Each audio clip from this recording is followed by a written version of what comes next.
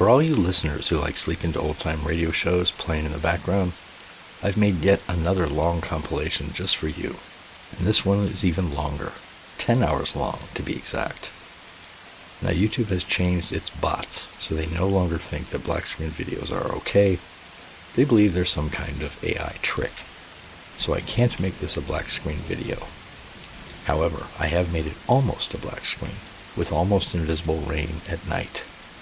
This should keep your room nice and dark and peaceful, so as not to disturb your sleep. It has no mid-roll ads for the same reason. And my audio commentary, which only takes up a few minutes of the entire video, will be softly spoken. And now for our first few shows. Columbia Workshop was a radio series that ran from 1936 to 1943, and then again from 46 to 47 on CBS, dramatizing stories and books and pioneering several radio production techniques that were later used by other shows, such as sound effects and filters. In this two-part adaptation of Herman Melville's Moby Dick, we hear the classic tale of Captain Ahab's vengeful pursuit of the white whale, Moby Dick, through the eyes of Ishmael, the narrator. It ran on October 19th and 26th, 1946, starring Neil O'Malley as Ahab, Sidney Smith as Ishmael, and Charles Irving as Starbuck. Howard Barnes directed. Now, whether you've read the famous novel or not, and whether you enjoyed it or not, this is a great adaptation of it, with some really amazing sound effects and acting. Next up is Crime Classics, that great crime drama/docudrama that told historical true crime stories in a really unique way. It aired from 1953 to 54, and was created, produced, and directed by Mr. Radio himself, Elliot Lewis. In this one, Death of a Picture Hanger, we hear the tale of the assassination of Jesse James by his fellow outlaw, Robert Ford, while hanging a picture above the mantel. This is a really riveting and well-done story that tells about the famous event and what came of the Ford brothers afterwards. It aired July 20th, 1953. Next is Best Plays, which ran from 52 to 53, and was a dramatic anthology that adapted plays for radio, featuring John Chapman as host, the drama critic of the New York Daily News. In this comedy thriller, Arsenic and Old Lace, Mortimer has discovered that his two beloved old aunts are insane murderers. When he visits to tell them that he's getting married, he finds a body in the window seat, and not only are his aunts not surprised, they admit to having been killing lonely old men for years, which they consider to be an act of charity. If you've seen the movie, you'll really love this adaptation. It is well acted and well produced, starring Boris Karloff, Donald Cook, Gina Dare, and Edgar Staley. A really funny and exciting story. Next is American Novels, which ran in 1947 and again in 1948, adapting great American novels into dramatizations, such as Moby Dick, Tom Sawyer, The Legend of Sleepy Hollow, and others. It was part of a series by NBC's University of the Air and the World's Great Novels. Today's tale is the two-part adaptation of Little Women by Louisa May Alcott, following the lives of the four March sisters in their home in New England as they pass from childhood to womanhood. Jo is played by Geraldine Kay, Meg by Martha McCain, Beth by Doris Grundy, and Amy by Marianne O'Neill. Whether you've read the book or not, you should really enjoy this excellent drama. Not only is there some really great acting by some relatively unknown actors, but the writer did a great job turning this long novel into an hour-long show. And then we have Campbell Playhouse, which ran from 1938 to 1941 on CBS, and was a continuation of Mercury Theater on the Air. It did hour-long adaptations of plays, novels, and motion pictures. Orson Welles hosted and starred in it for its first 2 seasons. Today's story is Arrowsmith, adapted from the Sinclair Lewis novel, starring Welles as Martin Arrowsmith, Helen Hayes as Leora Arrowsmith, Ray Collins as Professor Gottlieb, and several others. This is a classic tale about a doctor who wants to do research and help mankind, but is stuck in a dull, small-town practice. He eventually rises to the top of his profession and winds up in a quarantined island infested with bubonic plague to help vaccinate the suffering people there. This is probably the best adaptation of this novel, in my opinion, that I've ever heard on radio. And of course, Orson Welles and Helen Hayes are outstanding. Now listen to these wonderful old-time radio stories unfold as you drift off to peaceful sleep. The Columbia Workshop. Radio's foremost laboratory of writing and production techniques presents a two-part adaptation of a great American classic of the sea, Moby Dick, by Herman Melville. Herman Melville's place in literature is now securely established. He's one of the great novelists of all times. Moby Dick has been adapted for radio by Ernest Kenoy. A special musical score has been composed by Norman Lockwood and is conducted by Frederick Steiner. The two separate parts of the story will be directed to Saturday at the same time by Howard G. Barnes. The Columbia Workshop now presents Part 1 of Moby Dick. Call me Ishmael. Some years ago, in the 1840s, having little money in my pocket and nothing to interest me on shore, I took myself to the old island of Nantucket. The heap of sand anchored off New England returns its weight in whale oil every year. Down went I to the wharf with the whaling ship Pequod, wallowed in the tidewater, swarming with landsmen hauling aboard supplies. She was small, seasoned, weather-stained in the typhoons and calms of all four oceans. Her rails and sheave blocks were fitted out with whalebone. A noble craft, but somehow most melancholy.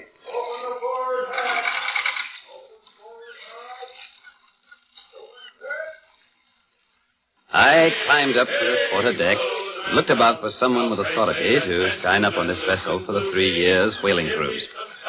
At last I spied him. He was brown and brawny, like most old seamen, and he talked with the antique speech of the Nantucket Quaker brethren, peppered with scowls from many hard gales and wintry watches of a lifetime at sea. I stepped up and called to him, "Is this the captain of the Pequod?" Supposing it was. I was thinking of shipping. Yeah. You see that no Nantucket up? Hast ever been in a stove boat with the whales, blue swain tattoo on their ribs? I've been on several voyages in the merchant service, sir. Merchant service be hanged. Talk not that lingo to me. Come, sir, I suppose now you feel considerable proud of having served in those merchant ships. But this is a whaler, lad.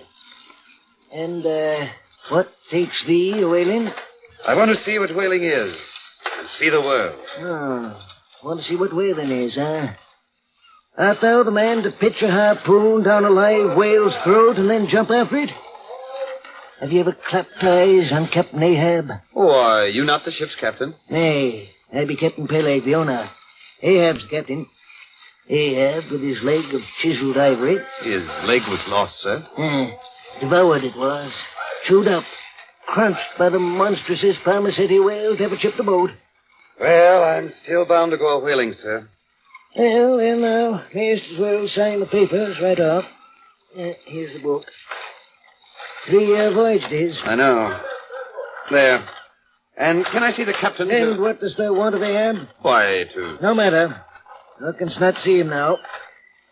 Captain Ahab's a queer man. Some say a sick one. Mark ye be forewarned. He lost his leg the last voyage by that accursed whale, and he's been moody, desperate moody, and savage. But among sailors, a missing leg is common. Ahab's above the common. He's been in college as well as among cannibals, been used to deeper wonder than the waves, and fixed his harpoon in mightier foes than whales. Aye, lad, mark ye well Ahab, and hold him in awe. In the next days, there was a great activity aboard the Pequod. A whaling ship demands a 3 years' housekeeping, away from grocers, doctors, bakers, and bankers. The whaler frequents lonely seas without hospitable harbors. Hence, spare boats, spare spars, spare lines, and harpoons. Everything but a spare captain and a duplicate ship.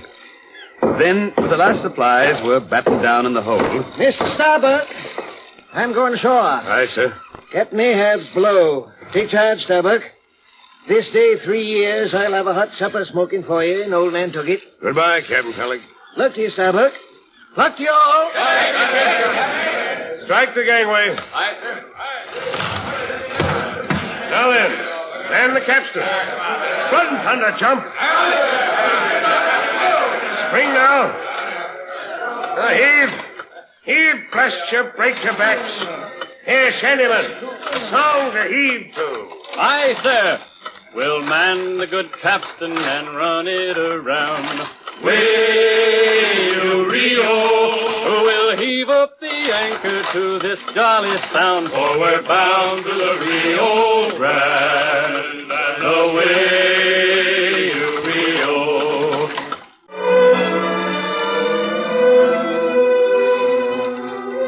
And so, with the music of the shanty and clanking capstan, the Pequod slipped away from the wharf. The cold night breeze blew. The screaming gull flew overhead. We plunged blindly like fate into the lone Atlantic.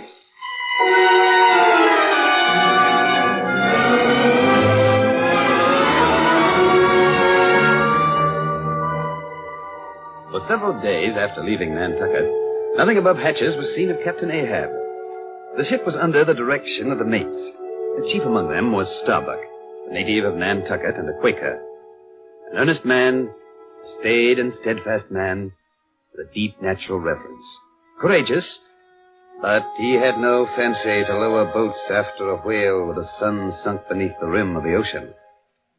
The second mate was Stubb. He was a Cape Cod man, taking paddles as they came with an indifferent air.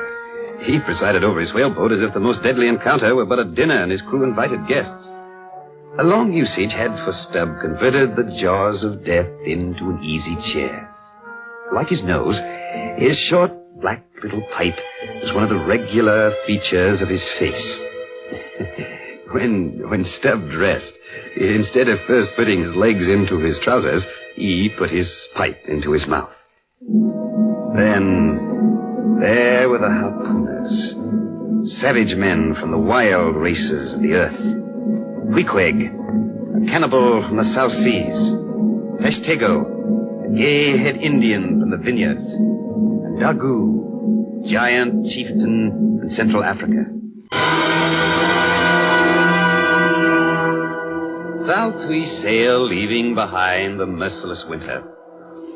Then, on one of those gray and gloomy mornings, I mounted on the deck for the forenoon watch, and there, on the quarter deck, the wind beating against his gray hair and tawny face and neck, was Captain Ahab. Like a fevered beast, he paced the quarter deck, and throughout the ship echoed the horrible, heavy thump of the gleaming ivory post that served him for a leg. Sabat, Mr. Sabat. Aye, Captain. Send everybody aft. Everybody? Aye. As said, sail. Come down, everybody aft. Move in. Stir a leg. All men assembled, Captain Ahab. Good. Now then, what do you do when you see a whale? Sing out for him. Aye, and what do you do next? Run away and after him. And what tune is it you pull to? A dead whale or a stove boat? Now, ye masthead lookouts. You see this Spanish ounce of gold? Pure gold, men, do you see it? Starbuck, hand me that hammer. Aye, sir. Look at that gold shine, men, like the sun. The hammer, Captain. Aye. Now, listen well. Whosoever of you raises me a white-headed whale with a wrinkled brow and a crooked jaw, whosoever of you raises me that white whale with 3 holes punctured in his starboard fluke, he shall have this ounce of Spanish gold. Look ye now, look ye. I'll nail this gold piece to the mast.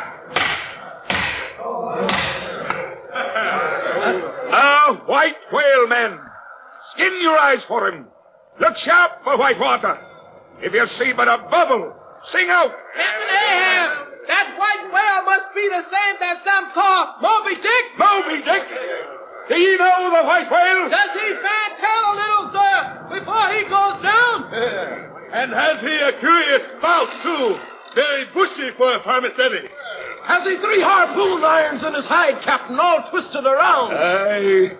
The harpoons lie all twisted and wrenched in him. Death and devils, men, it is Moby Dick you've seen. Moby Dick. Aye, it was that accursed white whale that sliced me, sheared off my leg. I'll chase him round Good Hope, and round the Horn, and round the Norway Maelstrom, and round Perdition's Lane. But, Captain... That's what you've shipped for. To chase that white whale till he spouts black blood and rolls fin out. What say you, men?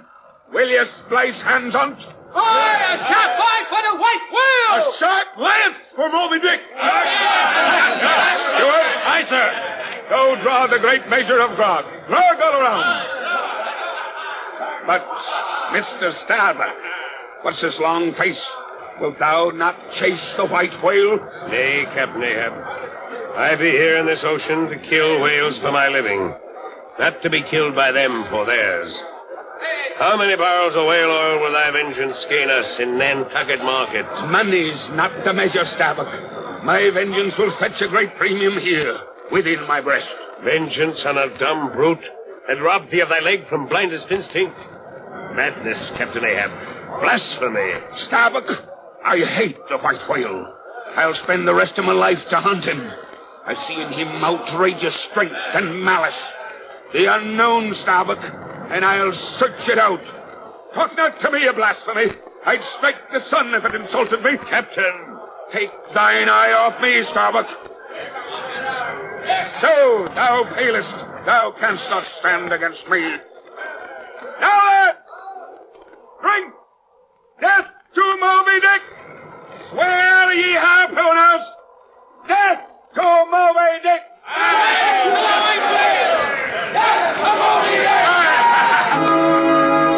I, Ishmael, shouted with the rest. And stronger I shouted because of the dread in my soul. Beneath us now in his cabin brooded dark Ahab, madness maddened, searching a whole ocean, straining his ears for the call from the masthead that would launch us on the path of the white whale, Moby Dick. Round the Horn we sailed into the vast cruising ground of the Pacific. The days were sultry, and the rolling swell of the ocean rocked the ship into a doze. High above the decks, the lookout scanned the desert of water. Aloft in the cross trees was Tashtego, a gay-haired Indian harpooner. Suddenly he stiffened.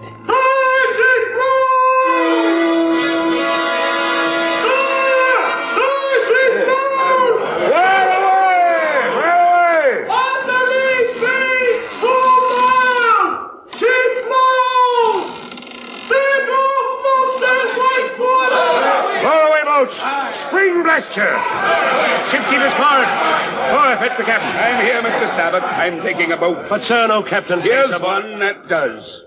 Look ye, Mr. Starbuck. I've shipped my own crew. Wild ones they be, from the far islands, living on the smell of blood. Now, lower away. Aye, sir. Lower away. Away it is! Mr. Starbuck, do you keep your boat away from mine? Aye, sir. Unship your oars. Way back now. Pull. Pull. There she blows again, dead ahead. Pull. Pull, men. Pull. Break your back pulls. Pull for the miles of sperm oil. Pull and start out your eyes. There she blows again. Who be in the captain's boat? Never you mind. Oh, maybe but 5 more hands to help. There's Moby Dick that's at the bottom of it. But it ain't the white whale today, so pull. Hey, wait. Give way. He's gone. Sounded. That blasted lumber. Now, quick, stand up. Sing out if you but see the shadow of a whale. No, nothing. He go down the bottom, sure. Cover. She blows down our 50 paces. Pull now. Roar and pull. Reach me on his black back. Pull now. There now, give way, men. We're on him. Steady away. There's plenty of time to kill a fish. There go, Fuchs. Steady away. Stand up, Queequeg. Ready, harpoon. There's his hump. Now give it to him.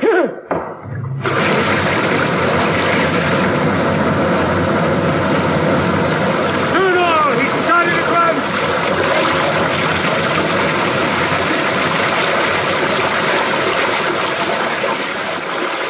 The whale ran with maddened fury.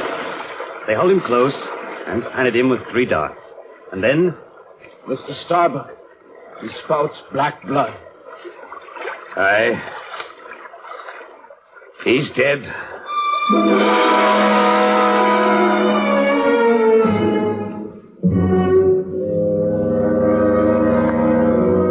The whale was dead, wallowing in the blood of his thirsting heart. For the whale, mark you, is like you and I.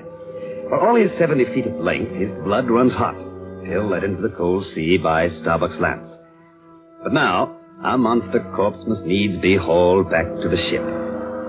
Hour after hour, the boats pull at the slaughtered whale, long after darkness settled on the ocean.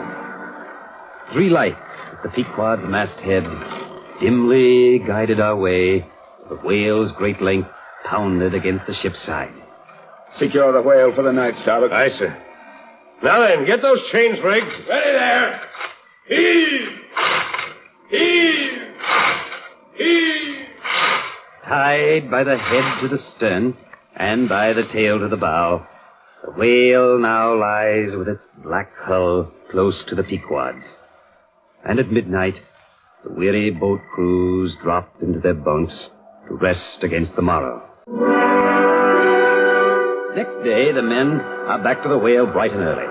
Up to the rigging swing the enormous cutting tackles. Then the giant blubber hook swings out over the whale. Belay heaving. Now again, slowly. Swing it out to the left. Starbuck and Stubbs swung over the side and, balancing on the slippery corpse, chop a hole in the mighty flank of the dead whale. The blubber hook swings down from the rigging and hooks into the bleeding hole. Starbuck slices a semicircle around the hook with his cutting spade. Ready now. She's set. Take her away. On board, the men fling themselves against the capstan. The whole ship heels over at the strain. Every bolt in her starts.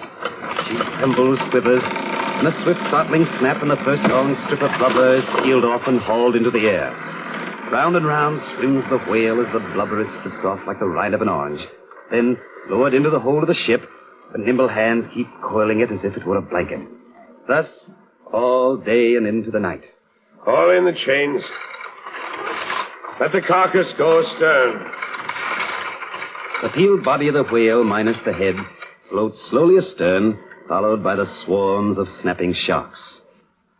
Now, only the giant head hangs by the Pequod's side. Through the rigging filters the cold light of the moon, playing upon the blood-dripping head of the dead whale. Alone on the quarterdeck strode Ahab. Then, holding himself erect, he fixed his burning eye on the black and hooded whale head hanging there. Speak, thou vast and venerable head. Speak, mighty head, and tell us the secret thing that's in thee. Of all divers, thou hast dived the deepest, where unrecorded names and navies rust and anchors rot, with bones of millions of the drowned.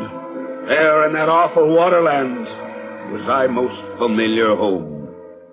Thou hast slept by many a sailor's side, O head. Thou hast seen enough to split the planets and make an infidel of Abraham, and not one syllable is thine. So we sailed over into the green Pacific, glorying at every spout. On the mast, the coin of Spanish gold gleamed. Every lookout paused to stare at it as he climbed the masthead. And Ahab paced on his quarter-deck till sunset, his keen eyes searching into the swell, longing for the sight of the bushy spout, the wrinkled white forehead of Moby Dick.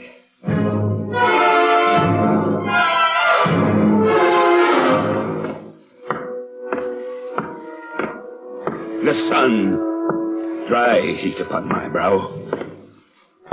Though time was when, as the sunrise nobly spurred me, so the sunset soothed. No more. This lovely light that lights me not. Gifted with high perception, I lack the low enjoying power. Cursed most subtly and most malignantly. Cursed in the midst of paradise. What I've dared, I've willed. They think me mad, but it's Moby Dick. Moby Dick, the white whale. Moby Dick. I, Ahab, will search thee out, hunt thee, though the green seas and howling winds should rise and drive the Pequod under. Even if heaven hurl burning bolts, would Ahab hunt the white whale.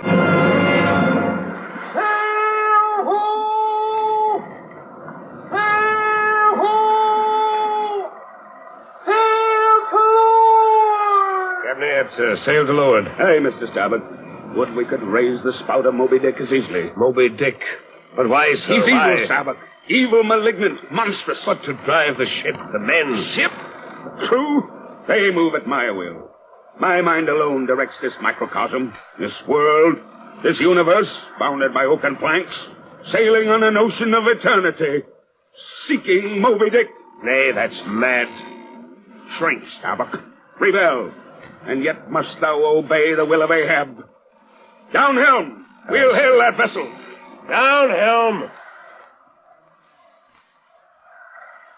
Ahoy! Ahoy, the Delight! Ahoy, the Pequod! Hath seen the white whale? Moby Dick! Aye! Look, you Pequod! See the shattered whaleboat on the beams! White ribs and splintered planks! Aye, we've seen Moby Dick! Hath killed him! Nay, the man is not yet born that ever will do that! Not born? Hear ye, Nantucketer! In this hand I hold his death. This arm will sink the harpoon to draw the black blood of death. Aye, that's what you say. See that hammock on the deck? I bury but one of 5 stout men who were alive yesterday. 4 were buried before they died. You sail upon their tombs. Aye, I've seen the white whale. Where away? 20 leagues hence, nor by northeast. Very well. Brace forward, up helm, north and northeast. Captain Ahab. Aye, Mr. Starboard. Captain, the pumps turn up considerable oil from the bilge. The oil casks below must have sprung a bad leak. So? We want up Burton's, heave to, and break out. Up Burton's and break out. Now that we bear down on Moby Dick like the threatening typhoon, heave to for a week to tinker a parcel of old hoops. Either do that, sir, or waste in a day more oil than we can make good in a year. Had ye not Moby Dick is sighted? What we've come 20,000 miles to get is worth saving, sir. So it is, Starbuck, if we get it. I meant the oil in the hold. And I, the white whale. Let the cask leak. The world leaks. Yet who can stop it up in the deep-loaded hull, or hope to plug it in life's howling gale? Let the oil cask leak, Starbuck. I'll not heave to. What will the owner say, sir? Let the owner stand on Nantucket Beach and out yell the typhoon. But, Captain. Owners. As if the owners were my conscience. Look ye, the only real owner of anything is its commander. And hark ye, my conscience is in this ship's keel. Captain Ahab, a better man than I might pass over in thee, but he would resent in a younger man. I or in a happier. What, dost thou then so much as dare to question me, begone? Nay, sir, I do entreat, and I dare to be forbearing. Shall we not understand each other better, Captain Ahab? Starbuck, see thou this pistol. There's one God that's lord over the earth, and one captain that's lord over the Pequod. Put up thy pistol, Captain. I ask thee not to beware of Starbuck. Thou wouldst laugh. But let Ahab beware of Ahab. Beware of thyself, old man. Thou art brave, Starbuck, but thou still obey. Careful bravery, that. Ahab. Beware of Ahab. Aye, there is something there. But Moby Dick is close. The white whale. Unfurl at the gallantsails. Shake out the reefs, north and northeast. We sail for Moby Dick, though the world split. He shall spout black blood, though we chase him 3 times round the horn. Hey, That's Ahab's fate. Though grinning death with pointing finger, ride the bowsprit as we sail. Though Ahab, starboard, and the swarming crew sink downward, gasping through the pounding waves. Up, help! We sail for Moby Dick!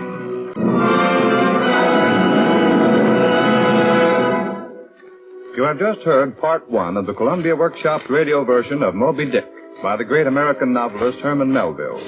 The script was adapted by Ernest Kenoy with a special musical score composed by Norman Lockwood and conducted by Frederick Steiner and directed by Howard G. Barnes.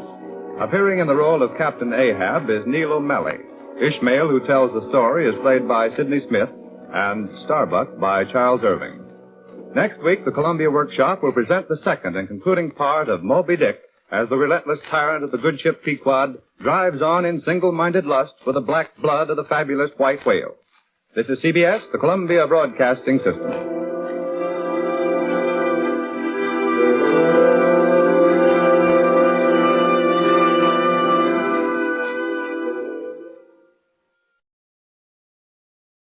The Columbia Workshop, radio's foremost laboratory of writing and production techniques, presents the second and concluding part of a two-part adaptation of the great American classic of the sea, Moby Dick, by Herman Melville.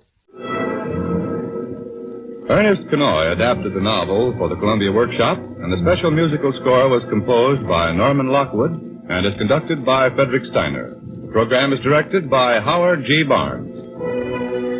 The iron will of Captain Ahab drives the whaling ship Pequod forward, ever forward, weary month after weary month, in mad pursuit of the fabulous white whale, Moby Dick.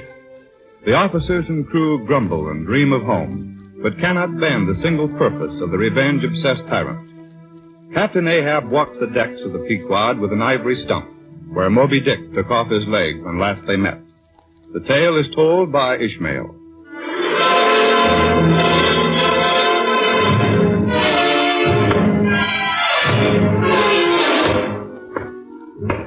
Gray, gaunt Ahab pacing the tilting quarterdeck, his slim white ivory leg pounding an eternal thumping rhythm, searching, hunting the enemy that robbed him of his leg, across the storm-tossed ocean, round the Horn, through the Indian seas, and out upon the broad Pacific, close on the foam-thrashed wake of Moby Dick, the monstrous white whale.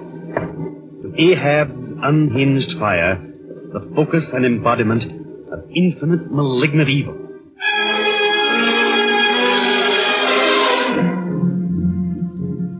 Just as the unsetting polar star, so Ahab's purpose gleamed down on the constant midnight of the ship's gloomy crew. In this foreshadowing interval, all humor vanished. Starbuck the mate smiled no more, and Stubb the second officer stilled his cheerful song. Like machines, they dumbly moved on deck, ever conscious that the old man's desperate eye was on them. Sir, we must send down the main topsail yard. Strike sail, Mr. Starbuck. Aye, sir, the lee lift is half stranded. Shall I strike it, sir? Strike nothing. Lash it. If I had skysail poles, I'd sway them up now and carry double canvas. We're on his trail, Starbuck. We closed hourly on Moby Dick. Double canvas in a gale, sir. His madness, Captain. Aye, Starbuck, mad, demoniac. Thou dost abhor thy captain's hunt. But Starbuck's body and Starbuck's will are Ahab. My magnet at thy brain draws off rebellion. Insane old man, beware thyself. Cocky, Starbuck. We strike no sail nor shorten canvas. Nay, not if the typhoon sweeps away the mast. Until the masthead cries out for Moby Dick. Until he spouts black blood. And in his hand I clutch his evil heart.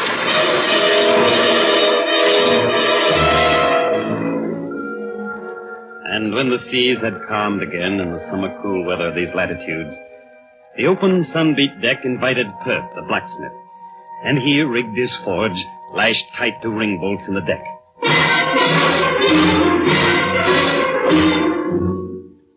Surrounded by an eager circle, all waiting to be served, he mended boat spades, pike heads, harpoons, and lances.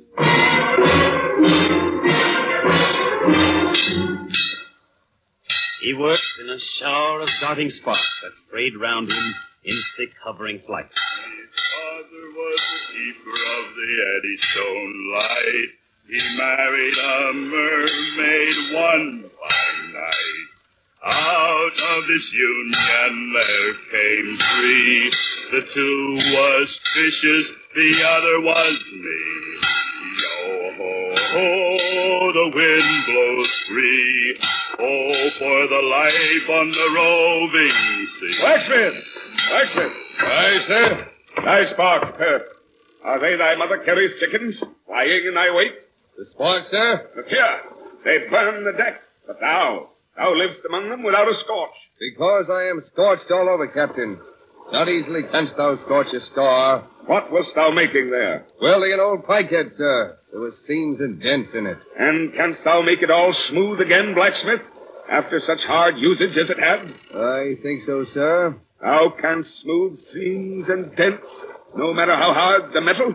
Aye, sir. All seams and dents but one. Look ye here, then. Here. Can ye smooth out the wrinkled seam of madness in my brow? If thou couldst, blacksmith, glad enough would I lay my head upon the anvil and feel thy heaviest hammer between my eyes. Answer. Canst thou smooth this seam? Nay, sir. That is the one dent insensible of blacksmith's hammer. Aye, man. It is unsmoothable. For though thou seest it here in my flesh, it has worked down into the bone of my skull. But no more of pikes and gaps today. Look you here, blacksmith. Steel. Gathered nail stubs of shoes of racing horses. Aye, Captain Ahab. Thou hast there the best and stubbornest stuff we work. Aye, sir. And thou must forge me a harpoon. 1,000 yokes of fiends could not part. A blade that'll stick in a whale like its own pin bone. Forge me that blade, and it'll drink the blood of Moby Dick. Through the tropic afternoon, the blacksmith heated and hammered the stubborn steel. And wild Ahab paced beside the forge and fixed the blade with greedy eyes. Then, as the sun sank down beyond the yard... But for the tempering, will you shove the water cask near? No water. I want it of the true death temper. Ahoy there! Dago, quick. What say ye pagan harpooners? Hey, Captain. Will you give me as much blood as will cover this bar? Blood? Aye. Blood. For a true temper. For a blade as sharp as the needle sleet of the icy sea. Aye, Captain, I'm willing. All right. Your arms, then. And careful with the knife. Dago. Quick. Now then, put ye your arms over this hot blade and turn them. There. Tempered in blood, ye harpoon. Baptized in the name of the devil. Moby Dick, I hold thy death.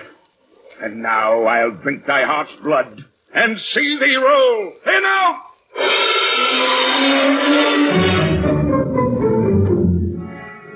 Down swept the Pequod on the line, the cruising ground across the equator, flooring for whales, rocking in the tiny boats on the slow, heaving swells.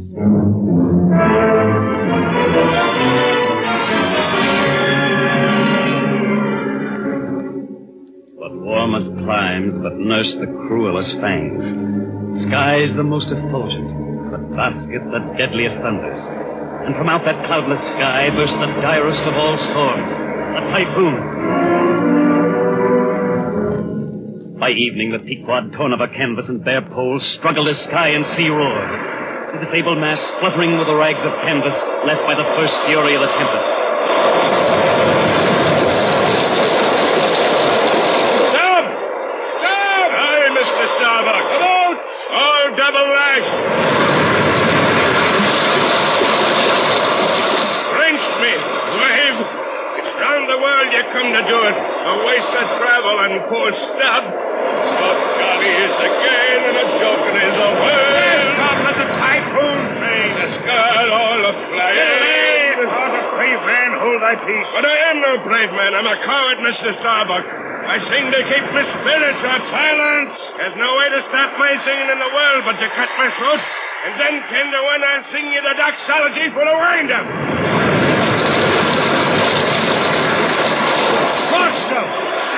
In the dark with the Pacific rammed down my throat. Look, here, the gale comes full against the course we steer for Moby Dick. There, in the lightning. Mark Ahab's boat. There! The boat's stove in. Aye. Crushed in the stern sheets where the old man stands. Now stop, jump overboard and sing if thou must. I don't. What's in the wind? A gale that hammers us now. We can turn it to a fair wind to drive home.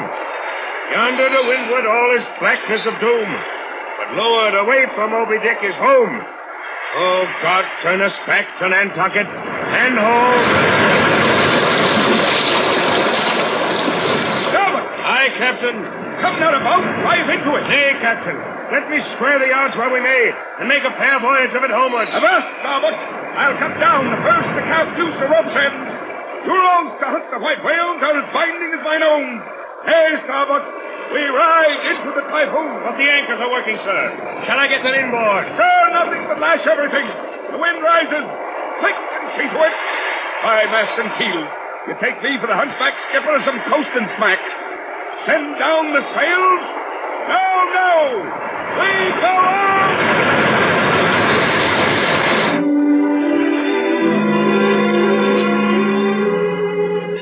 Next morning, the sea rolled in long, slow billows, and striving in the Pequod's gurgling track, pushed her on like giant palms outspread. The sea was as a crucible of molten gold that bubblingly leaps with light and heat. And then, splitting the lazy silence, the masthead cries,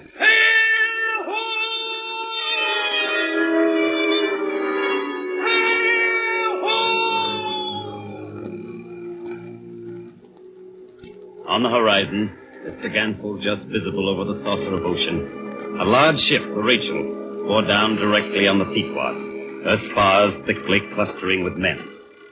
The Rachel's captain put off, and soon his boat hook clinched the Pequod's main chain. Ahoy there. Hast seen the white whale? Aye, yesterday. Give a hand up here. Yes, sir. Up.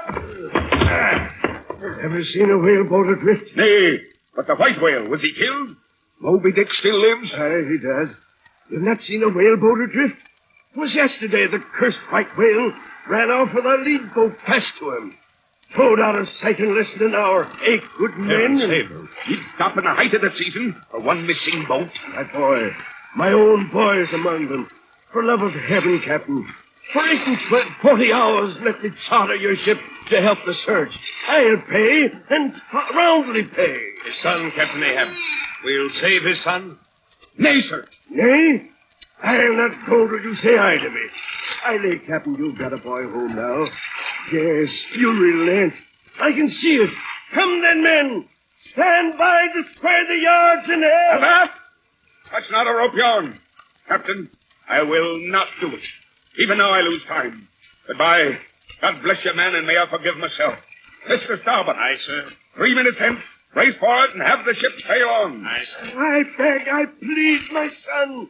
Captain. Mr. Starboard. Then sail upon the wake of Moby Dick.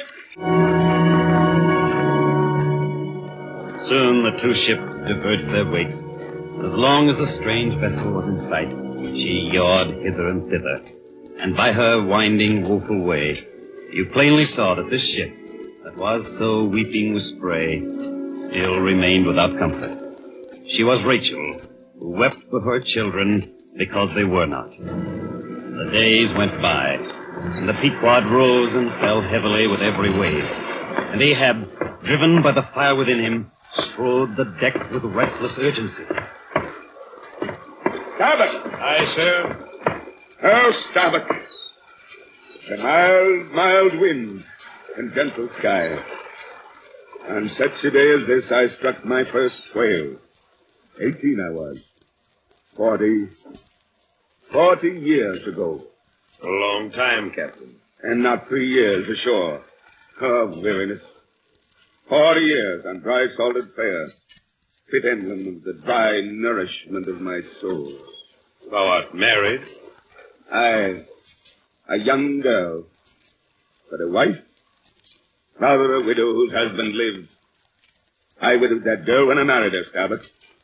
Old Ahab. More a demon than a man. Why this strife? This chase? How richer or better is Ahab now? Dismasted. An ivory peg to prop a stump. I feel deadly bowed and humped. As though I were Adam staggering beneath the piled centuries in paradise. Captain, the wind blows to Nantucket. Stand close, Starbuck. Let me look into a human eye. I see my wife and child in thine eye. Starbuck, do thou stay on board the Pequod. Lower not when I do. When branded Ahab gives chase to Moby Dick, that hazard shall not be thine. Captain, noble soul, why should anyone give chase to that hated fish? No, Starbuck. Away, let us fly those deadly waters, let us home. Wife and child, too, are mine. Let me alter course. Heaven crack my heart, stave my brain. Mockery, bitter mockery. Let me square, Captain. How cheerily would we bowl on our way to see old Nantucket again. Oh, the mild blue days like this one on Nantucket Island. Aye, and about this time the boy awakes, sits up in bed, and his mother speaks of Ahab, abroad on the deep, who will yet be home again. 'Tis my Mary herself. She promised every morning would my son be carried to the highest hill, catch first glimpse of his father's sail. What is it, Starbuck? What cruel and hidden lord is he that orders me against all natural lovings and longings? Is Ahab Ahab? Is it I or God or who that lifts this arm? By heaven, man, we're turned round and round like yonder windlass, and fate's the handspike. But we'll sleep at last, Starbuck. I cling to that. We'll sleep at last. Home, Captain, home. Change the course, beat back to home. Thy wife, thy child, and mine.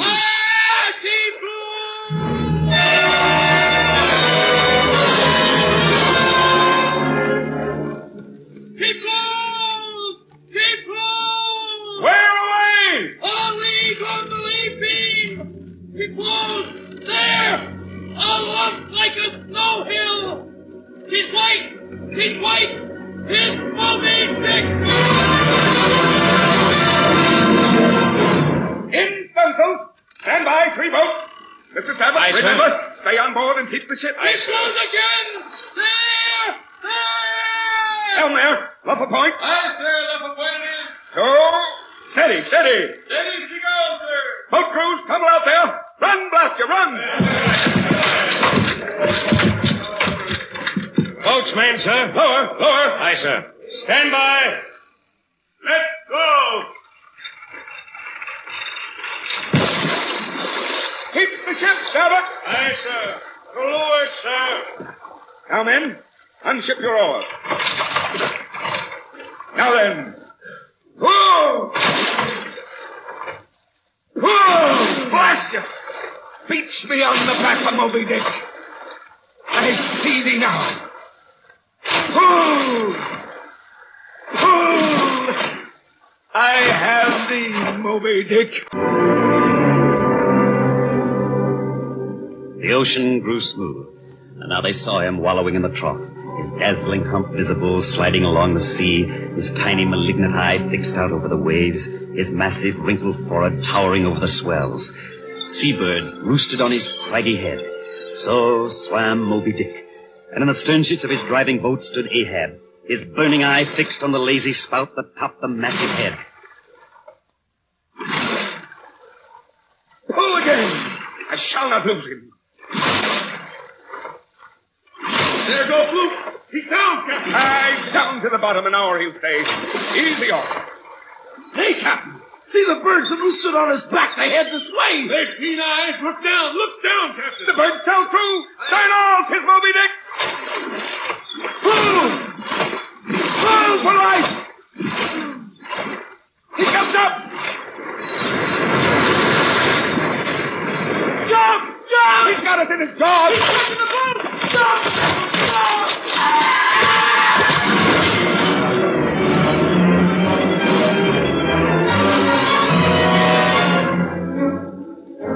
Into the churning sea spilled Ahab as the whale's jaws crushed the frail gunwales and sliced the boat in two. And withdrawn from his prey, Moby Dick now lay at a little distance. Swiftly round and round he swam, churning the water in his vengeful wake, barring from the floating wreck the other boats, till down upon the circle of boats and the maddened whale bore the Pequod, close upon the maelstrom that battered swimming Ahab. They fished up floating mariners and shattered whaling gear. And then old Ahab, dragged from the sea, stood again on his quarterdeck. The morning of the third day dawned fair and fresh, and once more the lookouts dotted every masthead and almost every spar. Time itself now held long breaths with keen suspense. Hours passed, gold beaten out to ages.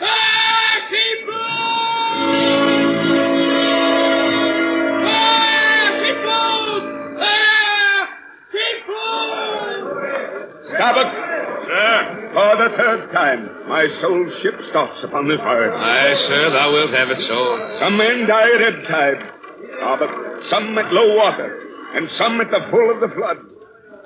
Shake hands with me now, man. Oh, Captain. Captain, go not. Go not. Man your boats. Stand by the crew. Lower away! Heart of wrought steel. What is this that shoots through me and leaves me so deadly calm and expectant, fixed at the top of a shudder? Merry girl, thou paidest before me. Go stir thyself, Starbucks. Stave it off. Oh, Ahab. Ahab. Shudder, old man. Thou hast brought down death upon us.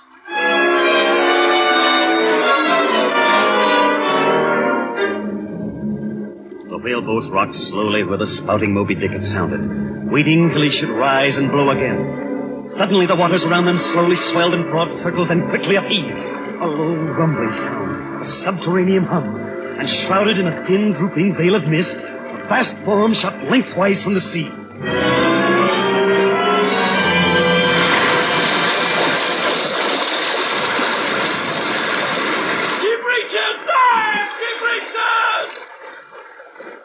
Give way! Backwater all! He cut that poke, Captain, and the other. Do we pick 'em up, Captain? Nay, nay. We still float, and Moby Dick lies 2 boat lengths off. Pull now! She blows, Captain. Pull again! Once more! Now then, slack off. Hold steady. Harpoon. Now!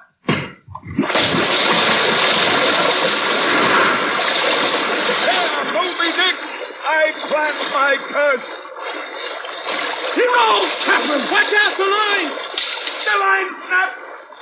Where is he now? Try him out. Where is he? He swims on the ship, Captain. He's there in front of. Be quiet. Oars, oars. Pull. Pull. Let Ahab drive again upon his mark. The ship. The ship. Dash on, my men. Will ye not save my ship?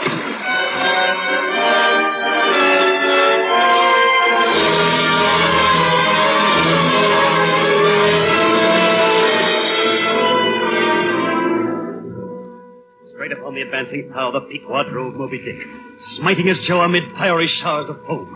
On the ship's deck stood Starbuck and sea-drenched Stubb, rescued from the wreckage of the stowboats. The masthead screamed a warning. They turned and caught sight of the downcoming monster. The whale! The whale! Up helm, up helm! Let not Starbuck die if die he must in a woman's fainting fit. Up helm, ye fools! His jaws are open! The jaws! Oh, Ahab, blow thy work. Steady, helmsman, steady. Up helm again! He turns to meet us, his bow drives on. May God stand by me now!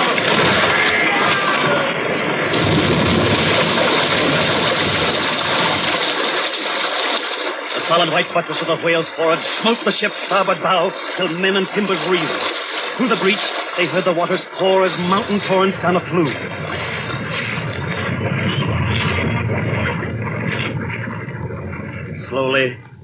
Slowly, the ship settled in the water. The whale lay quiet within a few yards of Ahab's tiny advancing boat. Thou firm, death-glorious ship, must ye then perish in without me? Oh, lonely death. Oh, lonely life. Moby Dick, towards thee I roll, thou all-destroying but unconquering whale. To the last I grapple with thee. He blows, Captain. One more pull now, men. There! Steady off. From hell's heart I stab at thee. For hate's sake I spit my last breath at thee. Let die while chasing thee. Tied to thee, thou cursed whale. Thus I give up the spear. Captain, he's found. Captain, the line is found. Catch it once again around the post. The line, Captain. Watch that loop. Captain!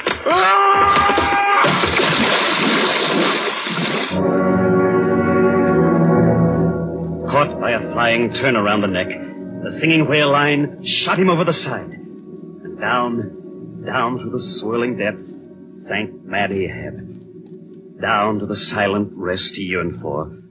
Still seeking Moby Dick, following the mighty white whale to the quiet darkness below. And now, concentric circles seized the lone boat itself as the greater bulk of the ship settled into the sea, and all the crew and each floating oar lanced pole spinning all together, animate and inanimate, all round and round in one vortex, sank downward, carrying the smallest ship of the Pequod out of sight. Now, small prows flew screaming over the yet yawning gulf. A sullen white surf beat against its steep sides. Then all collapsed, and the great shroud of the sea rolled on as it rolled 5,000 years ago.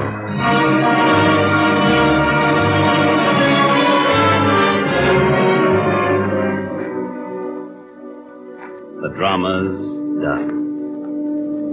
Why then here does anyone step forth? Because one did survive the wreck. I, Ishmael, floated in the wreckage at the margin of the vortex. And when the half-spent suction of the ship reached me and drew me round and round to the center of the slowly wheeling circle, it had subsided to a creamy pool. Clinging to a shattered boat, I floated on the soft and dirge-like main. On the second day, a sail drew nearer, and picked me up at last. It was the Rachel, that in her retracing search after her missing children, only found another orphan.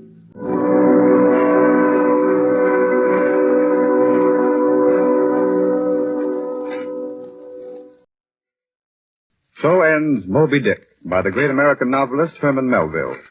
Today and last week, the Columbia Workshop presented this classic of the seas in two parts, as adapted by Ernest Kenoy and directed by Howard G. Barnes.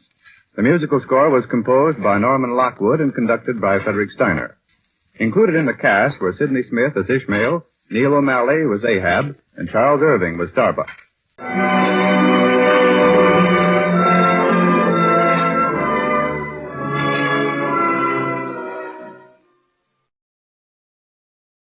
Good evening. This is Crime Classics. I am Thomas Hyland. I'm going to tell you another true crime story. Listen. The man is nailing a horse's picture to the wall. The horse is pawing the western skies in the classic attitude of pawing horses, and it is the top half of a calendar distributed by Isaac's Livery. It's a hot April day in St. Joseph, Missouri, in the year 1882, and the man is hanging the picture in his living room because he has a fondness for the noble beast.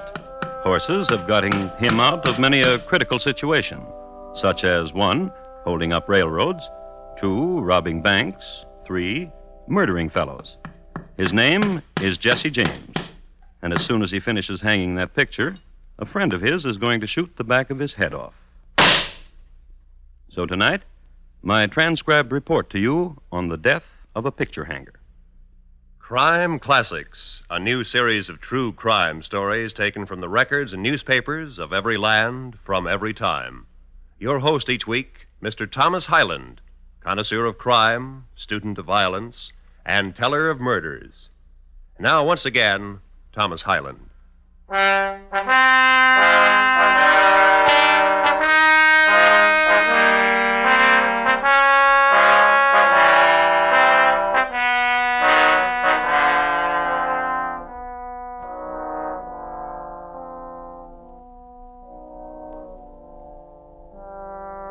Tonight, we take you to Jefferson City, Missouri, to the mansion of the governor of that state. His name was Crittenden, but his cronies called him Critch. He liked living in the governor's mansion because he never had it so good. There were servants, crystal chandeliers, wine furnished by cronies, entertainments by cronies, and best of all, 6 small, gilded cherubs, backs bent cheerfully to support a cast-iron bathtub, and quite often the governor also. So, if you've never attended a governor taking a bath, here's your chance. Where's that soap? Where is it? Well, there it is, Critch. Right behind you.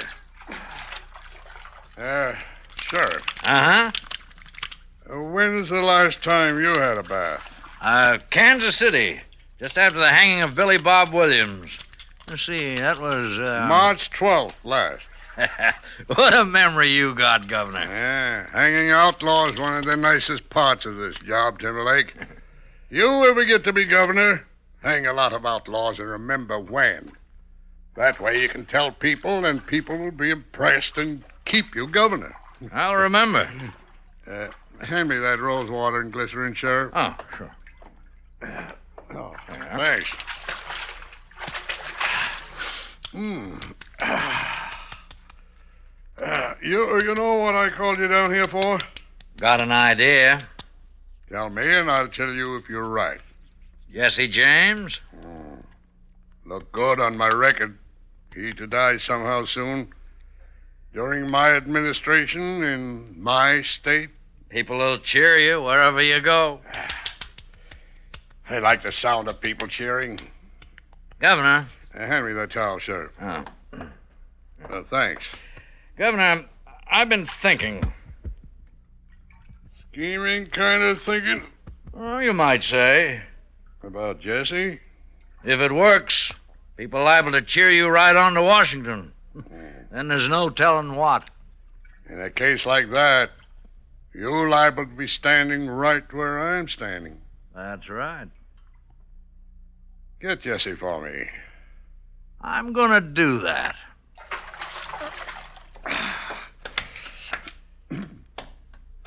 Not since Kansas City, huh, Sheriff? Not since then. Well, how'd you like to take a bath right now? I didn't want to say nothing. I was hoping you'd ask. She's all yours, Sheriff. Enjoy yourself. Sheriff Timberlake was a man who instinctively knew his way around a bathtub. He soaked, lathered, and rinsed and was out of there in the shake of a lamb's tail. Then he went home. Then he changed his clothes. He got into a nondescript outfit of brown woolen pants and a black alpaca coat, and he went down to Kansas City. Many things were to be found in Kansas City. A wooden monument, long since burned, of Daniel Sanker, who got a message through to his beleaguered dad, a grand opera house, and 3 mechanical pianos, each with fiddle attached. All in all, it was a very happy community. Worthy of note is the fact that Spit in the Ocean, a poker variation, was invented at Bobbrick's Poker Palace during this era. And it is into this very den that Sheriff Timberlake wandered. He wandered here because he was looking for someone, a girl, a young lady whose job it was to stand in back of strangers at the gaming tables and make signals to the housemen on the opposite side. When Timberlake approached her, she had 3 fingers in the air and the tip of her tongue pointing to the left. Mattie. Oh. Up, you hunted? Want to talk with you, Mattie. A second. Raise you. Carl. I got me a one-eyed jack in the hole. Gives me 3 of them. Where'd you say you're from? Roanoke? Nice place. Come on. Out here. What you want? How's Johnny? You said you weren't going to turn him in. For favors. What you want him to do? Nothing. What you want? Jesse James. Oh. Got to clean up Missouri, Mattie. Oh? Got to start with Jesse. If you say it. Here, Jesse's staying with Robert and Charlie Ford. That's right. Now, your friends, ain't they, Mattie? Robert and Charlie Ford? I used to know him pretty good. Ain't hard to talk to old friends, Mattie. And you ain't gonna touch Johnny, are you? You just tell Robert and Charlie Ford I'm at Stamponi's boarding house right now. Ain't got a gun either. That all you want me to do? You tell them, Mattie. You hear?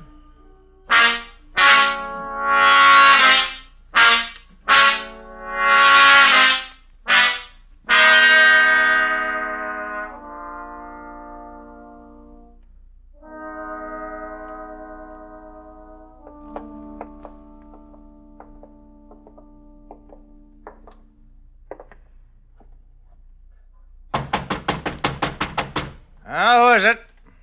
The Ford. Door's open. Come on in, boys. Well, didn't Matty tell you I left my guns back in Jefferson City? Just you come on in.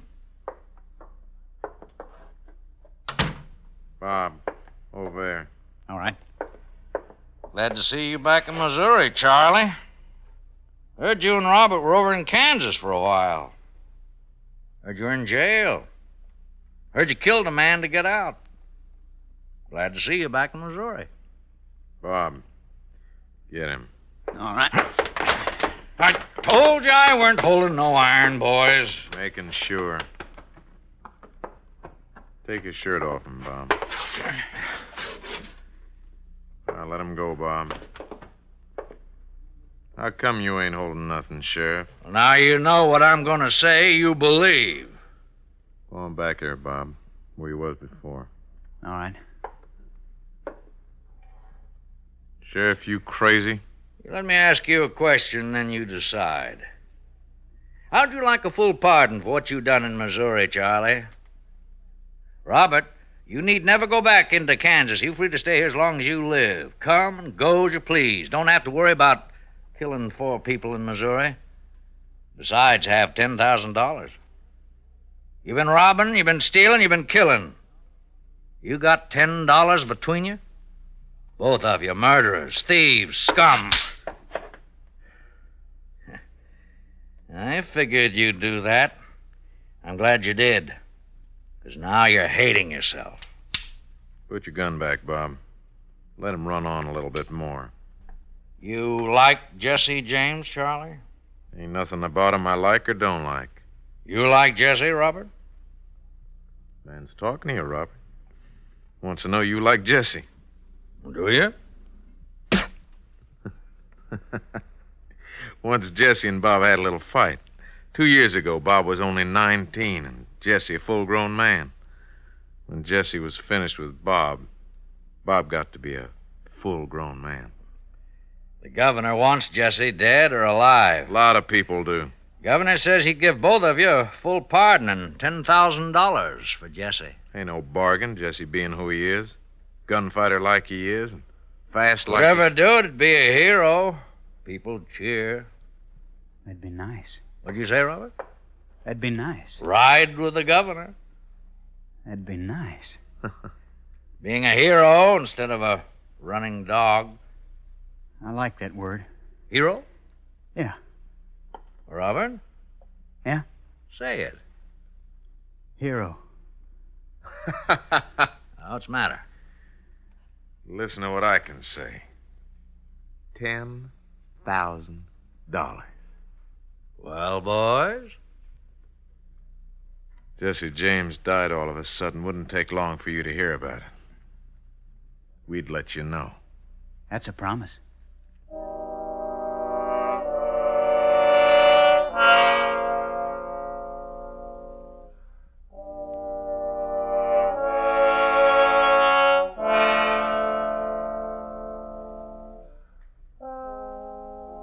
Chain reaction. Governor in bathtub, sheriff in waiting, Mattie the girl card watcher, and the brothers Ford, Robert, and Charlie. The principals involved in getting Jesse James assassinated. It would be well at this point to remark upon some of the accomplishments of Jesse James. His standard feat was murdering cowboys and rustling cattle. One incident in Starr County, Texas, had him murdering single-handedly 3 cowboys and driving off 500 fine head of beef, a record which stands to this day. On record, too, is his slaying by bowie knife of Mr. John W. Wicker, a Pinkerton man from Chicago.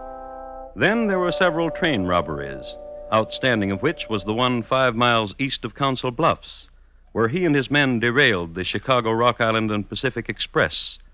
The cars telescoped. The engineer was instantly killed. 12 passengers were seriously injured.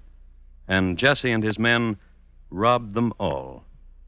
There are many other mayhems too numerous to mention, except that they averaged 1.37 corpses per exploit. One act of kindness must be noted, however. Mr. Avery Thompson, hurt grievously by a runaway horse in the streets of Abilene, pleaded to be put out of his misery. From 50 paces, Jesse obliged. His act of mercy was applauded by all around. It was then this half-kind, half-renegade person that the brothers Ford were going to kill. Charlie and Robert went home, lit the kerosene lamp, and waited. They didn't have to wait too long.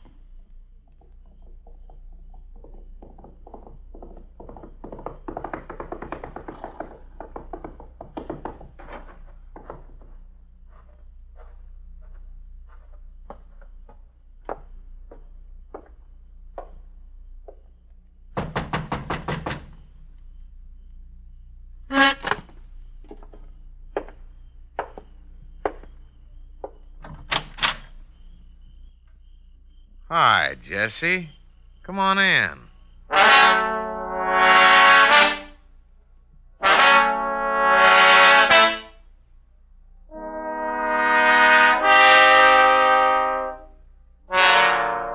It was a Saturday night when Jesse walked through that doorway in Ray County, and Sunday was his favorite day because he could sleep late.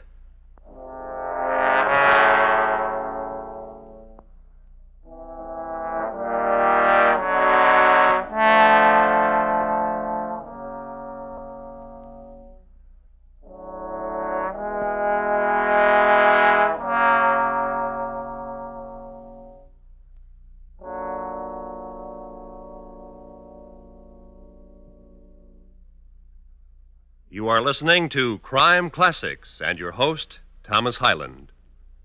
Tomorrow night, if you're in the mood for still more adventure listening, don't miss 21st Precinct, the program that probes the inner workings of the world's largest police force. 21st Precinct shows you policemen as the human beings they are, exposes their tough grinds, their dangerous careers. Remember, it's Tuesday nights on most of these same stations, presented by CBS Radio. And now, once again, Thomas Hyland and the second act of Crime Classics, and his report to you on The Death of a Picture Hanger.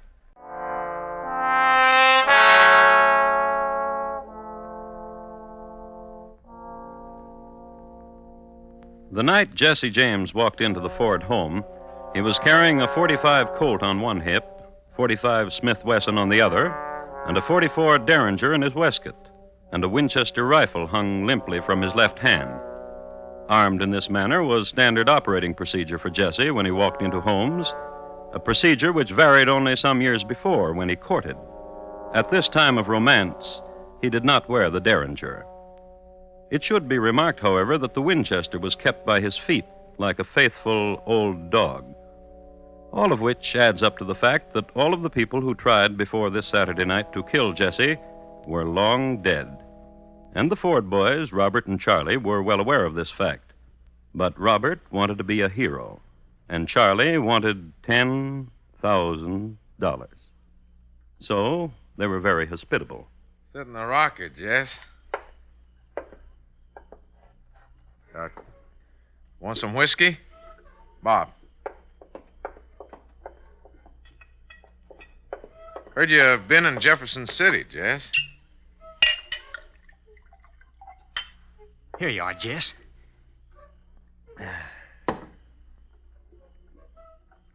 You must be sleepy, Jess. What's the matter with you, Bob? You don't have to tell Jess when he's sleepy. Jess knows when he's sleepy. I just don't want to talk important things to him, that's all. Not when his head's nodding. Simmer down, Bob. All right, Jess, I'll tell you.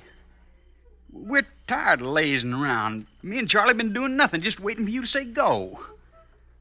When you gonna say go, Jess?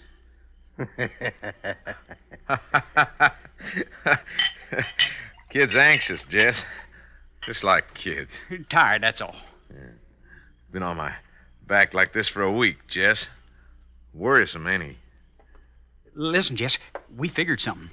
A train, Jess. Trains are easy. You hear what he said? You hear what he said, Charlie? Trains are easy. Kid. The Chicago, Rock Island, and Pacific out of Kansas City. It makes a stop at Winston, Jess. At Cameron, too.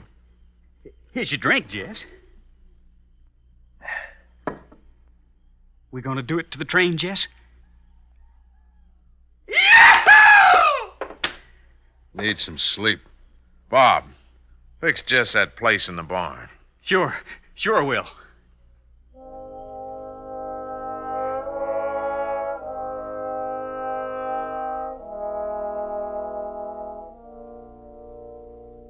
So Bob went out to the barn, fluffed up some straw, and made a bed for Jesse to sleep in. This was considered an act of compassion of the time, barn owners to wayfarers. But in this instance, it was known as a tactic. Get Jesse on his back in the barn with maybe his guns off. Get him while he's sleeping. So consider now what we have here. Jesse James bedded down for the night and his two would-be assassins as guardian angels. In the trade, this is known as a precarious position. So switch now from prone Jesse to outside the barn. Nearly midnight in Missouri, and a mist from the river threading between Charlie Ford and Bob. When are we going to kill Jess? Try killing him from now on. You think he's sleeping? Where'd you bet him down? Under that window. Let's go peek, see if he's sleeping. What you think? He's lying there, all right. Eyes closed? Can't tell. Sure tell this, though. What? Look at that pool of moon. Wait a minute, I'll get out of your way. See? He's holding a gun in each hand. He's a light sleeper. When he sleeps. We don't even know he's sleeping. Charlie. Shoot him. Kill him. You want to be the hero, younger brother. You do. Supposing I miss. I'll shoot you just where you're standing if you miss. Because if you miss, you wake Jess. And I'll just explain to Jess that I killed you to save his life. That way, saving mine. If we were sure he's sleeping, be no trouble at all. You make sure. If some kind of animal or something walked by him soft, that'd be a way. Hey, you wait here a minute. Come here, you little old dog. That's right. You too old to live anyhow. Little dog's too old to live anyhow, Charlie. Step aside a minute. I'll push him through this chink in the wall. Critter'd run into the barn past Jess, and we'll find out for sure. You're chattering like a woman, Bob. Just do it.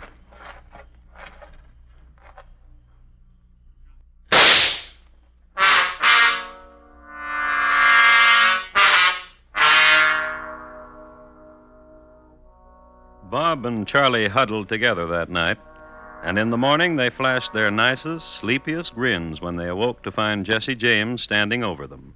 I shot me this critter last night. Who's gonna cook me my breakfast? The boys tumbled out of bed and vied who would be first at the skillet. Bob won, and Charlie put the kettle on. It was late, and it was Sunday, so they had brunch. Toward its end, as a gesture of carefree camaraderie, Jesse heaved the Ford's best china against the wall. Breaking them against the wall's easy, Jess. Why don't you throw them up in the air and shoot them? You crazy, Bob? What'd you tell him to do that for? Use up all his bullets, and then we... Watch it, Jess! Ain't gonna hit you, Bob. Just seeing how close I can come. In the name of heaven, Jess! Cut it out, Jesse. You got the kid almost crying. Stand still. See how you like it, Charlie. See if I can fan your ear without drawing blood.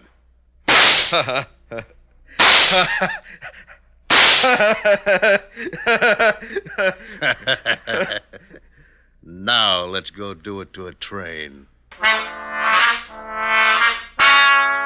Which meant riding down to Winston, which meant for the Ford boys a constant vigilance for the moment when Jesse would turn his back, would ride ahead of them a few paces. Anything so that they could have an irretrievable advantage. Historians make category of this event as the ride to Winston with the Fords up front. Jesse just didn't trust anybody to ride in back of him, except his mom, but then she was only comfortable on very slow horses.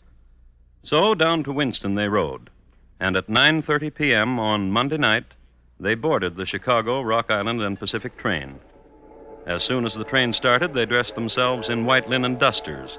They wore red handkerchiefs over their faces, and they waited in the vestibule for the conductor. 15 minutes later, Jesse James and the Fords left behind them 2 corpses, a wounded engineer, and an empty duck cage, the boys having released a dozen ducks from the express car. They took with them $8,000 in cash and convertible mementos. The boys jumped off the train at a point where they had tethered their horses. Then they rode south. They rode to St. Joseph, Missouri. They rode to the home of Jesse James, with Jesse riding behind.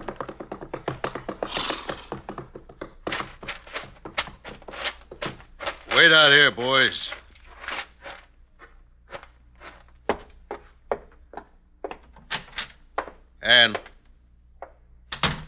Annie.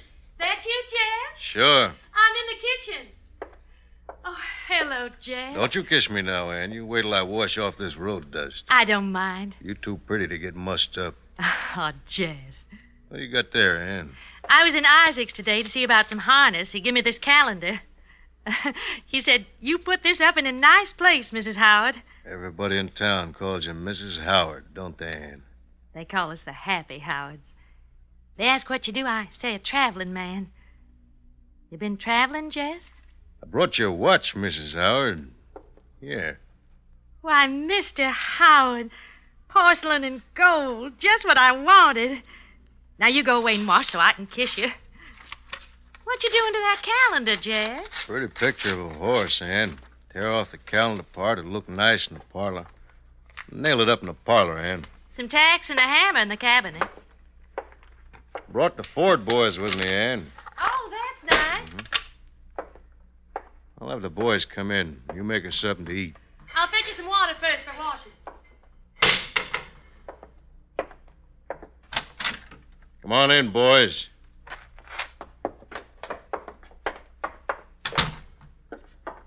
You boys like this picture? Right good picture of a horse. What are you going to do with it, Jess? Figure to hang it here somewheres. I wouldn't want me a picture of no horse in the parlor. You just ain't got no eye. No, he ain't. Yeah, I think hanging a picture like that's real good. Where are you going to hang it, Jess? Here, I guess. That's too low to hang a picture. Yeah. Higher, huh? I had me that picture, and I was going to hang it. I'd hang it higher. Maybe you're right. Pleasant to be home. How's your missus? Pleasant to be home. Man don't have to carry around all these guns weighing heavy around his middle. Feels mighty fine. I said, how's your missus, Jess? Getting water. Gonna cook us something. Get off that chair, Bob. What for? You stupid. I said I was gonna hang me this picture. All right.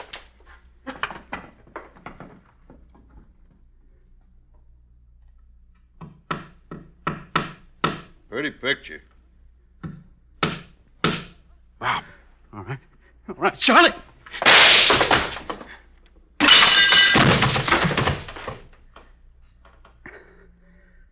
You shot the back of Jesse's head off, Bob. That make me a hero, don't it? Sure does.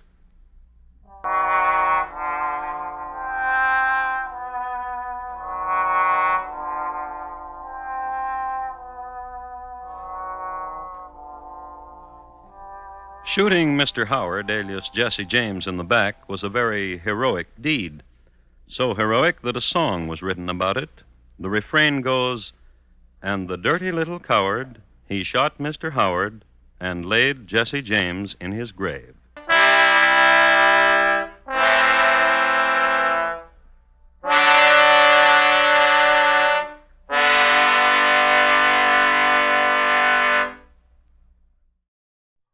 From New York, where the American stage begins, NBC presents Best Plays, transcribed with John Chapman. Best Plays, a series of hour-length dramas based on famous theatrical books, begun by the late Burns Mantle, now edited by the distinguished drama critic of the New York Daily News, John Chapman.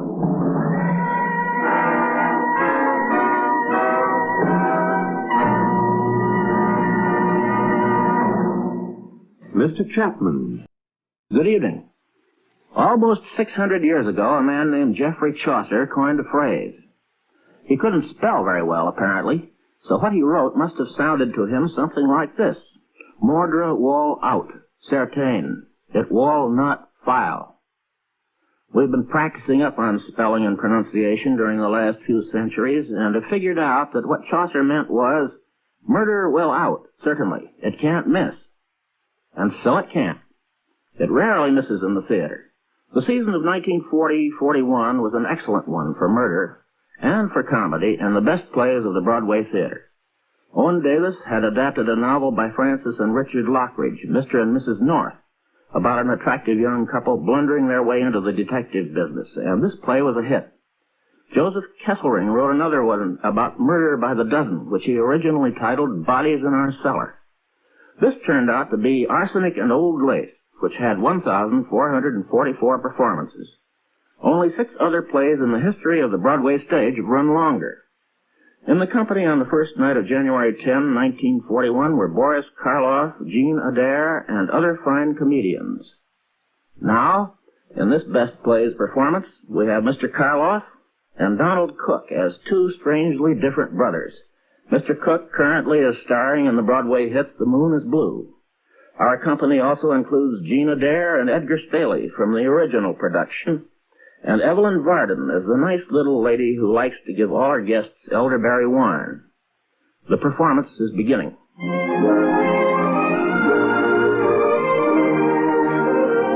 On a quiet street under the arching elms in the town of Brooklyn, New York, the old Brewster home stands in dignified and over-decorated glory. The gas mantles are still in the hall, although electricity was installed several years ago. It's tea time, and Miss Abby Brewster pours. The minister is visiting, and Miss Abby and her nephew Teddy are most attentive.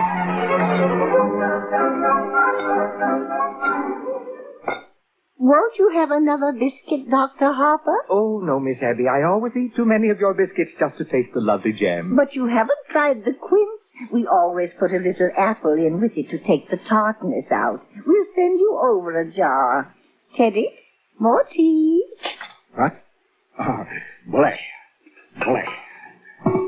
Miss Abby, I've been meaning to speak to you about your nephew, Mortimer, I mean. Oh, yes, I understand he's taking Elaine to the theater again tonight.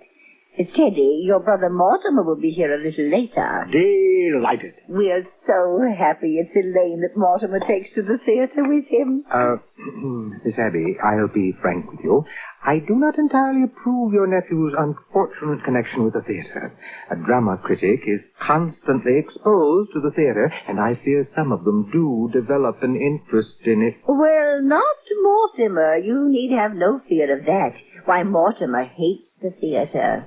Really? Oh, yes, he writes awful things about the theater, but you can't blame him, poor boy. He was so happy writing about real estate, which he really knew something about. And then they just made him take this terrible night position. My. But, as he says, the theater can't last much longer anyway, and in the meantime, it's a living. Oh, now, who do you suppose that is? I'm coming. Oh, hello, Miss Brewster. How are you, Officer Brophy? Come in. Thank you. Oh, afternoon, sir. Sir, what news have you brought me? Colonel, I have nothing to report. Splendid. Thank you, sir. At ease. We've come for the Christmas toys, Miss Brewster. That's a splendid job you men do fixing toys for the children. Yeah, well, it gives us something to do when we sit around the station. You get tired playing cards, then you start cleaning your gun, and the first thing you know, you've shot yourself in the foot. Teddy, dear, go upstairs and get that big box from your Aunt Martha's room. Delighted. That's right, dear. Up the stairs. How is Mrs. Brophy today? Pneumonia. Oh, I'm sorry to hear that. Oh, she's much better now. A little weak still. Well, I'm going to tell Sister Martha, and she'll bring you over some beef broth for her. And I'll be right back. Oh, don't bother, Miss Abby. You've done so much for her already. Hey, Colonel, you promised not to do that. But I have to call a cabinet meeting to get the release of those supplies. He used to do that in the middle of the night. The neighbors complain about him. Oh, he's quite harmless. Oh, sure. I suppose he does think he's Teddy Roosevelt. It's a shame a nice family like this hatching a cuckoo. The grandfather made $1 million. Patent medicine. Well, Officer Brophy and Dr. Harper. How nice. Hello, Miss Martha. I come to get the Christmas toys. Oh, yes. Teddy's Army and Navy. They wear out. Oh, you're back, Martha. How is poor Mr. Benitsky? Well, dear, it's pretty serious, I'm afraid. The doctor was there. He's going to amputate in the morning. Can we be present? No, dear, I asked him. But he said it's against the rules of the hospital or something. Oh, here's Teddy with the Army and Navy. Oh, thanks, Colonel. This will make a lot of kids happy. What's this? The USS Oregon? Oh, no, Teddy, dear, put it back. But the Oregon goes to Australia. Thank you again, ma'am. Yes, sir, Colonel. Dismiss? Yes, sir. I shall retire to field headquarters.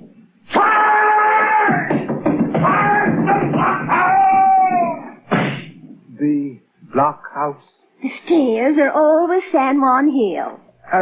Have you ever tried to persuade him he wasn't Teddy Roosevelt? Oh, no. Oh, he's so happy being Teddy Roosevelt. Once a long time ago, remember, Martha, we thought if he could be George Washington, it might be a change for him. But he stayed under his bed for days and just wouldn't be anybody. And we'd so much rather he be Mr. Roosevelt than nobody. Well, if he's happy, I'd better be running along. Give our love to Elaine. And Dr. Harper, please don't think too harshly of Mortimer because he's a dramatic critic. Somebody has to do these things. Goodbye. Did you just have tea? Isn't it rather late? Yes. And dinner's going to be late, too. So? Why? Teddy! Yes, Aunt Abby? Good news for you. You're going to Panama and dig another lock for the canal. Delighted. That's bully. Just bully. I shall prepare at once for the journey. Oh.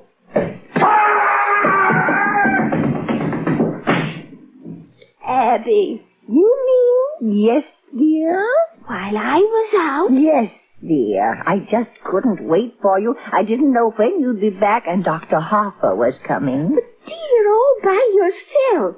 I'll run right downstairs and see. Oh, no, there wasn't time. Then where did you... Martha, look in the window seat. The window seat?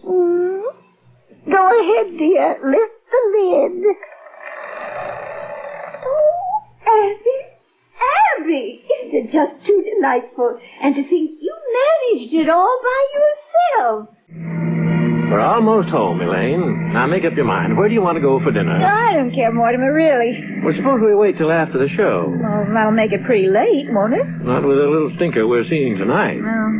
I was hoping it'd be a musical. They seem to have a humanizing effect on you, darling. After a serious play, we joined the proletariat in the subway, and I listened to that lecture on the drama. It wasn't until we saw a musical that you took me home in a taxi, and, noticed my legs. Elaine, where could we be married in a hurry? Say, tonight. I'm afraid Father will insist on officiating. Now, I'll bet your father could make even the marriage service sound pedestrian. Are you by any chance writing a review of it? Sorry, darling. Occupational disease. Yeah, here we are. The Brewster Mansion. Thanks, darling. Is that Teddy at the door? Yes. Well, what's he doing in shorts and a sun helmet? Hello, Mortimer. How are you, Mr. President? Bully, thank you. Just bully. What news have you brought me? Just this. Mr. President, the country is squarely behind you. Yes, I know. Isn't it wonderful? Well, goodbye. Where are you off to, Teddy? Panama. Panama's the cellar. He digs locks for the canal down there. Oh, you're very sweet with him. Teddy always was my favorite brother. Favorite? Were there more of you? There's another brother, Jonathan. We don't talk about him. He left Brooklyn very early, by request. Jonathan was the kind of boy who liked to cut worms in two, with his teeth. What became of him? I don't know. He wanted to become a surgeon like Grandfather, but he wouldn't go to medical school first, and his practice got him into trouble. Oh. Well, Goodbye, darling. I'll run over and say goodnight to Father before I go out with you. He likes to pray over me a little. I'll be right back. I'll cut across the cemetery. Hello, Mortimer. Oh, hello, Aunt Abby. Did you see my chapter on Thoreau? I want to show it to Elaine. No, I haven't seen it, dear. We thought you'd like a little something before you leave. Martha's getting a piece of the Lady Baltimore cake. Dr. Harper was here to tea. He's concerned about Elaine going to the theater so much. He loved tonight's horror. Murder will out. Oh, dear. But I think I'll open a bottle of wine. It'll be nice with the cake. Yeah, I can see it all now. The same old thing. When the curtain goes up... where is that chapter? The first thing you'll see, maybe in the window seat, will be a dead body.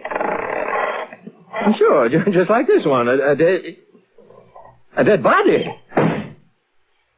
A dead body. There is a happy land far, far away. Lady Baltimore cake is so nice with a little wine, don't you think, dear? Aunt Martha, Aunt Abby. Yes, dear? You told me you were going to make plans for Teddy to go to that sanitarium, Happy Dale. Yes, dear. It's all arranged. Teddy has to sign the papers. He's got to sign them right away. You've got to know sometime. I'm frightfully sorry, but I've got some shocking news for you. Teddy's killed a man. Nonsense, dear. There's a body in that window seat. Yes, dear, we know. Oh, well, you know? Now, Mortimer, just forget about it. Forget you ever saw the gentleman. Forget? We never dreamed you'd peek. But who is he? His name is Hoskins, Adam Hoskins. That's really all I know about him, except that he's a Methodist. Well, what's he doing here? What happened to him? He died. Aunt Martha, men don't just get into window seats and die. No, he died first. Well, how? Oh, Mortimer, don't be so inquisitive. The gentleman died because he drank some wine with poison in it. How did the poison get in the wine? Well, we put it in the wine because it's less noticeable. When it's in tea, it has a distinct odor. You put it in the wine? Yes. And I put Mr. Hoskins in the window seat because Dr. Harper was coming. Oh, so you knew what you'd done. You didn't want Dr. Harper to see the body. Well, not at tea. That wouldn't have been very nice. Now you know the whole thing, Mortimer. Just forget about it. I do think Martha and I have the right to our own little secrets. Butter plate, Martha. Butter plate. Yes, of course, dear. Oh, Abby. While I was out, I dropped in on Mrs. Schultz. She's much better. Yes, and she would like us to take Junior to the movies again. Well, we must do that tomorrow or the next day. Yes, but this time we'll go where we want to go. Junior's not going to drag me into another one of those scary pictures. Aunt Martha, Aunt Abby, what are we going to do? What are we going to do about what, dear? There's a body in that window seat. Yes, Mr. Hoskins. Well, good heavens, I can't turn you over to the police. What am I going to do? Well, for one thing, dear, stop being so excited. And for pity's sake, stop worrying. We told you to forget the whole thing. Forget? My dear Aunt Abby, can't I make you realize that something has to be done? Now, Mortimer, you behave yourself. You're too old to be flying off the handle like this. But you can't leave him there. We don't intend to, dear. No, Teddy's down in the cellar digging the rock. You mean you're going to bury Mr. Hotchkiss in the cellar? Hoskins, dear. Oh, yes, dear. Of course, that's what we did with the others. Oh, no. You can't bury Mr. Others. The other gentleman. When you say other, do you mean others? More than one other? Oh, yes, dear. Let me see. This is 11, isn't it, Abby? No, dear. This makes 12. Oh, I think you're wrong, Abby. This is only 11. No, dear, because I remember when Mr. Hoskins first came in, it occurred to me that he would make just an even dozen. Well, you really shouldn't count the first one, dear. Oh, well, I was counting the first one, so that makes it 12. Hello. Hello? Al? Oh, my, it's good to hear your voice. 12. 11. Al? Oh, checking up. Well, I know I didn't pick up the tickets.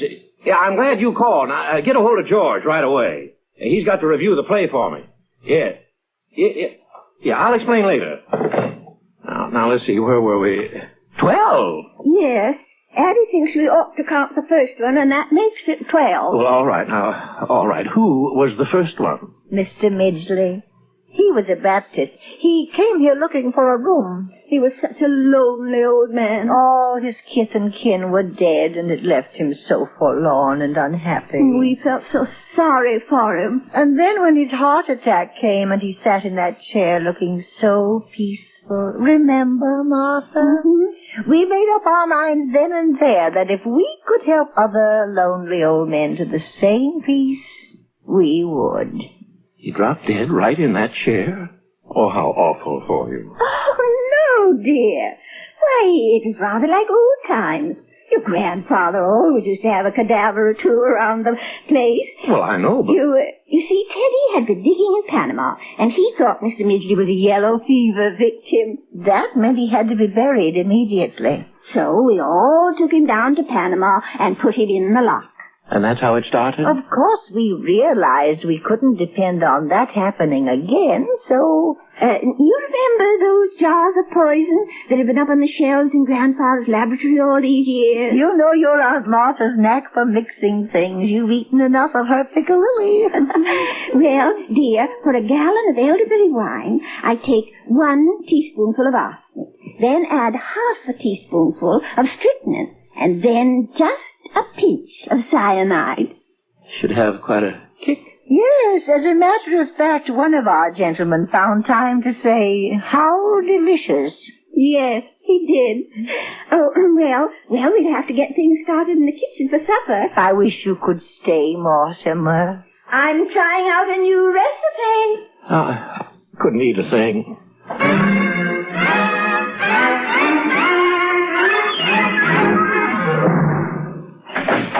Hello, darling. I keep you waiting. Oh, it's you. You run along home, Elaine. I'll call you up tomorrow. Tomorrow? Well, you know I always call you every day or two. We're going to the theater tonight. Oh, no, we're not. Elaine, something's come up. Now you run along home. What's happened? If we're going to be married. Married? Have you forgotten that not 15 minutes ago you proposed to me? I did? Oh, yeah. Well, as far as I know, that's still on. Now you run along home. Listen, you can't propose to me 1 minute and throw me out of the house the next. Well, I'm not throwing you out of the house, darling. Will you get out of here? Push. Now, you get out, and I'll call you in a few days. Mortimer! Phew. Yeah. Hello, Al. What? George is in Bermuda. Oh, well, get somebody. Get the office boy. You know, the bright one, the one we don't like. All right, then, get the printer. He knows what I write. The third machine from the left. Yeah, but Al, he might turn out to be another John Chapman. Yeah, all right. Was that Elaine, dear? Aunt Martha, Aunt Abby, sit down. But Mortimer... sit down, there. Well, dear? You can't do things like that. I don't know how to explain this to you, but it's not only against the law, it's wrong. It's not a nice thing to do. People wouldn't understand. Abby, we shouldn't have told Mortimer. Well, what I mean is, well, this has developed into a very bad habit. Now, Mortimer, we don't try to stop you from doing things you like to do. I don't see why you should interfere with us. Hello, Al. Oh, all right.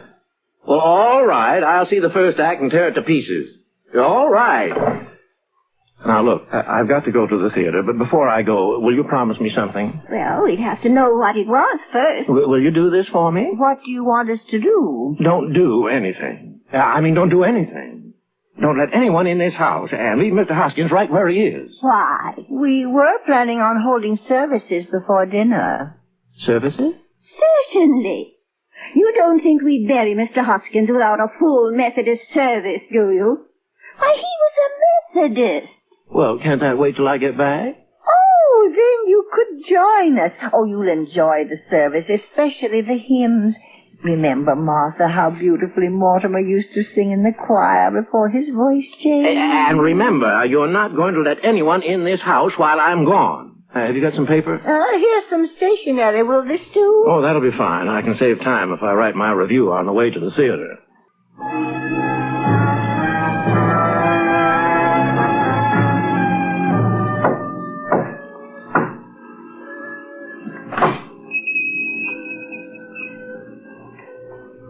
Come in, Doctor. I'm right behind you, Johnny. Well, This is the home of my youth. As a boy, I couldn't wait to escape from this place. Now I'm glad to escape back into it. Yeah, Johnny, it's a fine hideout. The family must still live here. There's something so unmistakably Brewster about the Brewsters. I hope there's a fatted calf awaiting the return of the prodigal. Yeah, I'm hungry. Oh, look, Johnny, a drink. Elderberry wine. A good omen. Here's to you, Johnny. Who's that? Who are you? What are you doing here? Why, Aunt Abby, Aunt Martha. It's Jonathan. You get out of here. But I'm Jonathan, your nephew, Jonathan. Oh, no, you're not. You're nothing like Jonathan, so don't pretend you are. You just get out of here. But, Aunt Abby, I am Jonathan. And this is Dr. Einstein. And he's not Dr. Einstein either. Not Dr. Albert Einstein, Dr. Herman Einstein. His voice is like Jonathan's. Have you been in an accident? No. My face. Dr. Einstein is responsible for that. He changes people's faces. Abby, I've seen that face before. Oh, do you remember when we took the little Schultz boy to the movies and I was so frightened? It was that face. Aunt Martha. Easy, Johnny, easy. Now, don't worry, ladies. The last 5 years I give Johnny 3 new faces. This last one, well, I saw that picture too, just before I operate, and I was intoxicated. You see, Doctor? You see what you've done to me? Even my own family. Johnny, you're home. These are your lovely aunts. They know you. Well, Jonathan, it's been a long time. Where have you been all these years? Oh, England, South Africa, Australia. And the last 5 years, Chicago. Dr. Einstein and I were in business there together. Oh, we were in Chicago for the World's Fair. Yes, we found Chicago awfully warm. Yeah, it got hot for us, too. Oh, well, it's wonderful to be in Brooklyn again. And you, Abby, Martha, you don't look a day older. Just as I remembered you. Sweet, charming, hospitable. And dear Teddy, I remember him so high. And did he get into politics? You know, Doctor, my little brother was determined to become president. Yeah. Well, Jonathan, it's very nice to have seen you again. Bless you, Aunt Martha. It's good to be home again. Well, Martha, we mustn't let what's on the stove boil over. Oh, yes, of course. If you'll excuse us, Jonathan, unless you're in a hurry to go somewhere. Martha! Oh, yes, I'm coming, Abby. Well, Johnny, where do we go from here? The police have pictures of that face. I got to operate on you right away. We got to find some place for Mr. Spinalzo, too. Don't waste any worry on that rat. But, Johnny, we got a hot stiff on our hands. You can't leave a dead body in a rumble seat. You shouldn't have killed him, Johnny. He was a nice fellow. He gives us a lift. And what happens? He said I looked like Boris Karloff. That's your work, Doctor. You did that to me. No, Johnny, we find a place somewhere. I fix you up quick. Tonight. Now, Johnny, I got to eat first. I'm hungry. I'm weak. Jonathan, we're glad you remembered us and took the trouble to come in and say hello. But you were never happy in this house, and we were never happy while you were in it. So we've just come in to say goodbye. But, Aunt Abby, I promised Dr. Einstein that if ever we came to Brooklyn, I'd bring him here for one of Aunt Martha's home-cooked dinners. No, I'm sorry. I'm afraid there wouldn't be enough. Oh, Abby, it's a pretty good-sized pot roast. Pot roast? I think the least we can do is... Thank you, Aunt Martha. We'll stay to dinner. Well, we'll hurry it along. And, Jonathan, if you want to freshen up, why don't you use the washroom in Grandfather's old laboratory? Huh? Is that still there? Oh, yes. Come along, Martha. We're all in a hurry. Well, we get a meal anyway. Grandfather's laboratory. Doctor, a perfect operating room. Oh, too bad we can't use it. I'll handle this. Why, this house will be our headquarters for years. You mean Oh, that would be beautiful, Johnny. This nice, quiet house. And those aunts of yours, what sweet ladies. I love them already. I get the bags from the car. Doctor, we must wait till we're invited. And if they say no... Doctor, two helpless old ladies. Oh. Oh, it all comes true. Beautiful dream. It's so peaceful. That's what makes this house so perfect for us. It's so peaceful.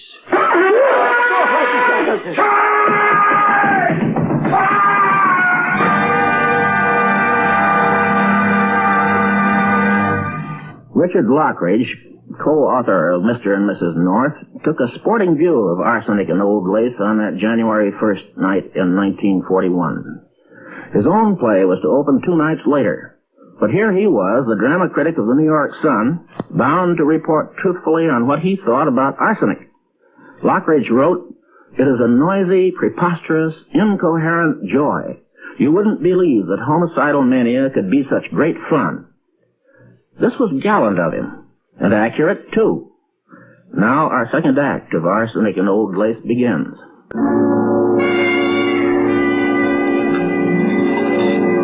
Oh, Aunt Martha, you haven't lost any of your skill. Why, thank you, Jonathan. And now I know you and Dr. Einstein both want to get where you're going. But, my dear aunts, I'm so full of that delicious dinner I just can't move a muscle. Yeah, it's so nice here.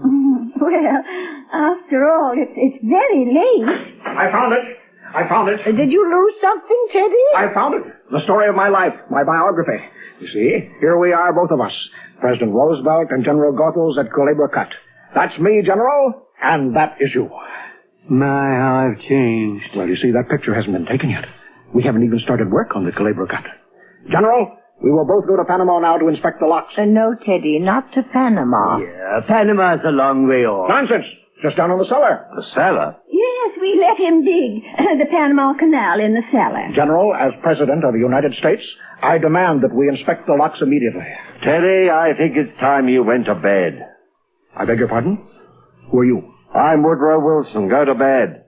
Oh, you're not Wilson. But your face is familiar. Let me see. Perhaps I meet you later on my hunting trip to Africa. Yes, you look like someone I might meet in the jungle. Teddy? It's your brother, Jonathan, dear. He's had his face changed. Oh, so that's it.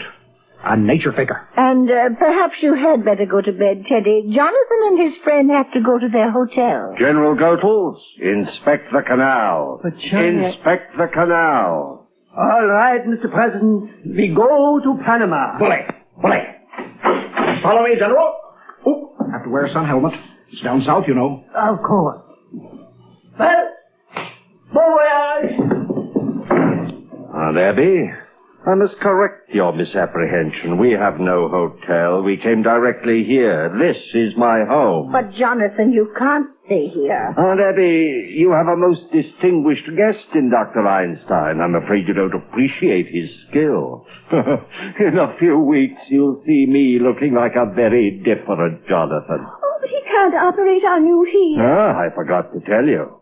We are turning Grandfather's laboratory into an operating room. We expect to be quite busy. Hey, Johnny, down in the cellar. Dr. Einstein, my dear aunts have invited us to live with them. Oh, you fixed it. Well, you're sleeping here tonight. Aunt Abby, please get our room ready. But... Now. Well, come along, Martha, dear. Johnny, when I go down in the cellar, what do you think I find? What? The Panama Canal. The Panama Canal. It's a hole Teddy dug 6 feet long and 4 feet wide. Down there? And it just fits Mr. Spinaldo. Rather a good joke on my aunt. They're living in a house with a body buried in the cellar. Come on, we'll bring it in through the window.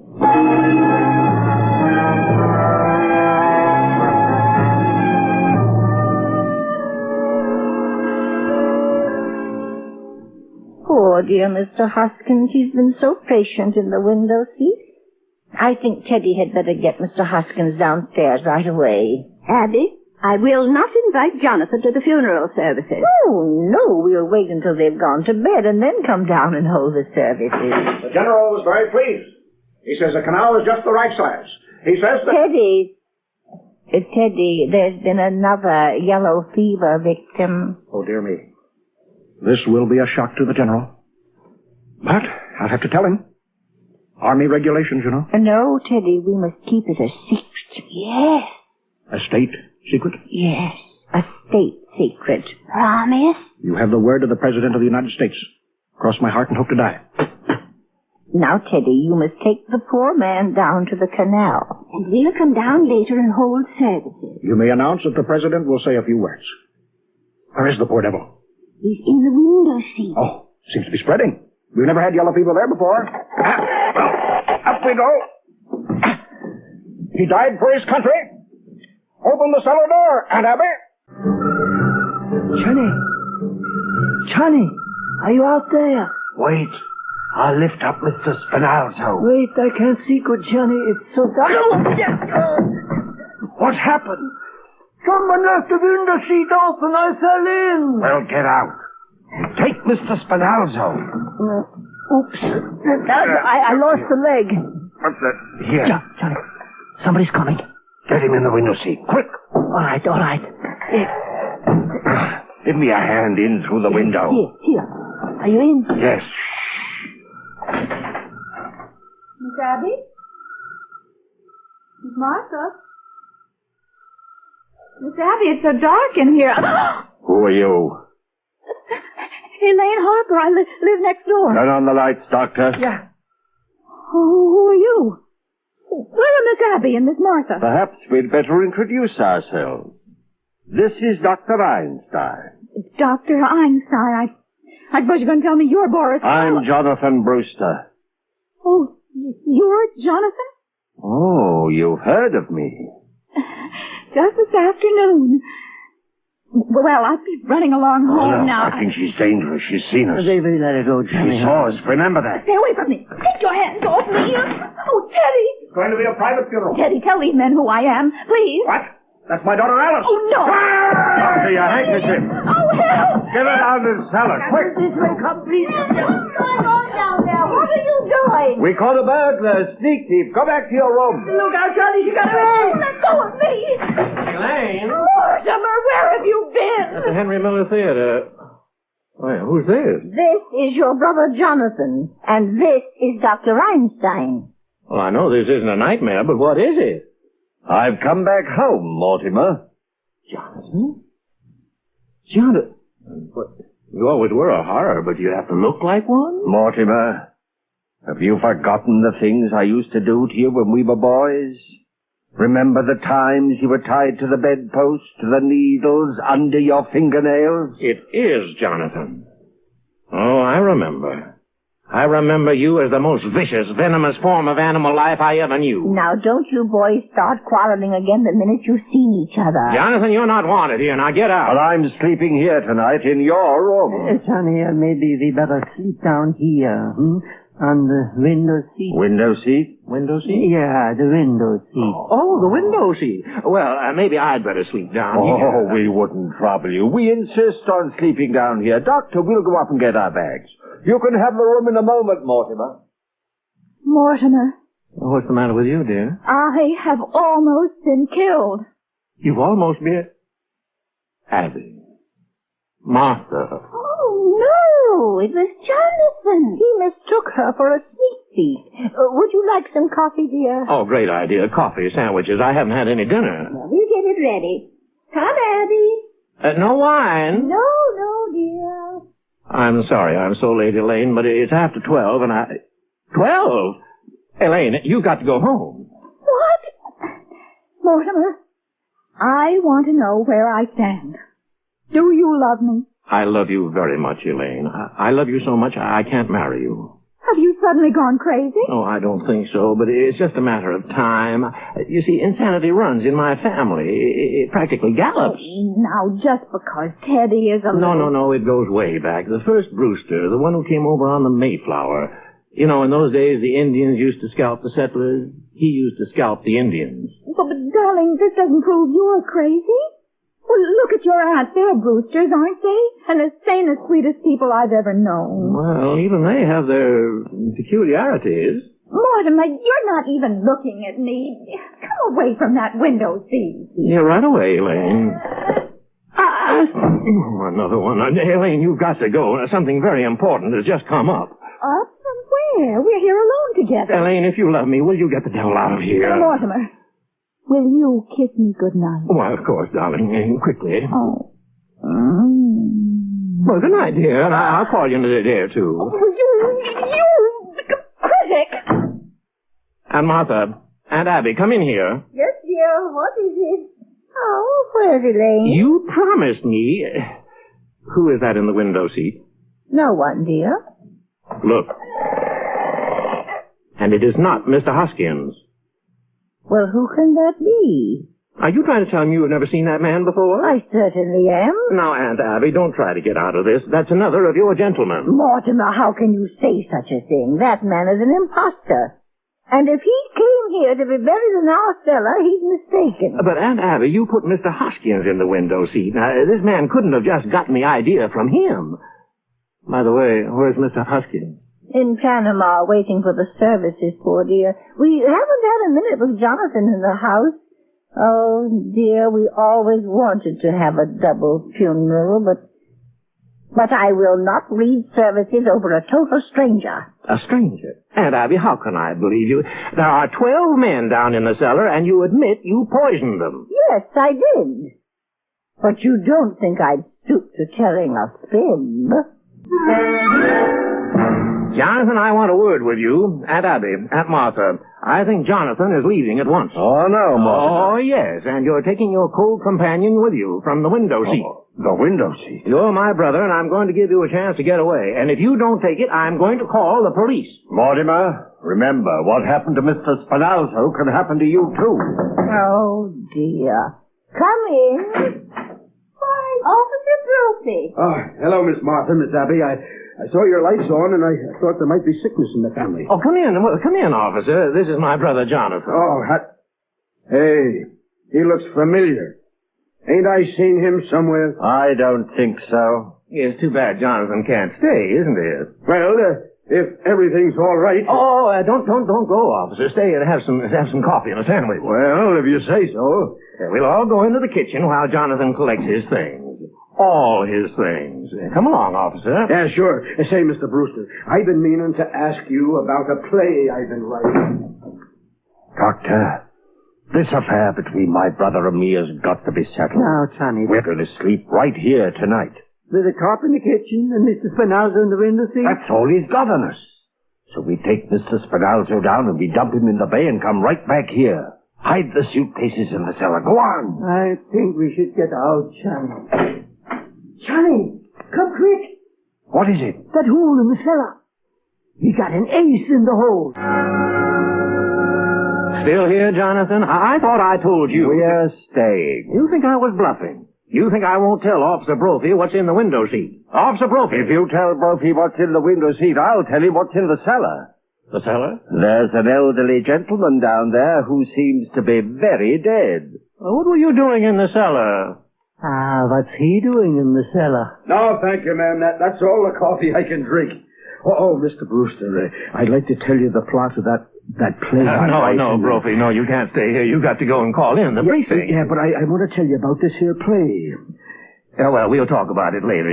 All right. Later.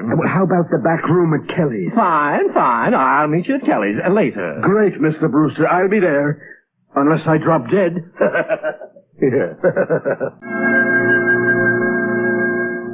Is that you, Mortimer? It's Jonathan, Aunt Abby. Mortimer went out. Where are you going? To Panama to bury Mr. Spinalzo. But he can't stay in our cellar. There's a friend of Mortimer's downstairs waiting for him. He and Mr. Spinalzo will get along fine together. They're both dead. They must mean Mr. Hoskins. You know about what's downstairs? Of course we do, and he's no friend of Mortimer's. He's one of our gentlemen. Your gentleman? Besides, there's no room for Mr. Spinalzo. The cellar's crowded already. Crowded? With what? There are 12 graves down there now. 12 graves? And that leaves very little room, and we're going to need it. You mean you and Aunt Martha have murdered? Murdered? Certainly not. It's one of our charities. So you just take your Mr. Spinalzo out of there. You've done that here in this house, and you buried them down there? Johnny, we've been chased all over the world. They stay right here in Brooklyn and do just as good as you do. What? You got 12, and they've got 12. I've got 13. No, Johnny, 12. 13? There's Mr. Spinalzo. Yeah. Then the first one in London, 2 in Johannesburg, 1 in Sydney, 1 in Melbourne, 2 in San Francisco, 1 in Phoenix. Phoenix? The filling station. Oh, yeah. The 3 in Chicago and the 1 in South Bend. That makes 13. But you can't count the one in South Bend. He died of pneumonia. He wouldn't have got pneumonia if I hadn't shot him. No, Johnny, you got 12 and they've got 12. The old ladies are just as good as you are. Oh, they are they? Well, that's easily taken care of. All I need is one more, that's all. Just one more. Well, here I am. Mortimer, where have you been? I've been over getting a doctor's signature on Teddy's papers. Mortimer, what is the matter with you? Running around getting papers signed at a time like this. You know what Jonathan is doing down there? He's putting Mr. Hoskins and Mr. Spinalzo in together. Well, let him. Is Teddy in his room? Teddy won't be any help. Well, you had to go and tell Jonathan about those 12 graves. If I can make Teddy responsible for those, I can protect you. Don't you see? No, I don't see. And we pay taxes to have the police protect us. We'll call them. Oh, but you can't. They'll find out about Mr. Hoskins and the other 12 gentlemen. Mortimer, I don't think the police would pry into our private affairs if we asked them not to. No, you can't do this. I won't let you. Well, if Jonathan and Mr. Spinalzo are not out of this house by morning, we're going to call the police. There.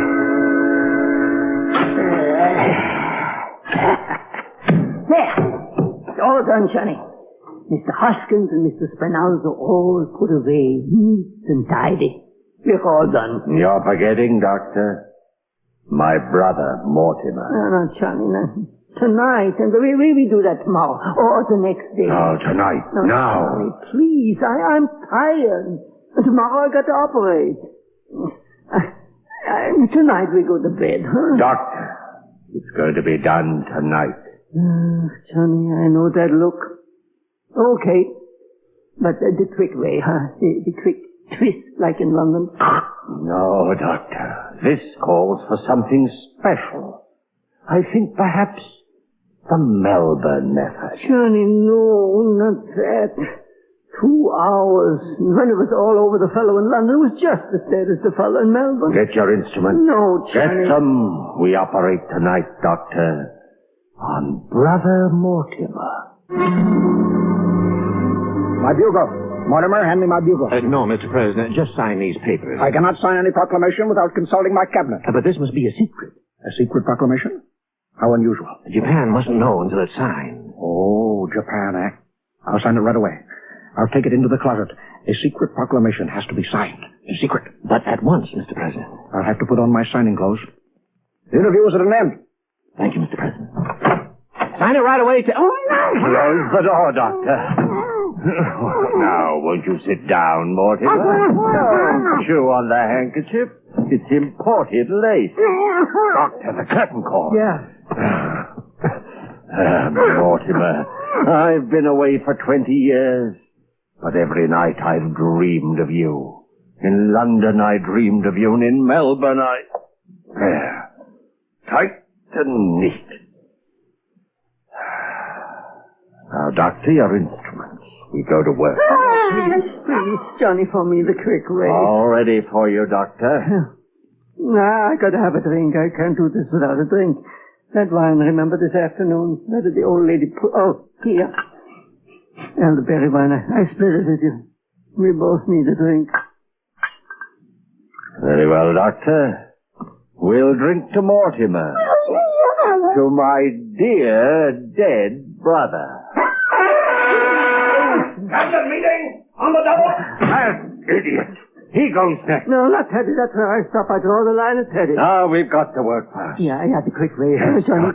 One quick twist of the silk handkerchief. Hey! The colonel's got to stop blowing that horn. It's all right, officer. You're taking the bugle away from him. We promised the neighbors he wouldn't do that anymore. Oh, hey, Mr. Brewster. Why are you all tied up? He was explaining the play he saw tonight. That's what happened to the fella in the play. Oh, yeah? Gee, they practically stole that from the second act of my play. I'll tell you now. No, wait a minute. I'm going to leave you this way. This time, Mr. Brewster, you listen to the plot. Well, it starts in my mother's dressing room where I was born. Only I ain't born yet. Now then, we get back to me mother. There she is, lying unconscious in her lingerie. The fiend is standing over her with an axe. There. How do you like it so far, huh, Doctor? Well, it put Johnny to sleep. Oh, that's just the second act. Now the third act. Johnny, wake up. I can't wake him. What's going on? Johnny, it's cops. Brophy. Oh, hi, Lieutenant.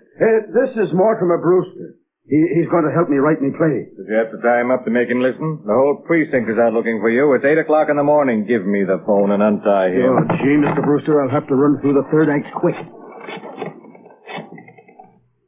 Hello, Captain. Brophy's here. You don't have to worry. Yeah, we found him in the Brewster house, so you can call off the big manhunt. You want us to bring him in? Manhunt?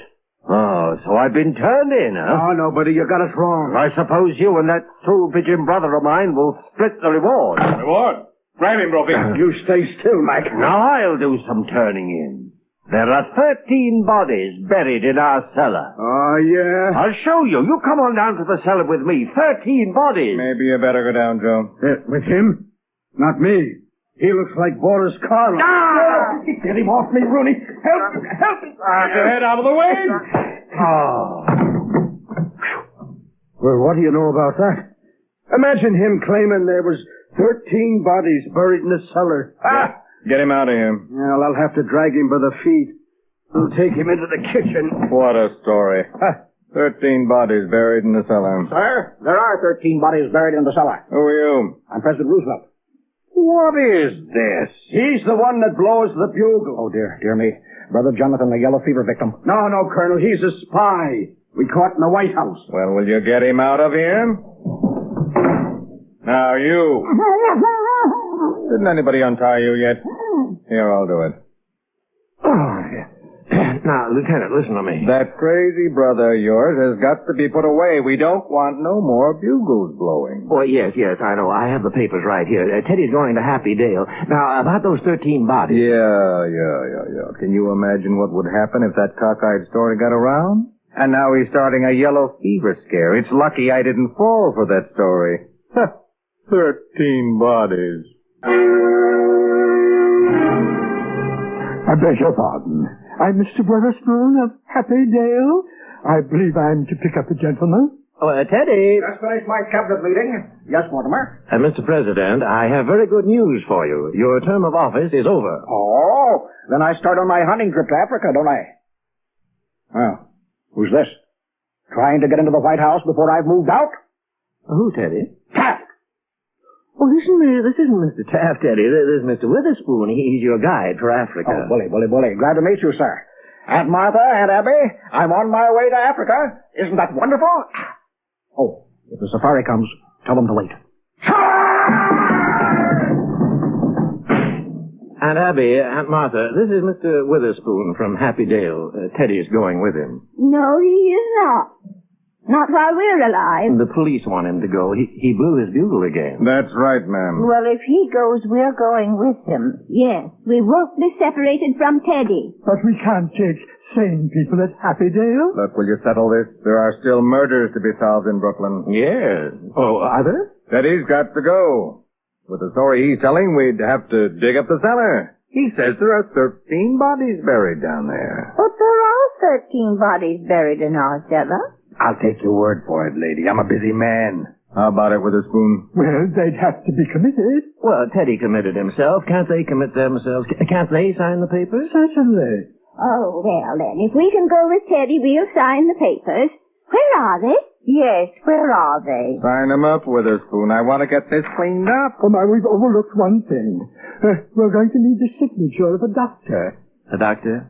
Oh, yes, a doctor. Dr. Einstein. Me? Come over here. We'd like you to sign some papers. Yes, please, I must go. No, just come right over here, Doctor. At one time last night, I thought Doctor was going to operate on me. Please, Yes, Doctor, just come right over here. Sign right here, Doctor. Yes, very well.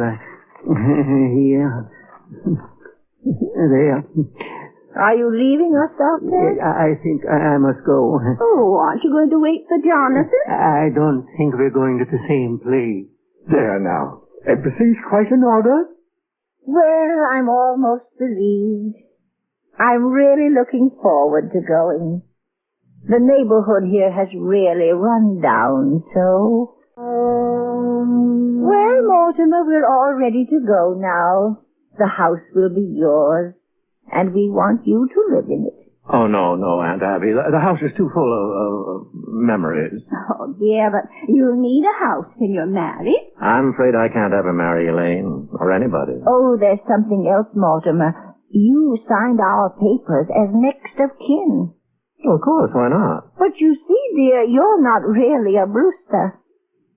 Not a Brewster? No, dear, your mother was a widow when she came to us as a cook, and you were born about 3 months afterwards. But she was such a good cook that we didn't want to lose her, so Brother married her. I'm not really a Brewster? Now, don't feel badly about it, dear. Oh, no. Oh, it's a tragedy, isn't it? Nobody knows who your father is. He might be anybody. You're right. You're right. Well, isn't it wonderful? He might be anybody. I've got to tell Elaine. He might be anybody. All right, Jonathan, come on. I'm coming, Lieutenant.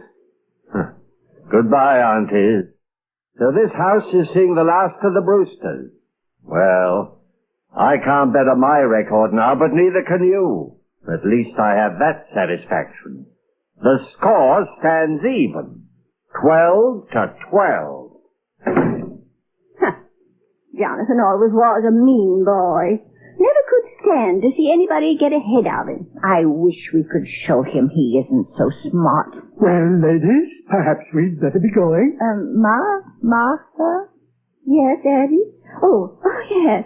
Mr. Witherspoon, does your family live with you at Happydale? I have no family. Oh, that must make it very lonely for you. I suppose it does.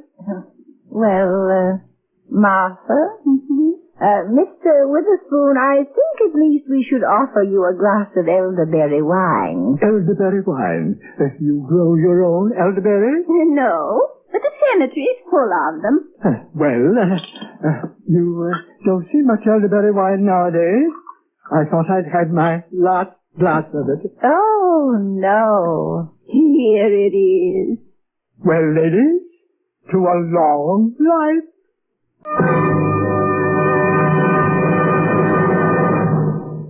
You have just heard the Best Plays production of Arsenic and Old Lace, starring Boris Karloff and Donald Cook. Now, here again is your host, drama critic John Chapman. Joseph Kesselring never wrote a sequel to Arsenic and Old Lace, so we don't know what happened to Mr. Witherspoon. Perhaps someday the author will get around to it. In the meantime, we will have another Best Play for you next Sunday. It will be a rather strange and quite lovely piece, Dark of the Moon, which Howard Richardson and William Burney made from the old hillbilly folk song about Barbara Allen. Our star will be Alfred Drake. Let's all meet again next Sunday in the mountains called the Great Smokies. This is Chapman saying goodbye until then. Arsenic and Old Lace was transcribed and adapted for radio by Ernest Kenoy. Boris Karloff was Jonathan, Donald Cook was Mortimer. Evelyn Varden and Gina Dare appeared as Abby and Martha, Edgar Staley as Dr. Einstein, Wendell Holmes as Teddy Brewster, Joan Tompkins as Elaine, Arthur Maitland as Mr. Witherspoon, Ted Osborne as Reverend Harper, and Ed Latimer as Gropey. Best Plays is an NBC production, supervised by William Welch and directed by Edward King. This is Fred Collins speaking. Tonight, America's Press Conference. It's Meet the Press on NBC. At 6:30. American Novel. A New England family in the days of the Civil War, and one of the most dearly beloved stories ever written. The NBC University of the Air presents the first of a two-part radio edition of Louisa May Alcott's story, Little Women, another in the series of books that live. American Novel. Mr. March, their father, used proudly to call them his little women. How hard they tried to live up to that, especially that winter during the Civil War in 1863. Meg was 16 then, Joe was 15, Beth 13, and Amy the baby was 12. How wonderful the snow was that afternoon. It was just before Christmas, and the girls sat knitting before the cheerful fire in the comfortable, shabby old drawing room. Christmas won't be Christmas without any presents. It's so dreadful to be poor. No, I don't think it's fair for some girls to have plenty of pretty things and other girls nothing at all. We've got father and mother. And each other. We haven't got Father, Beth. There's no telling when the war will be over, and he won't be home till then. Well, Joe, you know the reason Mother proposed not having any presents this Christmas. It's because it's going to be a hard winter for everyone, and she thinks we oughtn't to spend money for pleasure. But, Meg, I don't think the little we should spend would do any good. We've each got only $1, and I agree not to expect anything from Mother or you, but I do want to buy a book for myself. I wanted to spend mine in new music. I think you should, Beth. And I should get a nice box of drawing pencils. I really need them. Mother didn't say anything about our own money. Let's each buy what we want and have a little fun. I'm sure we work hard enough to earn it. I know I do, teaching those tiresome children nearly all day. Oh, you don't have half such a hard time as I do, Meg. How would you like to be shut up for hours with a nervous, fussy old lady like Aunt March and her crazy parrot and poodle? I know it's naughty to fret, but I do think washing dishes and keeping things tidy is the worst work in the world. I don't believe any of you suffer as I do. Oh. For you don't have to go to school with impertinent girls who laugh at your dresses and label your father if he isn't rich. Libel, not label, silly. Papa's no pickle bottle. You needn't be satirical about it. Oh, Amy. It's proper to use good words and improve your vocabulary. Now, don't peck at one another, girls. Amy, your airs are funny now, but you'll grow up to be an affected little goose if you don't take care. Oh, it's 6 o'clock and time for Mommy to come home. I'll get her slippers out to be warm. Yes, Beth, dear. Bring them here, and I'll hold them before the fire while Meg lights the lamps and Amy straightens the room. Oh, yes, we want it to look cheerful and pretty when Mommy comes. Here are the slippers, Joe. Oh, they're quite worn out. Yes. Mommy simply must have a new pair. I thought I'd get her some with my $1. Oh, no, let me. Oh, I'm the oldest. I'm the man of the family now Papa's away, and I shall provide the slippers. I tell you what we'll do. Let's each get her something for Christmas and not get anything for ourselves. Oh, that's like you, Beth. Oh, yes. Wonderful. What shall we get? Well, I shall give her a nice pair of gloves. A pair of slippers, best to be had. Some handkerchiefs, all hemmed by hand. Oh, nice. I'll get her a bottle of cologne. Oh, let Mommy think that we're getting things for ourselves. And then surprise her. Oh, yes. And, Meg, there's not much time. We've got lots of practicing still to do on the Christmas play I wrote. Joe, I don't see how you write and act such splendid things. You're a regular Shakespeare. Oh, not quite. I do think The Witch's Curse, an operatic tragedy, is rather a nice thing, but, I'd like to try Macbeth. If only I had a trapdoor for Banquo. I always wanted to do the killing part. Is this a dagger that I see before me? No, it's a toasting fork with Mother's slippers. I'm glad to find you so merry, my girl. Here, let me take your wet cloak and bonnet, Mother. Thank you, Meg. Sit here, Mommy. Oh, it's good to be home with my darlings. And I've got a treat for you. Oh. A letter. It's a letter from Father. Yes, a nice long letter. Well, read it. All right, girls, now be quiet if you want to hear. My own dearest. How much I miss you and the 4 girls. In my mind's eye, I can see all of you, just as you are. You in the big chair by the fire, and the girls clustered around you. Give them all my dear love and a kiss. I think of them by day and pray for them by night. I know that they too will win the battle each of us must fight with himself, and conquer themselves so beautifully that when I come back to them, I may be fonder and prouder than ever of my little women. Many a girlish vow was made to live up to the hopes of their absent father, for each girl knew well the little faults with which she had to struggle, and sincerely tried to do better. And then came Christmas morning, and what a wonderful Christmas it was. When the girls arose, they found that Mommy had stolen out early to visit a poor family, and they found it hard to wait till she got back to give her presents. And the Christmas breakfast they prepared, buckwheats and piping hot muffins, and the smell of coffee wafted right from heaven. They were famished when Mommy came in.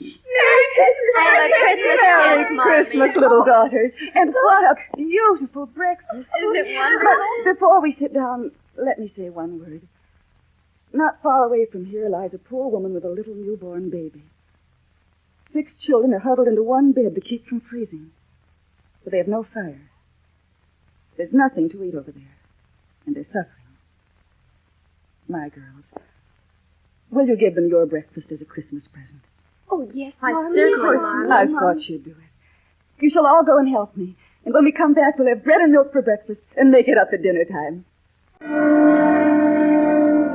I think there were not in all the city 4 merrier people than the hungry little girls who gave away their breakfast and contented themselves with bread and milk on Christmas morning. Then followed the giving of the little gifts to Mommy, and the rest of the day was spent in preparations for the evening's festivity, which was to consist of the presentation of Joe's Christmas play for the entertainment of some dozen girls of the neighborhood.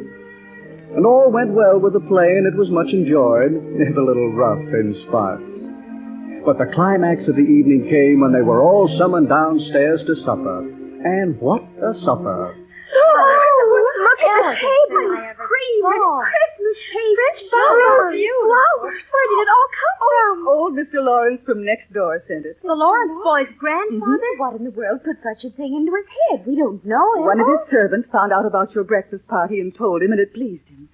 He knew my father years ago, and this afternoon he sent me a polite note saying he hoped I would allow him to send my children a few trifles in honor of the day. Oh, nice. I couldn't refuse, and so you have a little feast at night to make up for the bread and milk breakfast.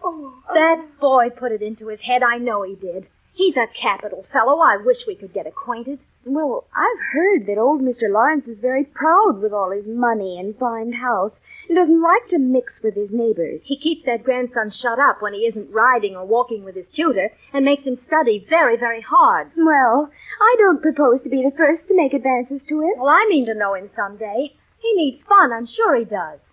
The idea amused Joe, and she planned many ways of making friends with him.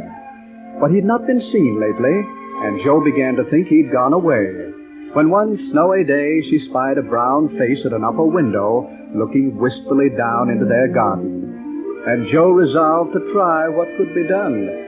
She saw Mr. Lawrence drive off, and then sallied out to dig her way down to the hedge, where she paused and took a survey.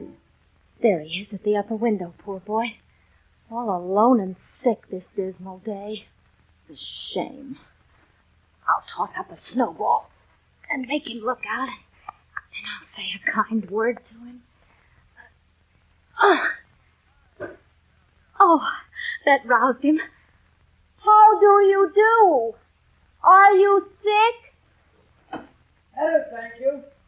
I've had a bad cold and been shut up a week. I'm sorry. What do you amuse yourself with? Nothing. There's some fellows' tunes up here. Don't you read? Not much. They won't let me. Can't somebody read to you? Oh, Grandpa does sometimes, but my books don't interest him, and I hate to ask my tutor Brooke all the time. We'll have someone come and see you then. There's anyone I'd like to see. Boys make such a row, and I get silly a little. Well, isn't there some nice girl who'd read and amuse you? Don't know it. Oh, you know us. So I do. Will you come, please? I'll come if Mother will let me. I'll go ask her. Shut that window like a good boy and wait. Well, here I am, bag and baggage. Mother sent her love, and she was glad if I could do anything for you. Oh, what a cozy room this is. Thank you. Oh, here, take the big chair and let me do something to amuse my company. Oh, no, I came to amuse you. Shall I read aloud? Some of those books look very interesting.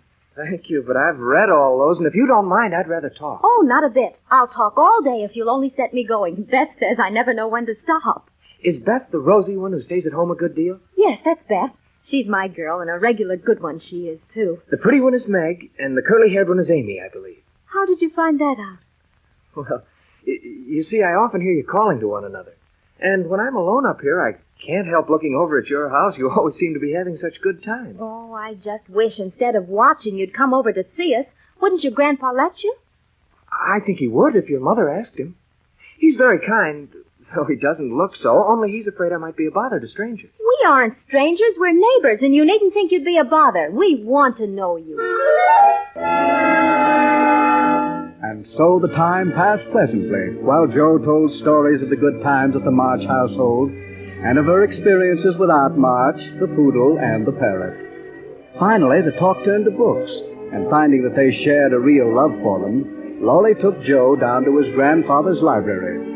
Just at this point, the doctor arrived, and Laurie excused himself to have an examination, and Jo was left alone to amuse herself in the beautiful old room. She was standing in front of a fine portrait of the old gentleman when the door behind her opened again, and thinking that Laurie returned... I'm sure now that I shouldn't be afraid of your grandfather. He's got kind eyes, though his mouth is grim. And he looks as if he had a tremendous will of his own. He isn't as handsome as my grandfather, but I like him. Thank you, ma'am. Oh. So you're not afraid of me, eh? Not much, sir. And you don't think me as handsome as your grandfather? Not quite, sir. And I've got a tremendous will, have I? I only said I thought so. But you like me, in spite of it? Yes, I do, sir. You've got your grandfather's spirit. He was a fine man, my dear. And I was proud to be his friend. Thank you, sir. What have you been doing to this boy of mine, eh? Only trying to be neighborly, sir. I've seen him at his window looking very lonely and sad, and I thought that what he needs is the companionship of young people. And I decided to see what I could do. You think he needs cheering up a bit, do you? Yes, sir. We're only girls, but we should be glad to help if we could. Yeah, but now it's tea time. Come along. And go on being neighborly. If you'd like to have me, sir. I shouldn't ask you if I didn't. My arm, young lady. Tea was a very happy experience, and watching the young people chatting away like old friends, the old gentleman decided that Jo was right. The boy had been lonely, and that he'd see what these girls could do for Laurie. So when Jo left after tea, he extended to them all a hearty invitation to visit the Lawrence household as often as they liked, an invitation the girls were not slow to accept. The results were pleasant. Let's rehearse your play tonight, Jo. Oh, Mommy, they've got the most beautiful pictures I can copy, and tonight we're going on a sleigh ride. Mr. Lawrence is so kind to let me practice on his wonderful piano. I'm going to make him a pair of worsted slippers with pansies on the toes. Mommy, we're going on a skating party with Laurie. Oh, Beth, look what came for you while you were out. A lovely little cabinet piano. Isn't it beautiful? Oh, whatever. It's from old Mr. Lawrence. Oh. And here's a note for you. Quick, Beth, read it aloud. Oh, dear. Joe, you read it for me. I never could. Oh, all right. Well, let me have it. Joe, hurry. Can't get. Oh. There. Now I've got it. It says, Miss March, dear Madam, I have had many pairs of slippers in my life, but I never had any that suited me as well as yours. Pansies are my favorite flower, and these will always remind me of the gentle giver. I like to pay my debts, so I know you will allow the old gentleman to send you something which once belonged to the little granddaughter he lost. Oh. With hearty thanks and best wishes, I remain your grateful friend, Humble Servant James Lawrence. Oh, dear Beth, that's an honor to be proud of. Oh, yes. And isn't the piano beautiful? Lovely. Laurie told me how fond Mr. Lawrence used to be of the grandchild who died. Just think, Beth, he's given you her piano. That comes of having big blue eyes and loving music. And so the winter passed and spring came, and there were picnics and wonderful outings for Laurie and the girls. And it gradually came to be noticed that John Brooke, Laurie's tutor, was showing a rather marked preference for Meg, and that she shyly returned his interest. Jo, jealous for the family solidarity, pooh-poohed the whole idea. But for the most part, she was too busily absorbed in her writing to notice much. For several days, Jo had been very busy in the garret where she loved to write. And now, she has taken 2 manuscripts and gone into the town where she was observed by Laurie, who happened to be watching from across the street, to enter a rather dingy building bearing, among others, the sign of a dentist, remain for about 10 minutes, and then come running downstairs with a very red face. Laurie was waiting for her. Hello, Joe. Hetty, Lawrence, what are you doing here? Oh, just happened along. Did you have a bad time? Not very. You got through quickly. Yes, thank goodness. How many did you have off? How many did... Oh, well, there are 2 which I want to have come out, but I must wait a week. What are you laughing at, Joe? It's a secret. Oh, I've got some news you'd like to hear. Oh, really? I'll tell it to you if you'll tell me your secret. Well, all right, but you'll not say anything about it at home, will you? No, not a word. Well, I've left 2 stories with the newspaper man, and he's going to give me his answer next week. Well, hurrah for Miss March, the celebrated American author. Hush, it won't come to anything, but I couldn't rest till I tried. It won't fail. Why, Joe, your stories are works of Shakespeare compared to half the rubbish Laurie. that's published every day. Oh, won't it be fun to see him in print? Oh, yes, Laurie, that would be wonderful. Now, where's your secret? Remember the pair of gloves that Meg left at our house and only one could be found? Yes? I know where the other glove is. Is that all? Wait till you hear where it is, though. Tell them. John Brooke had. John, how do you know? Saw it. Where? In his pocket. All this time? Yes. Isn't that romantic? No, it's horrid. Don't you like it? Well, of course I don't. It's ridiculous. It won't be allowed. I thought you'd be pleased. That's the idea of anybody coming to take Meg away? No, thank you. You'll feel better about it when somebody comes to take you away. I'd like to see anybody try it. So should I. I don't think secrets agree with me. I feel all rumpled up in my mind since you told me that. A good race through the clear fall air helped to smooth out Joe's mind. But for the next week or 2, she behaved so queerly that her sisters were quite bewildered. She rushed to the door when the postman rang, was rude to Mr. Brooke whenever they met, and would sit looking at Meg with a woe-begone face. On the second Saturday, Meg sat sewing at the window. Well, my goodness, there's Laurie chasing Joe all over the garden. Oh, what shall we do with that girl? She never will behave like a young lady. I hope she won't. She's so funny and dear as she is. It's very trying, but we never can make her comme il faut. Comme il Oh, Amy, darling, it's comme il faut. Isn't that what I said? Oh, my goodness sakes, you two. Can't you ever come in quietly? There's a story in the paper that Joe wants to read to us. Oh, it doesn't amount to much, I guess. I just thought you might be interested. What's the title? The Rival Painter. Oh, that sounds well. Couldn't read it. Yes, all right. The Rival Painter. Many years ago, and to this day, in Burlingham Castle, the old cobwebbed halls echo the dismal tale of the rival painters who died by the poisoned hand. Oh, that was a good story, Joe. So nice and sad. Yes, I particularly like the lovering part. Viola and Angelo are 2 of our favorite names. Isn't that queer? Joe, who wrote that story? Your sister? You! Oh, Joe, it's wonderful! Isn't it grand? Look, there's her name. The Rival Painters by Miss Josephine March. Oh, tell us all about How it. did you get paid for it? Stop blabbering, girls. I'll tell you everything. First, I didn't get paid for the story at all, but the man told me that he will take all I can send him, and I will get paid for them after this, and I'm so happy. In time, I may be able to support myself and help you girls. Oh, that must be Mother. She's home early. Won't she be happy about Joe's story? Rose, I'm afraid I've got bad news for us all. Mom. It's in this telegram, Joe. Yes, Mom. Let me sit down a moment. What is it, Mother? Mrs. March, your husband is very ill. Come at once. S. Hale National Hospital, Washington. I shall go at once, of course, but it may be too late. Oh, poor Father. Let me think. Where's Laurie? Here, ma'am. Let me do something to help. Laurie, send a telegram saying I'll come at once. The next train goes early in the morning. I'll take that. What else? The horses are ready. I can go anywhere, do anything. I want you to take a note to Aunt March. I must ask her for some money. Joe, you must run out to get a list of things I may need for the nursing. Beth, go and ask Mr. Lawrence for a couple of bottles of old wine. Right. Amy, go get down the little black trunk. And Meg, come and help me find my things, for I'm half bewildered. Of course.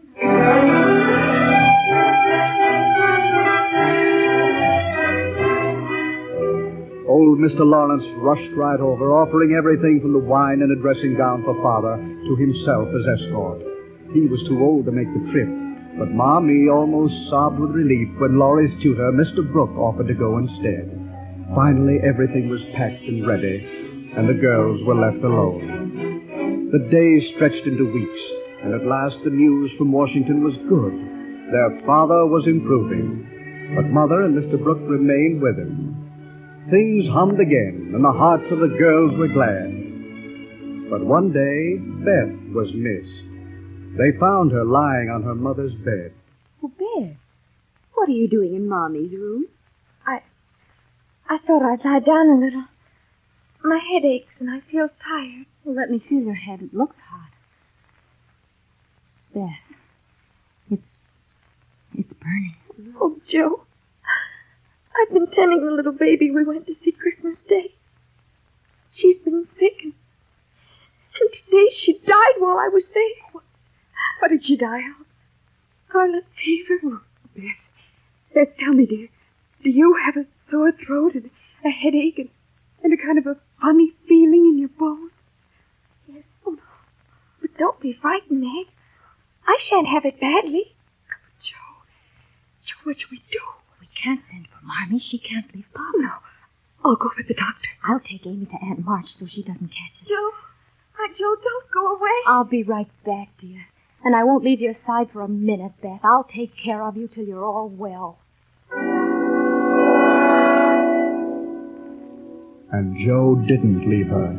Day and night in the dungeon of the sick room, she watched beside her pale, piteous little sister. It was a terrible ordeal, but with the doctor's consent, the girls didn't tell their mother. But one bleak December day... Joe, I think you'd better send for your mother. But Papa's had a relapse. How can she leave him? I'm sorry, but if anything happened, you'd want... Oh, no. I can't give up my Bessie. I can't. You've been brave so far. Because I'd hoped. And now there's nobody here to help us bear it. I'm here. Oh, Laurie. Oh, forgive me. I was so upset I didn't see you. Hold on to me, Joe, dear. Oh, what a comfort you are. Oh, there. I don't feel so forlorn anymore. I'll go send the telegram for Mother. Joe, wait. I can't, Laurie. I telegraphed your mother yesterday. She'll be here tonight. Oh, Laurie. You're an angel. How can I ever thank you? The way you just did. A kiss is the best reward. Oh, I didn't mean to do that. Oh, that was dreadful of me. You were such a dear to go and do it. I couldn't help flying at you. Fly at me again. I rather like it. That night there was a bad storm, and Mommy's return was delayed hour after hour. And during the night, the crisis came in Beth's illness. The girls watched fearfully as little Beth struggled with the fever. Then suddenly she sighed, and relaxed, and lay still. Their hearts sank as the doctor stooped over the quiet, pale form. Good. The fever has turned. She's sleeping naturally. Then she'll live? She'll be all right? Yes. Yes, I think the little girl will pull through this time. Oh, thank God. Now keep the house very quiet. Let her sleep and When she wakes, give her a spoonful of it. Poor girl. Mommy. Mommy, you're home. The day Joe carried Beth down to the parlor sofa, their happiness was almost unbearable. And just at that moment, their father stood at the door, and Beth ran straight into his arms. They were together at last. Joe's heart sang with the psalmist, "My cup runneth over."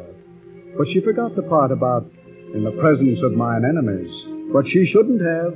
She knew John Brooke was still very much in the picture.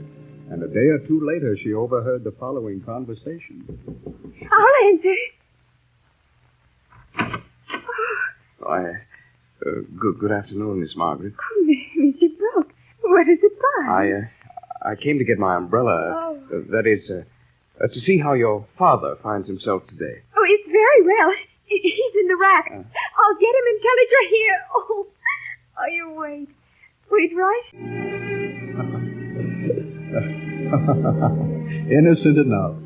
A man comes for his umbrella, and a girl blushes and stammers. But Joe knew the reason for Meg's confusion, and her heart sank with foreboding.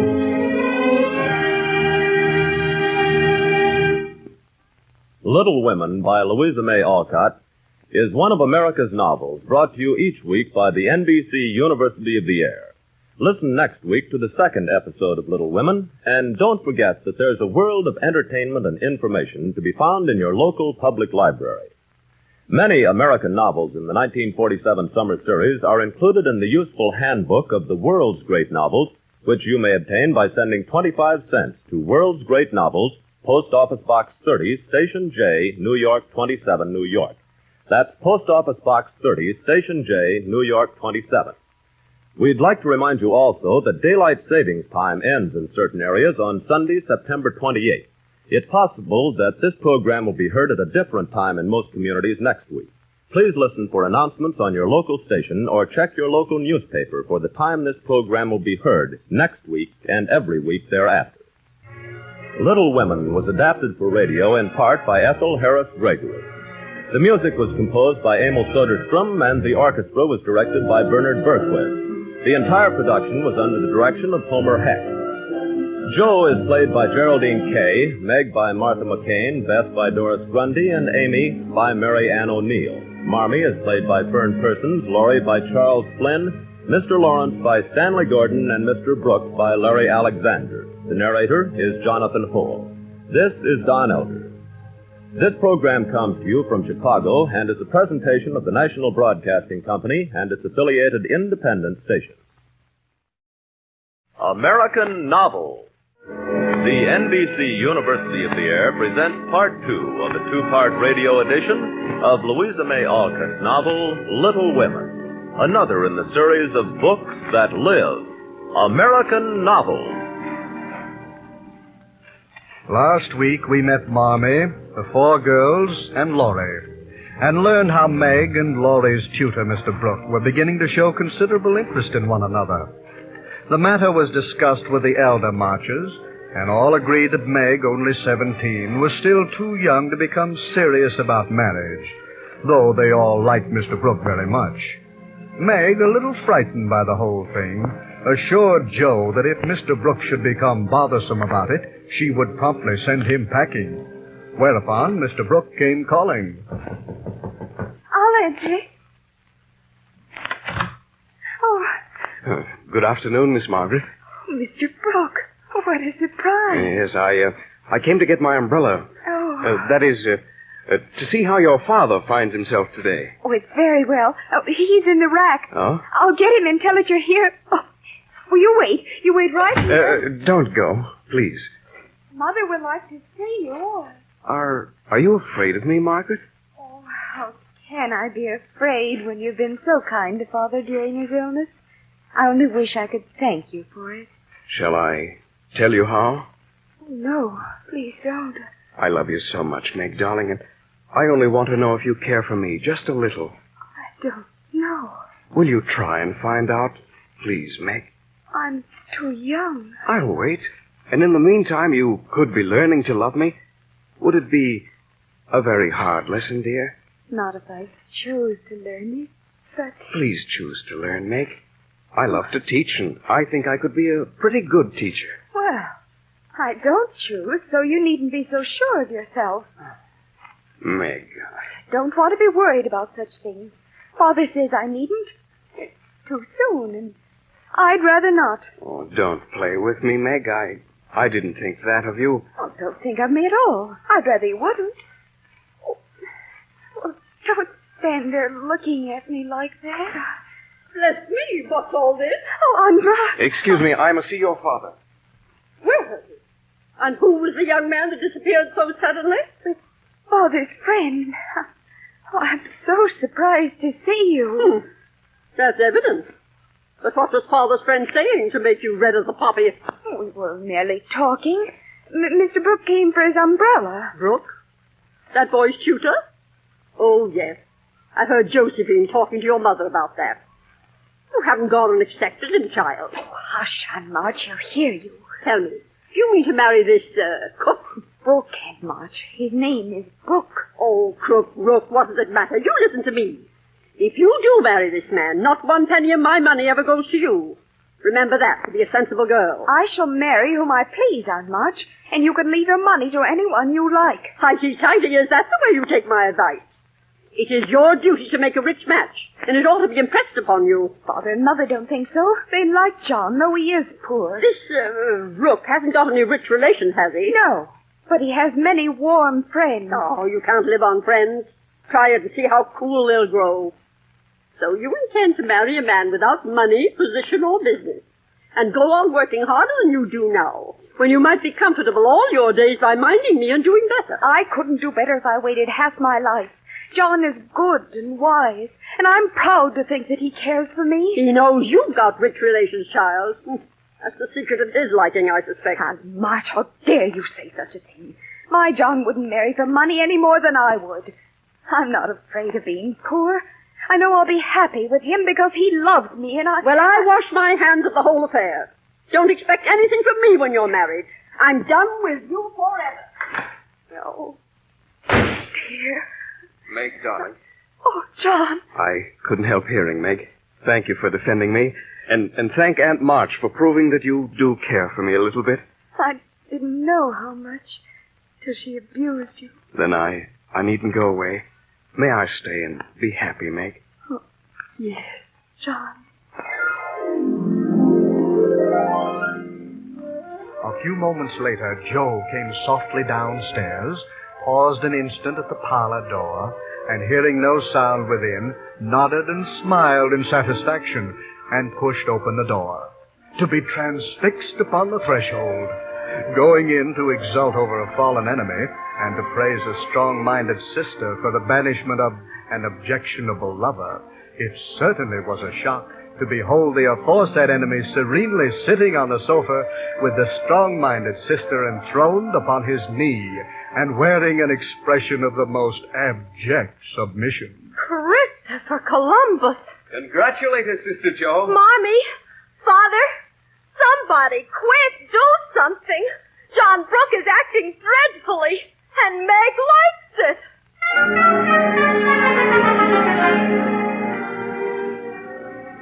In the family conference that ensued, it was decided that John Brooke and Meg could be married at the end of 3 years. The two looked so happy that even Joe had to relent and be glad. Those 3 years passed swiftly. At the end of them, Meg, now 20, was married by her father in their old home. John was now in a fair way of business, and he and Meg moved at once to their tiny new house. Joe, now 19, was more deeply interested in her writing than ever, and Laurie, who was doing well in college, had begun to seem a bit too sentimental where Joe was concerned. Beth was thinner, and there was the shadow of pain in her eyes, but she never complained. Amy had grown lovely and vivacious, and had begun to displace Joe and Aunt March's affections. Are you going to the charity bazaar, Amy, dear? Yes, Aunt March. The Chesters were kind enough to ask me. I'm not going. They think it's a great favor. Well, favors don't trouble me when they're well meant. Well, I don't like favors. They oppress me. and make me feel like a slave. Amy, do you speak French, dear? Pretty well, Aunt Marge. How's your French, Josephine? Don't know a word. Can't bear French. Such a silly, slippery sort of language. Oh, Joe, isn't it wonderful? Aunt March is going abroad next month and wants me to go with her. Oh, Marmee. Oh, no, dear. Not you. It's Amy. Amy? Not me? Aunt says Amy decidedly. And I'm afraid it is partly your own fault. Aunt Wright is just quoting something you had said. I planned at first to ask Jo, but as favors burden her and she hates French, I think I won't venture to invite her. Oh, my tongue, my abominable tongue. Why can't I learn to keep it quiet? The house was in a ferment till Amy was off. Jo bore up pretty well till the lucky girl was out of sight, then retired to the garret and cried till she couldn't cry any more. After which she and Beth and their mother and father took up their lives in a normal state of cheerfulness. All except Beth, that is. Beth continued to fail. One night, Jo lay awake longer than usual. Beth, darling, what is it? Oh, Jo, I thought you were asleep. Is it the old pain, my precious? Oh, it's a new one. But I can bear it. Tell me all about it and let me cure it. You can't. There is no cure. Where is it? Shall I call Mother? No. No, don't call her. But Beth. Don't tell her. I shall be better soon. Does anything else trouble you, Beth? Yes, Jo. Wouldn't it comfort you to tell me what it was? Not now. Not yet. Then I won't ask. But remember, Beth, Mother and I are always glad to help you if we can. I know it. I'll tell you by and by.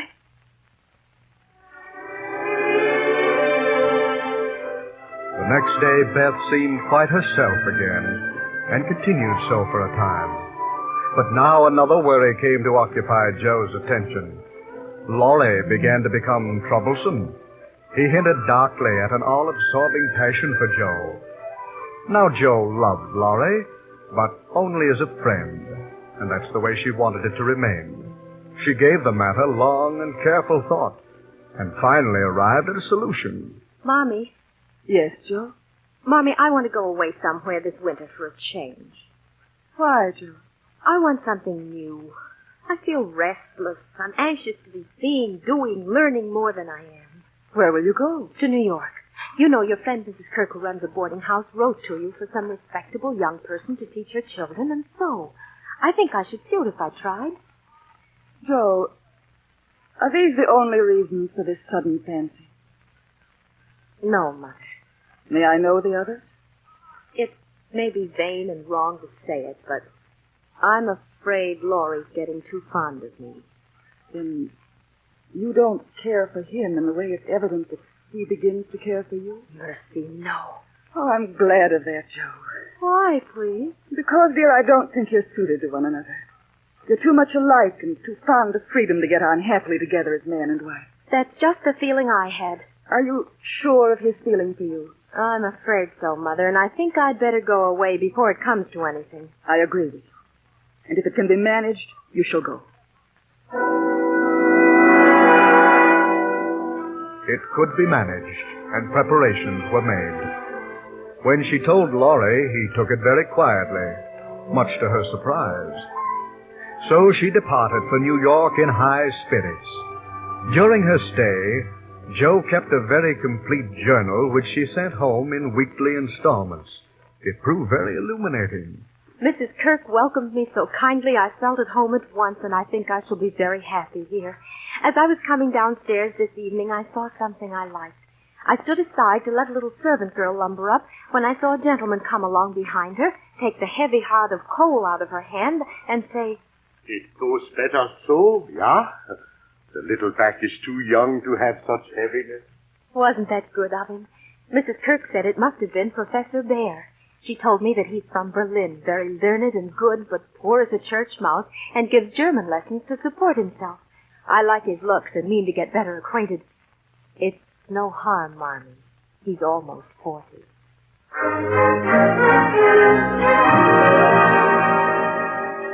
I'm taking German lessons.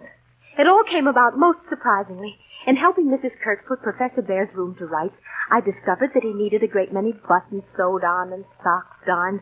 So I began looking after his linen in secret. And one day I was knitting a heel into one of his socks and sitting near the door to the parlor where he was giving a German lesson, which I often did so as to be able to overhear and try to learn some of the language, when he popped out and caught me gabbling over a verb. So, have you a wish for German? Oh, yes, but you're too busy. Ah, we will make the time. At evening, I shall give a little lesson with much gladness. For look you, Miss Marsh, I have a debt to pay. Oh, yes. You say to yourself, oh, he will not see what I do. He will never observe that his sock heels go not in holes any more. Ah, but I have an eye, and I see much. Come now, a little lesson then and now, or no more of your good fairy works for me. So, we struck a bargain. And I'm learning German under the kindest and most patient teacher in the world.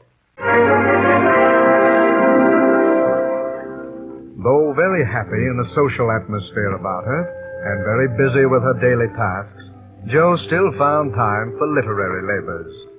She began writing the kind of sensational short stories then so popular in the trashy weekly papers to be found everywhere. These papers paid well for their stories, and though she wrote anonymously, Jo was rather proud of the fact that they bought hers as fast as she could turn them out. But one day, she came upon her now very good friend, Professor Bear, who sat looking with disgust upon a weekly paper bearing a fearful picture composed of a lunatic, a corpse, a villain, and a viper, which adorned one of her unsigned stories. I wish these papers did not come in the house. They are not for children to read. I would rather give boys gunpowder to play with than this bad trash. Oh, may not be bad. Only silly, you know. And if there is a demand for it, I don't see any harm in supplying it. There is a demand for whiskey, but I think you and I would not sell it to children. Well, of course not, Professor, only... Not only do the stories like this poison the little ones who read them, they're not good for the ones who write them. Especially when the writer, she have talent, real talent, that she must use to write simple, good, true stories. You knew all the time. Yeah, I knew. Oh, you make me feel so ashamed. Oh, then please, make for me the promise that you will write only what you feel in your heart. I promise. Gladly, I promise. So Jo corked up her ink bottle, feeling that she needed to learn much more before she could take up a pen again. Then came spring and the time to return home. And as she bade the professor goodbye and extracted a promise that he would visit them someday, Jo surprised a look in his eye that made her blush without quite knowing why. Then she went home in time to see Laurie graduate with high honors. The next day when he came to see Jo, the look in his eye told her that her winter away from home had failed to damp his ardor. Now you must have a good, long holiday. I intend to. With you. No, Teddy, please don't. I will, and you must hear me. It's no use, Jo. We've got to have it out, and the sooner the better for both of us. Say what you like, then. I'll listen. I've loved you ever since I've known you, Jo. I've tried to show it, but you wouldn't let me. Now I'm going to make you hear and give me an answer, for I can't go on so any longer. I'm so desperately sorry, Teddy. But I can't help it. You know it's impossible for people to make themselves love other people if they don't. They do sometimes. Laurie, I agree with Mother that you and I are not suited to each other, because our quick tempers and strong wills would probably make us both miserable. So, we'll be good friends all our lives, but we won't go and do anything rash. Yes, we will if we get the chance. Now, Laurie, do be reasonable and take a sensible view of the case. Oh, please, Joe, dearest, say yes. I can't say yes, truly, so I won't say it at all. Oh, Laurie, can't you see I'm right? You'll be sorry someday, Joe.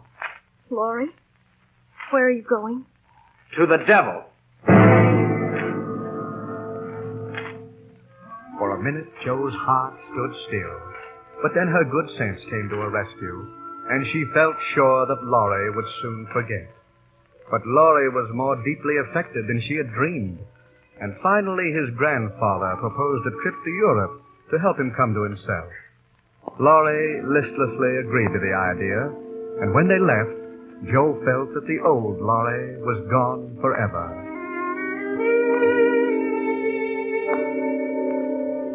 Now came a sad time in the life of the Marches. Beth failed steadily, and more Joe devoted her time and efforts to Beth's care. They went together to the seashore for a little holiday, hoping to restore the robot while there. Joe learned Beth's secret, that she knew she would never get well. Beth had reconciled herself to her fate and tried to help Joe see it as she did.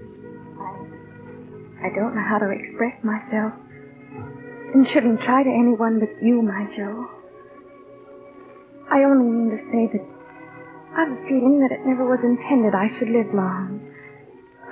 I'm not like the rest of you. I never made any plans about what I'd do when I grew up. I never thought of being married as you all did. I couldn't seem to imagine myself anything but stupid little Beth, trotting about at home, of no use anywhere but there. I never wanted to go away. And the hard part now is leaving you all. I'm not afraid. But it seems as if I should be homesick for you, even in heaven. When the first bitterness was over, the family accepted the inevitable and put away their grief and did his or her part toward making Beth's last days happy ones. As she had hoped, the tide went out easily, and in the dark hour before the dawn, on the bosom where she had drawn her first breath, Beth quietly drew her last. Joe rebelled in spirit for a while, but gradually the tasks of living soothed her pain, and then she took up writing once more and published a story that won her real acclaim. But there was a core of loneliness in her heart that nothing could reach. Meanwhile, Laurie and Amy were still abroad, and word had come from Amy of having seen Laurie quite frequently. Then one day... Joe, I've just received a letter from Amy. Oh, good. What does she say? I don't know how to say this. Joe, would you feel badly if your Laurie fell in love with someone else? Oh, no, Marmee. I'd be glad for him. Is it Amy? Yes, dear. I think they've found a real love. And for some odd reason, Joe's thoughts would stray to a certain Professor Friedrich Baer, with a longing that she did not fully comprehend. Then one twilight, Joe was alone, lying on the old sofa, looking at the fire and thinking. She must have dozed, for suddenly... Mommy? Oh, I don't feel well. I think I see Laurie's ghost. A little solid for a ghost, don't you think? Laurie. My Laurie. Dear Joe. You are glad to see me then? Glad? Oh, my blessed boy, I can't tell you how glad. Where's Amy? Your mother's got her at Meg's. We stopped there on the way, and there was no getting my wife out of their clutches. You're what? Oh, the dickens. Now I've done it. You've gone and got married. Yes, please. But I never will again. Suddenly the door flew open. In trooped the whole family. And all at once everybody was hugging and kissing and talking and laughing as though to banish in one moment the loneliness of all the past months. They hardly heard the knock on the door. Good evening. Oh, Oh, Mr. Bear, I am so glad to see you. And I to see Miss Marsh. Oh. But no, you have a party. Oh, no, we haven't. Only the family. My sister and friends have just come home. Oh, come in and be one of us. Well, I insist. Oh, here. Let me have your hat. Well, if I shall not be Monsieur de Trop, Oh, no. I will so glad to see them all. Oh, good. Come in. Father, Mother, this is my friend, Professor Bear. They loved him at once. The children rushed to him like bees to a honey pot. Father found a kindred spirit. Mommy warmed to his kind heart. For a fortnight, the professor came and went with lover-like regularity. And then he stayed away for 3 whole days and made no sign. A proceeding which caused everybody to look sober, and Joe to become pensive at first, and then very cross. It's nothing to me, of course, but I should think he would have come and bid us goodbye, like a gentleman. If you're going out, you'd better take the little umbrella, dear. It looks like rain. Yes, Mommy. Do you want anything in town? I've got to run in and get some paper. Yes, I want some twill silesia and 2 yards of narrow lavender ribbon. And if you happen to meet Mr. Bear, bring him home to tea. The dry goods stores were not down among the counting houses, banks, and wholesale warerooms where gentlemen most do congregate. But Jo found herself in that part of the city before she did a single errand, loitering along as if waiting for someone. Then it began to rain, and she discovered she'd forgotten to take the umbrella after all. Seeking shelter, she darted heedlessly across the busy street. Oh, dear. Surely I must know this strong-minded lady who goes so bravely under the horses' noses. Professor Bear. What do you down here, my little friend? I'm shopping. Oh? You have no umbrella. No. May I go also and share mine with you? And carry you a bunch? Yes, thank you. Good. Let us go. We thought you had gone. Oh, did you believe that I should go with no farewell to those who have been so heavenly kind to me? Oh, no, I didn't. I knew you were busy about your own affairs, but we rather missed you. Father and Mother especially. And you? I'm always glad to see you, sir. I thank you. And I come one time more before I go. You are going, then? I have no longer any business here. It is done. Heart's dearest. Why do you cry? Because you are going away. Oh, you cry that I go? Yes. Oh, my God, that is wonderful. Oh, Joe, I have nothing but much love to give you. Oh. And I have waited to be sure that I was something more than a friend. Am I? Joe, can you make just a little place in your heart for me? Oh, yes, Friedrich. Yes.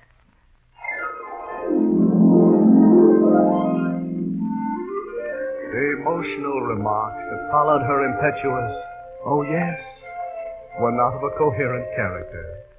Passers-by probably thought them a pair of harmless lunatics, for they strolled happily and leisurely along, oblivious of the rain and fog and the gathering dusk. Little they cared what anybody thought, for they were enjoying the happy hour that seldom comes but once in any life. And thus at last they turned from the night and storm and loneliness to the household light and warmth and peace, as Jo led her lover in and shut the door.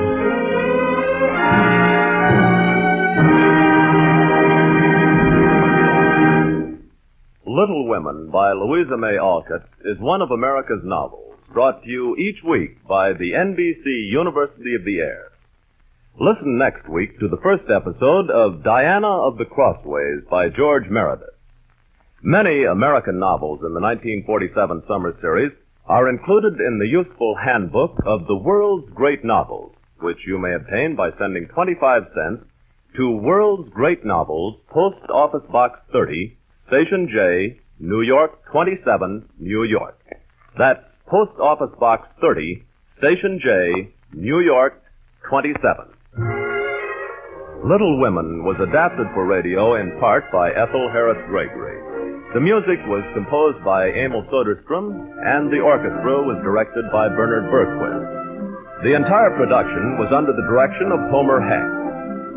Joe was played by Geraldine Kay, Meg by Martha McCain, Beth by Doris Grundy, and Amy by Mary Ann O'Neill. Marmee was played by Fern Persons, Aunt March by Hilda Graham, Laurie by Charles Flynn, Mr. Brooke by Larry Alexander, Professor Bear by Kurt Kupfer, and the narration was by Jonathan Hull. This is Don Elder. This program comes to you from Chicago and is a presentation of the National Broadcasting Company and its affiliated independent station. Feathers are fashionable this fall. Be sure there's a red feather in your hat during the Community Chest campaign, which starts this month. The red feather supports more than 12,000 community services throughout the nation. Give generously to your Community Chest. This is NBC, the National Broadcasting Company. The makers of Campbell Soups present the Campbell Playhouse. Orson Welles, producer. Good evening. This is Orson Welles. For centuries, the heroes of our popular tales have been killers, outlaws, soldiers, knights in armor, warrior kings. Only recently, within the memory of most of you who are listening tonight, has the healer become a hero. The man who is skillful in making people whole instead of cutting them up. The man who strives to persevere life rather than to destroy it. Tonight's story is one of the first of the recent series of books, plays, and films about men of medicine. In 1930, its author, Mr. Sinclair Lewis, was awarded the Nobel Prize for Literature. 8 years ago, Arrowsmith was made into a motion picture. The star of that picture was Miss Helen Hayes. She is here tonight to play in the Campbell Playhouse the same role that she created on the screen. It would be an impertinence for me to attempt any sort of an introduction. One of the greatest and most versatile actresses of our time. And I needn't tell you how proud and happy my sponsor and I and all of us in the Campbell Playhouse are in having her with us tonight. But just now, I'd like you to hear a word from Ernest Chappell. I think you'll agree that when women buy far more of one soup than of any other, that soup must have something very special about it. Such a soup is Campbell's tomato. It has a flavor that good home cooks and professional chefs agree has never been equaled. This magic flavor is the result of a recipe perfected by Campbell chefs and painstakingly followed at every step. It calls for Campbell's own pedigreed tomatoes, big, firm, luscious beauties developed specially to give glorious color and grand flavor to this most popular of all soups. Their bright, tangy, invigorating goodness is skillfully blended with fine table butter and gentle seasoning to make a tomato soup that almost everybody likes. How often do you have this outstanding favorite soup at your house? Why not look over your soup supply and be sure of having Campbell's tomato soup on hand for this weekend? And now for tonight's story. The Campbell Playhouse presents Arrowsmith, starring Helen Hayes and Orson Welles. Dr. Martin Arrowsmith, in the name of His Majesty, King Gustav of Sweden, and on behalf of the honored members of the Nobel Prize Committee, it is my privilege to welcome you to the eminent fellowship of those who, in the realms of science, art, and literature, have rendered distinguished service to the preservation and betterment of humankind. In recognition, therefore, of your brilliant achievement in the fields of bacteriology and physical chemistry, and your unswerving devotion to the tenets of pure science, I have the honor to present to you Martin Arrowsmith.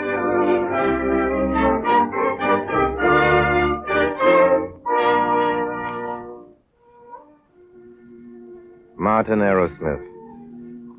That's my name. On all sides of me sit leading men of science. looking down at me. I recognized some of their faces. That man on the aisle to the right and the one just in back of him, last year's chemistry award. This is the longest walk I can remember. From my seat in the back of the hall down to this platform. A 21-year walk. I started it with two others. With Leora and Dr. Gottlieb. Now I'm finishing it. Alone. I started it 21 years ago, one September evening. In the chemistry lab at Winnemac. Class stood very still, I remember, not too close. The assistant holding a guinea pig by its legs. Dr. Gottlieb dipped his hands in the bichloride solution and shook them. A quick shake. Fingers down. Like the fingers of a pianist above the keys. Took a hypodermic needle from the instrument bath and lifted the test tube. With this anthracis. You will note, I am sure, that in the bottom of the tumbler there was cotton to keep the tubes from being broken. I cannot advise breaking tubes of anthracis germs and afterwards getting the hands into the culture. You might merely get anthrax boils, or you might die a little young. I shall now inoculate the second guinea pig, and the class will be dismissed.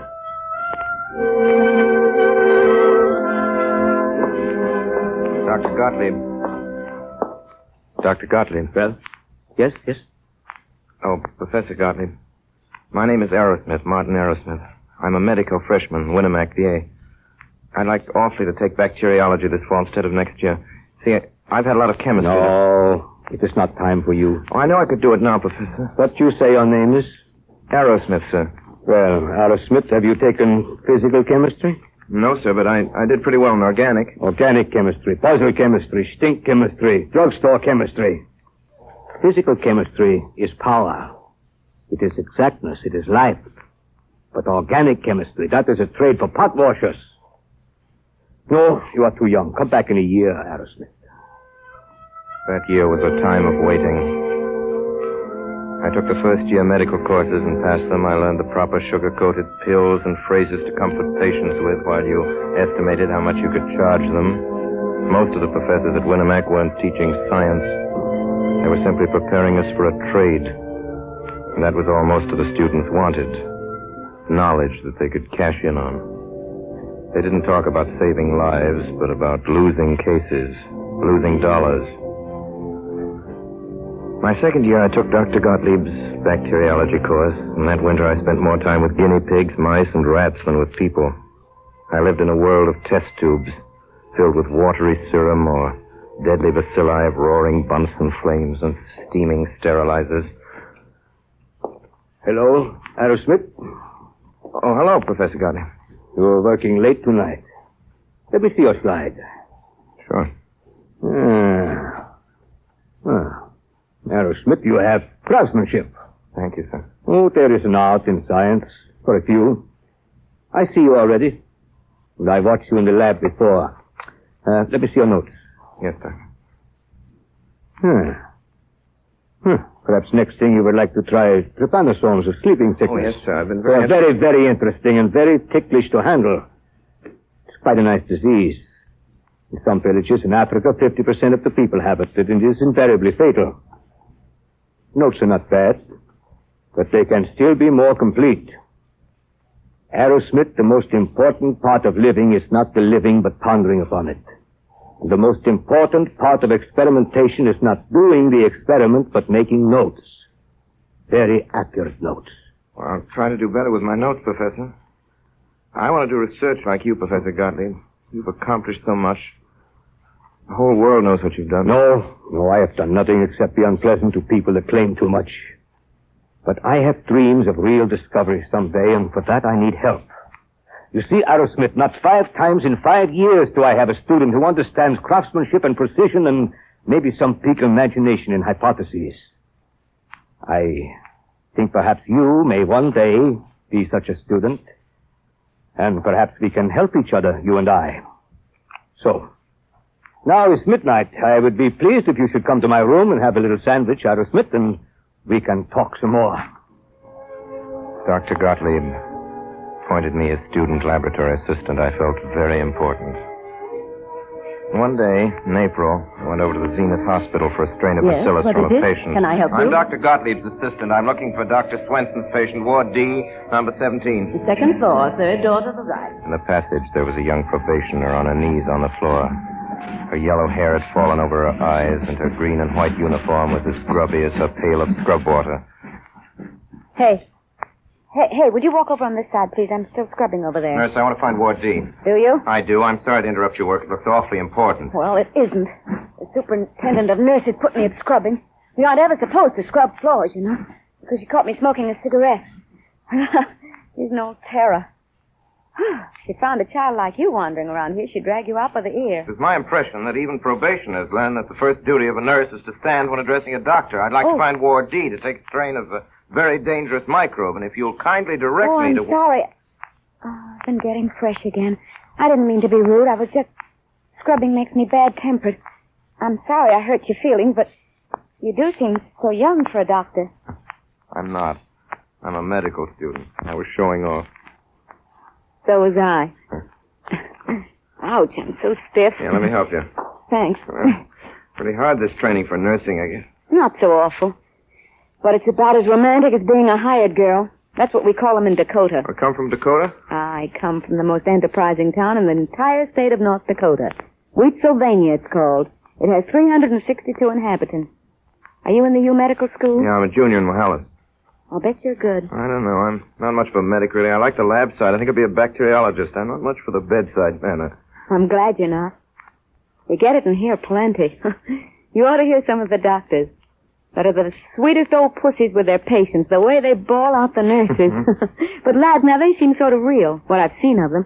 I don't suppose you can bluff a bacteria. What is a bacterium? No, they're... Say, what do they call you? Me. Oh, it's an idiotic name. Leora Tozer. What's the matter with Leora? It's fine. Do you really think so? Say, when you get away from the hospital for dinner, would you go out with me? Say, tonight? What? Please. All right. We'll go to the Grand. Oh, no, that's terribly expensive unless you're awfully rich. You aren't, are you? I'm not. I just enough money to get through medical school, but I'd awfully like to show you... Let's go to the Bijou. It's a nice place, and it isn't expensive, and they got a funny machine there. When you drop nickels in, it plays brassy kind of tunes like a merry-go-round. Gee, I'm glad you're so crazy about your lab work, because, well, everybody was perfectly sane where I came from. I got awful tired of being crazy all alone. Up to the present, even with the best of them, research has been largely a matter of trial and error. The empirical method, it's called. You try to establish a general law so you can predict what will happen the next time, the time after that. And that's where Gottlieb leaves all these detailed, grubbing, machine-made researches. You see what I mean? Yes, I think I do. Anyway, I get the way you feel about him. You don't have to shout so, you know. Oh, was I shouting? I didn't mean to. Only when I get to thinking about the way most of these profs don't even know what Gottlieb's up to, the way those idiots don't even see the relation of his work on the synthesis of antibodies, the discoveries of Arrhenius. Gee. Leora, hope I'm not boring you. I'm loving it. I get so technical and so noisy. You didn't even stop me and tell me I ought to have better manners. I don't see anything wrong with your manners. Don't you really? Has someone been trying to bring you up? Yeah, but not with any success. Listen, I like having you trust me. I'm not earnest, and I haven't any brains whatever. But I do love it when my men think I'm intelligent enough to hear what they really think. You don't have to tell me about yourself. I've always known you, Leora. I'm not going to let you go no matter what. You're going to marry me. Yes. I guess I am.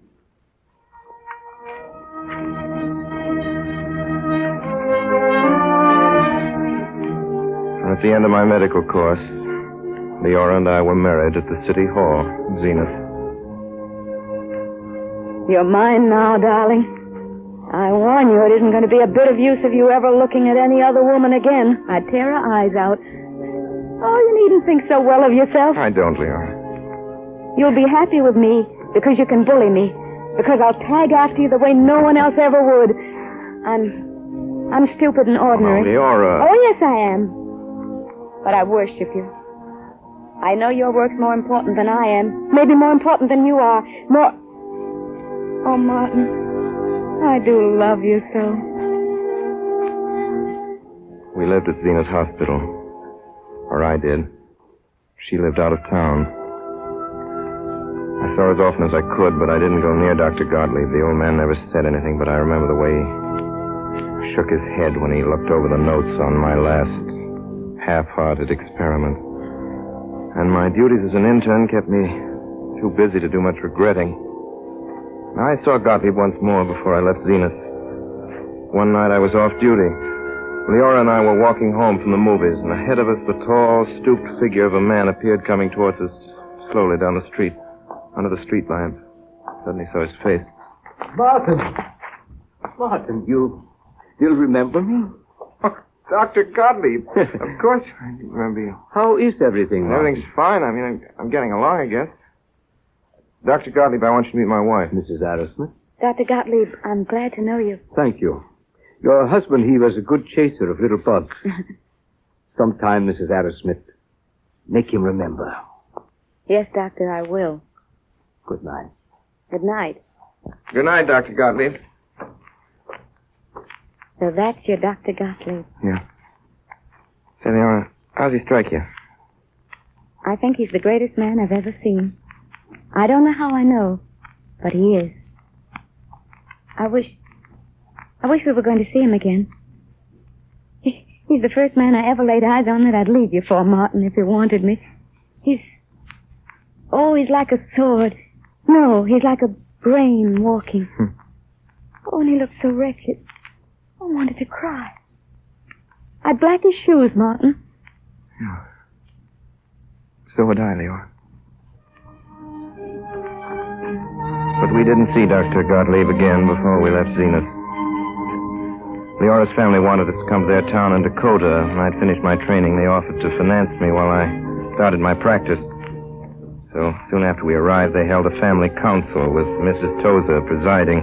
I had such a nice idea, Martin. Why can't we fix you up an office out in the barn? It'd be so handy to the house for you to get to meals on time. You could keep an eye on the house. A barn? I don't think you understand, Mother Tozer. Why, yes, the old harness room. It's partly sealed, and we could put in some nice tar paper or even beaver Mother Tozer, board. what the dickens do you think I'm planning to do? I'm not a hired man in a livery stable or a kid looking for a place to put his bird's eggs. I was thinking of opening an office as a physician. Yeah, but you aren't much of a physician yet. You're just getting your toes in. Darn good physician, Bert. Now, look here, Mart. As we're putting up the money, I don't want to be a tightwad, but after all, a dollar is a dollar.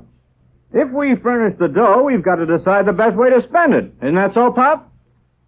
Look, Father, I want you to lend us $1,000 outright, to use as we see fit.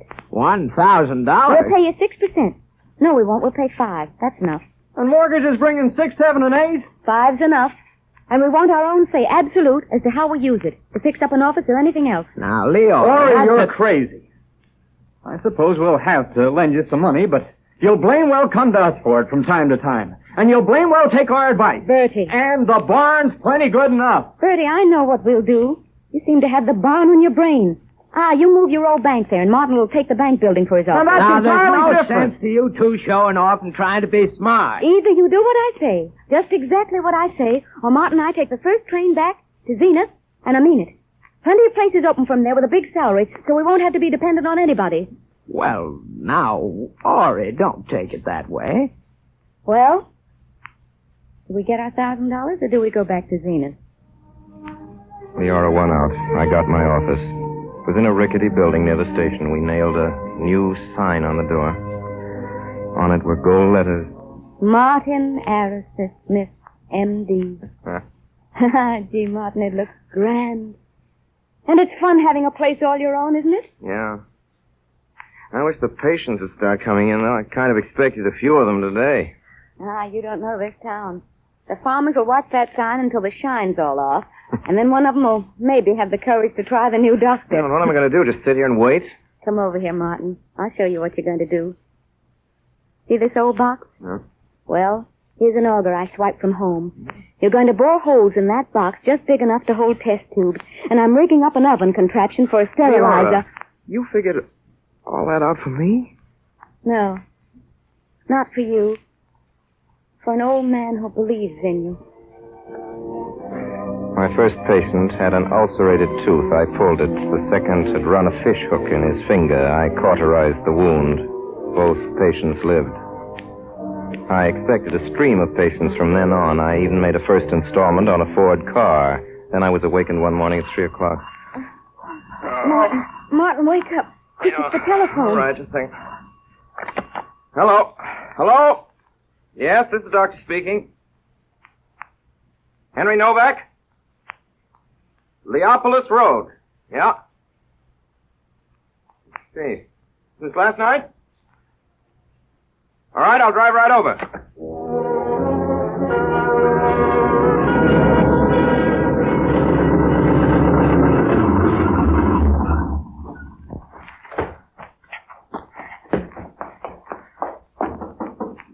Mr. Novak.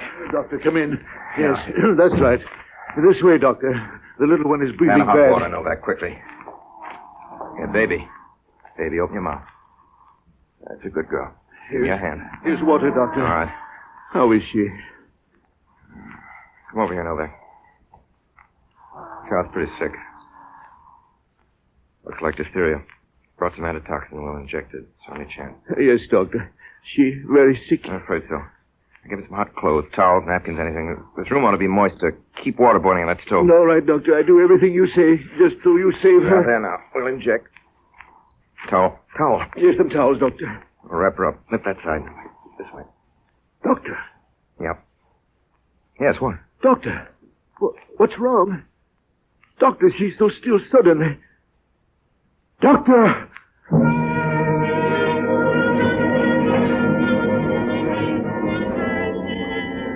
Leora, it was my fault. Martin, don't. I should have operated. I should have operated. She'd be all right now. Operate. I did the wrong thing. You did all you could, Martin. Probably all anyone could do. They called you too late that time. I'll never practice medicine again. I'll never... Stop saying those things. It'll be different in the morning. No, it's no use. I'm through. I'm no good. I can't face people in this town when they know about it. Through. Martin. I'm through. Martin, listen to me. Do you really think you're the only doctor that ever lost a patient? You did your best. Now get some sleep, Martin. Well, I did get over it. In a couple of years, I built up a pretty fair practice at Wheat, Sylvania.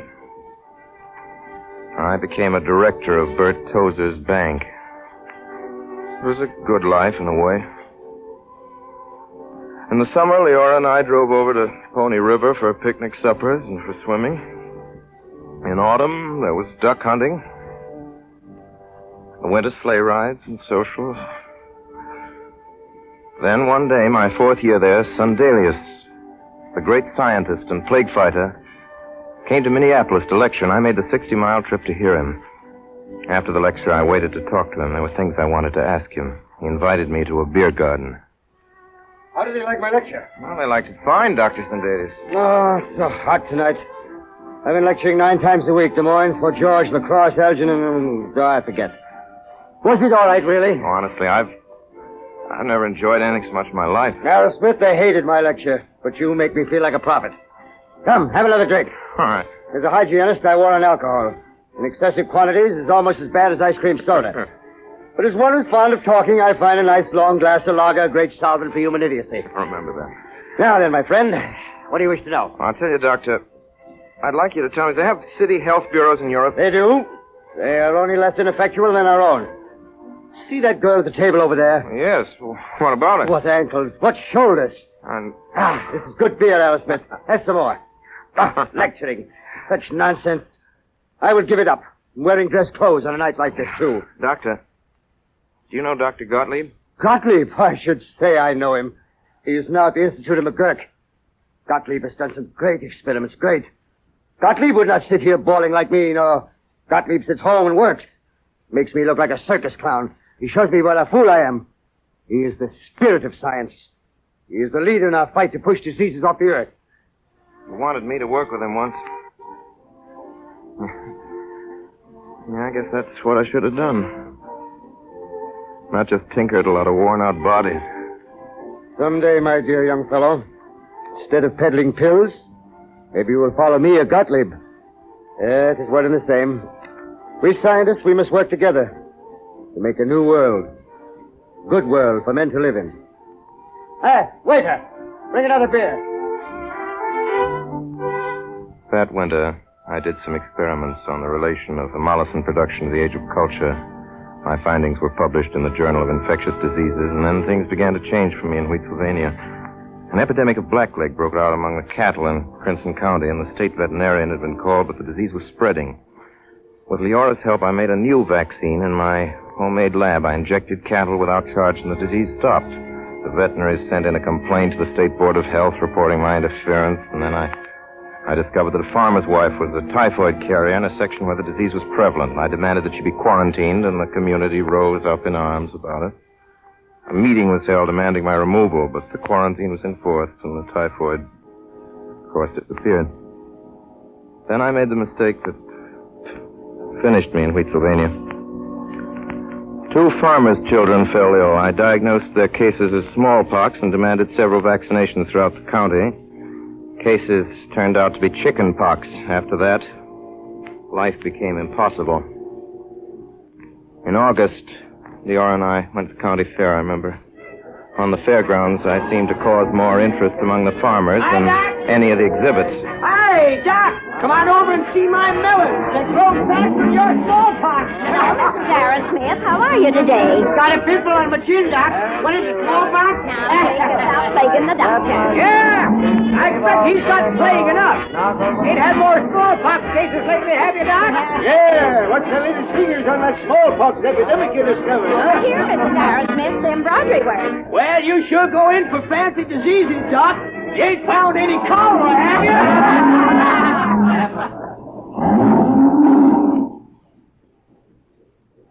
Yeah. Looks like I'm licked, Leora. Might as well get out. Nothing more I can do here. Take years before they trust me again. I'm glad, Martin. You're too good for them here. I've learned a little something here, even if I failed. I guess I don't know how to handle people, that's all. I could stick it out, and I would. Except that life's short, and I think I'm a good worker in some ways. Gottlieb saw it. Maybe I'll still get a chance. Where do we go, Martin? I haven't the slightest idea where I can be useful. Gee, it's fierce being married. Here I expected to be a pillar of the community. Now I'll have to follow you out on the road and be a hobo. Well, I'm too lazy to look up a new husband.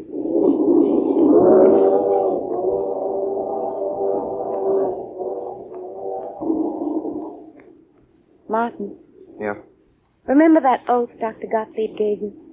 The first night we were together, you told it to me. Say it again, Martin. Now. All right, I'll try. I don't know if I can remember it. Tina.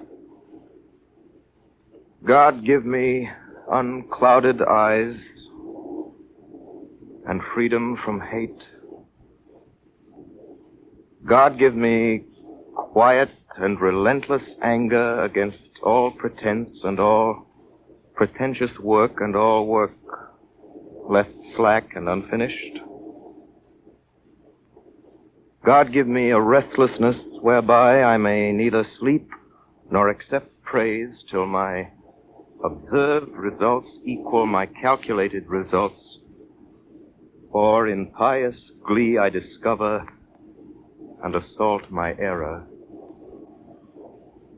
God give me strength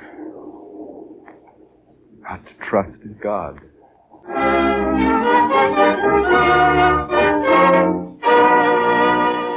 You are listening to the Campbell Playhouse presentation of Arrowsmith, starring Helen Hayes and Orson Welles. This is the Columbia Broadcasting System.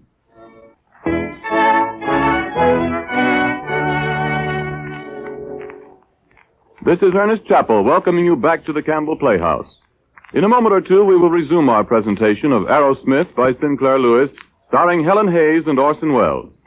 This is a play about doctors, and the doctor is one servant of humanity we all know and respect, and in our varying ways, appreciate. Of course, Dr. Arrowsmith is a research man, and the doctor you and I know best is a general practitioner, a family doctor. But both of them work for the greater health and happiness of humanity, one in his laboratory, the other right here in our homes. The family doctor keeps a vigilant eye on the welfare of our children, advises us on their sleep and exercise and their diet. Most doctors, for instance, agree that every boy or girl should have at least a quart of milk each day. In this connection, I'd like to tell you of a pleasant and practical way to give your children more milk. Have cream soup frequently. Nearly every youngster is fond of soup, especially such favorites as Campbell's tomato, or pea, or celery, or asparagus. Simply make them extra nourishing by adding good, wholesome milk instead of water. I'm sure it'll do your heart good to see how children go for any of them, because you know they are getting the good food value of soup and the high nutritional benefits of milk. Let me repeat the soups I mentioned before. Campbell's tomato soup, Campbell's pea soup, Campbell's celery soup, Campbell's asparagus soup. I wish I had the time to describe each of them to you, but I urge you to serve them and find out for yourself how good they are. And remember, when combined with milk, each of them becomes still more nourishing. And now we resume our Campbell Playhouse presentation of Arrowsmith, starring Helen Hayes and Orson Welles. Through Dr. Gottlieb, I got a position at the McGurk Institute in New York. My laboratory there was the finest I'd ever seen. I had a trained assistant. I had all the apparatus known to research. And in the midst of all this white-tiled scientific splendor, Dr. Gottlieb was waiting for me. Martin. Oh, Dr. Gottlieb. Oh, Martin, this is very good. You are near to me. My laboratory is just 3 doors down the hall. You don't know how grateful I am to you, Dr. Oh, Gottlieb. gratitude, Pa. How is that girl you married? Oh, she's fine, Doctor. I have an idea she's good for you, that little girl.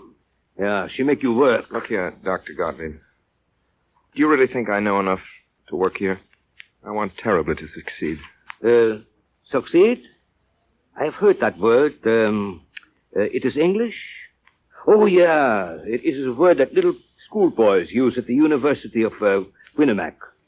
It means passing examinations. But, Martin, let us be clear. You know something of laboratory technique. You have heard about these bacilli. You are not a good chemist, and mathematics, pooh, most terrible. But you have curiosity, and you are stubborn. Therefore, I think you will either make a very good scientist or a very bad one. This is your chance to find out, Arrowsmith.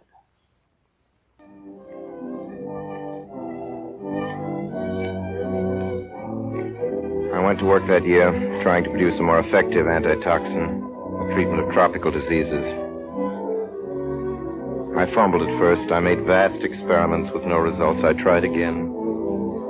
Day after day, week after week. Once, for a few hours, I thought I'd found something. Martin, you're home early. Yeah, guess I am. I'm just supper ready, but I'll make it right away. You'll probably want to get back in a hurry, huh? No, I'm not going back to lab. Not tonight, Leora. Tell you what, let's go out to dinner and the movies or something, huh? Martin, what's the matter? Do you suddenly feel that you have to entertain me? I don't want to go back to lab. I don't know if I ever want to go back. Well, Martin, your experiment. Today I thought I'd made some progress. I took my notes to Dr. Gottlieb. He showed me my mistake. Leora, I'm tired out. In 8 months here at McGurk, I've done nothing. I haven't been worth my keep. Has the director said anything to you? No. Has Dr. Gottlieb? No, they're all kind and patient. But Leora, they expect me to accomplish something. But you have, Martin. Your antitoxin. You've almost got it. Yes, almost. But you can't inoculate people with a serum that's almost right. I can't just go on forever experimenting and failing every time. I'm beginning to think I've got the habit of failing. Martin, listen to me. You put that coat back on. What? I'm not cooking supper tonight, and I'm not going out to eat with you. You'll go right back to that lab and keep trailing after those little bugs. And you're going to forget about me like you usually do. And when you come home at midnight, there'll be a plate of sandwiches on the table here. And then if you've been real good, you can go to bed. Now go on. Put on your coat. It was that night I noticed a curious thing. Almost under my eyes, a flask of cloudy bacteria suddenly cleared. Some unknown organism had destroyed the germs in my culture. So I spent 5 days and 5 nights in the lab, and Leora slipped in with sandwiches and coffee, and then slipped out again unnoticed. And on the evening of the 5th day, I isolated the germ killers. I called it the X principle. I went out, got drunk. Then I slept for 2 days. The 3rd day, I went back to the McGurk Institute. There was a message from Dr. Gottlieb to go and see him. Well, Martin, I have something I must say to you. Mr. McGurk has talked to me. He has heard of this discovery of yours, this ex-principal. He's very happy. He wishes to establish you here for you a new department of pathology with you as head. What shall I do, Dr. Gottlieb? Shall I accept? No, Martin, I don't think you will. Why not? Shouldn't I? Something sort of bad, well, perhaps not altogether bad, has happened. Bad? Well, what is it? Oh, in a way, it is a pity, Martin, what I have to tell you. You are not the discoverer of the ex-principal. What? Someone else has done it. They have not. I've searched all literature, and except for Bernstein, not one person has even... Good Lord, Dr. Gottlieb, you mean that all I've done all these months has just been wasted? And I'm a fool. Well, anyway, Dubois of the Pasteur Institute has just now published in the Compte Rendu this report. It is your ex-principal absolute. Only he calls it bacteriophage. Lord, maybe I ought to care, but... Of course, you could claim to be co-discoverer. You spend the rest of your life fighting to get recognized, or you could forget it and write a nice letter congratulating Dubois and go back to work. Well, I'll go back to work. Nothing else to do. I guess McGurk will chuck the new department now. Oh, yeah, there's no doubt. I'll have time to finish my research. Maybe I'll get some points that Dubois hasn't hit on, and I'll publish it to corroborate him. Found him. Give me the report, Doctor. I suppose now you're glad that I'm saved from being a success. Well, I ought to be. It is a sin against my religion that I am not. But I am getting old, and you are my friend. I am sorry that you are not to have the fun of being pretentious and successful for a while. Martin, it is nice that you will cooperate, Dubois.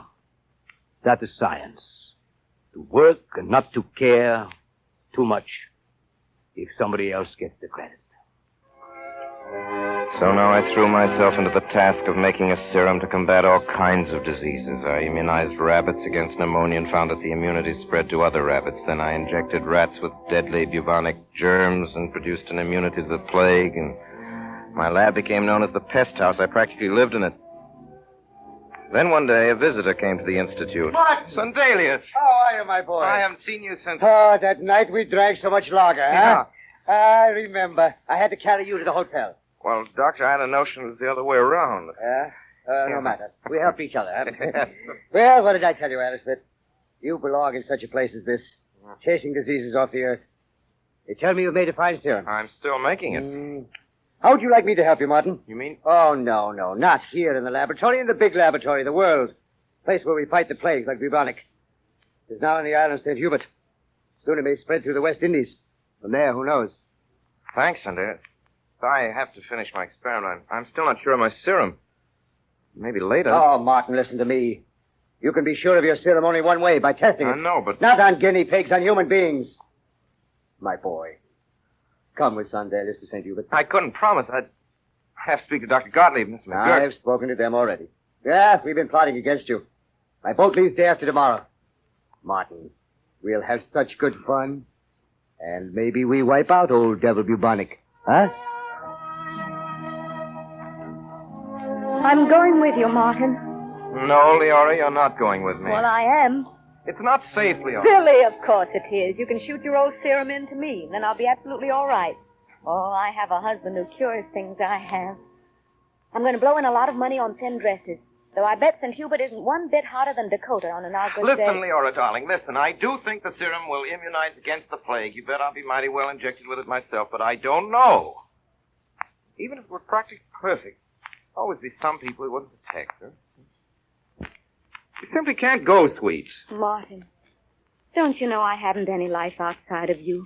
I might have had, but honestly, I've been glad to let you absorb me. I'm lazy and useless and ignorant, except as maybe I can keep you comfortable. If you were off there, and I didn't know you were all right, or if you died and somebody else cared for your body that I've loved so, I'd go mad. I mean it. Can't you see I mean it? I'd go mad. It's I'm you, and I've got to be with you. And I will help you, make you serum and everything. You know how often I've helped you. And maybe in St. Hubert, maybe you wouldn't find anybody that could help you, even my little bit. I'll cook and everything. Darling, don't make it harder for me. It's going to be hard enough in any case. Martin, don't you dare use those old stuck-up expressions that husbands have been drooling out to wives forever and ever. I'm not a wife, any more than you're a husband. Oh, you're a rotten husband. You neglect me, absolutely. The only time you know what I've got on is when some button slips and then you bawl me out. But I don't care. I'd rather have you than a good husband. And besides, I'm going.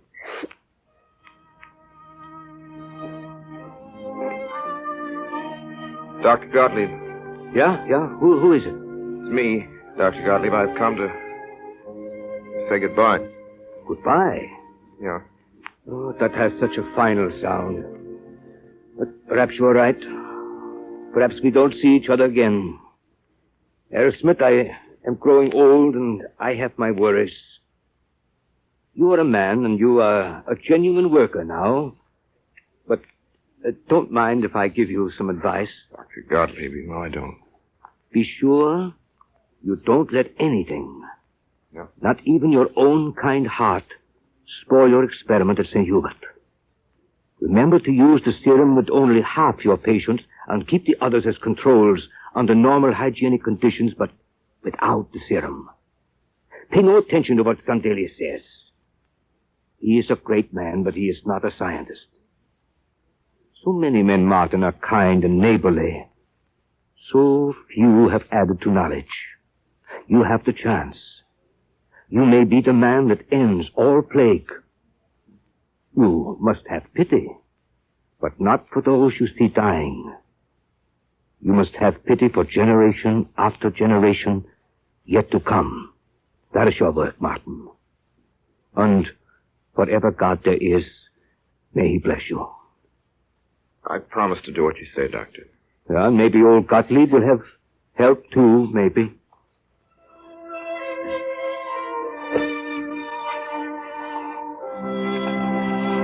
Leora and I sailed the next day from Hoboken. Very late one night, 10 days later, our ship dropped anchor in the harbor of St. Hubert. The island was quarantined, so no one was taken on board. Sondelius, Leora, and I stood alone on the deck. On shore, we spied a few lights. One appeared to be moving toward us, but most of the town was dark and still. There! Ahoy there! Northern Guard Commission? Yeah? Good! Ready to take you ashore. Come up into your hands. Thanks. You're the port doctor? No, not exactly. I'm Dr. Stokes of St. Swithin's Parish. For all of us, almost everything nowadays. The port doctor died a couple of days ago. How many bubonic cases you got now? Lord knows. Maybe 1,000. 10 million rats. So sleepy. Well, we better be going ashore. Here, I'll help you with your bags. Listen, Leora. You better stay on the ship. You better not come. See? Please don't. Not come? And me, the secretary and technical assistant of the McGurk Commission? Oh. Martin. Yes, darling. Gosh, I'm scared blue. The next morning, we awoke in a bungalow at the edge of the town. Port doctor had lived there, but he went out one morning and never came back. After breakfast, we walked down a silent street. House shutters were closed. There was a crying woman and a bewildered child. I remember following an open wagon on which were heaped a dozen stiff bodies. That afternoon, I started to inject, as Gottlieb had instructed me, every other man. Sandelius strapped his wrists, put on high boots, and made ready for his rat crusade. Today, my friends, I'm Sondelius, Captain General of Rat Killers. If there were no rats, there'd be no bugs carrying bubonic. But I fix them. Good. I just walk into a place and the rats say, here's that old Uncle Gustav. Well, what's the use? And they turn up their toes and die. Well, goodbye. Hey, Gustav. Yeah? What is it? You're not going out, Gustav, until you've had an injection of germ. Come on over here. No, Martin. Not until you give up your experiment. Promise to inject all of these people. Every one of them. I know what Gottlieb told you. Refuse to inoculate part of the people, use them for controls, for guinea pigs. Pay no attention to that wild man Sundelius. He's no scientist. I say to Gottlieb, humanity is more important than science. Science is for humanity, Gustav, for all humanity, not just these people here. Please, Sundelius, do as Martin says. No, Leora. I'll do anything for you, but not that. Well, goodbye, children. I now go out to fight the rats. I shall break all the laws of property. I shall set fire to warehouses. I shall even burn villages. I shall drive out the rats from their hiding places. Then I shall have my fun. I shall slaughter rats with clubs. I'll shoot them with guns, poison them with gas, and then when I come back, we drink and we celebrate. A week later, we found Sundelius. He was lying on the ground. His eyes bloodshot. Yeah. They had a fine time with the rats here at Carib. Yeah, you like my new village. Gustav, what's the trouble? Huh? Your eyes, you have a fever. I think it's got me. Some flea got me. Flea from one of those rats. I was just thinking I'll go and quarantine myself. Yeah, I fever all right. Lord, Martin, I'm so weak. Not scared, no. I'm going to take you home, Gustav. We'll nurse you. No. I've isolated so many, it's my turn. Martin, Gottlieb is right about these jests of the gods. The best one is the tropics. Gods planned them so beautifully. Flowers and sea and mountains. They made the fruit to grow so well that man need not work, and then they laughed and stuck in volcanoes and snakes and damp heat and the plague. The nastiest trick they ever played on man was inventing the flea. Better save your strength, Gustav. We'll pull you through. I'm going to give you the serum right now. This time you can't stop Martin, me. Do not try to fool me. It's too late for serum, too late for anything. I'm not afraid to die, Martin, but once more I'd like to see Stockholm and Fifth Avenue on the day the first snow falls. And Holy Week at Seville, and one good last drunk, huh? I'm very peaceful, Martin. It hurts some, but life was a good game. Martin. Yeah. Give these poor people a serum. Save all of them. Come on, Martin. Do as I say. Sundelius became delirious. Early next morning, he died. From that day, I injected everybody who wanted my serum. I threw away my notes. I injected as fast as I could, day and night. The plague gradually diminished, and the first boat was scheduled to clear quarantine in a few days. My work was almost over. We watched the ship dock from the porch of our bungalow. Martin, Dr. Stokes was here today. Were they? Yes, there are some new cases at St. Swithin's. He believes it's spreading up there. I'll leave him a supply of serum before we go. Go? When are we going? The Oro. Done all we could in St. Hubert. Yes. We've done everything but what we came down here to do. Oh, please, dear, don't bring that up again. Please, You know I couldn't after. You know why. And what are you going to tell Dr. Gottlieb? That you failed him? That's true, isn't it? The fact that the plague diminished as soon as I began injecting the serum proves... Proves nothing, Martin. You know that. Perhaps the epidemic stopped of its own accord. You don't know. And you'll never know until you go through with the experiment. And your last chance is St. Swithin. Darling, let me go with you. Let me help with the injection and keeping your notes. Please, Martin. Let's finish our job.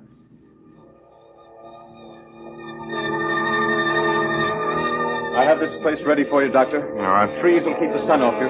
There's a line of natives a quarter of a mile long. All right, Stokes, let's begin. Leora, soap and alcohol. The right arms.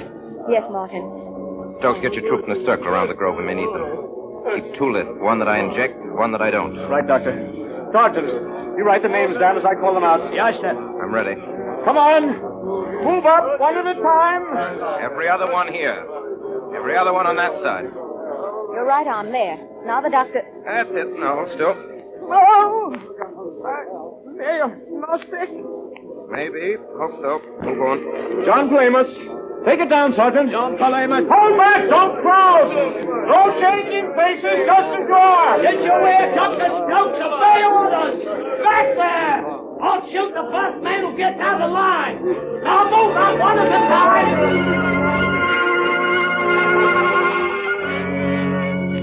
All right. That's all for now. Come back in an hour after lunch. Leora, what's the matter? Nothing, darling. Just a little tired, I guess. No wonder, you poor kid. I'm going to take you home, put you to bed. You'll do no such thing. You're going to finish your experiment. One more day and your work's safe. Nothing's going to stop you now. Well, I'll have Stokes take you down the bungalow. Nonsense. You'll meet him here. I know my way. What's there to be afraid of? Darling, you're not afraid of anything. Yes, one thing, Martin. Yep. I'd be afraid if anything happened to this experiment. It's so near. And it's our big chance, darling. It's everything we've been working towards. It's our whole lives. Well, I'll be going now. I'll come down to the house as soon as I finish. Just one thing, Martin. I forgot my second shot of serum yesterday. Got out your needle, Doctor. All right. Darling, give me your arm. I love your arm. There.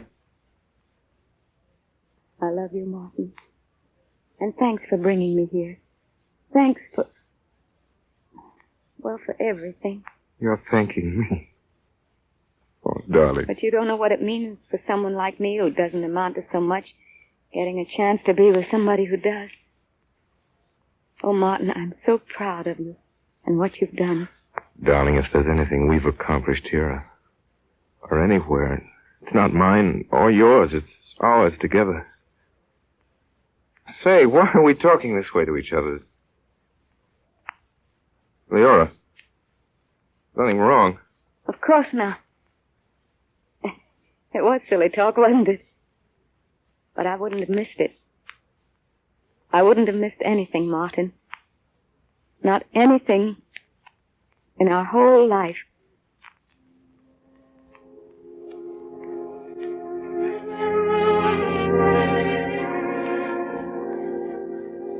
That night, I injected the last native, collected my notes, and Stokes drove me back to the bungalow. On the bed, across the folds of torn mosquito netting, I found Leora's body, very frail and very still. I talked to her. I told her everything. I don't know what I said. And that evening I dug a deep pit in the garden and carried her there.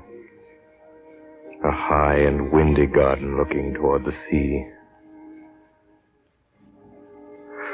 I don't remember how I left the island, how I got back to New York, how my notes got published, how I got started working again. I don't remember. And now, I'm standing in this great hall, and I have a scroll of parchment in my hand. I know that the world has just honored my work, and that this is the loneliest day of my life.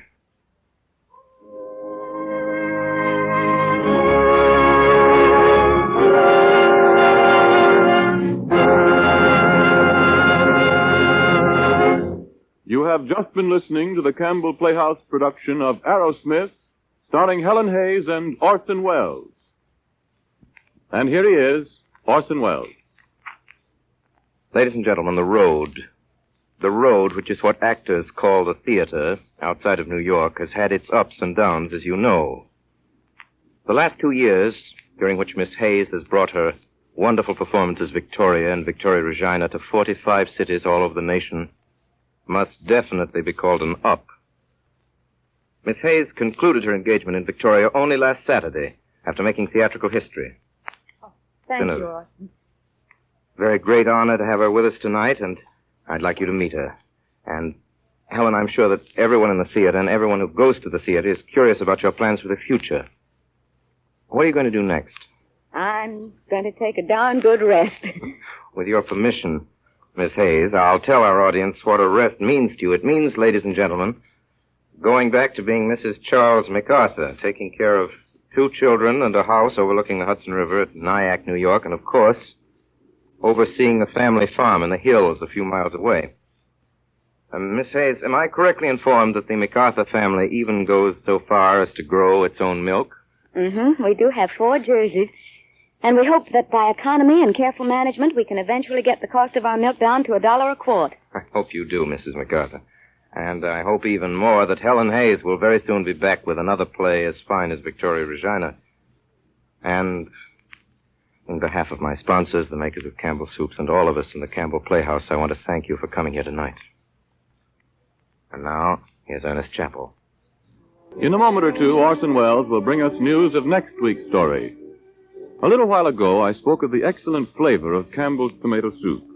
It is this flavor that has made tomato soup the most popular soup in all the world, more often served and eaten than any other. It is this flavor, too, that accounts for the fact that tomato soup is seldom made at home.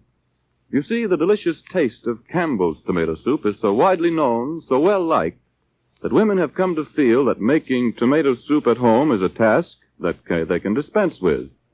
Indeed, women everywhere concede that they cannot match the superb flavor of Campbell's tomato soup. So whether you make soup at home or not, here's one soup you should buy and keep on hand. Your family will like Campbell's tomato soup, and the chances are they'll like to have it often. They'll delight in the sunny glowing red of it, the racy aroma that steams up from the plates, the smooth texture and fine taste of each spoonful, first to last. Why don't you and your family enjoy this great soup this weekend? Put it on tomorrow's grocery list. Campbell's tomato soup.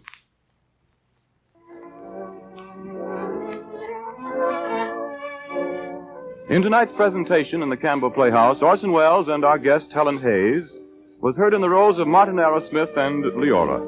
Professor Gottlieb was played by Ray Collins, Thundelius was played by Frank Reddick, Mr. Tozer by Everett Sloan. Al Swenson played Henry Novak, Effie Palmer played Mrs. Tozer, and Carl Frank was Dr. Stokes. Music for the Campbell Playhouse was arranged and conducted by Bernard Herrmann. And now, Orson Welles, will you tell us about next week's show? Well, next week our story is the classic shocker. The saga of an aeroplane that crashed into the private mountains of a well-mannered Rajah whose wickedest word was law, somewhere east of the sun and west of the moon. The Green Goddess, starring Madeleine Carroll, who will be saved from my clutches in the nick of time. Until that fateful hour, on this same station, my sponsor, makers of Campbell Soups, and all of us in the Campbell Playhouse remain obediently yours. The makers of Campbell Soups join Orson Welles in inviting you to be with us at the Campbell Playhouse next Friday evening to hear The Green Goddess, starring Madeleine Carroll. Meanwhile, if you've enjoyed tonight's Campbell Playhouse presentation, won't you tell your grocer so tomorrow when you order Campbell's tomato soup? This is Ernest Chappell saying thank you and good night. This is the Columbia Broadcasting System.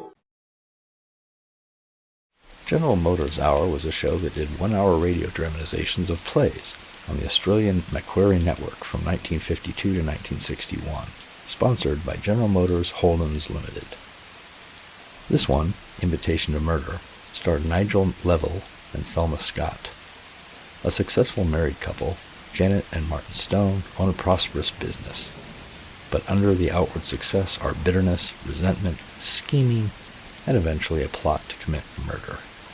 A really intriguing and intricate story that was written specifically for the show, with a lot of tension and very relatable relationship issues that blow up into unexpected directions. Next we have The Criminal Code from Lux Radio Theater, that fantastic drama anthology show, and one of my all-time favorites, that ran from 1934 to 1955.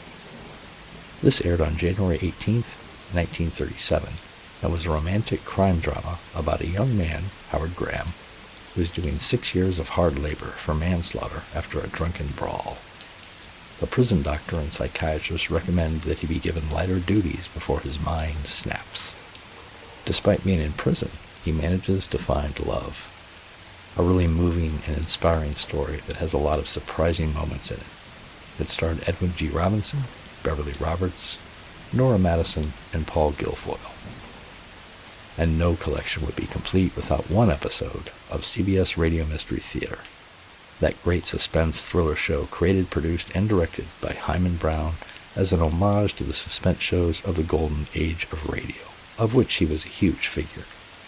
In Child of Fate, a wealthy, reclusive family lives in a remote area, and their daughter, who has been homeschooled, invents an imaginary friend to help ward off the loneliness.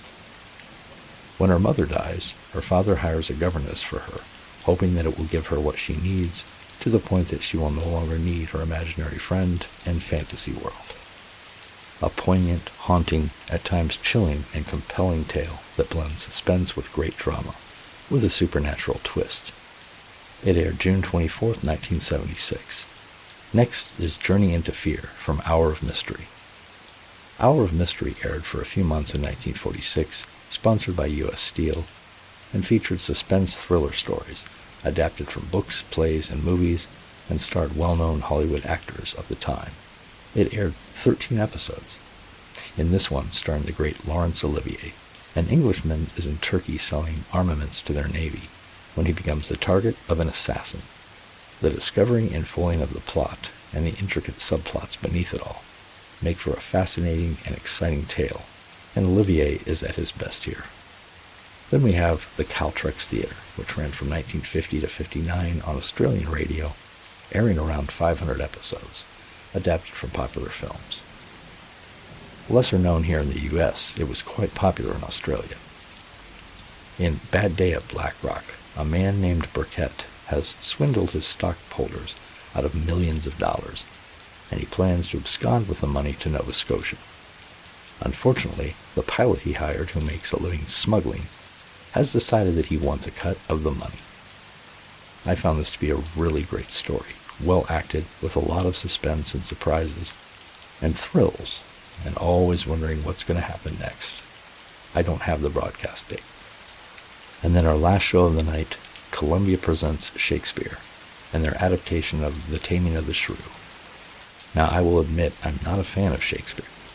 I didn't like studying it in school, and it is just too beyond me, to be honest. But this particular dramatization for radio is really quite good, and if you can get past the old English language spoken, then this is rather enjoyable. If you are already a fan of Shakespeare, then I'd be curious to know your thoughts on this production. Leave me a comment about what you think. This show aired a total of 8 of Shakespeare's plays in the summer of 1937. This one airing on August 2nd, 1937, 88 years ago. Now lie back, keep dreaming your dreams, and let these old-time radio shows lull you into an even deeper sleep. The General Motors Hour. General Motors Hold'em, through the Macquarie Network and cooperating stations in all states, present Invitation to Murder, starring Nigel Lovell and Thelma Scott. This is John Deese introducing our play. Janet and Martin Stone outwardly were a successful and conventional married couple. Successful because the business Janet had inherited was prosperous. Conventional because their joint life appeared to follow the usual pattern of people in their circumstances. But the outward appearance concealed a very different life, which had in it the makings of a violent explosion. As our play unfolds, we shall see just what did come out of this strained relationship. Invitation to Murder is by English writer Frank Rennie, whose play Release was so successfully broadcast in the General Motors Hour a few months ago. As Janet and Martin Stone, we star 2 distinguished players, Thelma Scott and Nigel Lovell. They are supported by John Alden, Brian Anderson, Geoffrey King, Charles McCallum, Patty Crocker, and Wynne Nelson. The play will be produced by Harry Harper. Ladies and gentlemen, Act 1 of the General Motors Hour production of Invitation to Murder.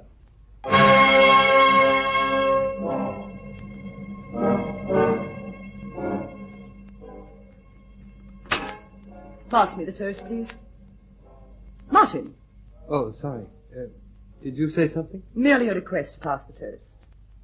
You're very preoccupied this morning. What's the matter with you?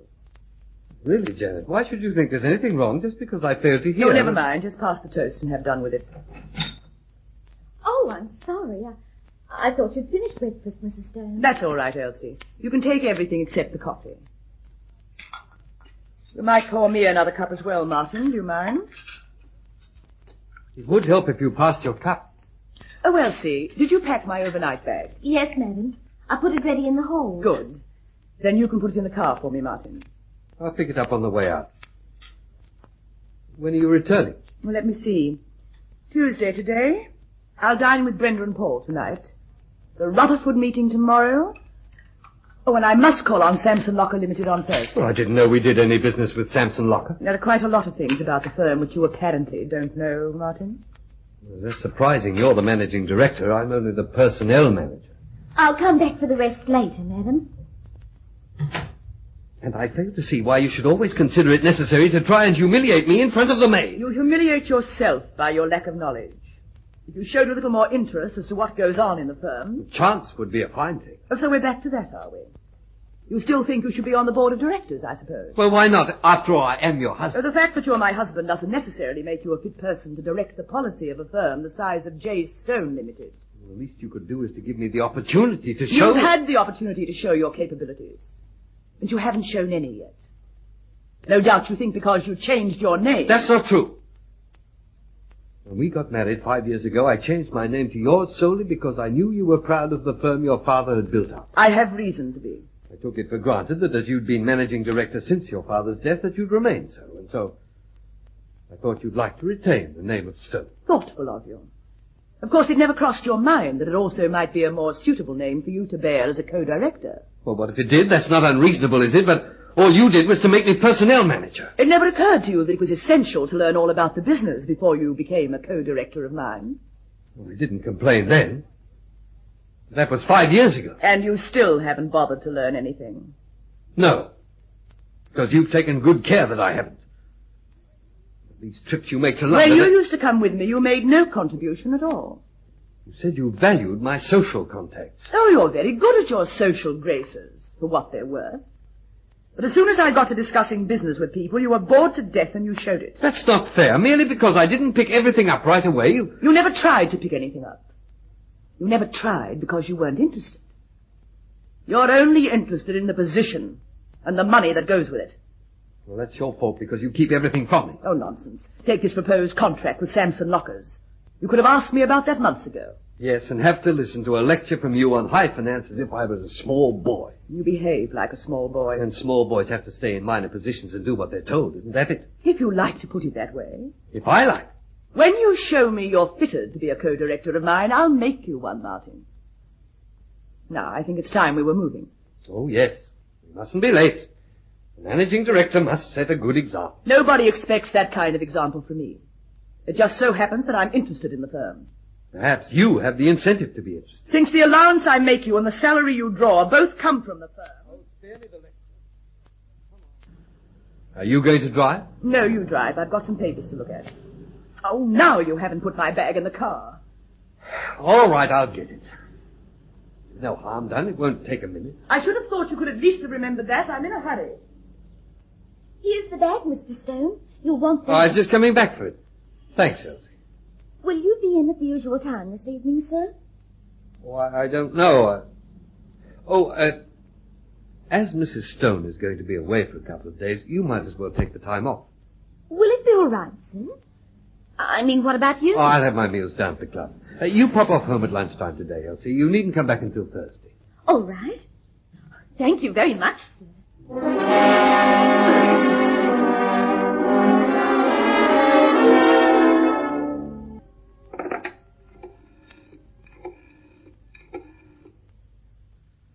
Chief Cashier?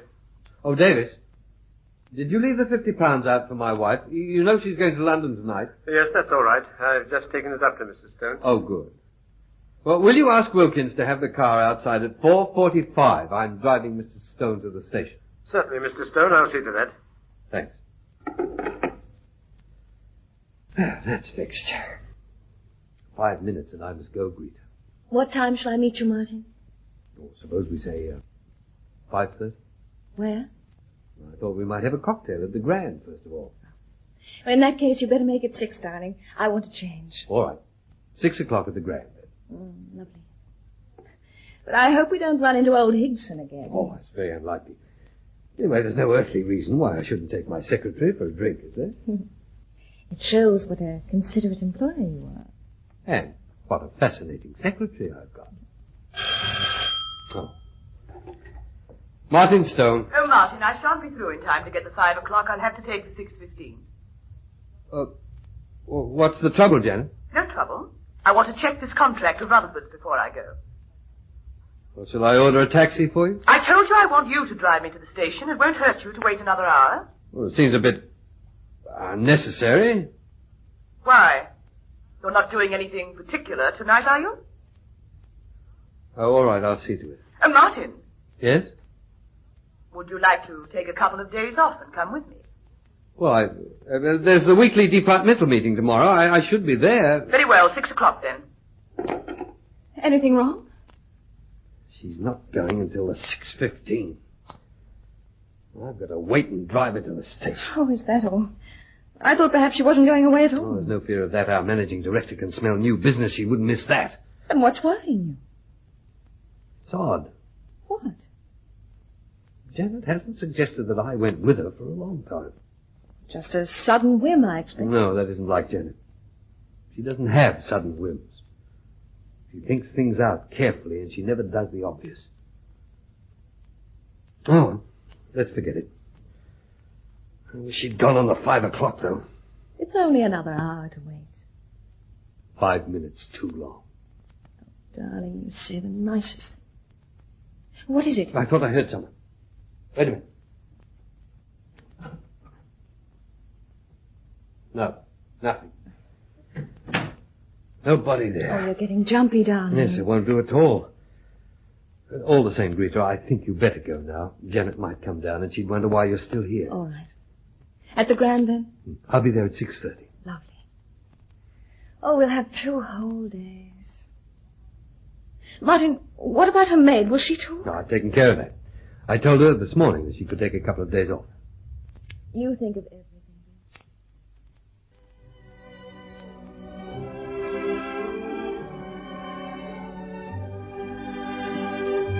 Oh, I love this tune. It's a bit too loud. Ah, that's better. Soft and romantic, huh? Mm-hmm. Well, now, let's have some wine. Something to match the moment. The moment? The golden moment. A golden wine, a golden dress, and a golden girl. To you. To us, darling. You look wonderful. Get a phone. You'll spill the wine. Sorry, put your glass down. No. Not yet. I want to talk. You look very serious. I am serious, Martin. That's why I want to talk. What about? About us and about your wife. Well, why turn the radio off? And why do you have to mention Janet? Because you can't discount her. Look, why should she worry you? You don't care about her. I care about me and about us. We have a few stolen moments. There'll be others. Dependent on your wife's decisions. You haven't minded before. I haven't said anything. I hoped I wouldn't have to. I thought perhaps you would. What do you want me to do? Oh, Martin, why are you so frightened of your wife? I'm not. Darling, let's try to be honest. All right. What makes you think I'm frightened of Janet? Everything you say and do, and everything you don't do. I don't understand. Do you love me? You know I do. Then let's go away together. Not like this, not a couple of days hurriedly snatched. But you make longer trips. A week, a fortnight?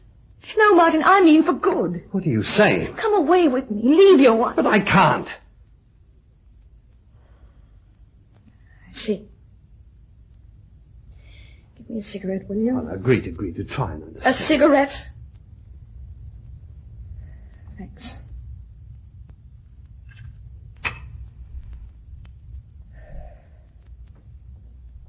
You don't really love me. Darling, I do love you, but... But! That's what I mean. But don't you see, Greasy? What you ask is impossible. Impossible? Look, I'd leave her tomorrow, but what would we live on? I don't understand. You've got money. Not a penny. Oh, there's my salary at the works. Janet makes me an allowance. And you'd lose both those. Yes, I see that. But you could get other work. What other work? As a personnel manager? Reference. Last employer was my wife. She sacked me and is divorcing. Well, surely there must be something. What about before you married? Oh, I had a private income, shares. But now they're worthless. So you married Janet? Well, Janet knew my position. It was a bargain, that's all. What kind of bargain? Well, Janet wanted a husband with social contacts. I wanted security. We got on well enough, and I thought it would work out, but... Well, it did for a while, but I didn't know how difficult she could be. We started quarreling.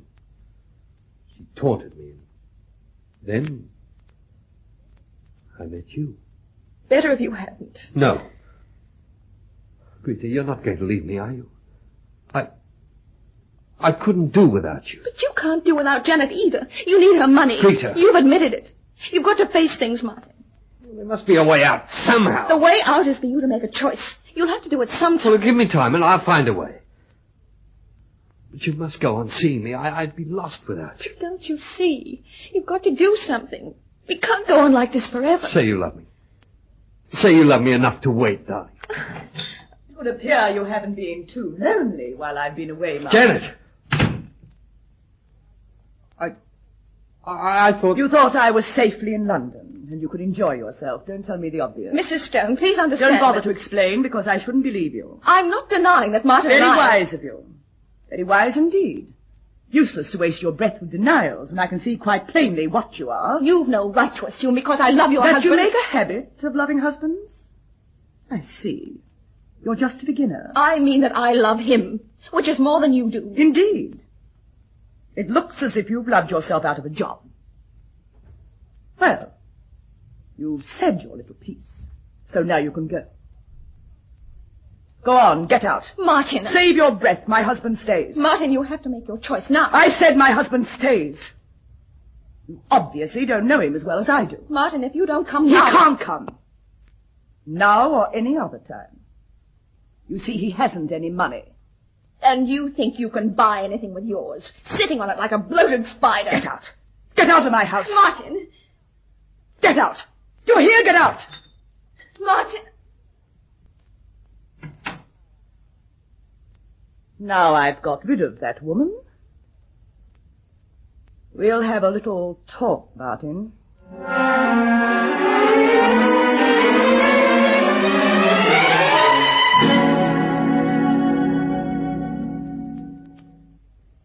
And so ends Act 1 of our play.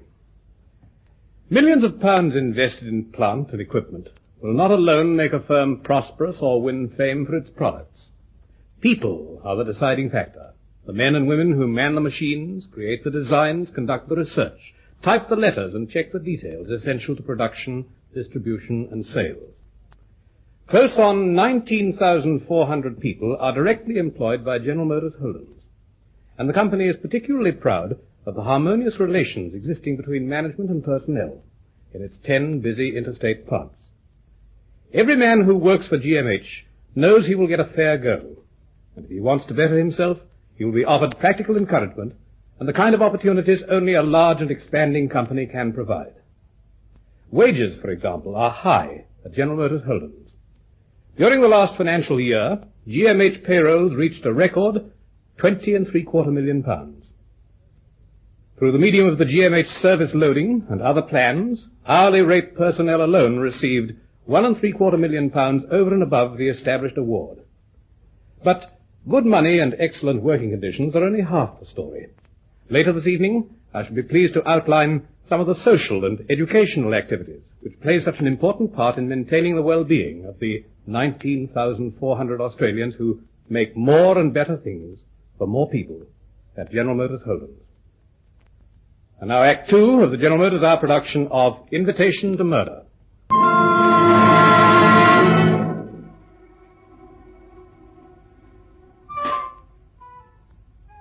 I must remind you, Mr. Stone, as your counsel, that you're on trial for the murder of your wife. Now, you told us at yesterday's hearing how your wife discovered your liaison with Miss Pierce. And this entirely coincides with the evidence given by her. We know that Miss Pierce left the firm immediately and went to London. Did you see her again? No, I'd never seen Greta again until the trial. Until you saw her in court, precisely. Did you try to reach a reconciliation with your wife? Yes, I tried everything, but Janet refused to listen to me. And this went on for some time? Yes, but Janet was immovable. After about a month, I was determined to have things out with her. She wasn't easy to approach. I've told you to keep out of my room. Do I have to lock the door? Janet, I must talk to you. There's nothing to discuss. But there is. Look, we can't go on like this. We hardly speak to each other in the house. You avoid me at home and you slight me at work. I'm not going to stand it anymore. Indeed. That's very interesting. What are you going to do? We must do something. We can't go on like this. Perhaps you can't. I can. But it's also futile. What do you suggest? A big reconciliation scene? Oh, why not? If we're going to continue living together, we've got to come to some understanding. Or are you getting tired of me as a husband? Not getting tired. I got tired of you about 2 years ago when I discovered you'd only married me for my money. That's not true. I Don't bother to try and justify yourself. I'm not interested. If you really feel like that, why can't we part amicably? You don't want me, yet you force me to stay. Why? I'll tell you why. Because I've bought you for what you're worth as a husband. Now you're going to keep your part of the bargain. You can't make me. Can't I? I think I can. I can walk out? Oh, yes, you could walk out, but you won't. You're very sure. Because I know you, Martin. Why didn't you walk out a month ago at your girlfriend's invitation? I thought we might make it up. You mean you thought you could carry on with your little affair and still get paid by me? Well, I've stopped that. And you don't like it, do you? Don't drive me too far. I'll drive you as far as I like. If you don't like it, you can go. Walk out now if you like. Go to your lady love. She's in London, as no doubt you know. I gave her my word I wouldn't see her, and I've kept... Yes, you've kept it, all right. I've seen to that. No trips to London, Martin, or you're finished. Of course, you've spoken to her on the telephone.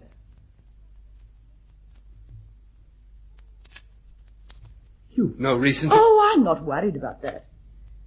The telephone's a poor substitute for reality, isn't it? You only make it worse for yourself that way. Why can't you accept the fact that I've stayed with you? Oh, I have. But you're staying on my terms, not yours. What do you mean? You know what'll happen if you leave me, and you don't relish the prospect. You'd have to start working for your living, and you wouldn't like that. I told you I'll stay with you. I know you will, but you're going to behave yourself. Try and see that girl or any other, and you're out. Out of here and out of the firm, on your neck. I hope you know what you're doing. Very clearly.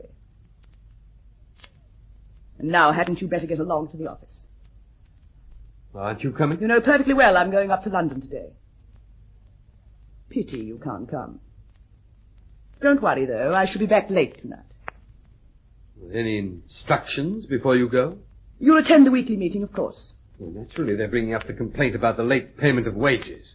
Did you investigate the reason? I spoke to the chief cashier. Davis says he's understaffed. He wanted to draw the money from the bank today. Well? I told him he'd have to draw it on Friday morning, as usual, and work hard. You told him that? Davis has been with my firm for nearly 30 years, and you spoke to him like that? Haven't you any idea of handling staff? Well, I don't see why you should... Tell Davis he can draw the money today. But it'll mean keeping it in the safe overnight. I don't think... Exactly, you don't think. You never do think. Tell him to draw the money today. Those are my instructions. Tell him so. Very well. Oh, Martin. Yes? One more point. What is it now? I'll set your mind at rest about one thing. I haven't altered my will. You still get my money when I die. Why, tell me that. You tried to get the keys of my desk. Why, Don't bother to deny it. Your anxiety is perfectly natural. But to save you the trouble, the will is at my solicitor's. You can call and see it any time you like. I've given them instructions. Do you think I care? Oh, but you do. And I know you do. That's why I'm telling you. Behave yourself and you get your reward. Eventually. Of course, you may have to wait a long time. Aren't you afraid that I might try and kill you? You might like to, but you haven't got the nerve. Don't be too sure of that. Do you think you can frighten me? If you want to kill me, go ahead. You've only got to put your hands around my throat and squeeze. Well, why don't you? Because you haven't got the nerve.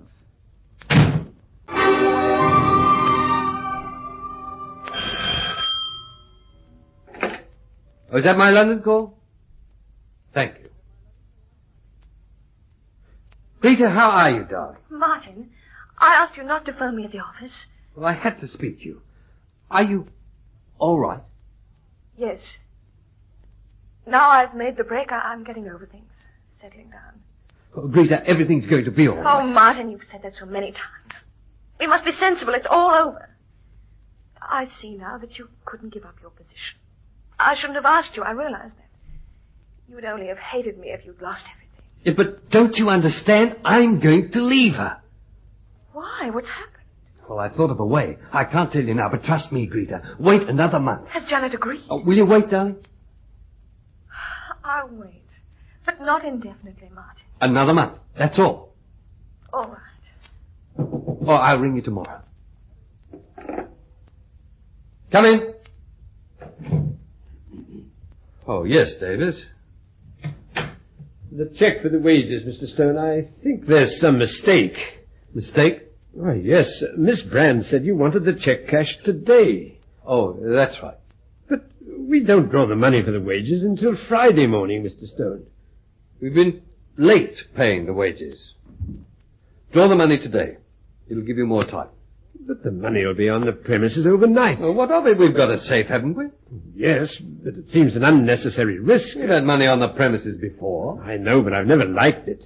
Suppose anything happens. Why should anything happen?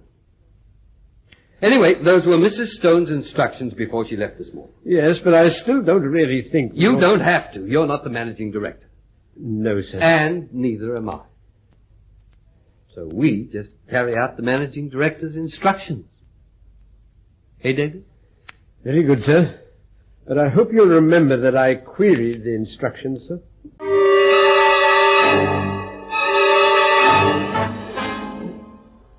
Janet! Why, you're back early. Well, don't just stand there. What's the matter with you? Oh, nothing. It's just that I was surprised to see you. You said you'd be late. So you don't regard 11 as late? And where have you been? Don't tell me you've been working until this time. Oh, I called in at the Grand for a drink. I always thought the bar closed at 10, that they'd taken to serving drinks after hours. Oh, I drove around for a little while. Well, why shouldn't I? Do I have to account to you for every movement? Don't bluster, Martin. Because if I choose to insist, you do have to account for every movement. Oh, all right, I'll get the map and show you where I went. Don't bother, I'm not interested. I merely wondered why you were so nervous. Now, who on earth can that be at this time of night? Well, I see, it's probably a wrong number. No, I'll answer it. Hello? No, this is Mrs. Stone speaking. Yes, Mr. Stone is here. Who wants him? I see. Who is it? The police, Martin. The police? What do they want? I'm sorry, I didn't quite catch that. I was speaking to my husband. Oh, I see. Shall we come down? Yes, I understand that. All right, in the morning then, Inspector. Goodbye. What are you looking at me like that for? It seems I've underestimated your talents, Martin. I don't know what you mean. Your concern about the welfare of the firm. I should have listened to you. You see, you were perfectly right in thinking it was dangerous to leave money on the premises overnight.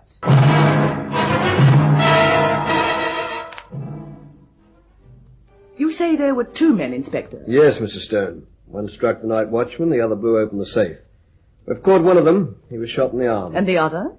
I'm afraid he got clean away with the money. Drove off in a car. Oh, that's bad. What about the car? Nobody got a good look at it, sir. Black, they think.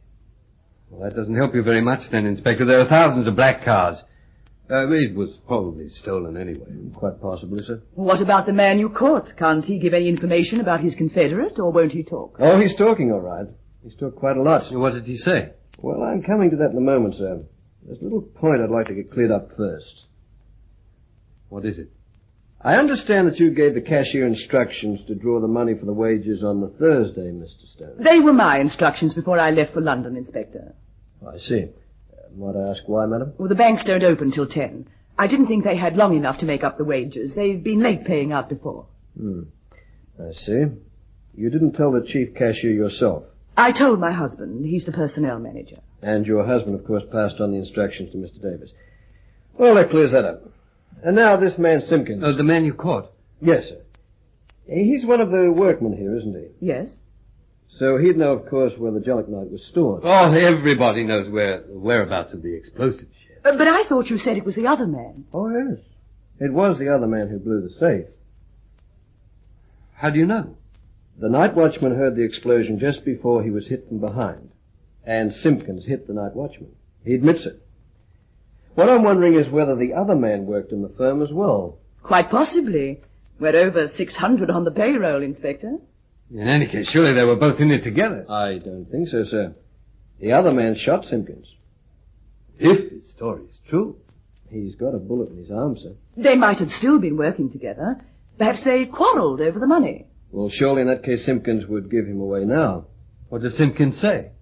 According to Simpkins, he never even saw the other man. Then he can't identify him. No, sir. Then how did Simpkins get shot?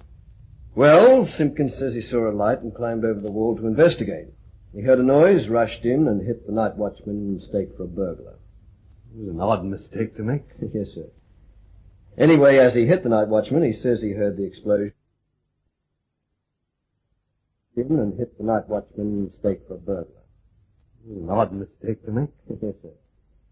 Anyway, as he hit the night watchman, he says he heard the explosion, so he rushed upstairs. He saw a man coming out of the cashier's office, and the man fired twice to hit Simpkins in the arm. Then the man got away. The whole story sounds a bit thin to me. I quite agree, sir. He broke in after the money, all right. But the other man got there first. But if Simpkins sticks to his story, we may have a job to pin anything on him. You see, part of it is obviously true. How do you know? The bullet that Miss Simpkins lodged in the plaster. We've recovered it. That shows where Simpkins was standing. We found 2 spent cartridges at the other end of the passage outside the cashier's office. If the cartridges were ejected, it must have been an automatic pistol then. That's right, madam. 38, probably a Luger, I think. Can you tell from the cartridges? Pretty well. We'll be able to identify the gun they were fired from, too, when we find it. I see. A Luger 38, you think? Yes, madam. Do you know of anyone who has one? No, I was just thinking there can't be all that many about. Don't you agree, Martin? Yes. It'll turn up sooner or later. Probably when we least expect it.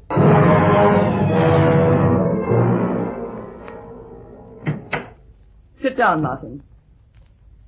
Now we're back at home, we can talk undisturbed. What about? By the robbery, of course. What about the robbery? I want to know what you've done with the money.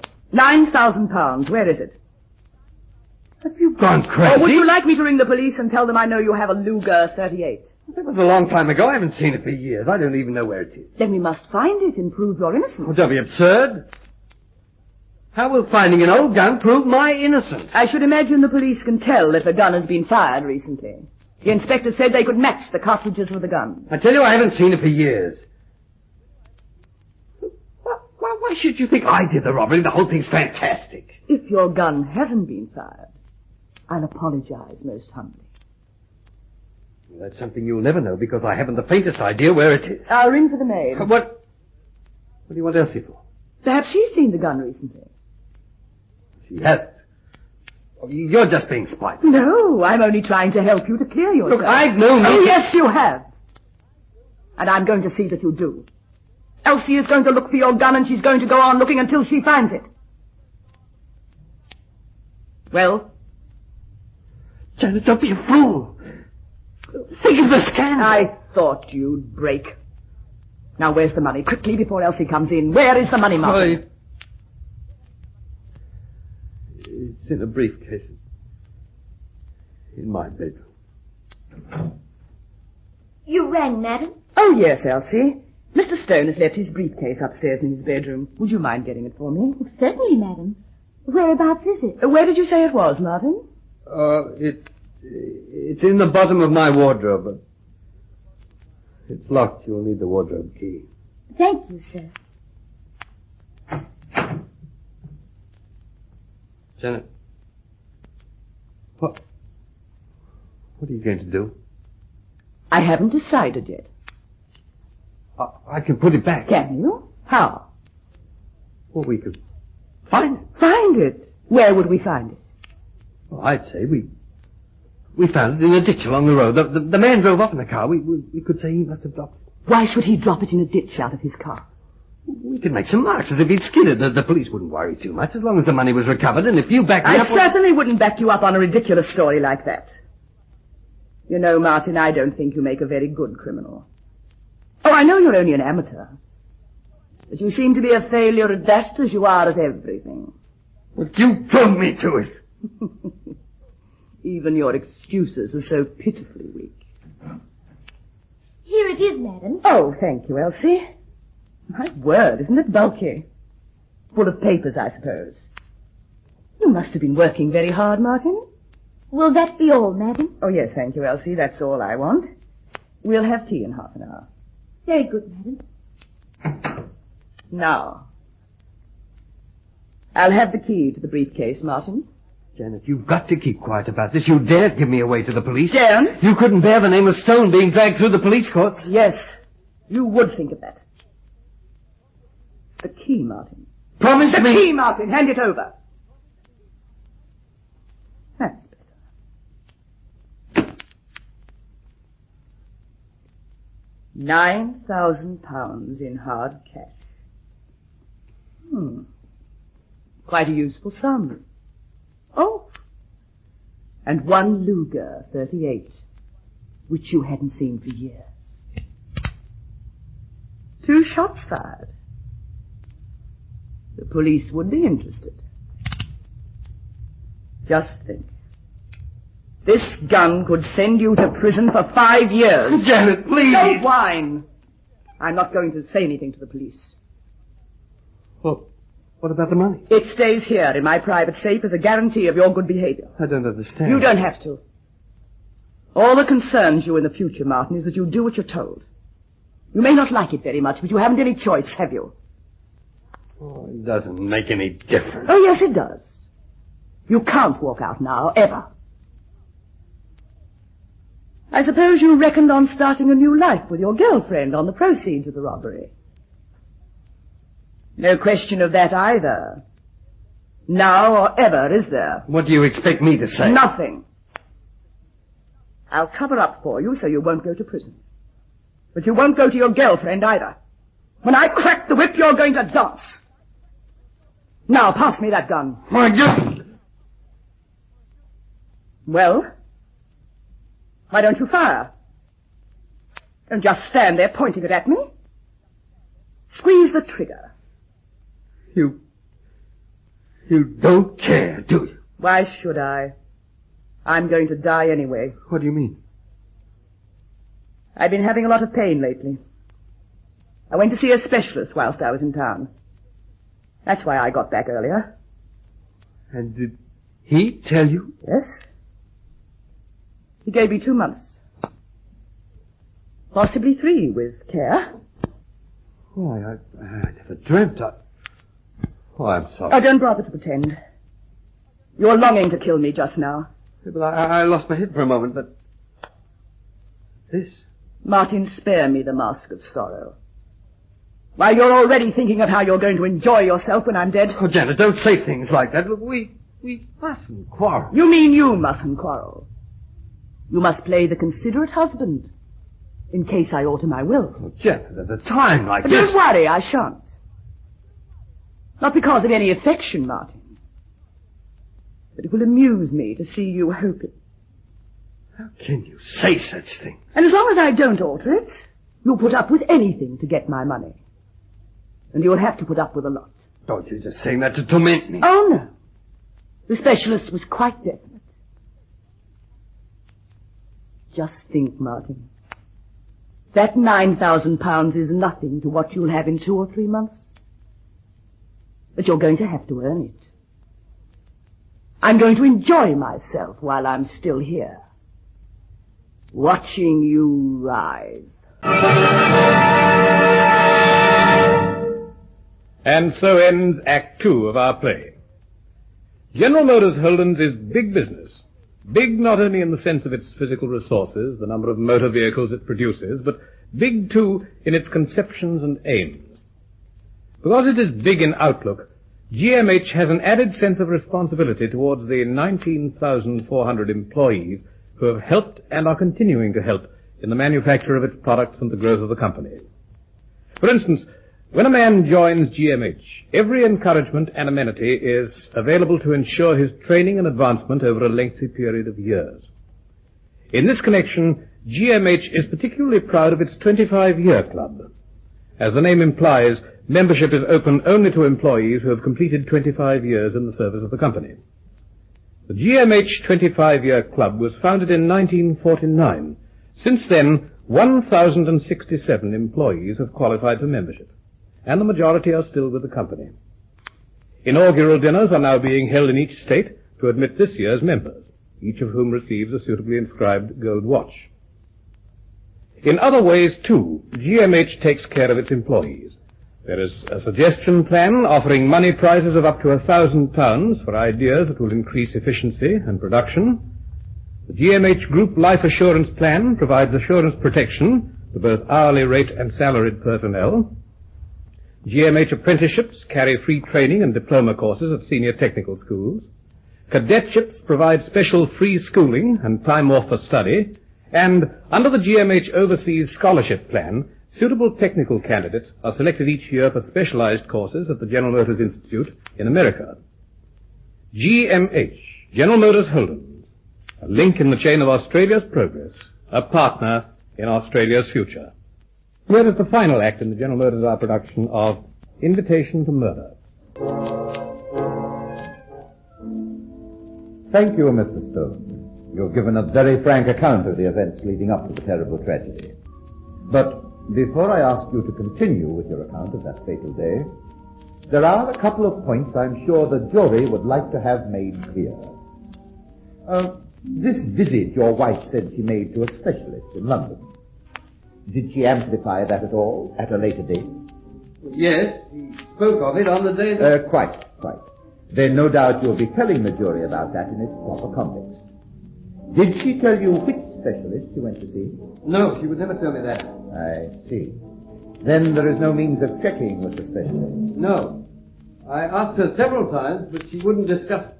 Then I take it your relations were still somewhat strained. They got worse. She humiliated me in every possible way, even at the works, in front of the staff. Which brings me to the second point. She still attended her business then, in spite of her health? Yes, at any rate for another month or so. Then she gradually took to going less and less. Didn't she give any explanation to the staff at the works? Well, she said she was a little run down and was going to take things easy for a while. So she didn't tell anyone the real reason? Not as far as I know. Didn't you tell anyone? No. Janet wouldn't allow it. She told me on no account was anybody to know. Did she give any reason for this attitude? She said she couldn't stand people making a fuss and that it was her business and her business alone as to how and when she died. Didn't you try and reason with her about this somewhat odd attitude? It was impossible to reason with Janet. She said that I was there to do what I was told, and if I didn't, I'd have to take the consequences. Her own doctor was attending her. You have heard his testimony that she never gave him any idea that there was anything seriously wrong with her. Well, but of course she didn't tell him. She said no one could do anything for her, so no one was going to know. Quite so. I think that gives the jury a good idea of Mrs. Stone's attitude of mind. Now, regarding the evidence of the maid Elsie Charters concerning the fatal day, you've heard what she said about the letter to Mr. Bryant. The letter itself has been produced in evidence. Do you dispute any of this? Oh, no, it's all quite true, but there's another reason for it. You see, I was down for works that day. Janet was always sending me on errands like a messenger, and she gave Elsie the letter before I came back. Oh, Elsie, I want you to take this letter for me. To the post, madam? No, I want you to take it round yourself. It's very important, so I want you to go right away. Yes, madam. Is there anything you want before I go? No, Mr. Stone will be back shortly. Is the address plain? Mr. L. Bryant, Bryant and Windlesham, solicitors, 37 High Street, Cranford. Yes, madam. Take a bus down and give it to Mr. Bryant personally. I'll see he gets it. When he's read the letter, I'll expect he'll come straight here. So you can ask him to bring you back with him. Oh, thank you, madam. Is there anything else you want me to get while I'm out? Oh, is there plenty of medicine there? Yes, madam. Nearly a full bottle. Good. Then I've got everything I want. Run along now. I think Mr. Stone has just come in. Very good, madam. Oh, Elsie, you can get tea now. I'm afraid you'll have to wait, Martin. Elsie is going out on a message for me. Oh, I could get it first if you like, madam. It won't take a minute. No, go right away, Elsie. Yes, madam. Couldn't she have waited 5 minutes? No, I give the orders here. I'm not likely to forget that. See, you don't. Look out of the window and tell me if she's on her way. She's just going down the drive. I don't see what can be so urgent. You will. You will. Are you up to something? What a suspicious mind you have. What could I be up to? Well, here's the stuff from the office for you to sign. Put it down there. I'll attend to it later. Well, some of it should go today. I said I'd attend to it later. Oh, it suits yourself. I intend to. Pour me out a dose of medicine, will you? It's on the table over there. All right.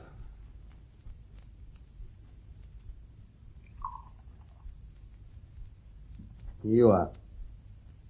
Anything else? Yes.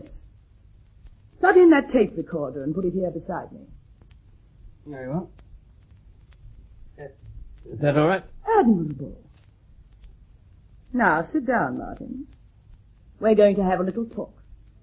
What about? About you, so listen carefully. After all, this will be our last conversation. What do you mean? I mean I shall be dead very shortly. That gladdens your heart, doesn't it? Well, what do you expect after the hell you've given me these last few months? The hell you've been going through these last few months is nothing to the hell you're going through the next few months. What new devilry are you up to now? Elsie will have caught the bus by now. Well? She's on her way to my solicitors. You altered your will. No, I've kept my word. You'll inherit my money, Martin. But I don't think you'll enjoy it very long. Why not? All these months you've been waiting for me to die, so that you could go to your girlfriend with a fortune.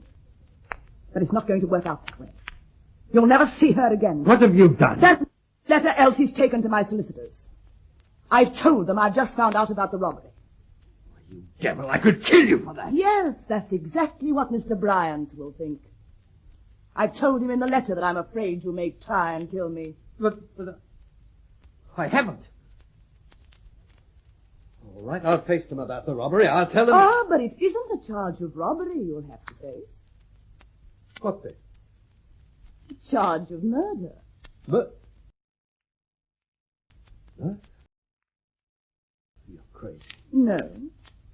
Not when they find the evidence. Evidence? What evidence? They'll have the evidence of the robbery. Then when they find that you've been plotting with your mistress to kill me... That's ridiculous. It was very silly of you to telephone that woman from here. But then you are very silly, Martin. It's wonderful how you can take a recording of a telephone conversation From an extension? So that's why you got the tape recorder. Yes. Now listen to what you said. Hello?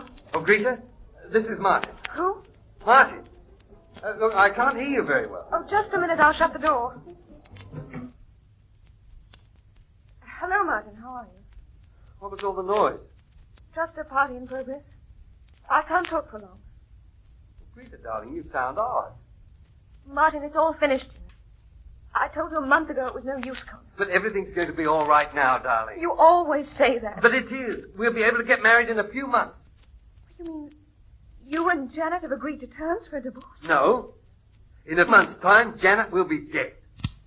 There we are. Interesting, isn't it? I wonder what the police will think of it. But the rest? I told Greta you were ill. I explained what had happened. And I didn't take it down, was it? This sounds quite different, doesn't it? The tape recording can't be used as evidence. Not in a court of law, no. But it'll give the police some ideas to work on, won't it? The police won't have this. I'll see to that. Don't bother to destroy it. You don't think this is the only recording, do you? Where are the others? In my safe, with the stolen money and the gun. Well, where's the key to your safe? Give it to me. Wouldn't you like it? You'd be able to destroy all the evidence. Oh, well, you'll have an interesting time hunting for it. Not very much time, of course. Mr. Bryant will be coming here at all speed when he reads my letter. Well, I'll tell him you've taken leave of your senses, that you're crazy. That you're crazy, you mean? You're beginning to get a bit crazy with fear already, aren't you, Martin? That's nothing to what's in front of you, though. You might, of course, plead insanity, but I don't think you'll get away with it. Get away with what? The murder charge. You're raving. I haven't killed you. You know I haven't. Oh, yes, I know. But it's the judge and jury you'll have to convince. You may find it difficult. But this whole thing's fantastic. They'll know you died from natural causes, especially... I didn't give my real name, and I haven't told my doctor. I haven't told anyone. Neither have you. I've seen to that. But I'll tell them now. They'll examine you. They'll find out. Yes, they'll find out. They'll find the poison. Poison? What nonsense are you talking? The poison I put in my medicine, the medicine you gave me. No. You couldn't. Don't confuse the unlikely with the impossible, Martin. I've taken an easy way out for myself. Quite painless and peaceful. And I've arranged an appointment for you with the hangman. It's true. You couldn't do such a thing. It'd be murder. That's exactly what the police will think. You won't get away with it. Going to pour the medicine away, Martin. Be sure you hide the bottle, and hide it quickly. They'll still find it, you know. They'll search until they do find it, no matter how small the fragments. And what are you going to say when they ask where the medicine is? Elsie will remember there was a full bottle. I carefully drew her attention to it. Oh, Janet, you can't do this monstrous thing. You can't die, knowing you're going to kill me. There's nothing that gives me more pleasure. I'm dying happy, knowing I've settled everything. I'll ring the doctor. I'll tell him now. Yes, do that. He might get here before. It'll be perfect. It'll be so nice to tell him how you poisoned me. Changed your mind. What a pity. I should have enjoyed forgiving you with my dying breath. It would have been such a nice touch, don't you think? Janet, have mercy. You can't be so inhuman. Beginning to get really frightened now, aren't you, Martin? You must write a note. Tell them you committed suicide. Now, here's a pen and paper. For pity's sake, write and tell them that you did it. Tell them that you've taken poison. Yes, I'll write. And tell them you've murdered me. No! Janet, have mercy. Have pity. You've had your revenge. You're driving me mad. I'll do anything. Anything you say, only write and tell them. Just think. If you had the key of my safe, you could destroy the other evidence. And anyway, you could take the money and escape. You might get out of the country. Yes. Yes, it's a chance. Janet, give it to me. Well, tell me where it is. You can't be so heartless as to condemn me without a chance. The key, Janet. The key. The key? You've got it? Yes, I had it all the time. Here, in my hand. Such a little key. Well, give it to me. No, keep back. Unless you want me to swallow it. Janet, give me that key. You might almost call it the key of life or death. I put it in my mouth. Watch my throat, I swallow. Oh, no, you don't. Give me that key. Spit it out. You're choking me. Give me the key. Give me the key. I haven't got... You're not going to swallow it. Give it to me. Janet. Janet?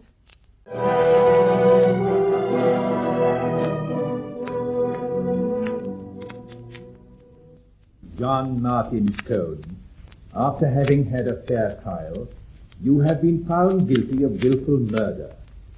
I must say that on the evidence they have heard, I cannot see that the jury could have returned any other verdict. Have you anything to say before I pass sentence? Yes, it wasn't murder. Janet meant me to kill her. She knew she was dying, and she planned it all. Don't you see? She planned it from the very beginning. I didn't mean to strangle her. She told me she'd taken poison to get me hanged. She told me. You are admitting now, as you did in the witness box at your trial, that you killed your wife. The only defense that you have offered is your story that your wife told you she had taken poison. But, as you heard from the evidence given by the pathologist, there was no trace of poison to be found either in her body or in the medicine. In fact, there is not a single shred of evidence to support your story of your wife's attempted suicide. In any case, even if it were proved, according to the law, you are still guilty of murder. Of course, had they been able to believe your story, the jury might have seen fit to add a recommendation for mercy to their verdict. The fact that they have not done so shows that they have, quite rightly, given no credence to your fantastic assertion. I have therefore no other course than to pronounce the prescribed sentence. John Martin Stone, the sentence of this court is that you be taken to a prison with a lawful place of execution, and there hanged by the neck until you are dead.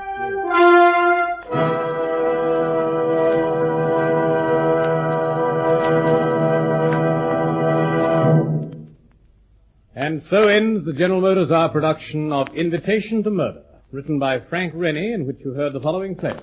As the judge, Geoffrey King. Elsie, Patty Crocker. Davis, Charles McCallum. The inspector, Brian Anderson. Defense counsel, John Alden. Rita, Wynne Nelson. And as Martin and Janet Stone, you heard our stars, Nigel Lovell and Thelma Scott. The General Motors Hour is directed by Harry Harper, who produced tonight's play. 2 weeks from tonight, ladies and gentlemen, the General Motors Hour will present Tony, Her Son, an original play by the American playwright Richard Wendley. It is a powerful story of the possessive love of a mother for her son. We shall star Lyndall Barber. And now, a closing message. A good car is a prized possession. To get the best out of your investment, you need good roads to run it on. If you're not happy about the state of the roads you use, wherever you are, wherever you go, talk, think, and campaign for better roads. And remember, 2 weeks from tonight, the General Motors Hour production of Tony, Her Son, starring Lyndall Barber. Now, this is John Deese saying goodnight to you all from the General Motors Hour, which now signs off from the Macquarie Network and cooperating stations throughout Australia.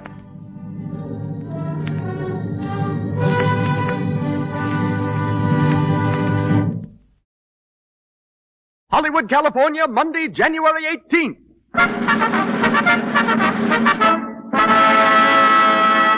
The Lux Radio Theater presents Edward G. Robinson in Criminal Code with Beverly Roberts, Paul Guilfoyle, and Noel Madison.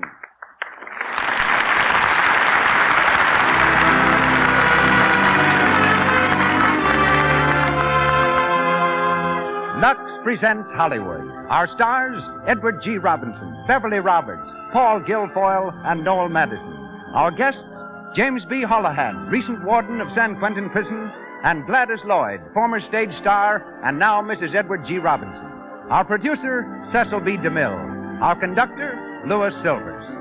Once again, the makers of Lux Flakes welcome you all to another hour in Hollywood at the Lux Radio Theater.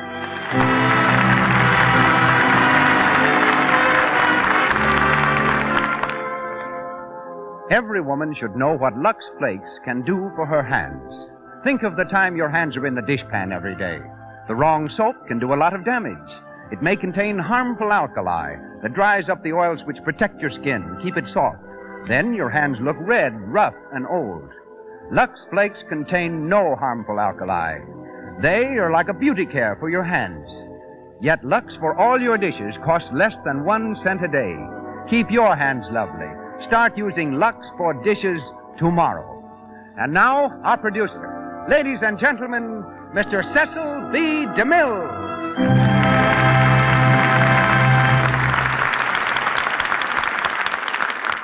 Greetings from Hollywood, ladies and gentlemen. What Mark Twain said about the weather of New England may be said about the character of Edward G. Robinson. It has a sumptuous variety that compels the stranger's admiration.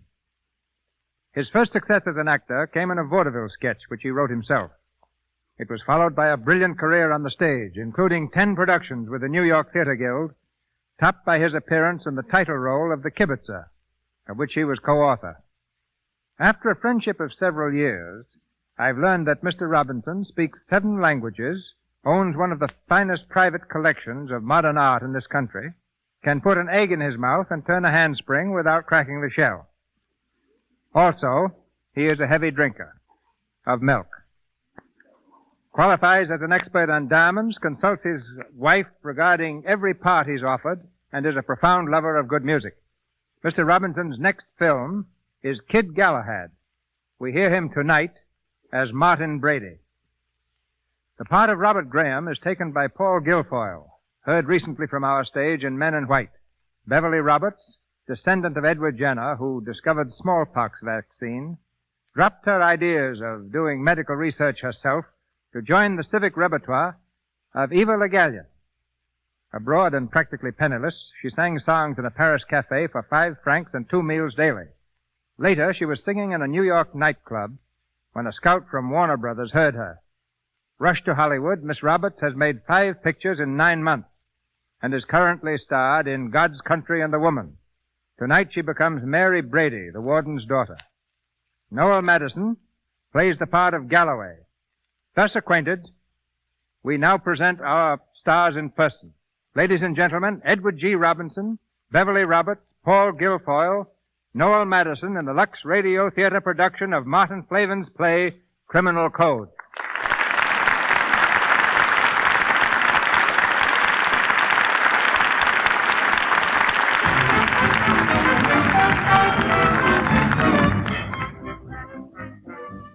There's a Saturday night crowd in Spelman's Place, a cafe of doubtful reputation. Seeming curiously out of place in these surroundings is Bob Graham, a well-bred, good-looking young fellow of 22. He dances with a girl who looks up at him through half-closed eyes. Swell music, ain't it? Yeah, it's awful hot in here, though. Want to go outside for a walk? Who, me? No, I'm all right. Atta baby. You know, it was swell of you to bring me here. I mean, not knowing me, hardly and all. Oh, it was swell of you. I mean it. What's your name? Bob. Bob Graham. Hey, there's that fellow again. Who? The fellow's been staring at you all the time. Oh, don't pay no attention to him. Do you know him? Yes, in a way. His name's Parker. I don't like the way he's looking at you. It's insulting, like he owns you. Oh, forget it. Come on back to the table.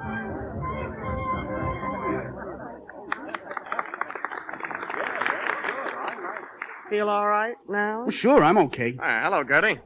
Oh, hello, Mr. Parker. Having a good time? Sure, why not? Well, come on over to my table. I got a party there. Thanks, but I'm with Mr. Graham. Sorry. Oh, come on now. Keep your hands to yourself. Hey, just a minute, Mr. Parker. What? If the lady wants to go with you, it's all right. But if she wants to stay here, she's going to stay. Hey, listen, kid, I know her. She'll go where the cash is easiest. Why, you... You take that back. You apologize, do you hear? Beat it, kid. Apologize. Go on before you get in trouble. Come on, Bob, let's get out of here. You're staying, Gertie. Sit down. Take your hands off of you dirty... Why, you... Look out, he's got a gun! What happened? He hit him with a bottle. Come on, get out, Bob, get out! No, I... Say, what's the matter? What started this fight? I seen the boss's fella here. He hit Mr. Parker with a bottle. He insulted this lady. I didn't mean to hurt him, but he reached for a gun. I thought he... Yeah? Well, hold on to this guy, Eddie. I'll get the cops.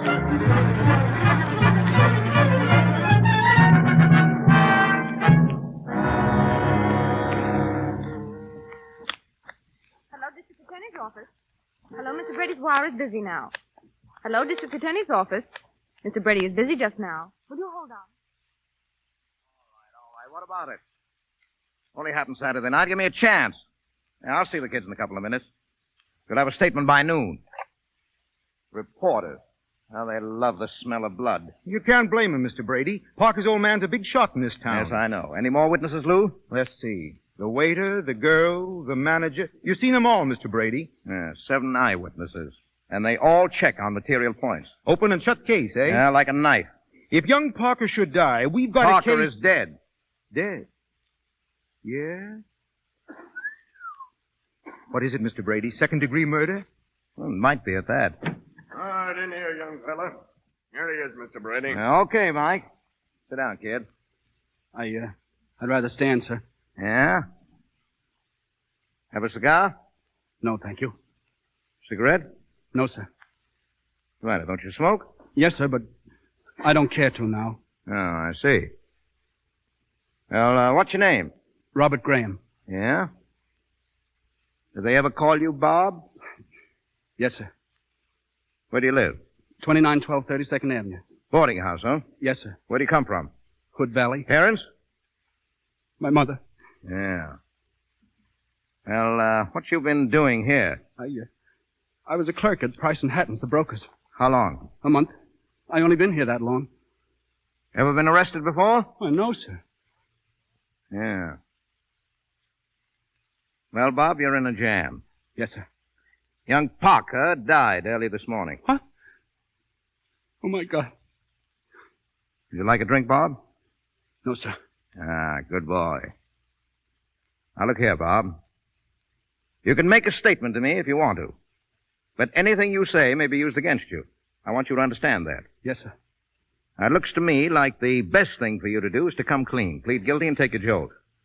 Yes, but your lawyer might advise you differently. Oh, have you got a lawyer? Well, the firm I work for sent their lawyer to see me this morning. What did he say? He told me not to talk.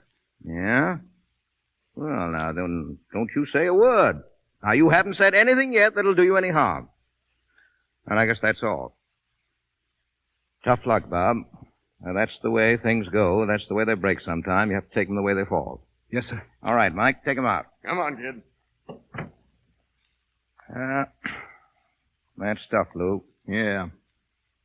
You know, that kid's got a nice personality. Yeah. A smart criminal lawyer like Kelly or Goldsmith could make it pretty tough for us. That's right, Mr. Brady.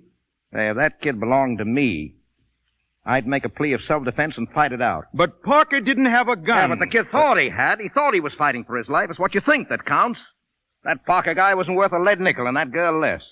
I'd get a disagreement at the worst, a year's delay, and a new trial. I'd get him off. He'd never serve a day. Yeah, I guess you could, Mr. Brady. A thing like this could happen to anyone. Me, you, anyone. Just a rotten break, that's all. What do you suppose he'll get? Oh, I can't tell. If that lawyer of his knows anything. He won't, though. Corporation man. Well, I'd advise him to plead the kid guilty to manslaughter and let it go at that. Manslaughter. 10 years, eh? Yeah, maximum. That's tough on the kid. He'll go to pieces in the jug, wreck his whole life. Well, it's the old Mosaic law. An eye for an eye. The basis and foundation of our criminal code. There's a man lying dead. His skull smashed in with a bottle. And somebody's got to pay. Well, that somebody happens to be Bob Graham.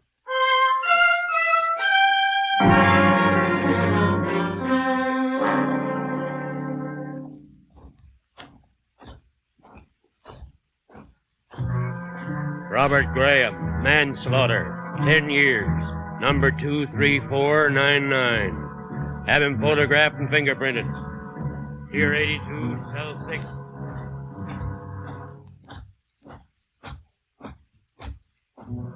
Number 23499. Manslaughter, 10 years. Previous occupation, broker's clerk. Put him in the jute mill. We can't use any more clerks.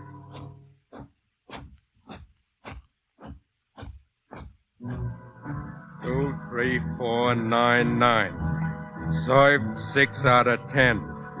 Needs medical attention. Send him over to the lab. Have Dr. Ryan give him an examination.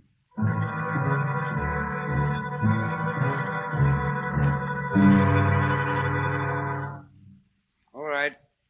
You can put on your shirt now. You're not sick, do you understand? You say you have no appetite. You can't sleep. But physically, you're not sick. What do you say, Dr. Kellogg? Nothing physically wrong. You see, I can find nothing wrong with you. My assistant can find nothing wrong with you. You're neurotic.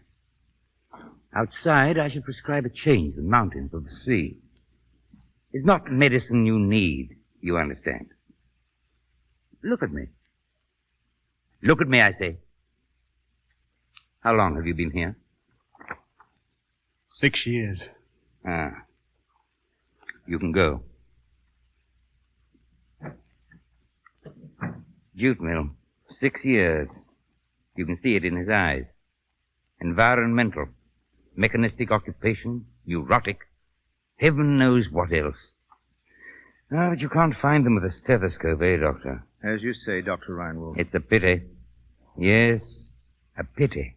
There's something there worth saving, and it's almost gone. This is the medical lab, Mart. Hello, Dr. Reinwolf. Want you to meet the new warden, Mart Brady. How are you, Doctor? How do you do? You remember Brady, Doc. Used to be district attorney. Ought to be governor of the state by rights, Well, you're a little early, Mac. I'm showing Mr. Brady around the prison, Doc. Thought we'd drop in and say hello. Of course. Regular hospital here, Mart. Drugstore, x-rays, operating rooms, everything. You ought to see it. Better get going now, though. We got to see the jute mill before the whistle blows. So long, Doc. See you later. Well, I'm glad to have met you, Doctor. Thank you. I'd like to see all around your plant sometime. I'll be very glad to show you, Well, that's Warden. fine. If there's anything I can ever do to help you, just let me know. Thank you. I will.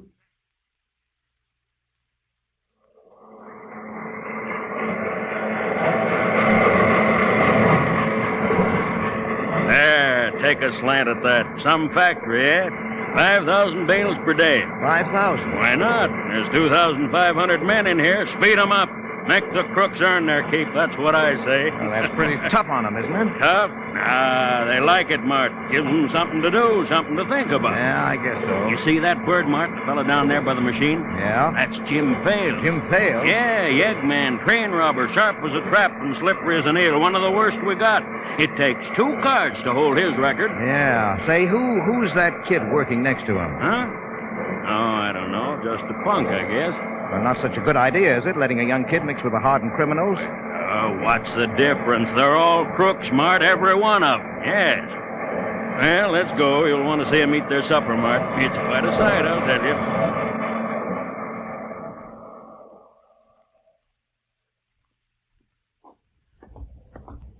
And right after supper, we stick them in the cells. This is the new cell block right here, Mart. You see those men standing in line outside the cages? Yeah. When the bell rings again, you'll see a funny thing, Mart. Yeah, what are they doing there? Anything they like. Talk, smoke, read, play cards, anything. Till 9 o'clock. Well, that's tough. That's pretty tough. No, they like it. They're champing at the bit to get in now. Keep your eyes open, Mart. Mark time. Now.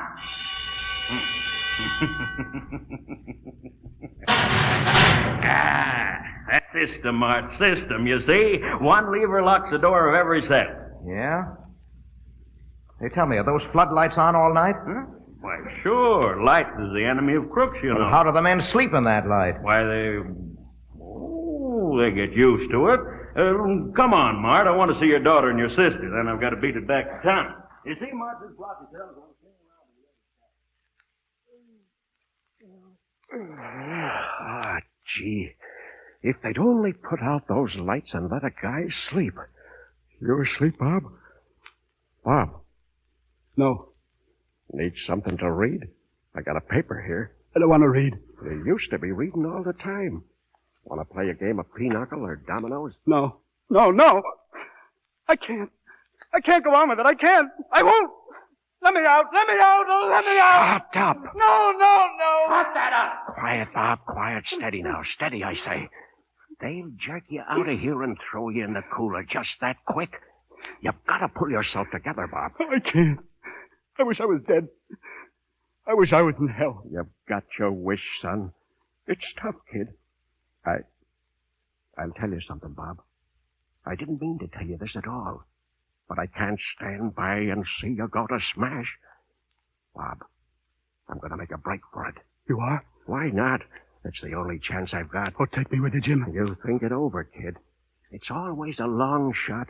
9 out of every 10 come back. I don't care, Jim. Oh, if I could only get one breath of air outside. One good square meal.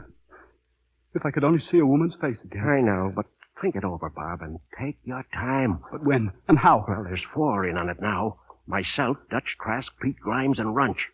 Runch? Well, I'm not very keen on him myself. I heard he's a stool.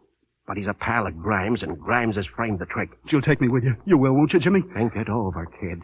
Think it over.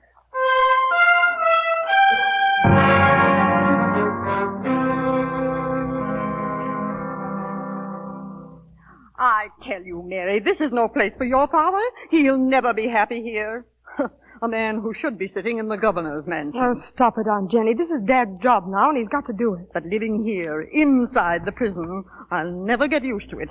It gives me the creeps. And all the children put to bed for the night. You know where they are, Mart? Every one of them. Yeah, we know that. Hello, Dad. Hello, Mary. Hello, Mac. Well, Mary, how are you, dear? How are you, Miss Brady? I shall never get accustomed to this, Mr. McManus. No, don't say that, Miss Brady. Oh, it's horrible. Horrible. Oh, Dad, before I forget, Dr. Reinwolf called. Yes? It's about some prisoner. He'd like you to see him personally. Here's the name. I wrote it down. Robert Graham, 23499. Recommend change of environment. Graham. That name's familiar, but... Hello? Call Dr. Reinwolf, please. Tell him I'll see that prisoner tonight. All right, I'll see him now. What is it? You have your dinner now, sir? Yes. Run along, Mary. I'll be with you in a minute. Come on, Auntie. You staying, Mac? No, but I'll be up again soon. Goodbye, Mary. Bye, Miss Brady. I'm afraid so.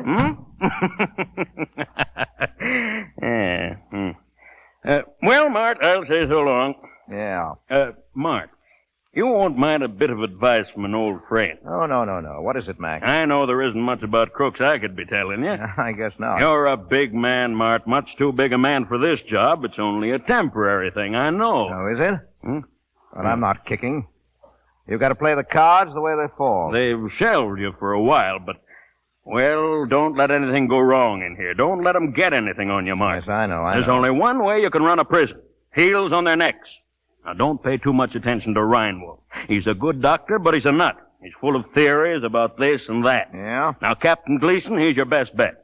Level-headed, cold as ice, and he knows the game from A to Z. Eternal vigilance. That's the ticket.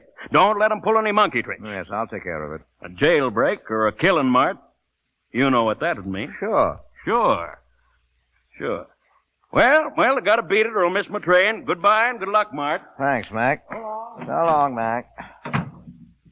Come in. Come on, in you go. Evening, Warden. Evening, Captain. Here's number 23499, Warden. Dr. Reinwolf said you'd see him. That's right. Here's his record, sir. Oh, thanks. Sit down, Graham. Your name is Graham, isn't it?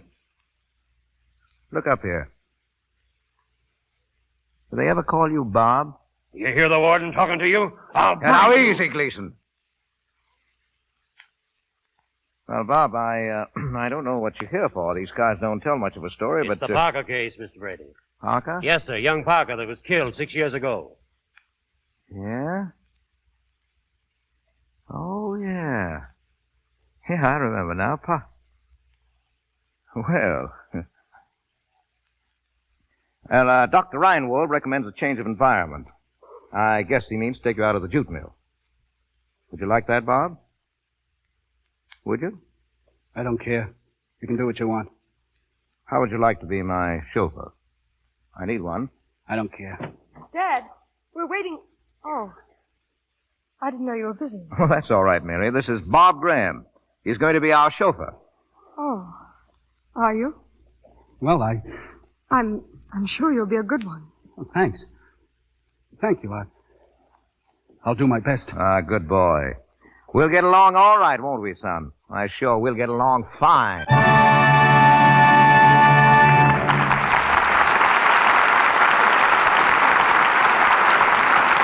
We will continue with Edward G. Robinson in Criminal Code shortly from the Lux Radio Theater. But for the moment, let us imagine we're in a typical American home in which we meet two members of our unseen radio audience. In the living room, in front of an open fire, the Murrays are listening to our performance of the Criminal Code. Powerful play, isn't it, George? I certainly enjoy the Lux Radio Theater. Yes, so do I. And we're in the front row pretty regularly. That's right. You know, George, I've been enjoying the shows more lately. I haven't had a lot of odd jobs to do while I listen. Yes, my dear, you do seem to have more time to take it easy now. Well, one thing, that mending basket isn't nearly so full these days. Matter of fact, I can thank Lux for that, too. Mm-hmm. Why, since I began washing socks and stockings in Lux Flakes, I haven't had to do anywhere near so much darning. Your socks wear much longer, and I haven't had a stocking run in ages. Lux Flakes do cut down on tiresome darning. You don't have to mend nearly so many stocking runs, or holes in the menfolk's socks either. That's because Lux saves the elasticity of the threads. Instead of breaking so easily under strains, the threads can give. They can stretch, then spring right back into shape. Naturally, you don't get nearly so many runs or holes. So, to keep your stockings and your husband's socks in good condition longer, always use Lux Flakes. Once again, Mr. DeMille. We continue with Criminal Code, starring Edward G. Robinson with Beverly Roberts, Paul Guilfoyle, and Noel Madison. 6 months have passed. Prison routine has droned endlessly on, interrupted only by Jimmy Fale's futile break for freedom. In the living room of the warden's apartment, Mary is fastening the buckles of a suitcase. Dr. Reinwolf appears in the archway. Oh, excuse me. Yes? Oh, Dr. Reinwolf. Come in. Miss Brady, your father tells me you're going away. Oh, just for a week or 10 days. Won't you sit down? Oh, thank you. No, I'm sorry that you're going, even for so short a time. The miracle that you performed in 6 short months... Miracle? Yes. The reconstruction of a man. Oh. You mean Bob? Bob Graham? Yes. Well, what have I to do with that? I don't know. A curious phenomenon. The raising of Lazarus from the dead wasn't more curious. The prison takes 6 years to break a man, and something mends him in 6 months. And is he mended, do you think? Oh, can't you see that in his eyes? For my own records, I've taken the trouble to investigate his history and his crime. Yes? It wasn't a crime at all. It was an accident. Oh. I thought perhaps you might care to see the file. Oh, yes. Yes, I would. It's in this envelope. Your father was state's attorney at the time. No doubt he can confirm or supplement the facts. My father is a just man, a kind man. The kindest man I've ever known. If you mean... Oh, nothing. No, you quite misunderstand me. The integrity of our criminal code wasn't violated in this case. I see. Oh, excuse me. I came to get your grip, Miss Brady. Oh, yes, Bob. Here it is. I'll take it out to the car. Thank you.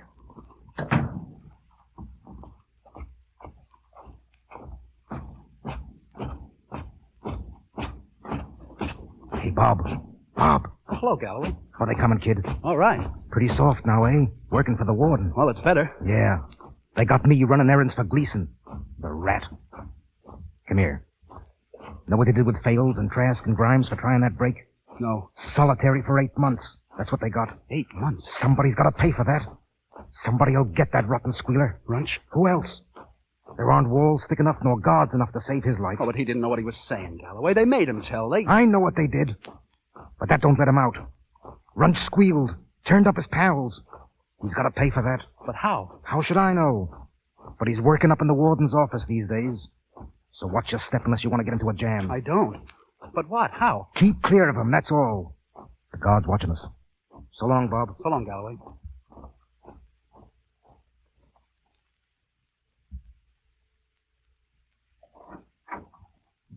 Bags in the car, Miss Brady. Thank you, Bob. Will you be gone long? Only a few days. Oh. Is there anything I can do for you, Bob, outside? No, thank you. Anyone I can see? Oh, there isn't anybody now. My mother died 3 years ago. Oh, I didn't know. She used to come and see me every month until she died. It kept my courage up. Afterwards, I began to slip, I guess. You know, it's awful hard to try and make yourself believe that it's worthwhile to try. I know. They all think they've had a rotten deal. That's all you hear. Bad luck, tough breaks. That's all they talk about. It gets under your skin in time, and it fills you up with bitterness and hate. That's all there is in here. Bob, are you bitter? No, not now. I was, but I seem to see more clearly now. My father's trying to get you parole. Yes, I know. But that doesn't matter so much to me now. Well, why do you say that? Well, I mean, if you stay here. You don't mean that. Yes, I do. It isn't like it was before at all. If I can see you every day, just to see you, then when they lock me up at night, there's something to think about, to wait for until tomorrow. Bob, what will you do when you're free again? I don't know. I've thought a lot about it, too. Do you think it'll make any difference to people? What? That I've been in prison? It shouldn't. No, it shouldn't, should it? When a thing is paid for, that should end it, but... Well, they don't think that in here. They say it does. They say that's why so many who go out come back. Would it make any difference to you? No, Bob. Mary. For heaven's sake, Mary, are you still here? Why, I'm just leaving, Aunt Jenny. Goodbye. Goodbye, dear. Have a good time. Goodbye, Bob. I'll walk to the car with you.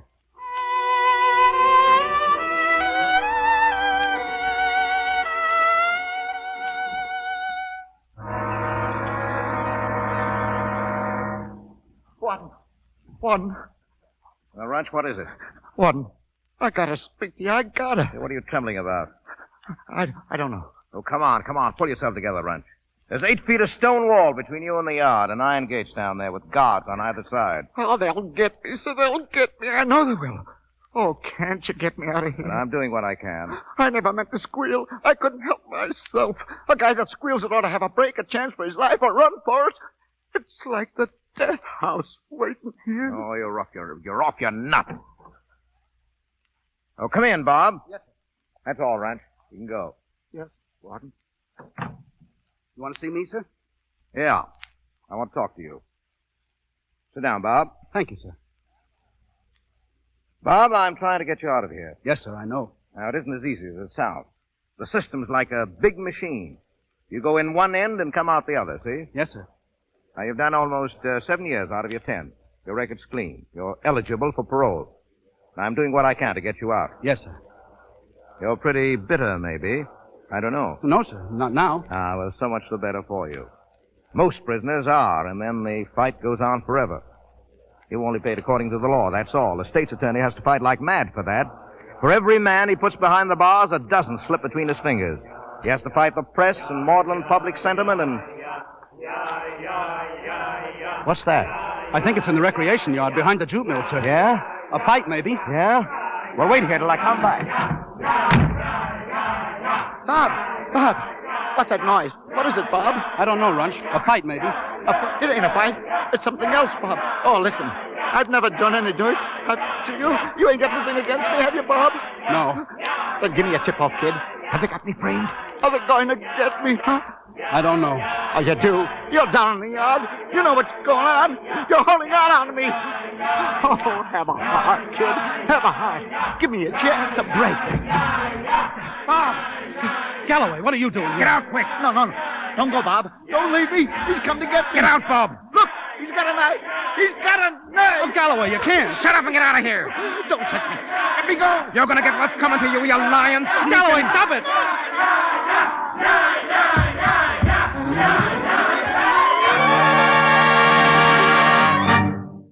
Well, Doctor?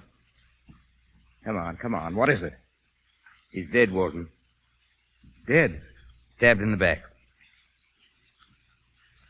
All right, Doc. Cover him up. I'll send for you later. I'll be in my office. Gleason. Yes, Warden? How did it happen? How could it happen? That commotion in the yard. They drew you out of here and gave it to him in the back. Yes, I know, but who did this? If you ask me, Warden, it was that driver of yours that turned the trick. Young Graham. Graham? Oh, you're crazy, Gleason. Why would he? What was this to him? You never can tell what's working in their heads. Oh, forget it. The bird who planned this trick came either from the prison corridor or from the hall. Graham. Go on, use your nut. I tell you, he didn't do it. He was here when you left. If he didn't murder Runch, he must know who did. Yeah. Yeah, I guess that's right, Gleason. I guess he does. Oh, come in, Bob. Yes, sir. Oh, Gleason. You better round up the clerks in the turnkey's office. Check them all for bloodstains before they have a chance to wash them off. Right. Bob, come here. Look at me. You didn't kill Runch, did you? No, sir. Yeah, I didn't think you did. It was a skillful, crafty trick. They cleared the way to both those doors. They knew the racket in the yard would draw the saphead guard off the inner gate. They thought of everything except that you were in this room just before it happened. Now, who killed him, Bob? Who killed him? I don't know. Yeah? I'm afraid you can't get away with that, my boy. I go out of this room and leave you here, and Runch is alive. When I come back, you're outside in the hall, white as chalk, and Runch is dead or dying. Now, you knew that, didn't you? Yes. Yes. And yet you say you don't know who did it. Now, you're lying, Bob. Lying to shield a murderer. A man who crept in here with a knife and struck that poor defenseless creature down. Is that worthwhile?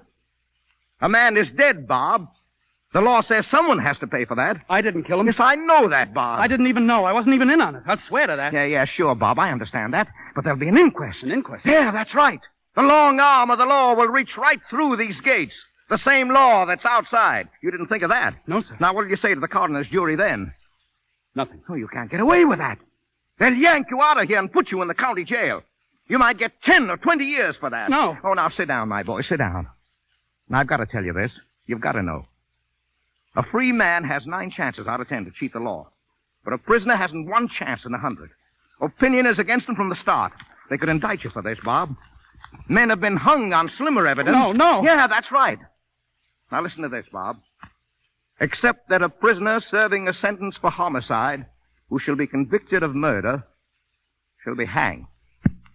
Now that's our criminal code, Bob. I know, it's tough. It's tough, but you see the way things lie. So you better tell me, Bob. I can't do that. I can't. There's a law inside here, too. A man can do anything but squeal. He can't do that. I'll have to take my chance, I guess. Chance? You haven't got a chance. You're in the net. You're caught.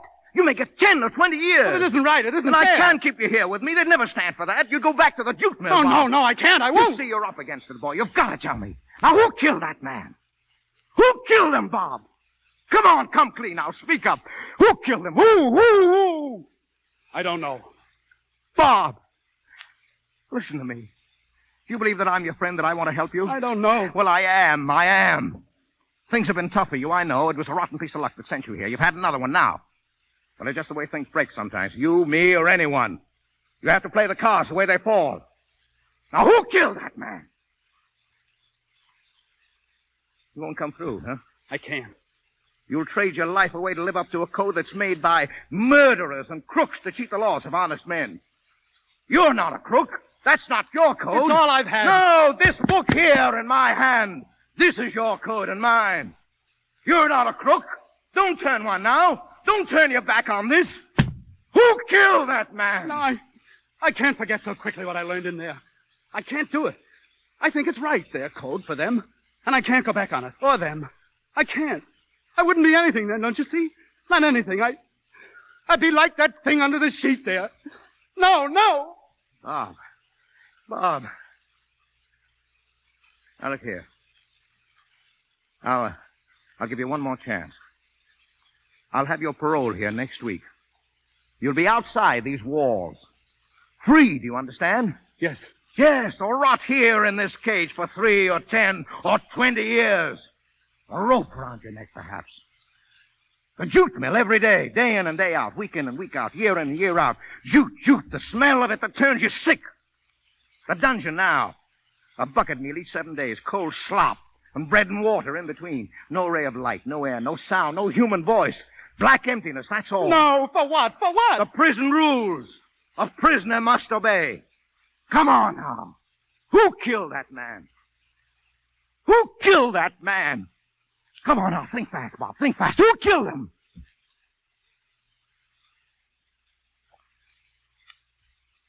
Oh, take him away, Gleason. Put him in the dungeon. Lock him up. Yes, sir. Come on, get out on your way. He won't be so cocky in a week. Yeah, now wait. No violence to that boy. Let no one lay a hand on him. You understand? Yes. I'm doing this for him. For him. I've got to save him, do you see? To save him from himself. He's got to tell. He must. He must.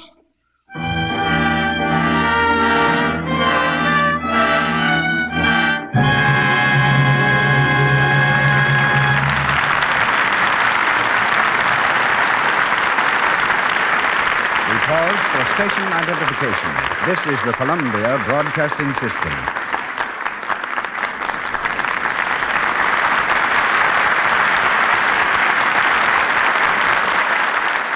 This is KNX Los Angeles, the voice of Hollywood.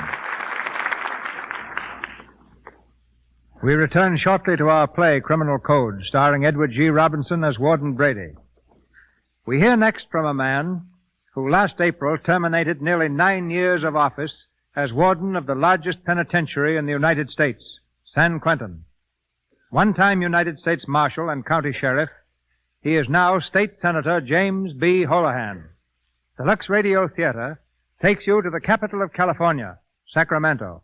There, under the high vaulted dome of the Capitol building, where the State Senate has just elected him chairman of its Committee on Prisons and Reformatories, the former warden interrupts affairs of state to speak to us. Ladies and gentlemen, we switch you from Hollywood to Sacramento in presenting the recent head of San Quentin Prison, Senator James B. Holohan. Thank you, Mr. DeMille, and my congratulations on your splendid production of Criminal Code. It was just 2 years ago last Saturday that the most exciting experience I had at San Quentin occurred. I was seated with 3 members of the State Parole Board in my home when the door suddenly opened and we found ourselves facing 4 of our most desperate convicts, each armed with a .45 automatic. They were Rudolph Straight, Fred Landers, Alec McKay, and Joe Christie. I dashed to the telephone to sound the alarm, but as I did, Straight rushed up from behind and pounded me unconscious with the butt of his gun. Then they forced one of the others to order a prison car. Just then, my wife entered the room and was promptly made a prisoner as she vainly strived to persuade the convicts to abandon their mad scheme. The car arrived, taking the 3 members of the parole board and the driver as hostages. They made a wild dash through the prison gates. Police bullets stopped the car 50 miles north of San Francisco. Rudolph Straight was slain, and the other 3 brought back and tried. McKay and Christie were executed, and Fred Landers is still in San Quentin, sentenced for life. They had secured their guns from an outside Confederate who had hidden them under the hood of an automobile belonging to a state employee. The 4 convicts gained access to the prison garage, so it was easy for them to pick up the automatics brought to their hands by a perfectly innocent man. By far the majority of convicts realize their mistakes and try to serve their time in peace and obedience. I am a firm believer in strict discipline, but I found that prisoners, like all human beings, respond best to encouragement when deserved. A pat on the back, so to speak, can be just as effective as the most severe punishment in Siberia, our word for solitary confinement. At times their make-ups are strange. 2 men about to die for murder once gave their money, in each case amounting to about $800, to charity. One to the Society for the Prevention of Cruelty to Animals, the other to children of another convict. It is impossible for prison authorities alone to rehabilitate men whom society has failed to save in the first place. Society always hesitates to help those who wear the prison brand.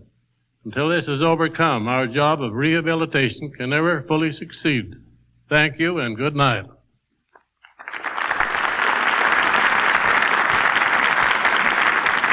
Thank you, Senator Holohan. Back to Hollywood and Criminal Code, starring Edward G. Robinson with Beverly Roberts, Paul Guilfoyle, and Noel Madison.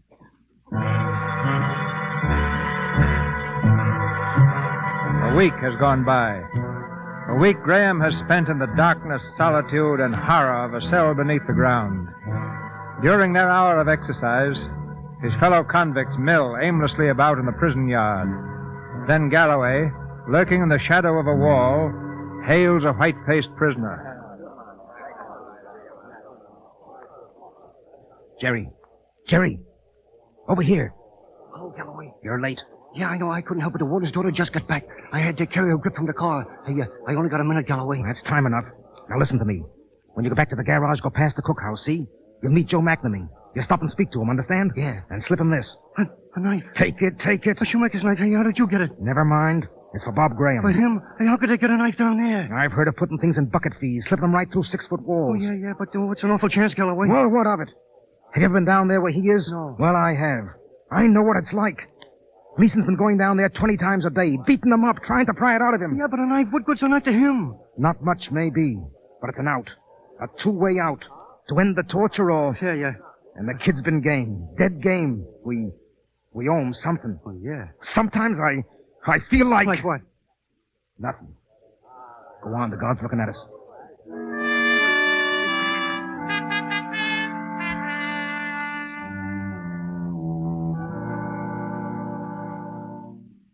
Oh, you wish to see me, Warden? Yes, I do, Doctor. Come in. I want to ask you about Graham. I looked him over this morning, as you ordered. Physically, of course, a week of bread and water in the dark has an effect. Deterioration does occur, but I'm less concerned with that than... Than what? Well, I mean the spirit, the morale, the man himself. Yeah. He's sullen now. It's difficult to see into his eyes. And when one does, one sees they're filled with bitterness and hate. Hmm. There's no trace of what I found in them before. That spark worth saving. It's a pity. Yeah. Father. Oh, Mary. Well, how are you, sweetheart? You can go now, Doctor. Good. I'll see him again tonight. Sure. Well, it's like a breath of heaven to have you back here, Mary. Oh, what's wrong, old girl? You look as solemn as an owl. What have you done with Robert Graham, Father? Hmm? Who told you about him? Aunt Jenny told me everything. What have you done with him?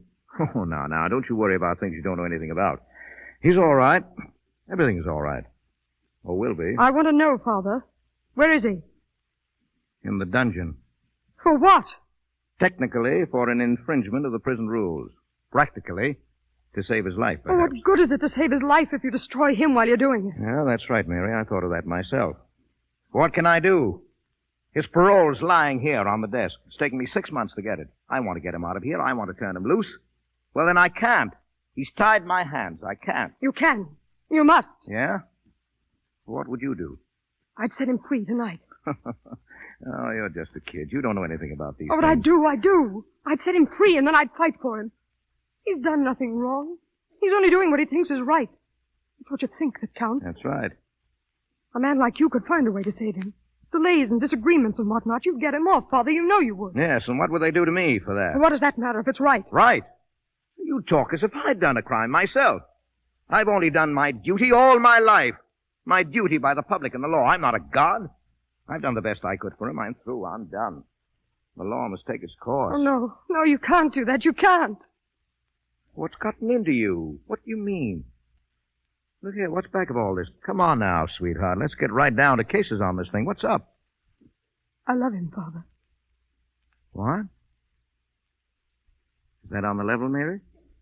Yes. Why didn't you tell me that at first? I wanted you to do it because it was right. Not just for me. I see. Well, how long has this been going on? Hasn't gone on at all. He's never said a thing to me. But I've read it in his eyes. That's why I went away, to see, to find out just how much I cared. And whether it would make a difference to me that he'd been in prison. Well? Oh, no, it doesn't. I'm sorry if it hurt you, Father. Oh, but... no. You can't help that, Mary. Love? Well, you have to take it when and where it comes. You're not a child. What will you do? There's just one answer left to that, Mary. I turn the demons out of hell for you. Father. Now, don't you worry, sweetheart. We'll see him through somehow, some way. Hello? Warden talking. Find Captain Gleason and tell him to send number 23499 up to my office. Yeah, that's right, 23499. Thank you, Father.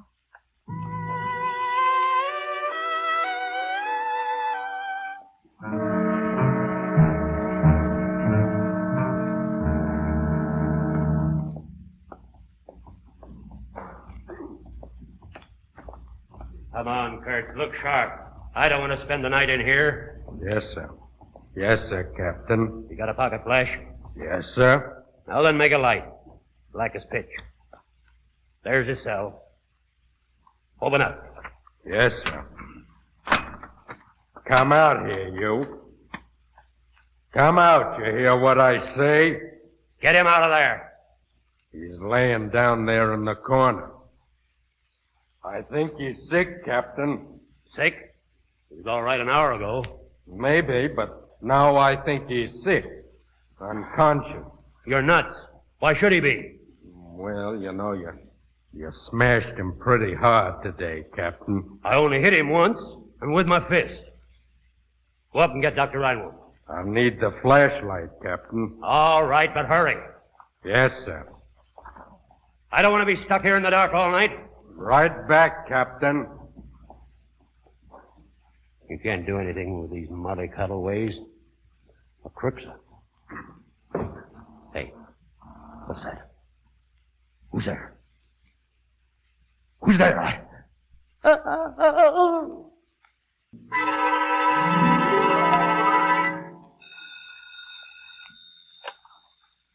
Hello? Yes, I did. Send him up. It's Bob. He's on his way up. Father. Now listen, honey, he'll be changed, see? A week in the dungeon will change anyone. Now don't pay any attention to how he looks, do you hear? Oh, I won't. Is the car ready? It's waiting downstairs now. He'll be out of here in 5 minutes for good. Oh, thank God. Bob. Oh, come in, boy. Bob, Come in. What have they done to Yeah, you? now, Mary. Oh, sit here, Bob, here. Yeah, thanks. Oh, Bob, I'm sorry for what's happened. I've done the best I could for you. For everyone. Your parole has come. I'm going to send you out tonight. What? That's right, Bob. I've got it here, you see? Only came this morning. Oh, and here's a pass to take you through the gate. No. Sure, we'll beat them, Bob. I don't know how, but we'll beat them some way. No. It's too late. Too late? What do you mean? You say that? Gleason. I just killed him. Oh, What? God. Hey, what you saying, boy? You couldn't. I killed him. I didn't know, you see. I thought he'd only come to torture me again. I couldn't stand it anymore. I didn't have the strength. He's come so many times to threaten me, beat me. I couldn't stand it anymore. I couldn't. Oh, God. I killed him. I'm not sorry. No one has any right to make another being suffer as I did in there. Father. Oh, I can't beat this, Mary. I can't. They know it now. They're looking for him in the yard. No, there must be No, some way, nothing, some way. Mary, nothing. Well, it's just the way the things break sometimes, the way they break.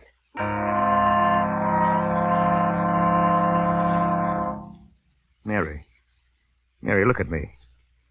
I did my best. I did everything that I could. You sent him down there, down to that dungeon. Anyone would go mad in that place. He didn't know what he was doing. But I had to do it. Don't you see that, honey? If I hadn't... If you hadn't sent him, he'd be free now. Free. No, Mary, don't. Please, you don't understand. Mary, look at me. Hello? Yes, Doctor. Yes? He will. Are you sure? Yes, I see. Yeah, well, keep me informed. Thanks. Gleason is going to live. He didn't know it was dark. The doctor told me an hour ago Gleason had a good chance. I didn't want to tell you, raise your hopes. But it's certain now. Well, what does that mean? Well, he's not a murderer, that's all. He'll have to stand trial again. Another 5 years at it, maybe 10. 10 years? Well, it's better than life or hanging. Warden. How did you get up here? I gotta see you, Warden, right away. Alone? Yeah, wait inside, Mary. What's your name? Galloway. Well? It's about Graham. You gotta let him go, Warden. You gotta let him out of that dungeon before something happens. Well, go on. He didn't kill Runch. He never touched him. I swear he didn't. You were in here when Runch was killed. I did it. You? Yes, me. I'm telling you now, so you lay off the kid. Let him alone. Get him up out of there before you knife somebody. What? Well, you're too late, Galloway. You're an hour too late. He knifed Gleason down there an hour ago. Is Gleason dead? No. But that won't help Graham much. But that boy was leaving here tonight. I have his parole on my desk. He was walking out of here a free man. And now he stays 10 years. He'll never live it out. 10 years because you waited till it was too late. But he didn't kill Runch. I told you. He's young, got his whole life before him. A chance for a home and kids. And what happens? He goes crazy mad in the dungeon and knifes a guard. He didn't know what he was doing, but he pays for it just the same. Listen to me. He didn't kill Runch. And he didn't knife Gleason either, see? Because I did it. What? I did it. Yeah? What about Graham's confession? He was off his nut down there in solitary. Maybe he wanted to kill Gleason. Maybe he thought he did. Well, how could you have done it? I've got the run of the place, ain't I? I grabbed the key from the office. I let myself in the side door. I knifed Gleason. Do you know what you're confessing to? Sure. A man can only be hung once. Well, will you sign a statement? Any time you want. All right, Galloway. Go now. Report to Kurtz. Right. Mary! Mary! Yes. Bob's free, Mary. He can leave any time. Free? Yes, he didn't do it, see? But he said... He didn't do it. He didn't know what he was saying. I'm letting him out now. Oh, well, it's all right, honey. It's all right. He's paid his debt, more than paid it. He had a rotten deal, but now he's got a break, and we'll play it, honey, all of us. We'll play it the way it falls.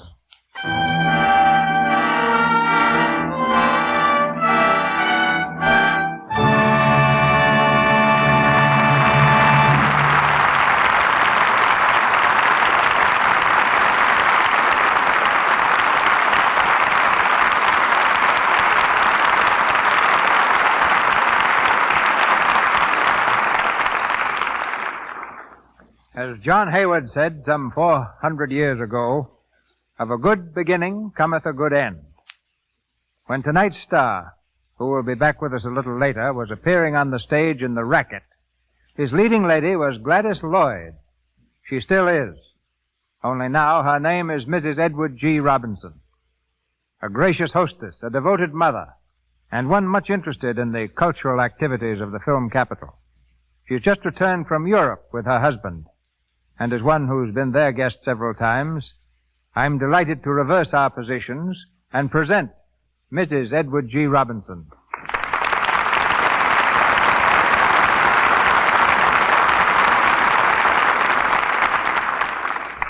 Thank you, Mr. DeMille. When I was in France, I met a doctor who told me of the time that you were very ill in Paris. He said that in your delirium you kept repeating, "Take me to paradise. I want to go to paradise." When I laughed, he looked at me in amazement. And then, of course, I had to tell him that what you were longing for wasn't a happy hunting grounds at all, but your ranch, paradise. One must really visit Europe to appreciate Hollywood. All the culture found abroad flourishes right here in the shadow of the picture studios. Yes, Hollywood attracts the finest musicians, the most talented painters, and the greatest writers. Yes. In the Luxembourg galleries in France hang paintings by the Columbia director, Harry Lockman. Nor do the wives of stars and executives spend their time trying to justify their existence by balancing a teacup on one hand and a square-cut emerald on the other. Mrs. Jessie Lasky is an excellent painter. Mrs. Ernest Boyd, a wife of the writer, is a director in the Pasadena Community Theater. Mrs. DeMille, wife of our host, is director of the Children's Hospital, the American Red Cross, and president of the Castelar Creche, a baby's home. And if you're not overcome with culture by this time, I might add that Mrs. Edward G. Robinson spends her time reading scripts, landscaping the garden, collecting rare china, and doing equally important chores such as raising her 2 children. And the rest of your time is your own, huh? Yes, only there isn't any. Did you add to your collection while abroad, Miss Robinson? Well, Eddie did most of the collecting, Mr. DeMille. In Paris, he collected snails and frogs' legs.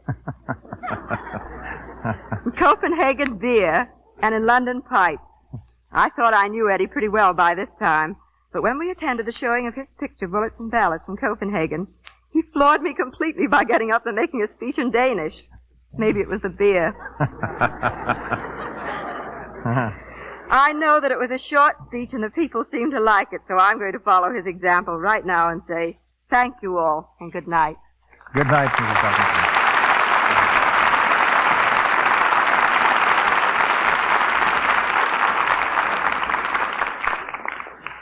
And now, a word from the other half of the Robinson household. Ladies and gentlemen, Mr. Edward G. Robinson.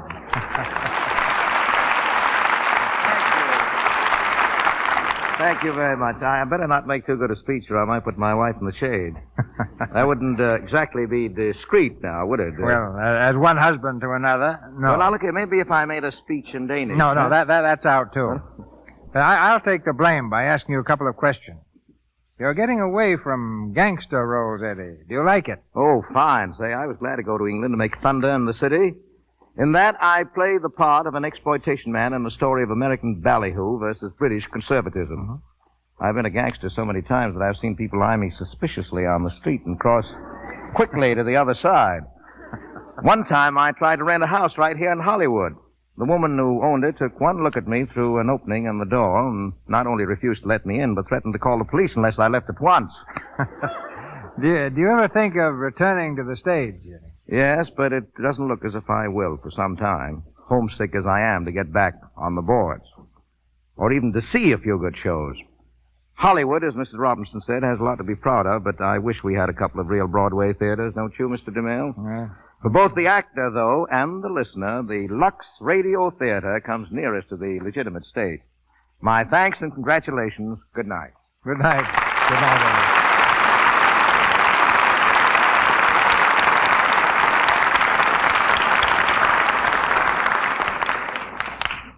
Thank you, Mr. Robinson. Ladies and gentlemen, this is your announcer, Melville Ruick. Mr. DeMille tells us of next week's program shortly. Our cast tonight included Walter Kingsford as Dr. Reinwolf, Lou Merrill as McManus, Earl Ross as Gleason, William Williams as Kellogg, Richard Abbott as Kurtz, Ernie Adams as Runch, Justina Wayne as Miss Brady, Joe Franz as Jim Fales, Hilda Haywood as Gertrude, Margaret Brayton as the operator, Ross Forrester as Jerry, David Kerman as the waiter, and Frank Nelson as Mike. Mr. Robinson and Miss Roberts appeared through courtesy of Warner Brothers, Mr. Guilfoyle, RKO, Mr. DeMille, Paramount, and Mr. Silvers, 20th Century Fox, where he was in charge of music for the new Shirley Temple film, Stowaway. Once again, Mr. DeMille.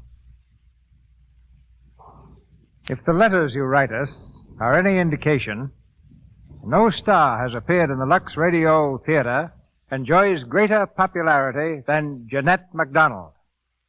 Her glorious voice comes to us again next Monday night in Tonight or Never, a play with music that ran on Broadway for more than 250 performances and was a tremendous success on the screen. Our sponsors, the makers of Lux Flakes, join me in inviting you to be with us again next Monday night when the Lux Radio Theater presents Jeanette MacDonald with an all-star cast in Tonight or Never. This is Cecil B. DeMille saying good night to you from Hollywood.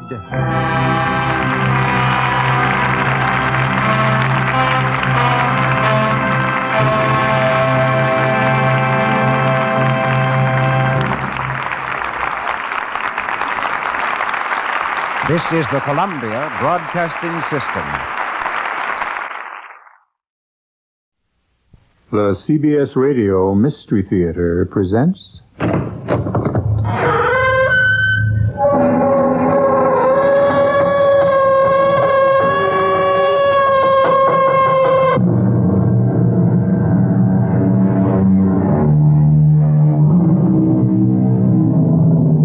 Come in. Welcome. I'm E.G. Marshall. Most animals live out their lives in the company of other animals of their own species. Wolves live in packs, lions live in prides, whales swim in the company of other whales. Now and again we encounter an animal who is a loner, like the tiger or the panther. But horses seek out other horses, zebras other zebras, penguins stay with other penguins, and seals with other seals. Man is no different. He chooses to live close to other men, and when he doesn't, he is considered a curiosity. What happens to a human when he is deprived of companionship is the theme of our story. She's at it again, sir. What are you talking about? It's the boy. He's back. You don't mean... I do, sir. But it's been a year. Far as we know. You're sure about this? Positive, sir. The boy is back. Our mystery drama, Child of Fate, was written especially for the Mystery Theater by Elspeth Eric and stars Jada Rowland and Ann Williams. It is sponsored in part by Buick Motor Division and Anheuser-Busch Incorporated, Brewers of Budweiser. I'll be back shortly with Act One.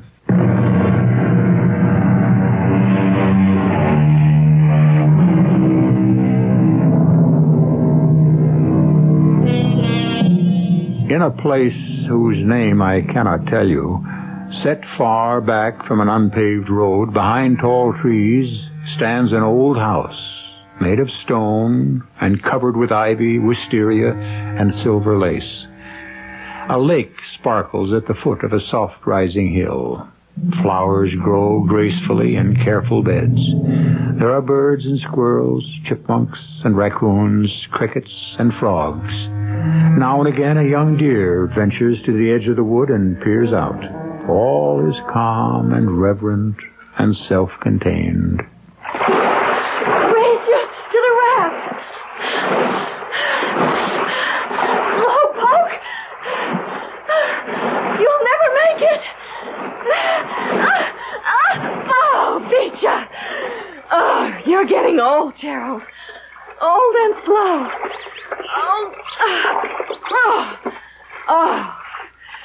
Oh, the sun is marvelous. Oh, sit beside me. Oh, sweet Gerald. You weren't really racing, were you? You could have beaten me if you'd wanted to. You think I don't know that? Well, I do. I'm the only one that knows how sweet and kind and considerate you can be. Beneath that rugged breast beats a heart of purest mush. You love me, don't you, Gerald? Never mind. I know you do. And I love you. More than anything or anyone. More than life.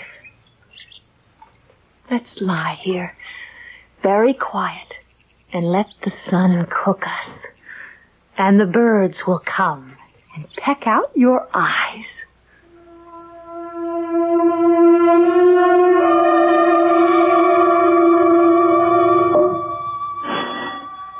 I'll get the door, Edna.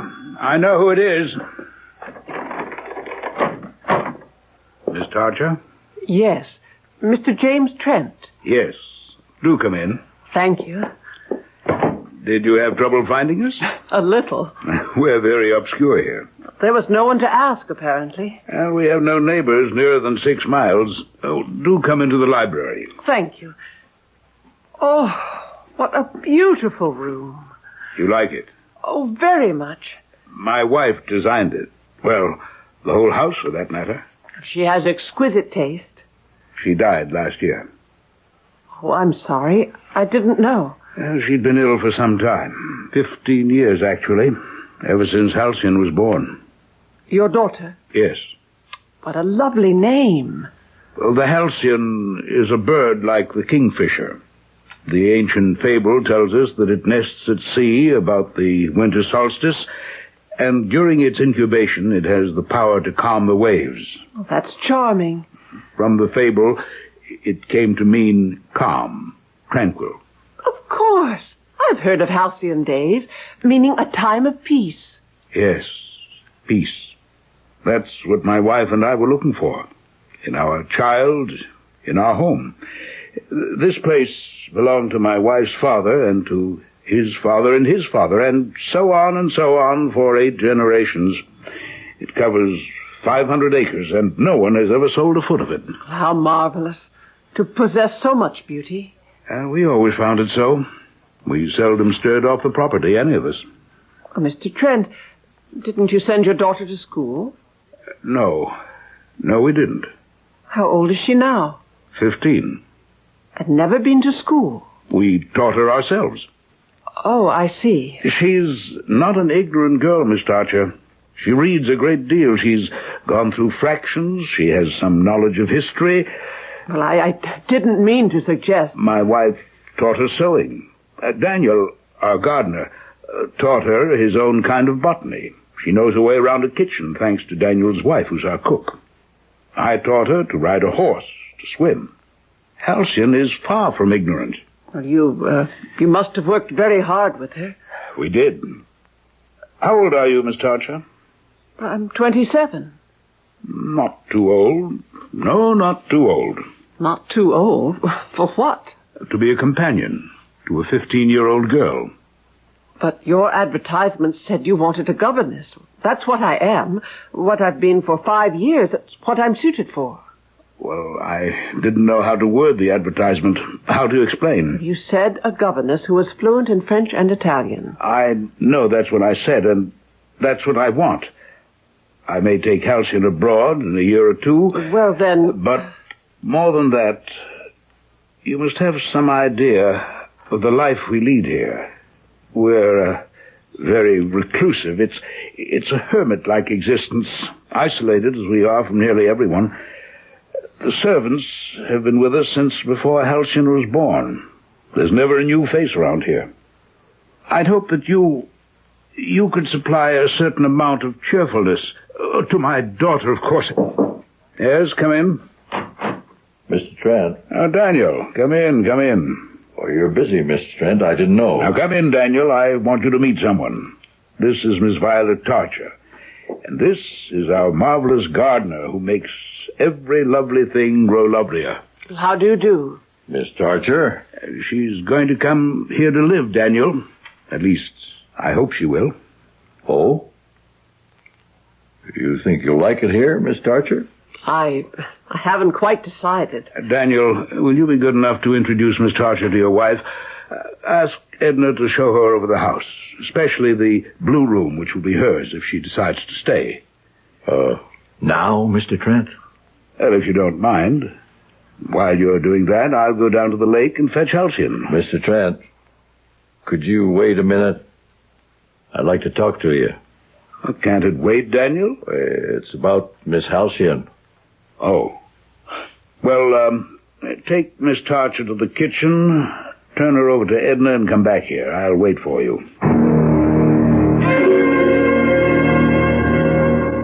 Miss Tarcher all delivered over into Edna's capable hands? Yes, sir. She's showing a lady over the house. Good. You wanted to talk to me about Halcyon? I think I should, sir. Well, what is it? Mr. Trent, she's at it again, sir. What are you talking about? You know what I mean. It's the boy. He's back. Gerald? Isn't that what she used to call him? Yes, sir. Gerald. But it's been a year. Far as we know. You're sure about this? Positive. I was repairing the dam where the brook flows into the lake. You know the spot. And I know. Miss Halcyon was swimming, the way she always does. I don't think she saw me, but the air was so pure and clean I could hear her voice as perfect as if she was standing next to me. And she was talking to him. You couldn't be mistaken? She called out to him, loud and clear. She was calling, "Race you to the raft," and "You'll never make it," and things like that. Good Lord. It's been a long time, sir, since she's done that.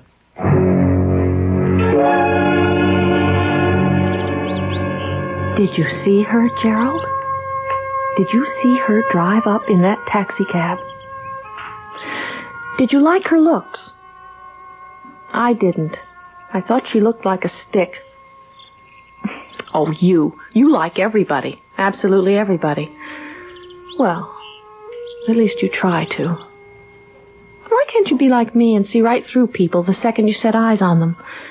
I am like that, you know. Or do you think I'm being conceited again? Well, who cares what you think? As long as you love me. Love me passionately, devotedly, completely, hopelessly. Come on, let's swim back to the pier.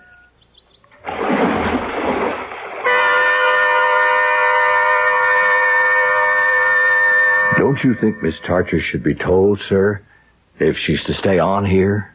Well, I don't know that we have to tell her right away, Daniel. Edna and I don't mind about Gerald, Mr. Trent. We're used to having him around ever since Miss Halcyon was 5 years old. But a stranger moving in might not understand. She hasn't decided to stay. Not yet. She might be put off. We're not absolutely positive that Gerald's come back. I'm positive. Or that he'll stay. He might go away. He did before. He might. He might not. That must be Miss Tarcher. Open the door, Daniel. Yes, sir. Oh, Mr. Trent, what a beautiful, beautiful house. You like it? Like it. I love it. It's taken hold of me like an enchanted place. Oh, Mr. Trent, I should love to stay here. You haven't met Halcyon. That's true, though I'm sure she's lovely. Any daughter of yours. Daddy, where are you? In the library, Halcyon. Oh, good. It's the most beautiful day, and I've had the most marvelous swim. Oh, I'm sorry. This is Miss Violet Tarcher, Halcyon. You remember I told you? You're here to teach me things, aren't you? French and Italian, if you care to learn. You'll teach me to care. I know you will. Well, I'll try. So will I. We'll do great things, Miss Tarcher. Oh, Mr. Trent, your daughter's gone straight to my heart. I'd love to stay on, if you'll have me. Ask anyone what he wants most in life. After he has given you the glib, the ready answers like fame, success, marriage, or children, after all that, you will discover that beneath and beyond all these desires lies the insatiable craving for peace of mind. We may think that wealth or fame will bring us peace, but the truth is, we do not care what brings it, if only we can achieve it. The bitter truth may be that such peace comes only in the grave. We'll come back shortly with Act 2.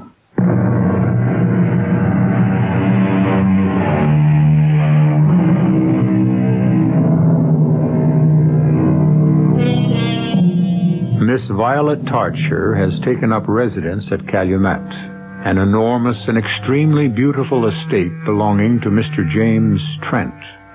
She is there to serve as companion to Mr. Trent's daughter, Halcyon. Until the previous year, Halcyon had received her education from her parents, but now her mother has died. Mr. Trent is concerned not only for Halcyon's education, but for her social contacts, which, aside from her parents and the servants, have been limited to a creature of her imagination named Gerald. It is 6 months later. She's quite nice, Gerald. I mean it.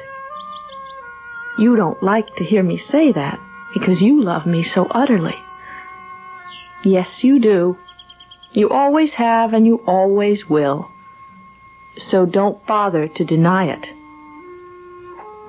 I could tell the biggest lie, steal the most priceless treasure, start fires, ravage the landscape, seduce all the men in the world. You would still be there for me, still adore me, still call me your very own Halcyon. We have such a beautiful relationship, don't we? You're there when I need you, telling me you worship me. And when I don't need you, oh, there's never a time when I don't need you.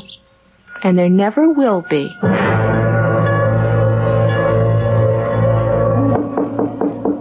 Come right in, Daniel. Mr. Trent, do you want to talk to me? Please sit down. Thank you, sir. Daniel, you see quite a bit of Halcyon, don't you? I mean, she's out of doors so much. I only see her at mealtimes, really, but in between... Well, I don't exactly spend much time with her. No, but you must run across her during the day, catch sight of her, know where she is, what she's doing. Well, right now, I happen to know she's in the orchard.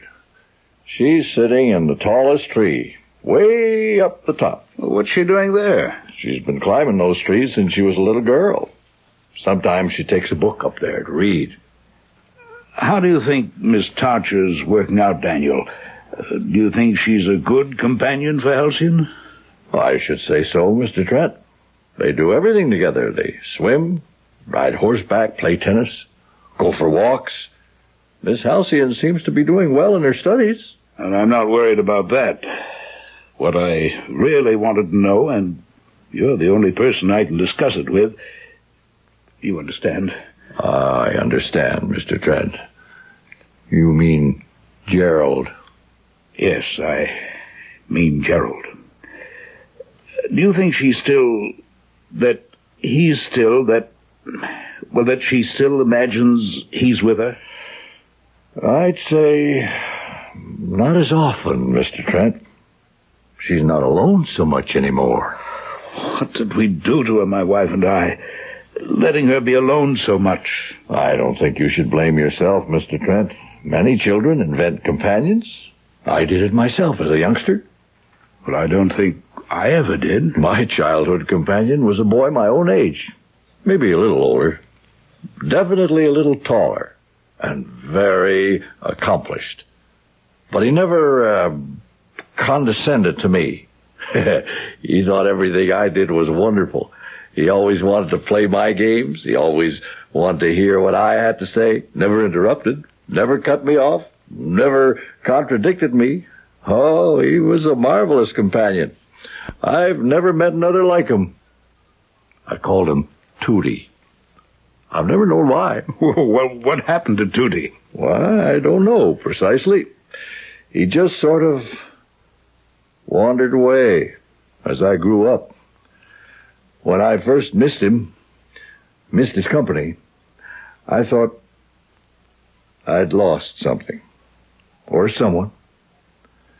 But it was something or someone I didn't really need anymore. It's a long time since I've thought about Tootie. And you think Gerald will just wander away? He might. Then again, how can we know? You're right. Of course you're right. Is that all, Mr. Trent? Just ask Miss Tarcher to step into the library, will you? When she's finished her breakfast. I think it's time I told her about Gerald. Perhaps she can encourage him to wander away.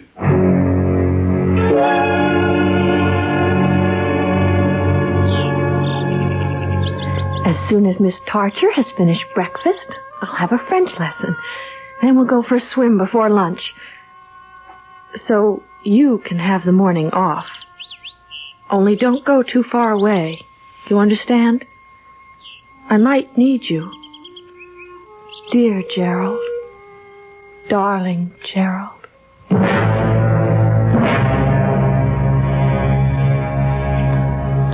You wanted to talk to me, Mr. Trent. Daniel said... Yes. Thank you, Miss Tarcher. Oh, nothing's wrong, I hope. No. Everything's fine. You're enjoying it here? Oh, very much. And I'm enjoying your daughter. Good. I wanted to talk to you about her. She's coming along very well with her French. Italian is a little slower. It's difficult to master both at the same time, but she's making progress. If she'd had Latin, it would be easier. I'm sure she's doing very well. Oh, she is. But that's not what I wanted to talk to you about. Actually, you seem to have done Halcyon a lot of good, quite aside from the tutoring. Oh, it's very nice to hear that. You spend a lot of time with her, don't you, Miss Tarcher? Quite a lot, yes. We do a lot of things together. So she's really not alone very much, is she? Well, I don't tag around after her. She's entitled to some privacy. Well, of course, but Besides, she seems like a very self-sufficient young lady. Oh, she is, in a way. Miss Tarcher, would you mind very much if I called you Violet? No, I don't mind. You see, Halcyon's been alone so much, all her life. When she was a very small child, she invented a playmate for herself, a little boy her own age. Someone to talk to, someone to play with. That's not uncommon. I know that. But when a child grows into adolescence, does she still need this fantasy? Isn't the real world enough for her, or shouldn't it be? Well, I think it should. Well, Daniel thinks, and I'm inclined to think, that Halcyon hasn't given up this imaginary playmate. Gerald, his name is. She's really grown up with Gerald. Or should I say, Gerald's grown up with her. I've seen no signs of any aberration, Mr. Trent, if that's what you're trying to ask me. It is. Thank you for reading my thoughts. Halcyon's such a healthy child. Spends so much time out of doors. Daniel says she's in the orchard right now, high up in a tree. All that fresh air and sunshine. Well, how could she have any morbid thoughts? I hope you're right. I think I'll go get her out of that cherry tree so we can start her lessons. Then we'll go for a swim before lunch. You've made me feel easier about her. Oh, Mr. Trent, she swims so well. How about building a diving board at the end of the pier? Well, I taught her to swim. I don't know about diving. I could teach her. I'd love to. Good. That settles it. You'll get your diving board. Halcyon? Where are you? Here, Miss Tarcher. Well, where's here? Top of the big tree. Oh? To your right. Now straight ahead. Now look up. For goodness sake! I can hardly see you. I'm almost at the top. How in the world did you ever get up there? I climbed, naturally. Well, you certainly must have. This is the best tree for climbing on the whole place. Can you climb, Miss Tarcher? I used to, but I'm a little too old to do it now. Oh, try. Why don't you try? Well, why don't you climb down so we can start our lessons? Oh, try climbing up first. Want me to show you how? I don't think so. See that branch just above your head? Grab hold of that and swing your feet up. Go on, try it. Heavens. Go on, try. That's it. Now swing your feet up. Oh, I don't know if oh, there. Was that easy? Yes, it really was. Seems I haven't forgotten how after all. What do I do now? Grab hold of the trunk. And step up on that big fat branch. Oh, yes. I see. Got it. There you are. Oh, isn't that easy? Now come on up the rest of the way. It's like working out a puzzle, isn't it? Kind of. Well, I don't promise to climb to where you are. Oh, you will. It's easy. Come on. You're halfway up.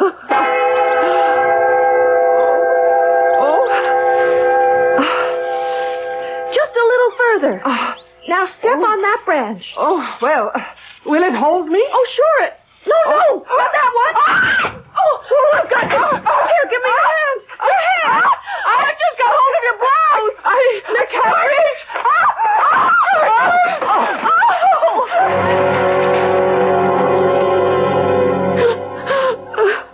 I didn't let go, Daddy. I didn't let go. Her blouse tore. I was hanging on to it, and it tore and she fell. Is she going to die? Oh, no, honey. She's just bruised. She'll be all right. Daddy, I have to tell you something. Tell me what? Daddy, it was Gerald. He did it. Gerald? You know, Gerald. I've never really seen Gerald, honey. Oh, that's because he only shows himself to the one he loves best. And he loves me best. But he doesn't love Miss Tarcher. He hates her. I've tried to tell him she's really very nice, but he just doesn't like her. He's jealous, I think. Darling, Don't you think it's about time Gerald... well, time you gave him up? I can't, Daddy. Because he loves me so. He'd be lost without me. He worships me. Well, I don't think he's good for you, baby. Now, you said it was his fault Miss Tarcher fell out of the tree. Well, he told her to step on the wrong branch. But it was too late. He told her? Or he told me to tell her. It's the same thing. Well, then he did a very bad thing, sweetheart. Don't you see? You mustn't listen to Gerald anymore. Mr. Trent? Excuse me, sir? What is it, Daniel? I'm going down to the orchard now, sir. Take a look at that tree. Oh, fine. Good, Daniel. I'll report back to you. Gerald's in that tree. Now, Hals. He's up there. Go along, Daniel. I'll join you later. Yes, sir. I'll go now. And you, darling, why don't you go up and see Miss Tarcher? See if there's anything you can do for her.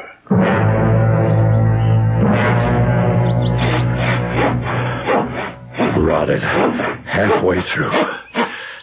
No wonder. Why would anyone step on a branch like that? It's all your doing. You're bad. You're wicked. You're evil. You're an evil thing. You bring pain and hurt. Go back. Go back where you come from. Go back to hell, you wicked boy. We don't need you here. Daniel. Oh, you've corrupted this place. You've put a stain upon it. Daniel. Go away. Get out. Leave us alone. Does he hear you, Daniel? Born of Satan. Child of the devil. Beelzebub's boy. Born of filth and evil. Leave us alone. Go away and leave us alone. Mr. Trent! Leave this place. You're not wanted here. Go away. Go back where you came from. Mr. Trent? Mr. Trent, listen to me. God or devil, go away from this place. What are you doing, both of you? Violet. You're talking to a boy who doesn't exist. He's somewhere. He's somewhere up there. You mad? Are both of you mad? Violet, you don't understand. I do understand. I understand very well. You've let the child's fantasy become your own. You've lived with it so long you're starting to believe it. For a while, so long as he was just hers, this creature of her young imagination, that was one thing. But now in your bewilderment and your isolation and your loneliness, you've let her dream become your dream. Her hallucination has become yours. Please, Violet. Well, so long as this Gerald did no harm, you were willing to let him live. Be a playmate to your daughter, her companion, her cherished friend.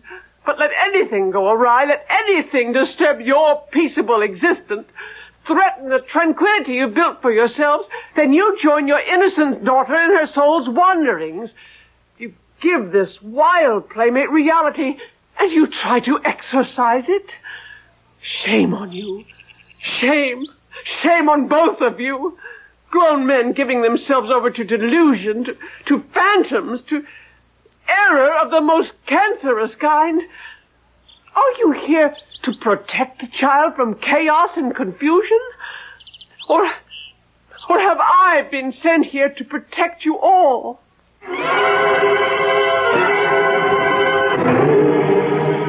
It is not a new phenomenon, the feeling of helplessness in the face of evil. It is a feeling as old as man. In man's long history, he has given evil many names. Devil, demon, fiend, all in an attempt to externalize something which we all feel, we all know, but it lives within ourselves. If we really wished to change this wicked world, we would begin by changing ourselves. I'll be back shortly with Act 3.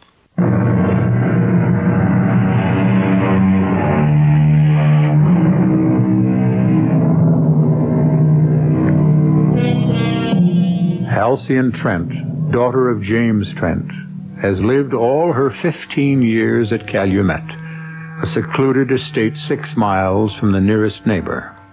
Her constant companion from an early age has been a boy named Gerald, an adoring companion and confidant created out of her own imagination and need. Now Miss Violet Tarcher has come to Calumet to serve as governess to Halcyon. Her idyllic stay at the isolated mansion has been shaken by a fall from a high tree, a fall which Halcyon insists was precipitated by the boy Gerald. You were bad, Gerald. Miss Tarcher could have been killed. Is it because you know I like her? Can't you bear my liking anybody but you?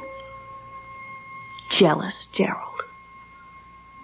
I can love more than one person, don't you know that?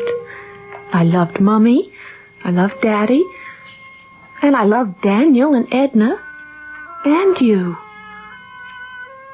You're the only people I ever knew, till Miss Tarcher came to live with us. Now I love her. Yes, yes, yes.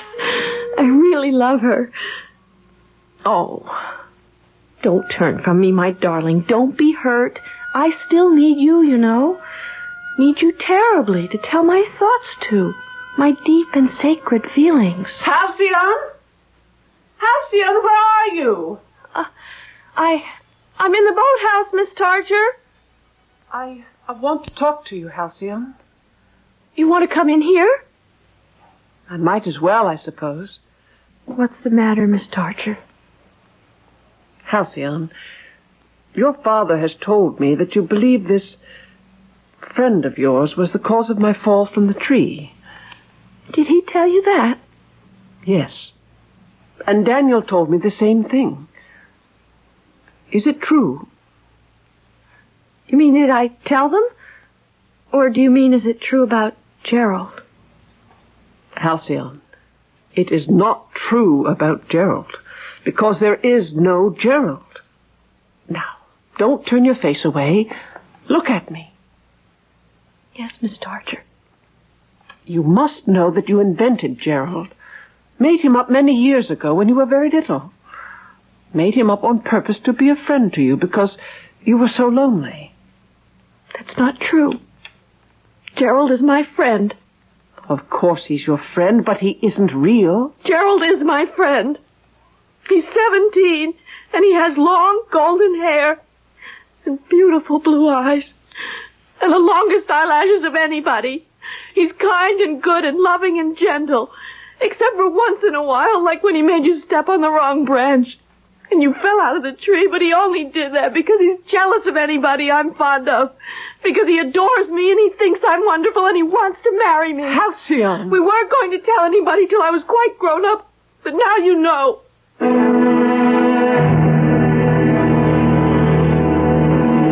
Mr. Trent, I've just come from Halcyon. We had quite a talk about Gerald. Well, I don't think anyone has ever talked to Halcyon about Gerald. Well, that's the trouble. Well, we've known about Gerald, of course, since Halcyon was 5. Sometimes she'd mention him casually, in passing, you know. But my wife and I never made anything of it. We always just accepted Gerald, sort of accepted him into the family. You may have accepted him into the family further than you know. Now, what on earth do you mean by that?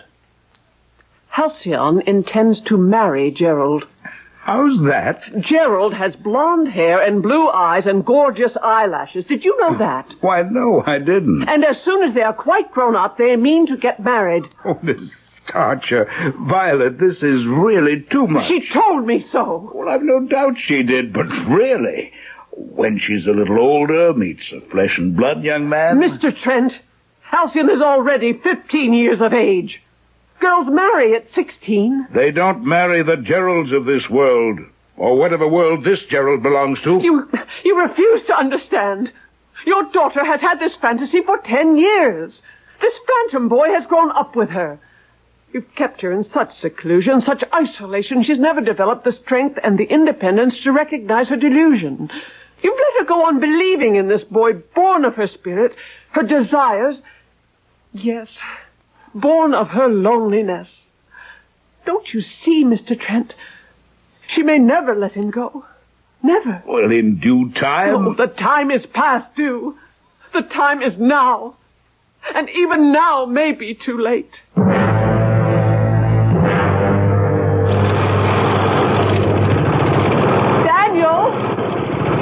Miss Archer? I want to talk to you, Daniel, about Miss Halcyon. Yes, Miss Archer? I've just had a most exhausting, a most unfruitful conversation with Mr. Trent. Yes? About Gerald. Oh, the boy. Don't say the boy like that. He isn't a boy. He isn't anything but the product of Halcyon's imagination. Yes, Miss Archer. Only he's been around so long, I get used to thinking of him as a boy. Well, you must stop. And more importantly, Halcyon must stop. Why, Miss Archer? You can't stop people believing what they want to believe. Or make them believe what they don't want to believe. Then you won't help me. Well, help you do what? Persuade a young girl that the boy she's loved for 10 years and who's loved her is just a made-up thing? She'd call me a liar. She'd love him more than ever, and he her. She might tell him they were betrothed and planning to get married. How did you know that?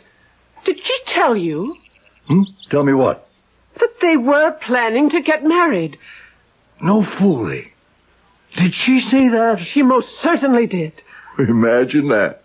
You talk as though you believed in Gerald. As though you thought he really exists. That he's a real person. Well, I don't think he's a real person. Not a real person like you and me, but I don't know if I think he exists or if I don't. He might. And then again, he might not. How's the diving board coming, Daniel? About finished, Mr. Trent. Very handsome. Got a good spring to it. Daddy! It's Halcyon, Miss Archer. Yes, dear? Oh, come on in for a swim with us. Oh, not today. Oh, it's such a lovely day. Maybe later. For now, I'll just watch you two. Can I try out the diving board, Daniel? Go ahead. Come on, the water's wonderful. Your turn, Violet. Very nice. Change your mind, Mr. Trent? I'd rather watch. Race you to the raft, Halcyon. Okay. Help! Help! Violet! Archer! I'm going down. I can't. Help me! I'm here. Let go, relax. Something is pulling me down. Just relax. Lie on your back. Something has hold my foot. Pulling me. Oh, it's Gerald. Gerald, let go. Gerald, I command you. Gerald. Let go, Gerald. I'm telling you to let go. Go away. Yes. Gerald, let go. Go away, Gerald. That's it. Now lie on your back, Miss Archer. Arch your back. Let go. I'll throw you in. Are you all right? All right. I think. Gerald's gone, Miss Archer. I know. Everything will be all right now.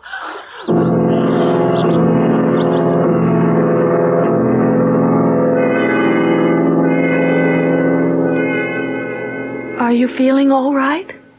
I'm fine. You're sure? Quite sure. Gerald let go just in time. That wasn't Gerald. It wasn't. You must have been over one of the springs. It did feel cold suddenly. There's 7 springs in that lake. I did have kind of a cramp in my leg. I know it wasn't Gerald. There is no Gerald, Miss Archer. No? There never was. Oh. I made him up. Oh. A long time ago. I made him up. When did you decide that you'd made him up? When you spoke to him. In the lake. When you said, let go, Gerald. Go away, Gerald. And I knew there wasn't any Gerald. You didn't need him anymore. Not like I used to. Do you think you'll ever need him again? Maybe. When I'm lonely. When I need somebody to talk to. But of course I'll have you, won't I? Me. And other people. Daddy? Maybe soon. Lots of other people. Did your father tell you? He and you and I are going abroad soon. To Paris and Rome and London. Oh, you'll meet lots of people. Lots of boys. Real boys? Real boys, darling. Real boys.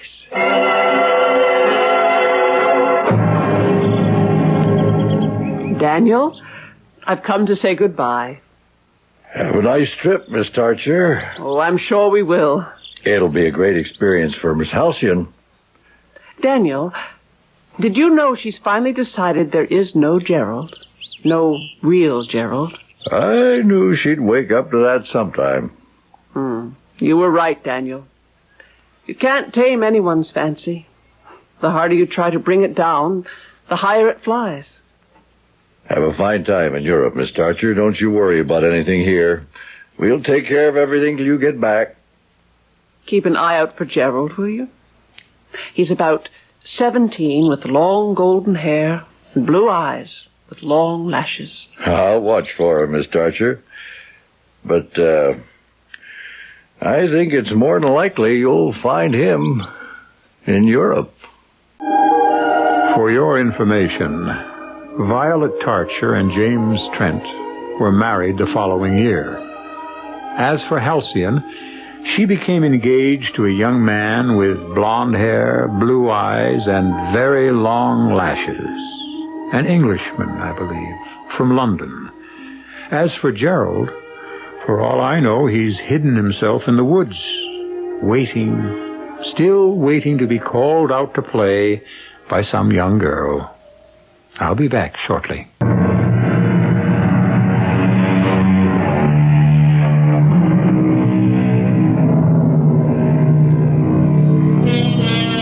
It's hard sometimes to see someone, particularly a young someone, reveling in the delights of a fantasy, a delusion, even an hallucination. But we should be very careful how we set about trying to free them. Probably the best way is to accept their dream as true fact until the moment arrives when it has lived out its usefulness and the dreamer awakes.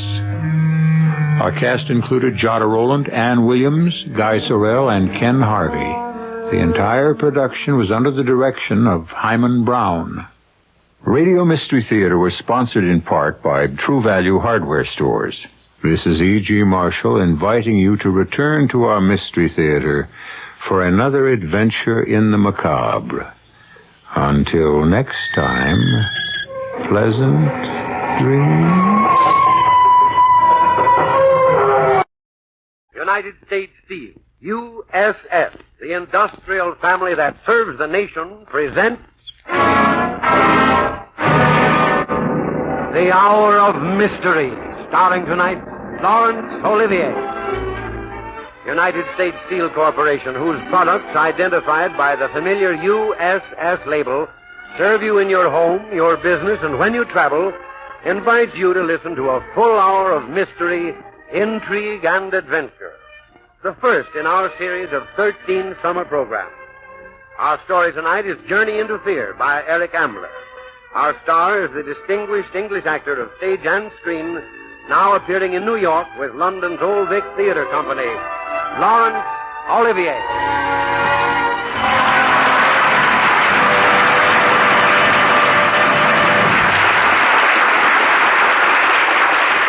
Laurence Olivier as David Graham in Journey to Fear. Tell us. I won't. I won't. Listen to me, stupid one.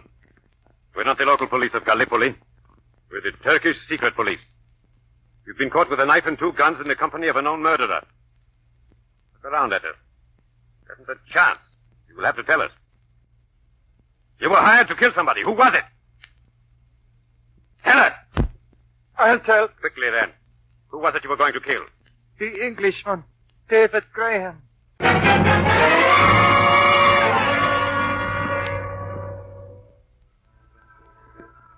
I am David Graham. Shortly after the war started in 1939, my company sent me to Gallipoli on a business trip. I worked hard in Gallipoli for 3 months, but it was very dull there. It was so dull that I took to imagining things. I thought for a while that a man was following me because for 3 days, wherever I went, I caught sight of that same little man with an evil ferret's face. But of course, this must have been all in my mind, because after a while I didn't see that man anymore. Finally, my work was done and I was going home. I went to Istanbul, where I had to wait one night for a train. I dined with Mr. Kopeikin, our Istanbul representative, and after dinner invited him to my hotel room for a drink. I'm glad you asked me. I can use the drink, Graham. Fine. And then, of course, knowing that you're in your room, I'll be sure you're safe.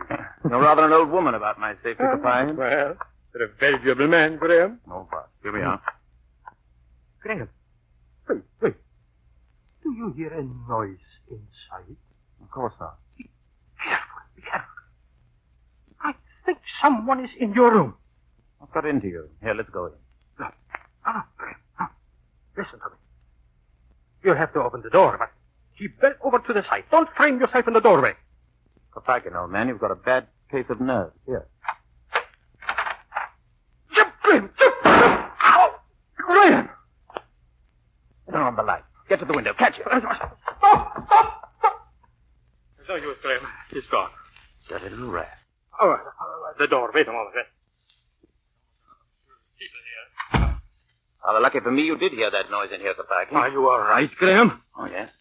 Got me in the hand. Nothing very much. Come, let me bandage it. Oh, thanks. Here, this handkerchief will do. Oh, that's not too nasty.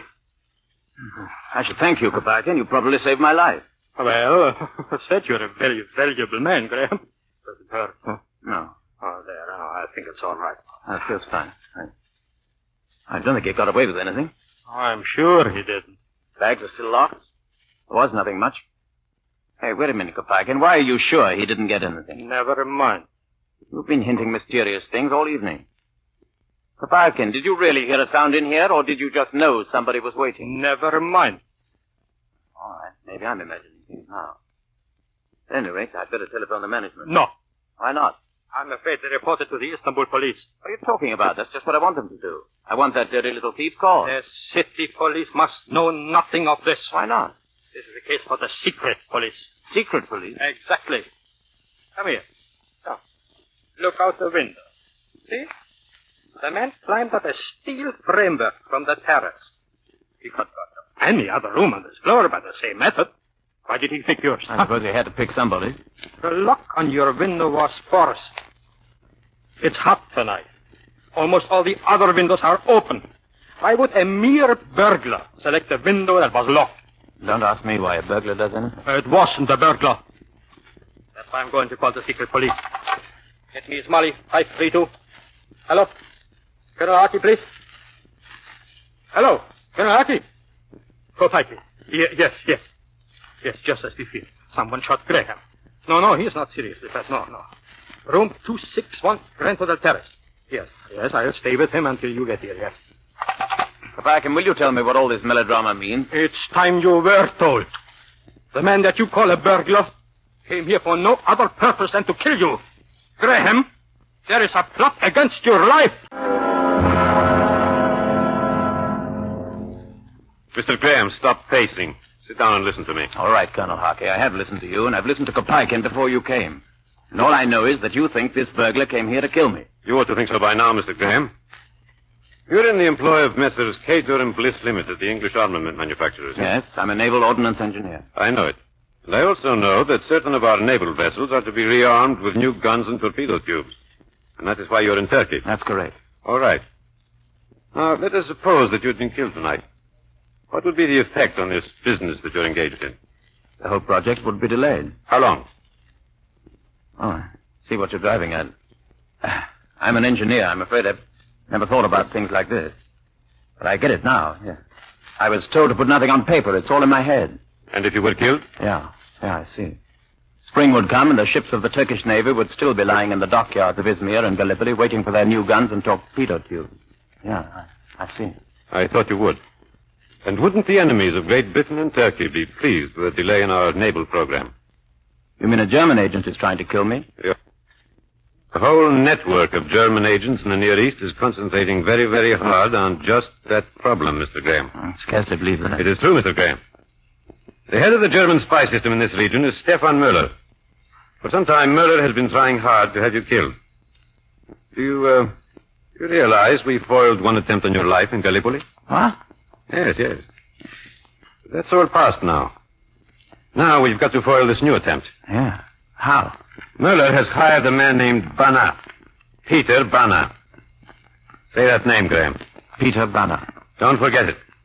Peter Banner is a professional killer. He's been hired to kill you.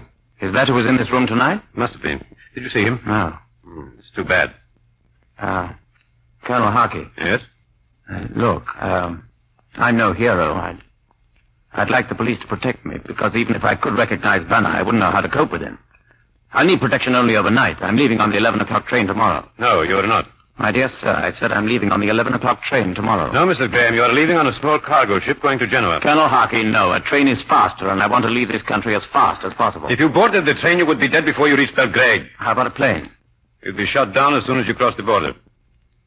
Mr. Graham, if you do not agree to travel on the cargo ship, I shall protect my country and yours by arresting you, issuing an order for your deportation, and putting you on board that ship anyhow.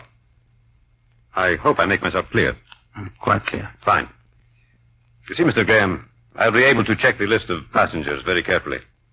You will probably be very safe on that ship. All right, I agree. But now let me tell you something. I'm in danger. I've been shot at. A large number of complete strangers are apparently anxious to kill me. I refuse to be passive, Colonel Harkey. I refuse to stand like a tall and stoop-shouldered target for a gang of cutthroats. You're making the arrangements, I accept that. But I insist on one thing. You've got to give me a gun.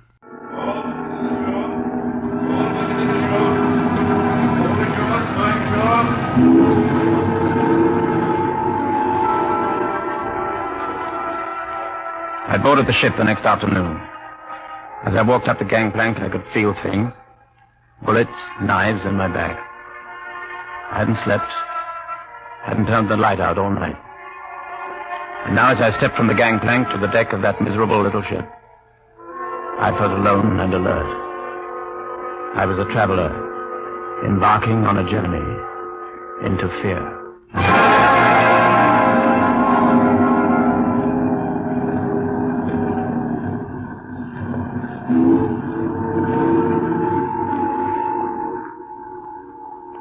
Hello, monsieur. What? Oh, startled me. I didn't mean to frighten you, but we are to travel together. I feel we should know each other. My name is Joseph. Maybe you have seen me dancing at the Turquoise. No, sorry. Your name is David Graham, is it not? How do you know that? Don't you suppose a girl has ways of finding these things out, Monsieur Graham? Perhaps, but I'd like to know how. Does it matter? To me, a great deal. Can't you accept me as I am, without explanation? At the moment, I'm afraid I can't accept anyone without explanation. You sound mysterious, my friend. I'm not your friend. I hope you will be. How did you find out my name? Did someone tell you? You seem alarmed, Monsieur Graham. Well, who told you my name? Who was it? Is he a passenger? Monsieur Graham, please. I read the passenger list. You are English, and the only English name on the passenger list is Graham. Good heavens, is that all? But of course. Well, why pick on me? Why not one of the other passengers? Because Englishmen have more money, Monsieur Graham. Oh, you've come to the wrong Englishman. I don't think so. Oh, all right, so I'm a millionaire. What are you going to do with all my millions once you've wheedled them out of me? Maybe if you spend a little bit on 2 drinks, Monsieur Graham, we can discuss that. All right, you're on. Give me 5 minutes to find my stateroom and wash up, and I'll meet you in the ship's bar. All right. But don't forget your wallet, Monsieur Graham.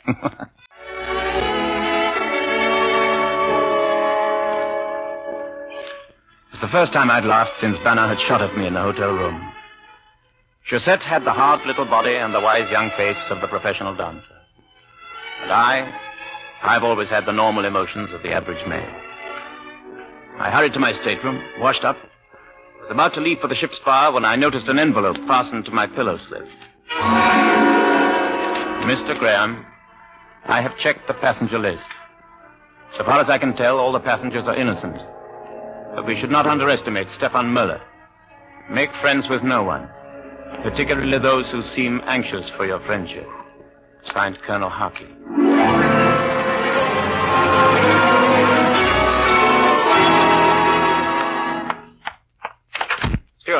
Steward. Yes, sir? Please have all my meals sent to the stateroom. All of them, sir? Yeah, all of them. I will not be leaving here, not for the entire voyage. Very good, sir. And steward. Yes, sir? When you bring my meals, knock 3 times, then once. What is that, sir? Knock 3 times, then once, like this. Yes, sir.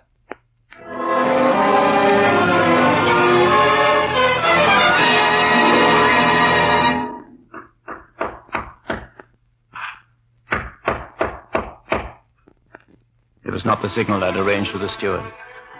I sat on the edge of my bunk, my hands gripping the spread, and my eyes staring at the door. Was it Peter Banner? Was it Josette? I took a quiet step toward my suitcase where my gun was. But then I heard a key inserted in the lock. Heard it slowly turning. How do you do? Who are you? My name is Covertly. What are you doing in my stateroom? Please, this is my stateroom. It is mine. Please, it is a double stateroom. It is yours and mine. Oh, there's some mistake here. Colonel Hawk, a friend of mine gave me to understand that I'd be here alone. I'm sorry, I have some influence. An official of the shipping lines arranged for me to occupy this stateroom. You'll have to find another one. Oh, please. I understand there is no other one, Mr. Graham. I suppose your influential friend gave you my name, too. Naturally. Well, if you'll excuse me, Mr. Cuvetli. Oh, I do not want to drive you away. You're not. I'm going to the dining saloon for dinner.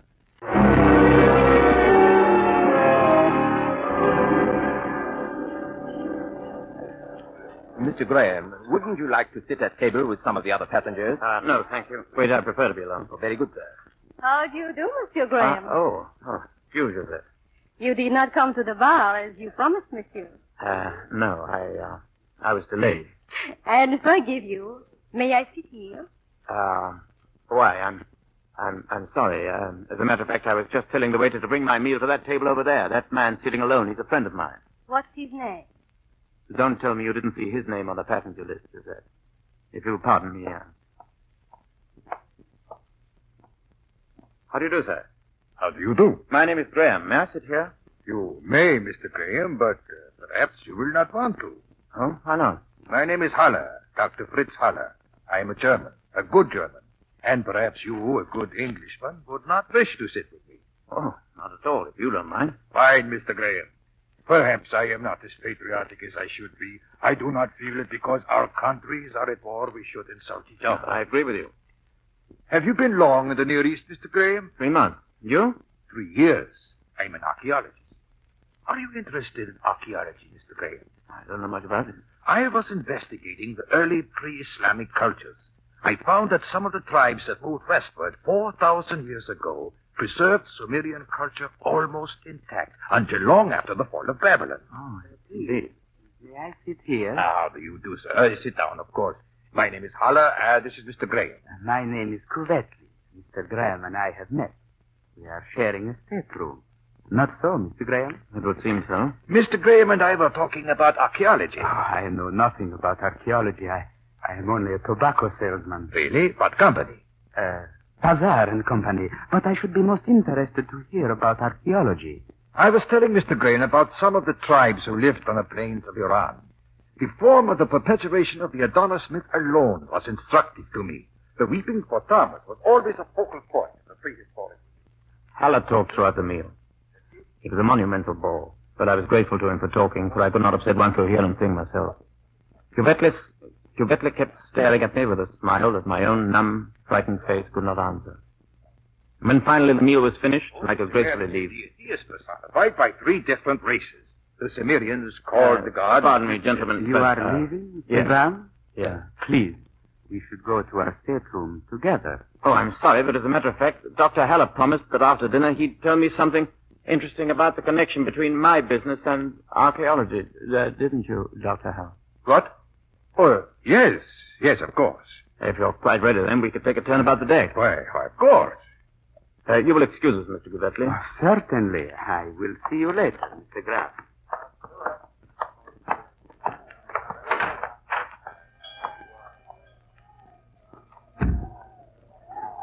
Mr. Graham, you lied to Mr. Guvetley. You made me lie to him. I really don't understand. I'm terribly sorry, Dr. Haller, but I simply do not like the man. I wanted to be rid of him. He is peculiar. For one thing, he is capable of a lie himself. What do you mean? He said he was a tobacco salesman for Pizarre and Company. There is no such firm. Now, Mr. Graham, about the Sumerian epic.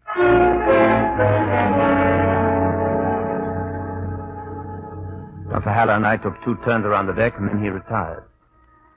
I could not bring myself to go to my stateroom, where Guvetley, or what's his name, Banner, awaited me. I went to the lounge, but Josette was there. Before she saw me, I backed away and returned to the deck. I walked around and around for hours. The wind rose, and the water lapped against the side of the little vessel. And still I did not dare return to my stateroom. If I went there and grew tired, so that my eyes closed against my will, I might never open them. I paced the deck until nearly dawn. Twice I thought I heard someone behind me, but when I turned, there was no one there.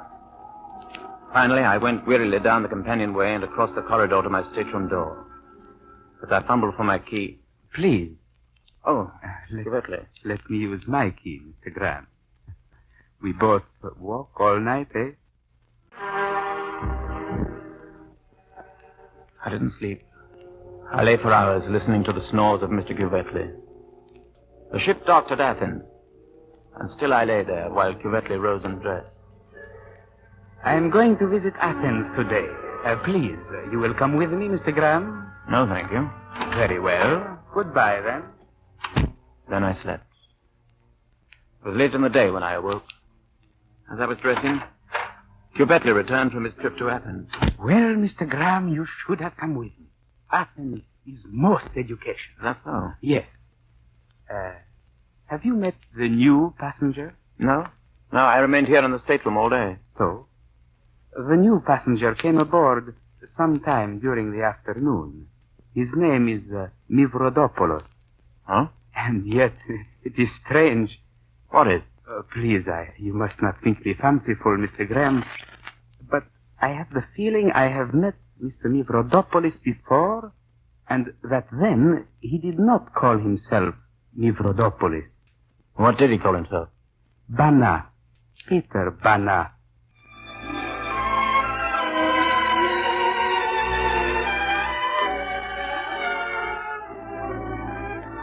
We pause briefly for station identification. You are listening to the Hour of Mystery, sponsored by the industrial family that serves the nation, United States Steel. The curtain rises on the second act of Eric Ambler's story, Journey into Fear, starring Laurence Olivier as David Graham.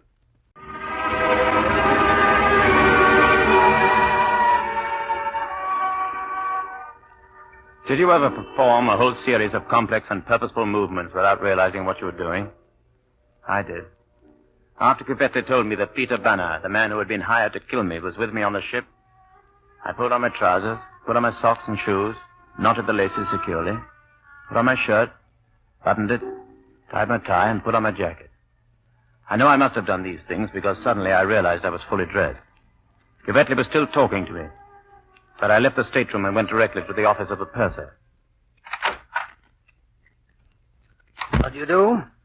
Monsieur Graham, is it? Yes, I want to see the captain at once. For what reason, monsieur? It's absolutely necessary that I be put ashore immediately. Impossible, Monsieur Graham. The pilot boat has gone. I know that, but the circumstances are exceptional, and I'm ready to pay for the loss of time and the inconvenience caused. But why? Are you ill? No, but I assure you my reasons are excellent. Perhaps, monsieur. But we do not alter our schedule on the basis of mere assurances. Very well. Since you insist on details, I'll tell you. There's a man on this ship who's here for the express purpose of killing me. Indeed, monsieur. And his name? Peter Banner. There is no one of that name on this ship, monsieur. He's traveling as Mivrodopoulos. Can you prove Mivrodopoulos is really Banner? If you radio Colonel Haki of the Turkish secret police at Istanbul, he will confirm what I say. And you think he would recognize the man at that distance, monsieur? This is no joking matter. I know what I'm talking about. Monsieur, how do you know? Do you know either Mivrodopoulos or Banner personally? No. Well, then, monsieur, you can't... That's why I hesitated. Mr. Cuvetle told me that Mivrodopoulos is Banner. But then Cuvetle may himself be Banner. In either case, I must be put ashore immediately. Monsieur Graham, do you realize how much you begin to sound like a man who has a bad dream? I tell you, my life is in danger. Or perhaps you have not had a bad dream, huh? Perhaps you have invented this story simply because for some private reason you wish to be put ashore. If that is true, I'm sorry. It is a ridiculous story. Now, if you'll excuse me, I have work to do. I demand... No, monsieur. I demand. I demand that you close the door as you leave.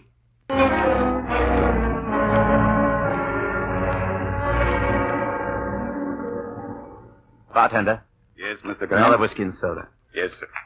Well, Monsieur Graham, you even drink alone. Oh, hello, Josette. You care to join me? I'm not sure. You've been very rude to me, you know. I'm really sorry. Won't you have a drink? Yes, thank you. Vermouth cassis. Vermouth cassis for the lady? Here, will you bring it to the little table over there in the corner? Yes, sir. Come, Josette. So, we're going to have a tete-a-tete. Oh, be more comfortable. Voila. And now you tell me why you are so nervous. Nervous? Yes, Monsieur Graham. I have seen people who are afraid before. They have a special look about them. Their faces look very small and gray around the mouth. And they cannot keep their hands still. Do I look like that? Yes. And I wonder why. Josette, have you noticed the bandage on my hand? Of course. I have a bullet wound there. You're joking. No. There are a number of people who, for business reasons, wish me dead. One of them is on this ship. Who is he? His name is Peter Banner. Then he must be traveling under another name. Yes. Banner is one of those too. Monsieur Graham, you're not joking. No. Then why do you trust me with this information? Trust is not exactly the word, Josette. If you are not in league with Banner and all the rest, it can do me no harm having you know.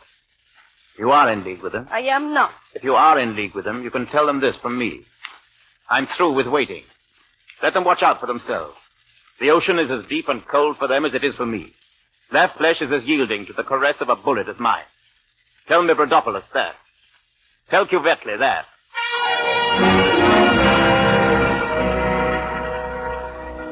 The waiter brought our drinks, and we talked politely after that, and even flirted a bit. But my mind was elsewhere. I was full of resentment and anger against the men who were waiting to strike me down in the dark. When we had finished our drinks, I excused myself and strode directly to my stateroom. Went in and opened the suitcase. Why the devil? What the devil is it? The gun Colonel Haki had given me was gone.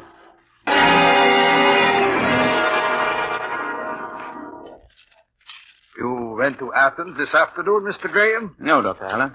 I did. Your friend, Mr. Cuvetle, persuaded me. Is that so? Yes. He had never seen Athens. We hired a car. The chauffeur did the guiding. And since Mr. Cuvetle speaks fluent Greek, the whole thing went off quite satisfactorily. You say he speaks Greek? Yet he's never been to Athens? Yes. You'd think he would have been, wouldn't you? However, we had... Excuse me. May I share this table? My name is Mivrodopoulos. Oh, of course. I'm Dr. Haller, and this is Monsieur Graham. Monsieur Graham. How do you do? I've traveled a long way today. From Salonika. That's strange. Oh? What is strange about it, Mr. Graham? Seemed to me, Mr. Mivrodopoulos, that it's easier to travel from Salonika to Genoa by train. Some people don't like trains, Mr. Graham. And then some people have special missions on ships. Perhaps. Dr. Haller, you are a German? I am, but I hope, Mr. Mivrodopoulos, that we will not get into a political argument. Not at all. I like Germany. Germany and Italy. And what do you think about England? I agree with Dr. Haller.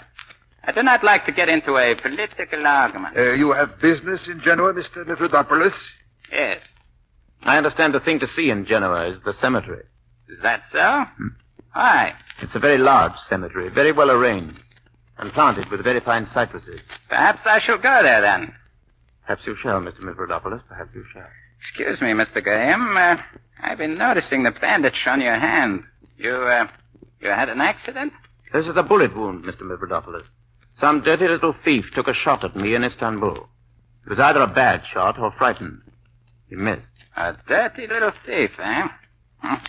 Must look after yourself carefully, Mr. Graham. I'm perfectly well able to do that, Mr. Mithridopoulos. Is that so? And you're ready to shoot back next time. You carry a pistol?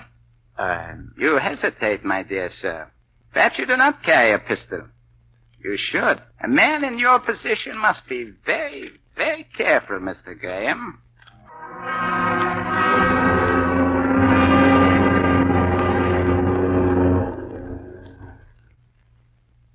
Josette, Oh, Monsieur Graham. I must talk to you. I am flattered. Perhaps you won't be. Remember what I told you this afternoon? I have been thinking of nothing else. I'm afraid for you, my friend. I said I didn't trust you. I know. I'm sorry. Well, I find I have to trust you now. What do you want me to do? Mithridopoulos and Cuvetli are both in the lounge. I want you to see to it that they stay there. For how long? Give me an hour. What are you going to do? Josette, I can't trust you that far. I understand. You'll hold them in the lounge anyway. Of course I will. Thank you, Josette. You're very good to me. I do not find you unattractive. Josette.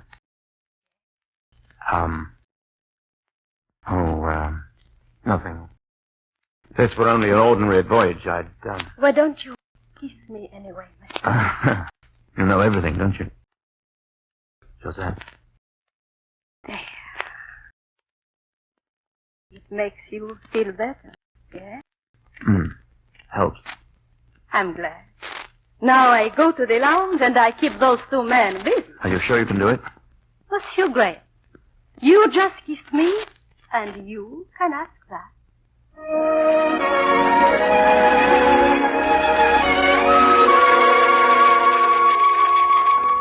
I did feel better.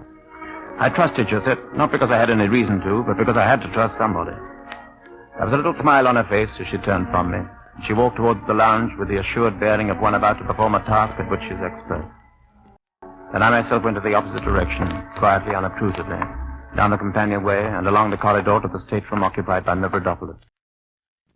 I knocked on the door. There was no answer.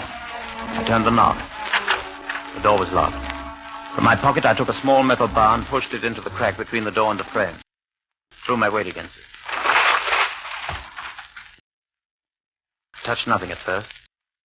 I looked at everything and found only two indications that the cabin was occupied. A battered gray raincoat hanging with a soft hat behind the door, and a composition suitcase under the berth. I searched the pockets of the raincoat. There was nothing there. I tried the suitcase. It was unlocked. Opened it. Paper-covered novels, brightly colored silk handkerchiefs, a pair of black shoes without laces. Nothing else. Mithridopoulos was smarter than I was.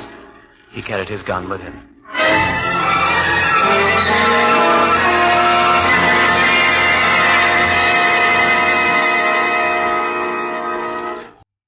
Well, there was still Cuvetli's suitcase.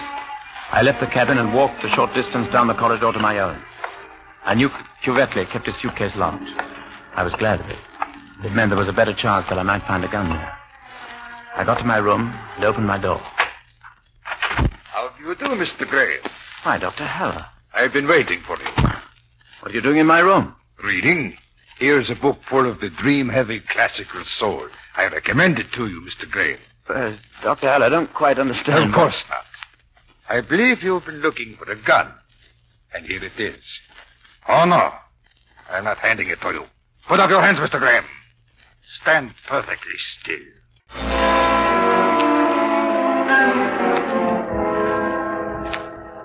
I stood still with my hands raised above my head and looked down past the barrel of the gun into the calm blue eyes of Dr. Heller. I had suspected everyone on the ship of wanting me dead except Dr. Heller. Here was a boresome German scientist, or so I'd thought. Now I had to adjust my mind to the fact that he was a dangerous spy bent on killing me. For a long time, neither of us spoke. Then...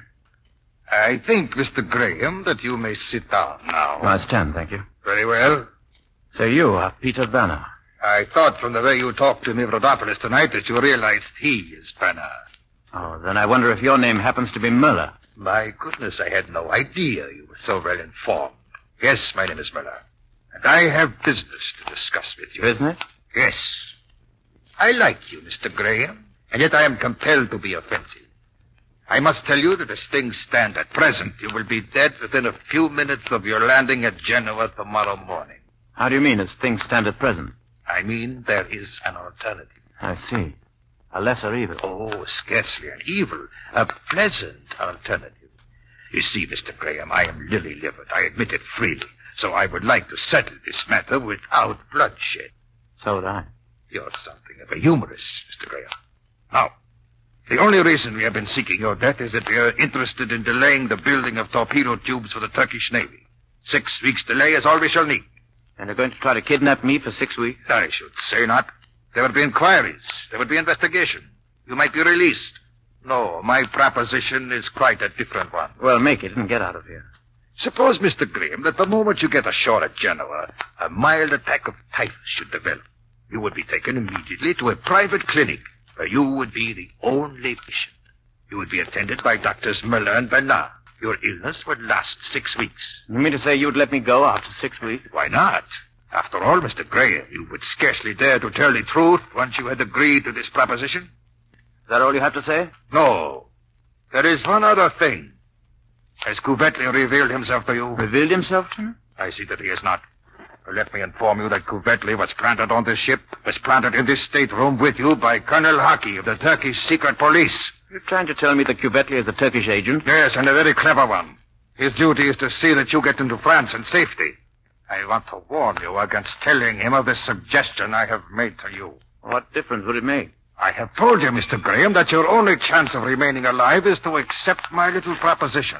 If you tell Couvetli, naturally, I cannot go through with my part of the bargain. If you tell Couvetli, you will destroy the only chance that remains to you of returning to England alive.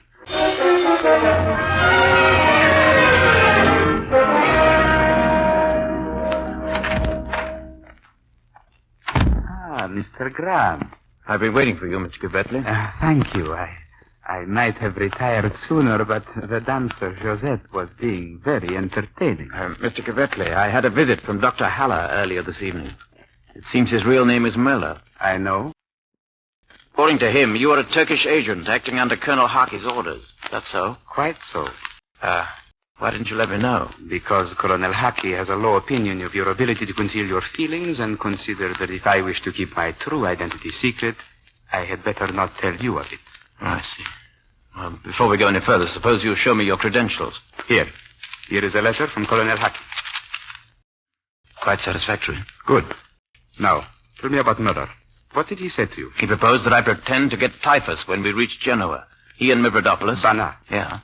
He and Bana would take me to a clinic where I'd be the only patient and they the only doctors.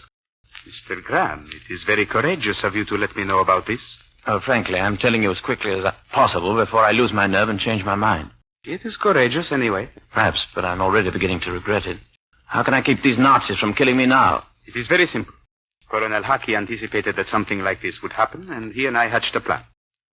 Early tomorrow morning, before dawn, I can leave the ship and get to Genoa on the pilot boat. Why can't I? Because you have no diplomatic passport. I have. By 6 o'clock, I can be at the Turkish consulate. Will that do any good? If you do your part properly, yes. Now, you are to go to Muller at once and tell him that you agree to his plan. What? It is the best way to keep him quiet. Then, tomorrow morning, sometime after I have left, you are to prepare your baggage, leave it with a note for the steward, and go down to stateroom number 5. That cabin is empty and unlocked.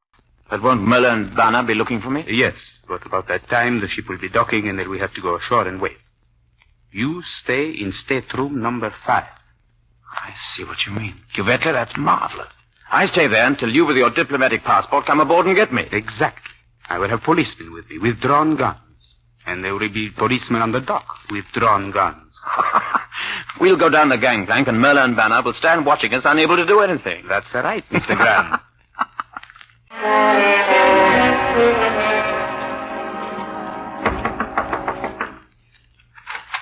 Yes? Oh, It's you. I wanted to see Dr. Haller. This is his stateroom. Come in and wait for him, Mr. Graham. Oh, thank you. I will, Mr. Banner. Nivodopolis, please. Oh. You're sensitive about the names under which you do your killing.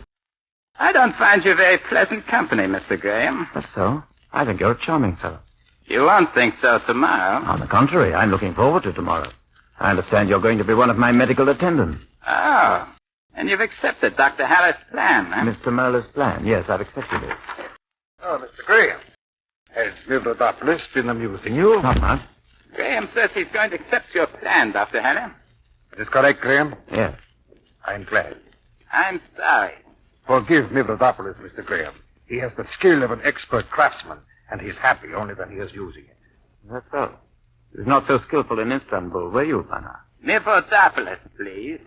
Dr. Haller, have you any instructions for me? Just meet Mivrodopolis and myself on deck tomorrow before we dock. They will tell you what to do then. All right. And you'll do it, too, Graham. All right, Banner. All right. Nivodopolis, please.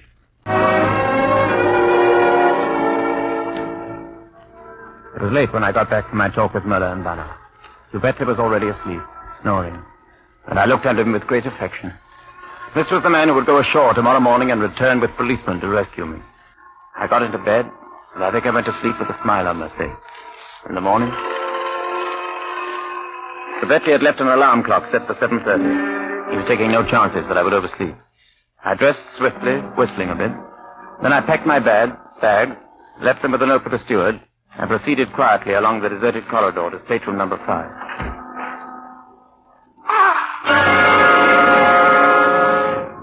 Lying across the floor of stateroom number 5, with his legs under the lower berth, and his head covered with blood, was the body of Mr. Giuseppe.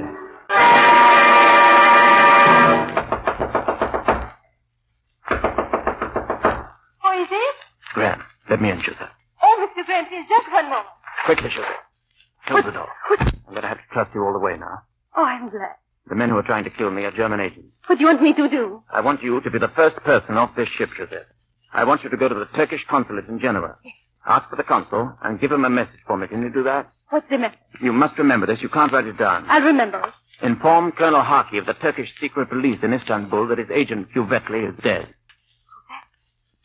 No. Yes. No. Yes. Tell Colonel Harkey that I'm forced to accompany German agents Möller and Banner, traveling with the passports of Dr. Haller and Mivrodopolis. Just one moment, Mr. Graham. Why can you not go into the captain and have these men arrested? Because I was a fool, Joseph. Because I suspected Mr. Giuseppe and told the person that Giuseppe wanted me killed. Under the circumstances, they would think now that I had killed him. I can face the fact. Is there any more? Yes, this is the important part. Tell them that if I do not get in touch with them by 7 o'clock tonight, that I cable my employers to send another man by plane to Turkey to do my work over again.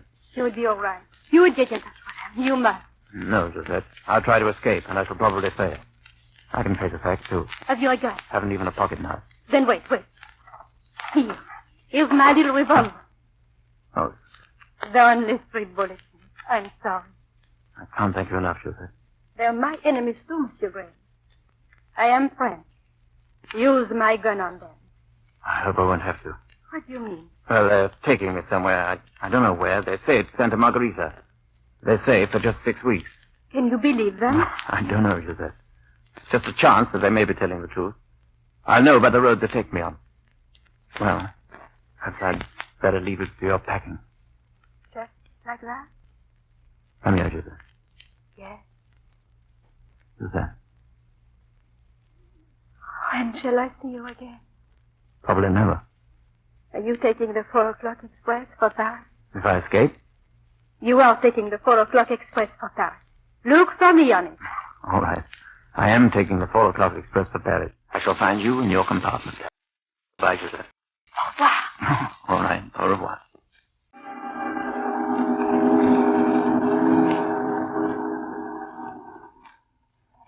Good morning, Mr. Graham. Morning. What do I call you, Haller or Möller? Haller, please. It will be pleasant to get ashore again, won't it, Mr. Graham? I hope so. Are you ready? Quite, but I haven't seen Giuseppe this morning. Haven't you? No. I hope Giuseppe doesn't spoil our little scheme. I don't think he will, Mr. Graham. You know, Dr. Haller, if Giuseppe tries anything, I think you should use force. Oh, I would hate to do that. Mivrodopolis. Good morning. Good morning, Mr. Graham. Good morning, Peter Banner. Mivrodopoulos, please. As you will. Dr. Haller, what is your plan? We will have to go through customs separately. Mivrodopoulos and I will go first. We shall be waiting for you as you come out, Mr. Graham. I see. And I have a warning for you, Graham. Yeah? We shall be watching you as you come through customs. It will do you no good, Graham, to tell the customs officials about us. I wouldn't do that. You had better not. We would shoot you down on the spot. Oh, don't worry. I want to get to Santa Margarita alive. You'd like Santa Margarita, Graham. There's a cemetery there, too.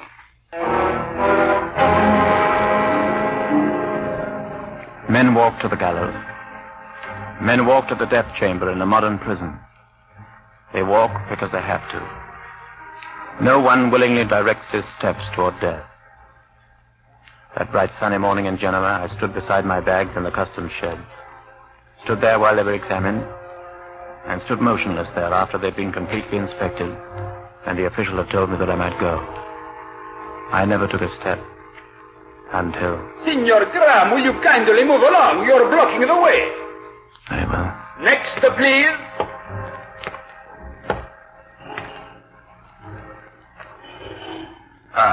Graham. Hello, Dr. Haller.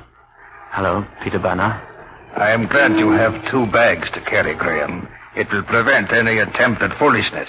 I'm here. What do I do now? Fall in between Mivrodopoulos and myself. Good. Now, we walk slowly.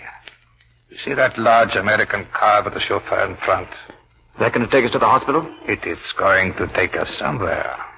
Yeah. Let me open the door for you, Graham. No, Mr. Graham. I'll get in first. Now, you, Graham. And now, me. There. You are snug and cozy between Bernard and myself, Mr. Graham. Good. Drive on.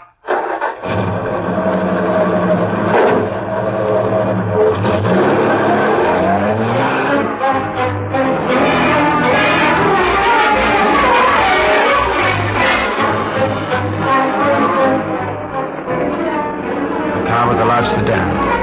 The windows were closed. I stared at the back of the driver's head, conscious of Banner on my right and Haller on my left. We came to a crossroads. Now I would know. Santa Margarita was off to the right. I braced myself for the turn, and suddenly the car turned to the left. Do not try bumping me again, Graham. I'm sorry, I thought we turned right for Santa Margarita. What gave you the idea, Mr. Graham, that we were going to Santa Margarita? You did. You were not so simple as to believe me, were you? No, but I did have a hope. Well, you shouldn't have. Now, Mr. Graham, I have a request to make. When we stop and you are asked to get out, please do so without argument or physical protest. If you cannot consider your own dignity at such a time, please think of the cushions of the car.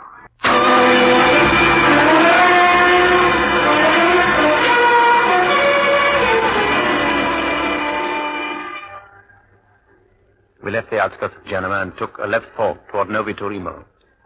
I glanced at Haller. He was sitting back with his eyes closed, a man whose work for the day was done.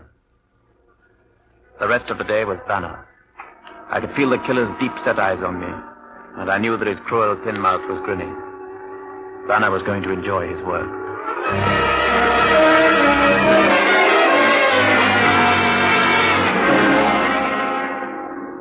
Kurt, stop the car. This is as far as you are going, Graham. They will kindly make no fuss, Mr. Graham. I'll make no fuss. Let us get out, then. Wait here, Kurt. Doesn't your chauffeur like to watch these things? You are brave to joke at such a time, Mr. Graham. Can't we hurry this along, Haller? I have an appointment in Genoa. Sorry to inconvenience you, Banner. All right, Graham. Stand over there. Near that stump. Take a cigarette? You may start a cigarette, Mr. Graham. I fired Josette's revolver full in Banner's face. And even as something horrible happened to that face, Haller's hand moved from his pocket and I shot again. There was only the chauffeur left now. The car started along the road once again and I took a wild shot.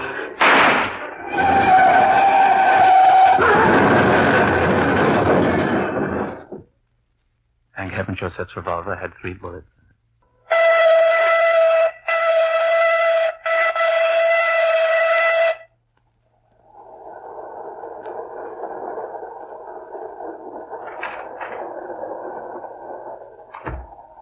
How do you do? Mademoiselle is asleep. So I see. Are you assigned to this compartment? No, I have a compartment 2 cars back, but I should like to change with you. I don't blame you. I, too, find Mademoiselle beautiful. Perhaps. But of course you are very young and won't mind changing with me. To me, you seem very old and won't mind going back to your own compartment. See here, Mademoiselle is an old friend of mine. Is that so? I intend that you become an old friend of mine, too. Young man. For the past week, expert troublemakers have been making trouble for me. I scarcely think you could improve on their methods. But perhaps I've learned something from them. I wish to travel in this compartment with Mademoiselle, and I'm going to travel in this compartment with Mademoiselle, even if I have to use the methods of an international thug. You see, here from my pocket, I draw a gun. Don't shoot. Don't tempt me. Here, let me get my bag. I'll go. You won't regret it.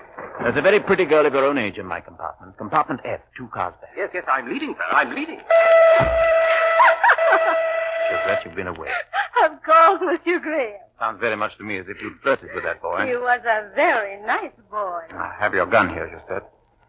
But I think I'll keep it to use on the enemy. The enemy is still looking for you? Oh, Josette. My enemy is any man who's looking for you.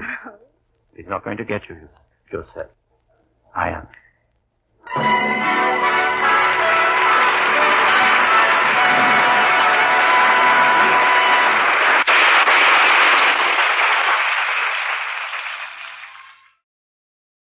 Welcome to the Caltex Theatre, a full hour of dramatic entertainment broadcast over a nationwide network of stations throughout Australia.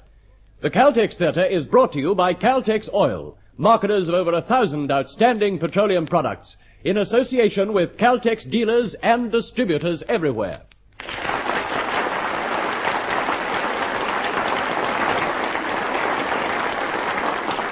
Tonight, the Caltex Theatre presents Bad Day at Blackrock, specially adapted from the Metro-Goldwyn-Mayer outstanding drama, which, on the screen, featured an all-star cast headed by Spencer Tracy and including Ernest Borgnine, from whom we will hear in a moment.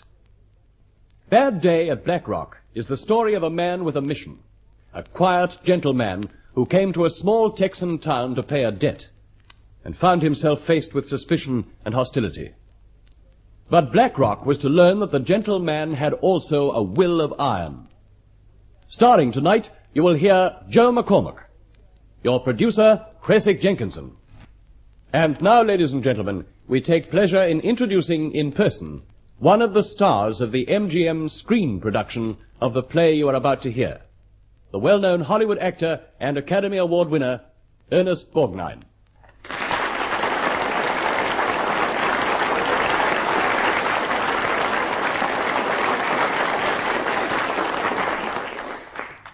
Thank you, and good evening, everyone.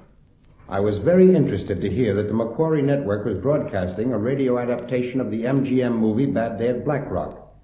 And I'm glad that this should happen during my visit to Australia, it giving me the opportunity to hear it. Because if I had to name one screen role as my favorite, it would be the part of Coley that I played in this picture. Well, so far anyway, because I haven't included my latest role of Rue in Summer of the 17th Doll, which we have just finished. It sure has been a real pleasure to make this picture here. The Doll is going to be a great movie, and I'm sure you'll enjoy it just as much as we did making it. That's, of course, some time away yet. But right now, I'm sure we'll all enjoy the Macquarie broadcast of Bad Day at Blackrock, played by a strong cast of wonderful actors, to whom I'd like to say, good luck.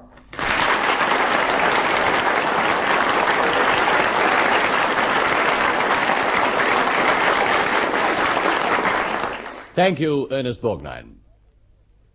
The Caltex Theatre presents Bad Day at Blackrock, Act 1.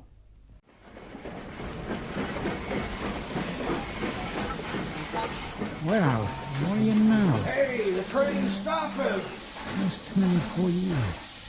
Something's wrong here. Something wrong.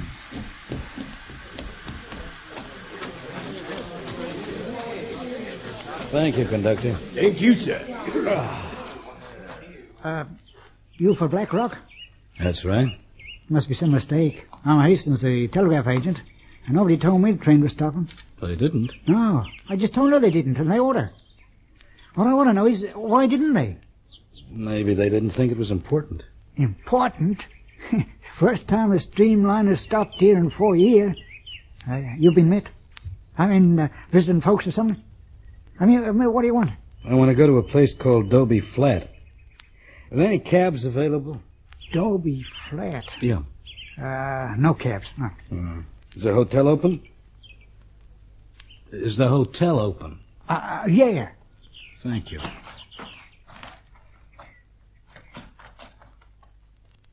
What'd you say, Hastings? Asked for Dobie Flat, did he? Okay. Okay, thanks for calling. What was it? Some strangers in town. Yes, mister? You want something? Afternoon. Like a room. We're all filled up. Oh. Any idea where I could... This is 1945, mister. There's been a war on, and rooms are always hard to get when wars are around. Well, seems I remember the war ending a couple of months ago. Yeah, okay, so it did, but the OPA lingers on. You don't know about the OPA. Oh, you tell me. Well, for establishments with less than 50 rooms, hotel keepers have got to report regularly about tenants and registration. There are penalties imposed, you see. Hey, you can't look in that register without a... blank space in these pages. That can mean only one thing. You got rooms. Give me a key. All the rooms are locked up. Some are showrooms for feed salesmen and cattle buyers. The rest, they're spoken for, rented cowboys and ranch hands for when they come to town. They pay by the month. I'll take this key, I think, room 4. Is that okay with you? Well, look, I you hope so. can... Now, just to make it all nice and formal. There. I've signed your register for you. Well, now, I'd like to have a bath. Where is it? At the head of the stairs. Thank you. Oh, don't worry about my bag. I can carry it myself. Not that I suppose you were going to worry about it. Who is he, Pete?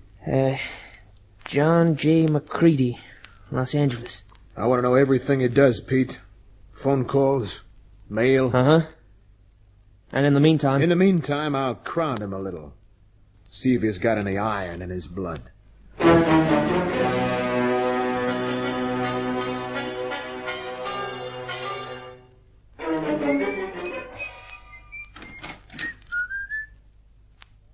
Hi. I guess maybe you're in the wrong room. You think so? What else you got on your mind? Oh, nothing, I guess. If you had half a mind, you'd have paid attention to what Pete downstairs said. He said this room here is for us cowboys. For our every wish and comfort. And this one is yours, I guess. Well, I'm in town. And I'm in town, as any fool can see. You can see that, can't you? Yeah, I guess so. Hey, you must have been waiting here for me for some time. Sorry you had to wait so long. I was enjoying my bath. Would you mind if I sort of got my things together and found another room? Oh, not at all. But if you really wanted this room, we could maybe settle your claim without all this talk. I believe a man's nothing unless he stands up for what's rightfully his. What do you think? Oh, yeah, I guess so. You guess so? But you still ain't claiming this room? No, I guess not. You're all the time guessing, aren't you, huh? Don't you know anything? Yeah, well, I know that ever since I got off the train, everybody's been needling me. Why? I guess I rightly don't know. I guess that makes it that neither of us knows anything much. Well, I'll be moved into a new room soon. I'm sorry to have disturbed yours here. Then he just picks up the key, signs the register, and walks off up the stairs. Oh, I wish he hadn't come here, Doc. It can only mean trouble, and I don't like trouble. I say he's a cop. Did you ever see a cop with a stiff arm like he's got? Well, maybe he's just making out. Maybe his arm's all right. Maybe he was just hanging on to something tied in his pocket. Like what? A pistol, a stick of TNT so he can blow up the whole mangy, miserable town? He's got a bad arm. Bad hand, too, maybe. Just wants to keep it hidden in his pocket. Oh, well, that's probably him come downstairs again. You sell cigarettes here? How long are you staying?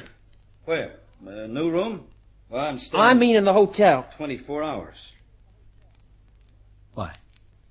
Oh, just, asking? Why? You going to have a convention here? I was just asking. Yeah. There's cigarettes. Want me to open the pack for you? No, one hand's enough to do that, thanks. Okay. Hey, where would I get a car here? I don't know. Oh. Well, now, let's put it this way. Supposing I had a car and I wanted some gas. Where would I go? You don't have a car. You might try that garage down the end of the street. Thanks. It's a help. I'll see what I can do down there.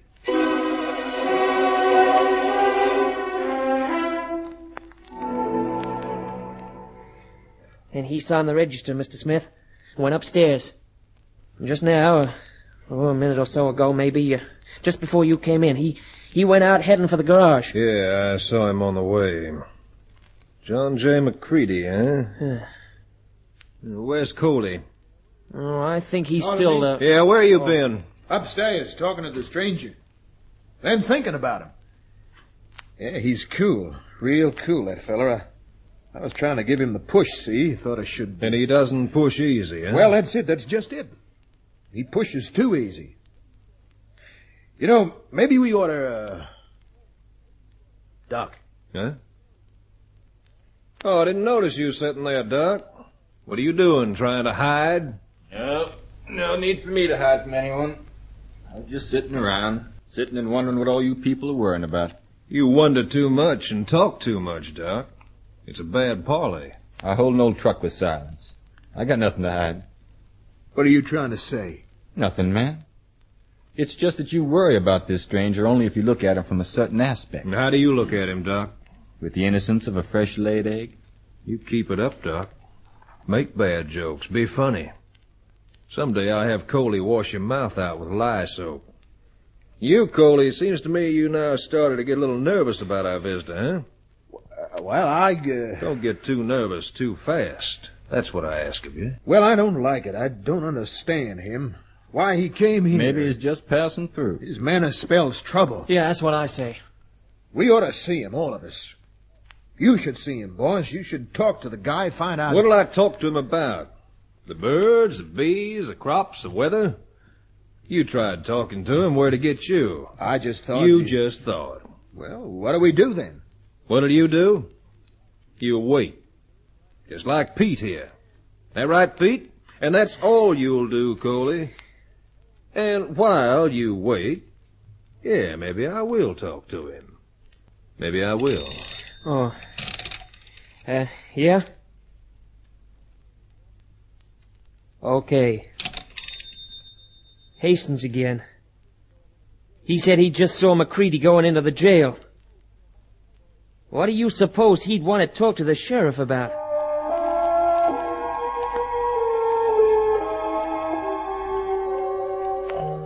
Hey. Hey. Hold it, friend. Hold it. I ain't hankering to get locked up in my own jail. Oh, sorry. I thought you were a guest. You're lying there asleep in a cell bed and the door was open. Oh, I thought you were the guest. No, as it so happens, I'm the host. Hey, you want a snow? No, thanks. I don't blame you. It's awful. What are you looking at? You. Oh, I ain't always this bad. It was just that last night, me and my pal Doc Veely, we did a little celebrating. What were you celebrating? You name it, mister. That's what we were celebrating. Anyhow, well, you won. My name is McCready. I came in on the streamliner. You what? Yeah, I know. It's the first time I stopped here in 4 years. Well, what I want is a little information. I have to go to a place called Adobe Flat. This ain't no information bureau. You know, there's one thing about Black Rock. Everybody's so polite. Makes for a very gracious living. Well, nobody asked you here. How do you know? Well, what about Dover Flat? I'm looking for a man called Kamako. What? Almost a disaster. Then you smashed your bottle. Yeah. Fate worse than death. You move fast for a big man. How about him? Now, if there are no further questions, friend, I'll be getting back to my drinking. Excuse me? Okay. Hope you don't mind letting yourself out. No, I don't.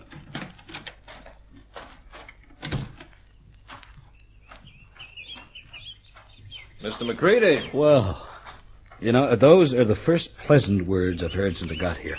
Well, my name is Smith. I own the 3-Bar Ranch. I want to apologize for some of the people in town. They act like they're sitting on a keg. A keg? Of what? I don't know. Ooh, diamonds, gunpowder. Oh, it's nothing like that. We're suspicious of strangers, that's all. A hangover from the old days, the Old West. Oh, you know, I thought the tradition of the Old West was hospitality. Well, I'm trying to be hospitable, Mr. McCready. You going to be around long? You could be. Uh-huh. Well, how'd you like to go hunting tomorrow? I'd be proud to have you as my guest. Well, no, thanks. I'm afraid I can't. Ah. Because of your arm, I suppose. I knew a man lost his arm once in a threshing accident. He used to hunt all the time. He was quite a man. Sorry, I mean, if well, if there's anything I can do while you're around... No, I don't think so, thanks. I was just looking for a... But no, it doesn't matter. Looking for what, Mr. McCready? Well, I was looking for a man named Kamako. Kamako, huh? Yeah, that's... Sure, I remember him. Japanese farmer. Yeah, he never had a chance. Huh? Well, he got here in 41, just before Pearl Harbor, and 3 months later they shipped him off to a relocation center. Oh. Tough. You don't happen to remember which one they sent him to, do you? Who knows? Why don't you try writing them? Oh, no, I've already written them. They don't forward my letters. I keep sending them back. They do, huh? Yeah, Who's this? The girl in the Jeep. Oh, that's Liz Worth, sister of the young fella behind the reception counter at the hotel. Oh, she's pretty. Yeah, Liz is a pretty gal.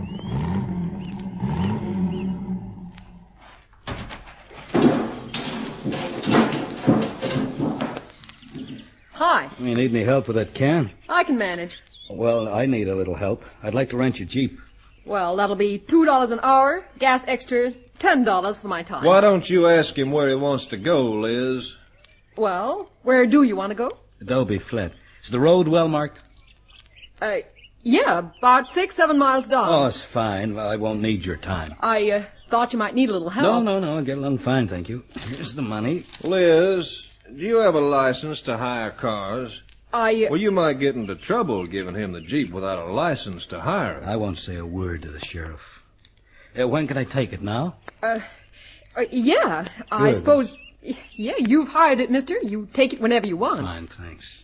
I won't be very long. I'll drop it back here when I'm finished. The garage. Will you have the garage? Yeah, I was down there a while ago. I couldn't find anybody around.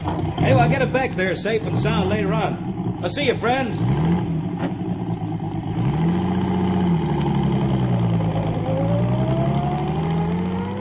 You shouldn't have done that, Liz. You shouldn't have let him have it.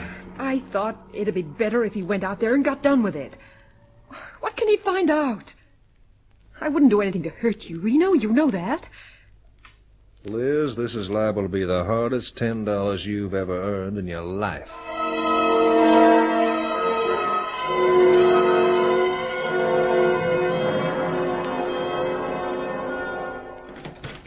Tim. Oh, Master Smith. Sorry, I was just having a lie down, a little drink. McCready, that fellow who just got into town, what did he want here with you? McCready? Oh, yeah, McCready. He asked about Kamako. Hey, you think he'll kick up a storm, Mr. Smith? Storm? What about? Oh, I don't know. All I know, I don't want no more trouble around here. Never again. Trouble? Well, you don't know anything about Kamako, do you? No, I do not, and that's the point. Well, the point is, what you don't know won't hurt you, Tim. You got the body of a hippo, but the brain of a rabbit. Now, don't overtax it. Yeah, Mr. Smith. Yeah, sure. Whatever you say. Mr. Smith here? Mr. Smith? Yeah, what is it, Hastings? Mr. Smith, I got a reply to that wire you had me send to Los Angeles. There you are. What does it say? Mr. Smith's friend never heard of him. That's what he says. He's checked and there's no John J. McCready. No listing, no record, no information, no nothing. Well, where does that leave us now? Right where we were before, I reckon. This McCready, I think he's a nothing. A nobody. Is he?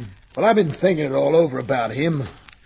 I guess maybe we did get too scared too quick. There's nothing to worry with that fella. Isn't there? Oh, you got brains, you have, Coley.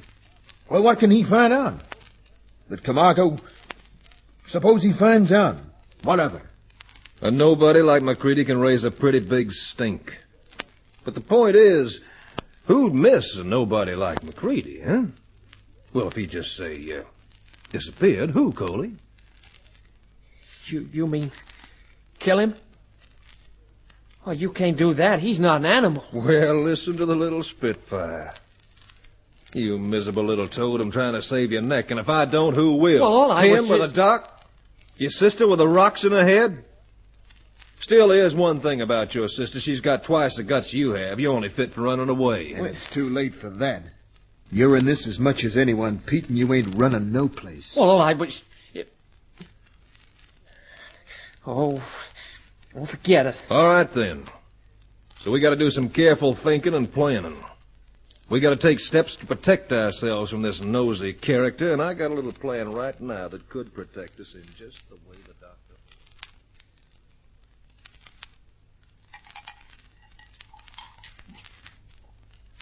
doctor...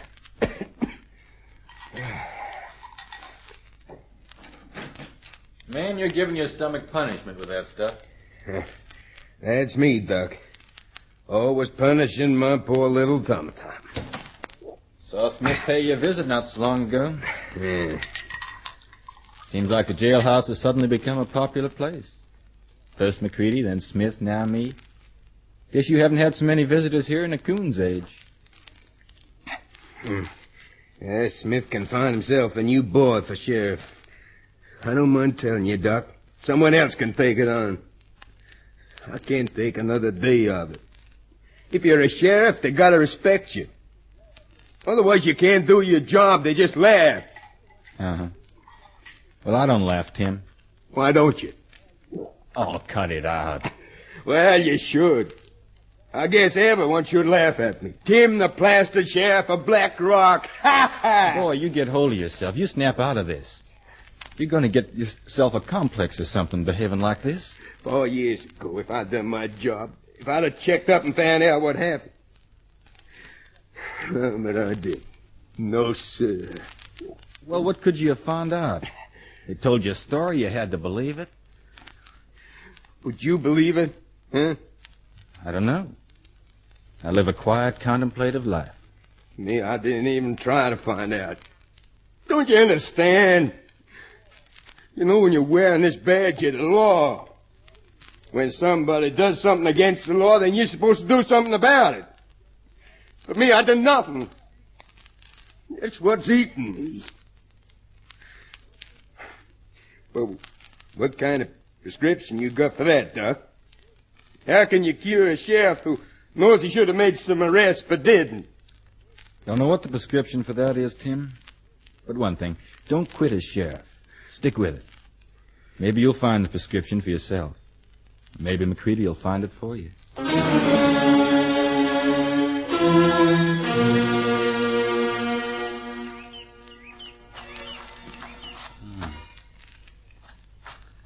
It's quite a pretty place, Dobie Flint.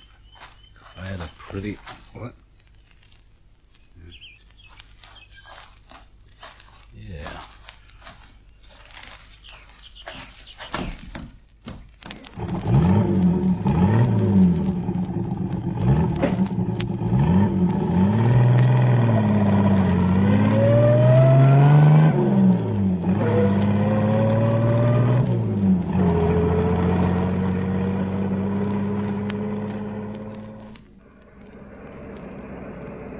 There he is now. See? Jeep just moving off now. Yeah, I see him. Yeah, we'll catch up to him in a minute. Boy, Smith's got a brain. You gotta give him that. He's got a brain. I wish I hadn't come. Huh? I wish he hadn't made me come with you. I don't like this. The man might get killed. Baby boy, that's what Coley's gonna try to do. Now you heard it all. I try to force him off the road, get him over the cliff round by 7 Mile Bend. Coley, let's go back. We go on, boy. Please, it's not right. It's just... We're gonna protect ourselves, see? Protect ourselves at all costs, Smith said. Now you sit tight, baby boy. Here we go.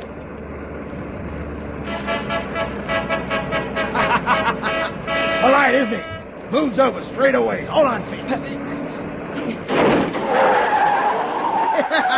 Boy, did you see that?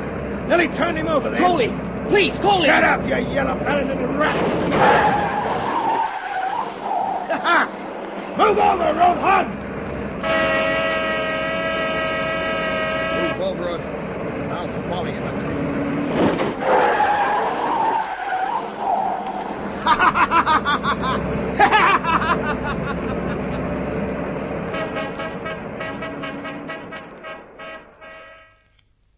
And before we get to 7 Mile Bend, he goes over the side of the hill, see? Just swings off the high road, slides down the hill, goes onto the low road, and goes merrily on his way.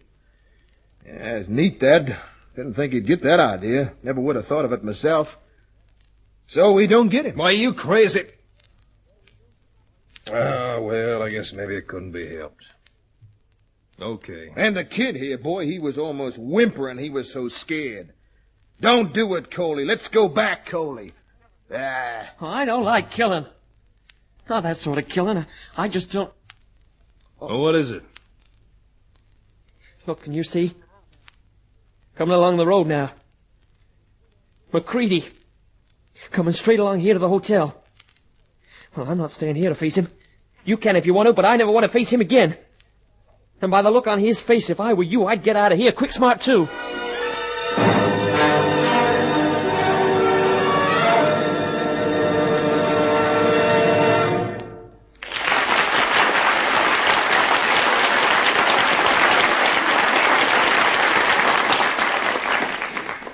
And so the curtain falls on Act 1 of tonight's Caltex play, Bad Day at Blackrock. In a moment we commence Act 2. The Caltex Theatre now presents Joe McCormack in Bad Day at Blackrock. Act 2. Stay where you are, Pete. Stay there. Yes, Mr. Smith. You ready for him, Coley? Oh, yes, I'm ready for him. Well, well, well. It isn't McCready, the world's champion road hog. Yeah, it's a small world, isn't it? But such an unfriendly one. Now, why did you want to crowd me off on the road? I'm sorry if I incurred your displeasure. My car outside, the front all mashed in. Anything at all I can do to make up for the damage caused to your You car. ought to be more careful, man. All that one-arm I'll be driving. glad to pay for the damage. It's a threat to life and limb. Yeah, but fortunately no one was hurt. Now, you could get yourself killed that way, nosing all over the countryside. Yeah. Guess I was lucky not to have been killed. Yeah. Anyhow, you won't have to worry about my welfare anymore. Hey, boy, you still expecting that convention? What? If you're expecting any extra cowboys, my room is available as from now. Are you checking out? That's right, yeah.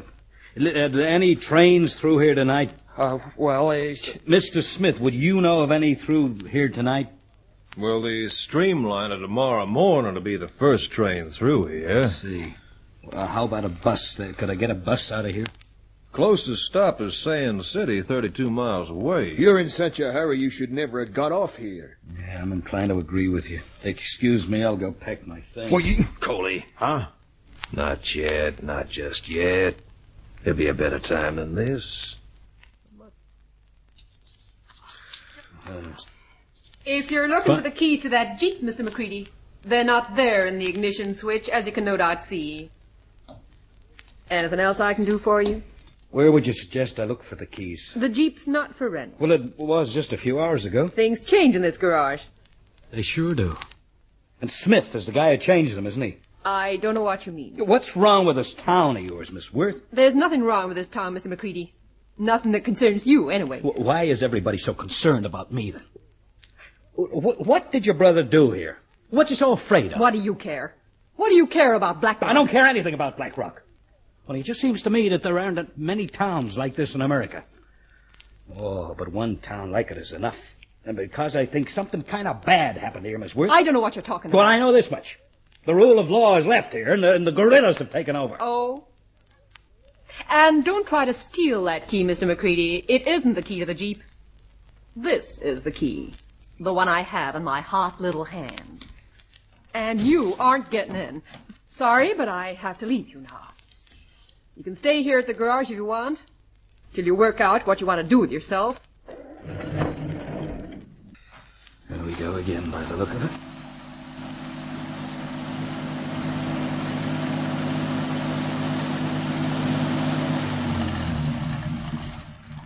Miss Worth running away from you, McCready? Must seem like it to any casual observer such as yourself. Ah. McCready, I'd like to ask you a few questions while you're around. Yeah, well, as you can see, I'm around all right. I guess probably you've heard that Miss Worth is no longer in the car rental business. Good. I wouldn't want to see that gal getting in any trouble. Wouldn't you? Well, what with rental permits and gas rationing, you know what I mean. Yes, I know you. I certainly admire your sturdy sense of responsibility. Well, it's just that gal has a future. Yeah, well, instead, would you let's talk about my future? You think you have the time? I don't seem to be going anywhere. I hear you handle a Jeep real well. Yes, I do have a way with Jeeps. It's a certain familiarity. I think I understand. You're an army man, aren't you? Where was your arm knocked out of action? Italy. That's tough. Yeah. I tried to enlist myself the day after them rats bombed Pearl Harbor. What stopped you? Physical, they wouldn't take me. Morning after Pearl, I was the first man in line at Marine recruiting at Sand City. They wouldn't take me. That's tough. What do you do in Los Angeles, Mr. McCready? I'm retired. You're a pretty young man to be retired. Well, you might say I was forced into retirement. Yeah. What were you looking for in Dobie Flat? Well, like I told you, I was looking for a fella named Kamako, but like you told me, he wasn't there. What's funny? Nothing. Just that I don't believe you. Well, that's too bad. I believe a man's as big as what he's seeking. I believe you're a big man, Mr. McCready. Flattery won't get you anywhere. Why would a man like you be looking for a lousy Jap farmer? Oh, you never can tell, you know. Maybe I'm not so big. Oh, yes, you are. I believe a man's as big as what'll make you mad. Nobody around here seems big enough to get you mad. What makes you mad, Mr. Smith? Me? Nothing. Nothing. You're a pretty big man yourself, Mr. Smith. The Japanese make you mad, don't they? Well, that's different after that sneak attack on Pearl Harbor and Baton. Kamako make you mad? Well, it's the same thing.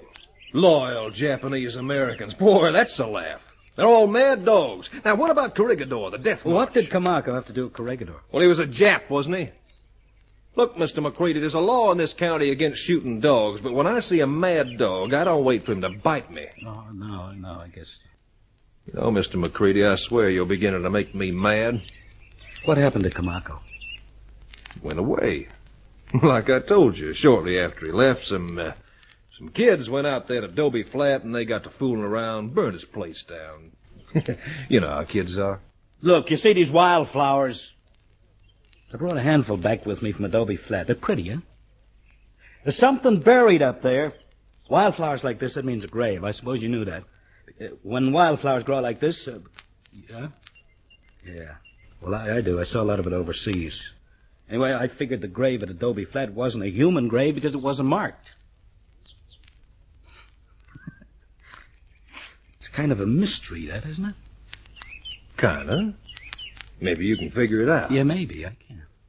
Well, why don't you give it a whirl? Might help you pass what remaining time you have here. No, I've got other things to do. Matter of fact, I'm not interested. Huh? No, not interested. Well, I'll be on my way now, I think, McCready. At least that's my story to you, Buster.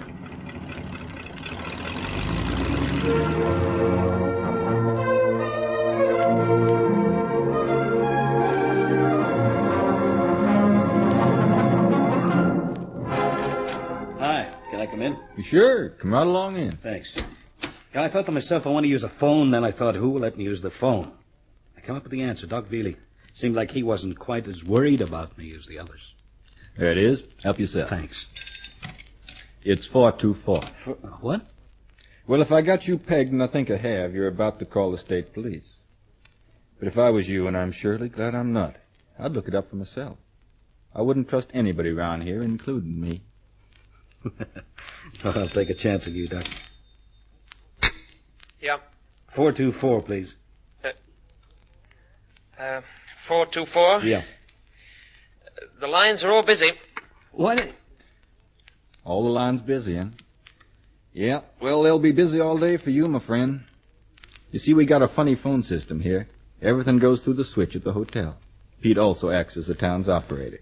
Pete's sake. Do you mind not looking at me like that? Like what? Like I'm a potential customer. Everybody is. I get 'em coming and going. You know, McCready, they're going to kill you with no hard feelings. You going to sit there and let them do it? No need to get waspish with me, mister. Oh, I'm sorry. I didn't mean it. Yeah, well, I feel for you. But I'm consumed with apathy. Why should I mix in? I don't know. Maybe to save a life? I got enough trouble saving my own. Look, I try to live right. I drink my milk every day, but mostly I try to mind my own business, which is something I'd advise you to do. Oh, it's a little too late for that. Oh, no.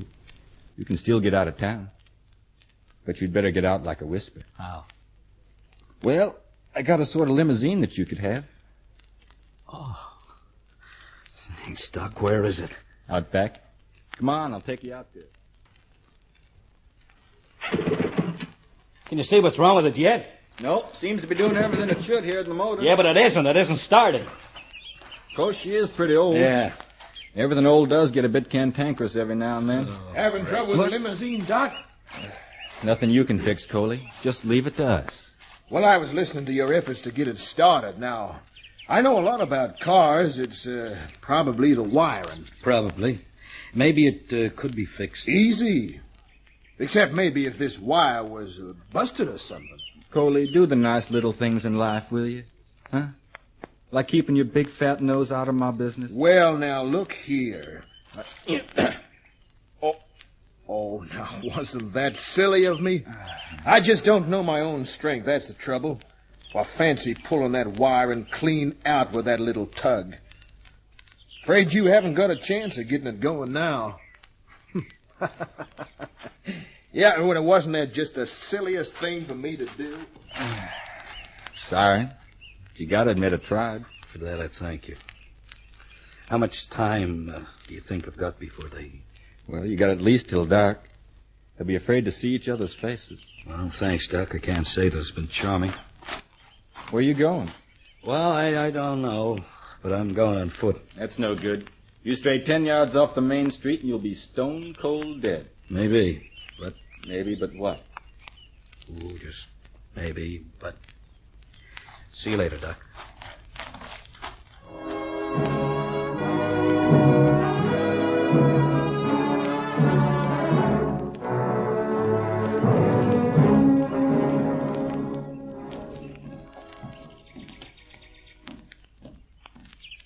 Oh, hello. Hot, eh? Yeah. Like a lemonade? I've got plenty. Help yourself. No, thank you. Would you give me a telegram form? I want to send a wire.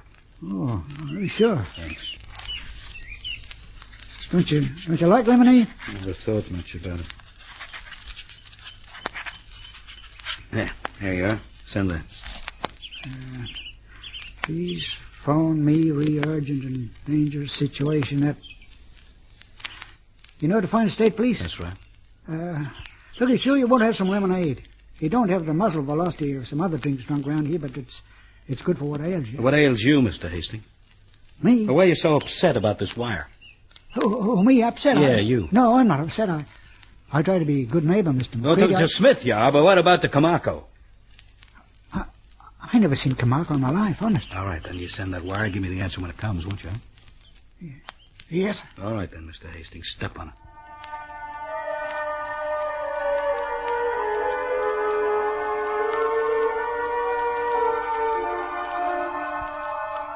Boy, I'm hungry. Who's someone who'll give me a meal around here? I guess you could get a meal at Sam's place down the road. Sam's place, right? No. Well, you still here? I thought you didn't like this place. You mean going to or coming from? Staying put. No comment. No comment, he says. No comment, and all the time he's sitting in my chair. My special chair. Did you know that, mister? In this hotel, this is my special chair. No one else ever sits on it.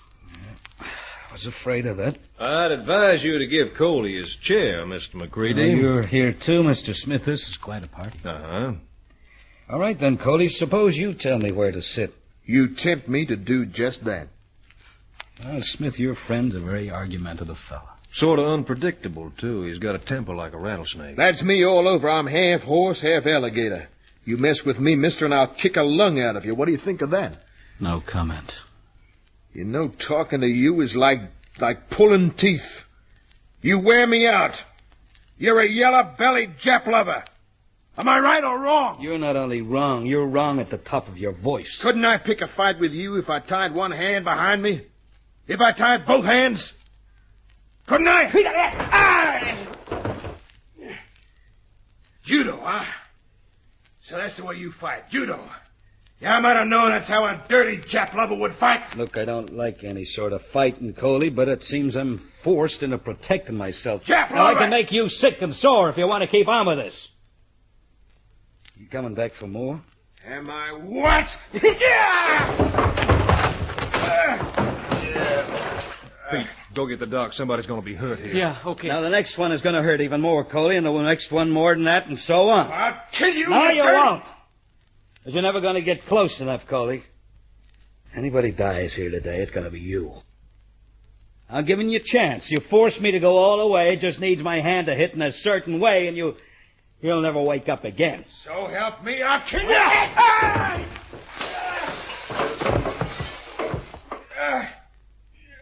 Now, you still want more, Coley. He doesn't want more. Oh, you, Smith.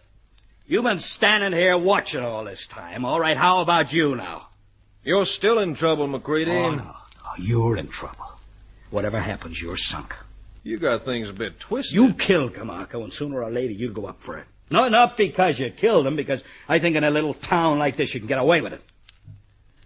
You're going to go up because you didn't have enough guts to do it alone. You put your trust in guys like this Coley slob and Pete. Pete, oh, not the most dependable of God's creatures. You know, one of these days they're going to catch on that you've been playing them for saps. And what are you going to do, huh? Peel them off one by one? Huh? Well, in the meantime, one of them's going to crack. When they do, you go down, but hard. Because they've got something on you, Smith. Something to use when the going gets tough. And it's getting tougher every minute. Anyway. Oh, Doc. Man, oh man. Okay, Coley, I guess I'll ease your aches and pains for you. Great ape. Mr. Smith, I've been trying to think what to do, but here, read it. A wire you wanted me to send. McCready. Please phone me, real May I? urgent. Where's the answer to this? You expect an answer to a wire that was never sent? What's so funny? Oh, I just had a thought. Thought that is dazzling in its purity. You gave my message to Smith, didn't you, Hastings? Why, you little wart, that's a federal offense. Yeah. Oh, the doc is so right. Yeah, like I say, Smith, it's getting tougher and tougher. Oh, I see we have our sheriff with us now, too. When did you sneak in, Sheriff? Just after the doc got here. Now, you better come in the picture and do your duty, huh? Yeah. Yeah, seems like. He's right, Mr. Smith. You're not supposed to... Don't be a fool, Tim. Divulging information. There's a law that says Tim, you you're pathetic. Shut up. Okay, so maybe I'm pathetic, but I'm still sheriff. That's the point. You're not sheriff anymore. What? You're bad. Here, Pete. You come over here and put this on. You're sheriff now. Oh, but... Mr. Smith... Put it on. What? Yeah, okay. I'll take this. What? Well, now there's no evidence, right? No evidence, no case, and you didn't see a thing, now did you, Sheriff? No, not a thing. Well, get on your feet, Coley, and come on, boys. We spent enough time here for the moment. Aren't you going with your big boss, Pete? I can't wear this star, not when he's... Oh, I'm sorry. I should be more... Oh, I don't know what to do. Oh, I know what your trouble is, Sonny. You'd like me to die quickly, wouldn't you, without wasting too much of your time? Well, needing drinks now. You'll need a lot of that to wash out your guts. Now, look. Why'd you come here, Mr. McCready? Will you tell me, please? I'll go crazy if I... Now, please, will you tell me? Sure, I'll tell you now. I came here to find Camarco. See, Camarco had a son. Son? I never know that. No one around here's ever heard of him having a There's son. a boy named Joe. Joe is dead now. He's buried in Italy. Joe Camarco died saving my life. He was awarded a medal for that. It's this medal. You see it? It's an important medal, this one. Well, I came here to give it to his old man. And that's all? Yeah, that was all I had in mind to do when I got off the train. But now... Pete, I think you got a story to tell McCready now. Okay, then I'll tell it. Smith owned Adobe Flat. He leased it to Camarco. He figured Camarco cheated him because you gotta have water to raise anything, and there was never any water on Adobe Flat. But Camarco dug a well. He must have gone down 60 feet. He got plenty of water. Yeah, and that made Smith sore. He got to hate old Japs. Day after Pearl Harbor, Smith tried to enlist I him. heard about that. Oh. Well, when he came back here, he was as sore as hell. He started drinking with Coley Hastings and me. We drank all day, got drunk. Patriotic drunk. We wanted to go out and scare up the Jap a bit, have some fun. But when we got out there, Camarco heard us coming and he locked the door. Then Smith started a fire and the Jap, he come running out. His clothes were all burning. Then Smith shot him. Well, I didn't even know he had a gun. Then you got scared and buried him and kept your mouth shut. Well, yeah. I see. Well, you go ahead and drink that whole bottle, boy, because you're gonna need it now.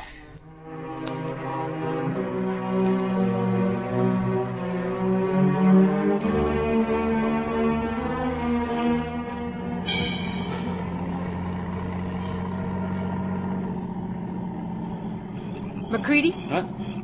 What are you doing sitting out here? Waiting for the bullet?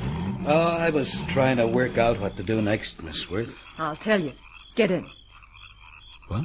I'll get you out of town. Well, now, what have we here? Hurry up before anyone comes along. Okay. What made you change your mind about helping me? When you left the hotel after Doc and Pete had told you everything, Pete rang me. He explained everything to me. Said I had to help you get out. I'm helping you. Well. If we'd only realized before it... Yeah. Oh, hang on to that bottle with you. Don't let it roll round. It's spare gas. Only thing I could find in my hurry to get to you and get you on your way out of town. No, I got it. It was a sad business, the Camarco affair. You don't know just how sad yet. And some people in this town are going to be just so sad about it.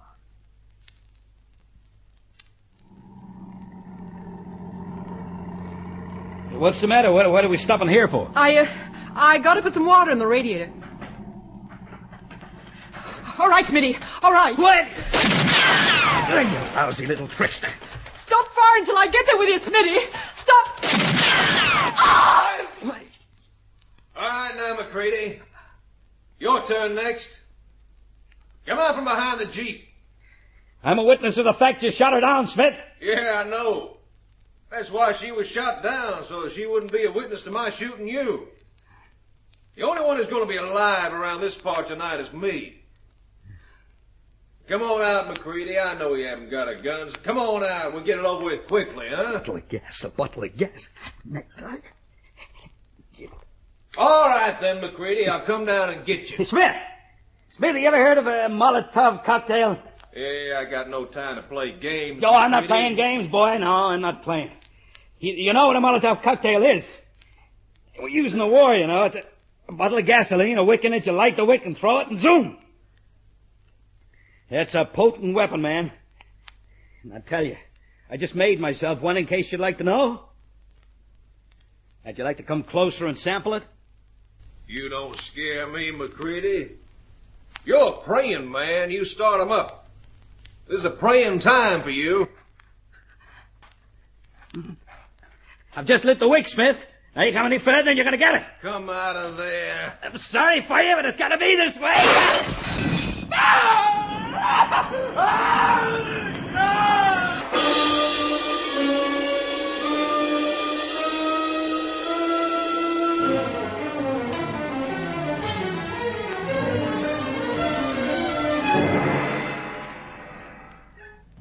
What's all the excitement about here, mister? Police and all these guys being put in the guards van? Oh, there's been a bit of trouble here today. A woman shot, a guy burned to death.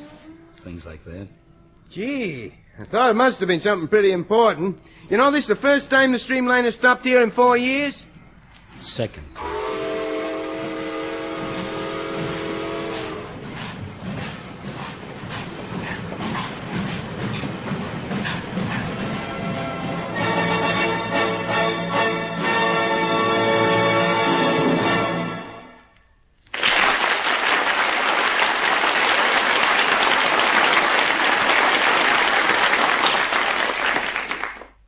So ends our Caltex play, Bad Day at Black Rock.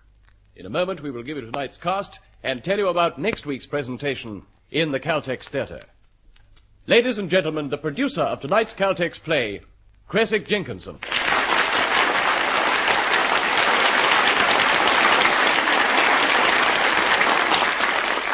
Thank you. Bad Day at Black Rock was presented tonight by courtesy of Metro-Goldwyn-Mayer Proprietary Limited and adapted for radio by John Crane. In the starring role you heard... I was John J. McCready. This was Joe McCormick.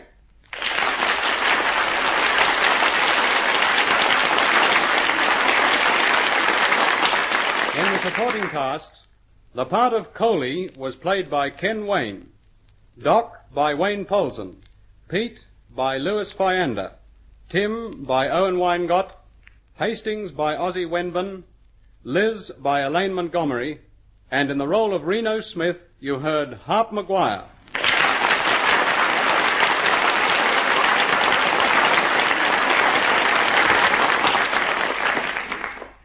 Thank you, Mr. Jenkinson.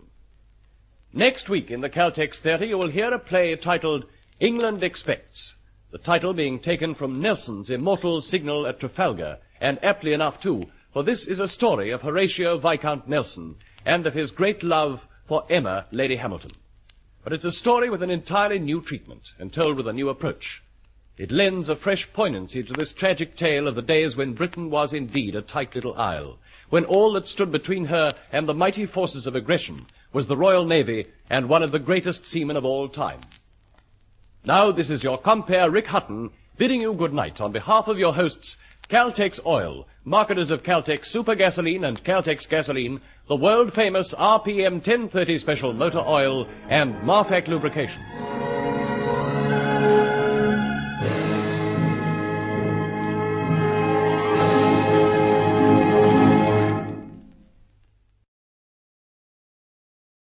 From Hollywood, California, Columbia presents William Shakespeare's The Taming of the Shrew, starring Edward G. Robinson with Frida Inniscort and Charles D. Brown. With tonight's all-star production of The Taming of the Shrew, the Columbia Network brings you the fourth in a cycle of 8 Shakespearean plays to be presented at this same time each Monday night during the summer season of 1937. In these plays, each carefully adapted for a full hour's radio presentation, the world's finest actors join Columbia in making it possible for millions of people to enjoy the works of the world's greatest dramatist for the first time.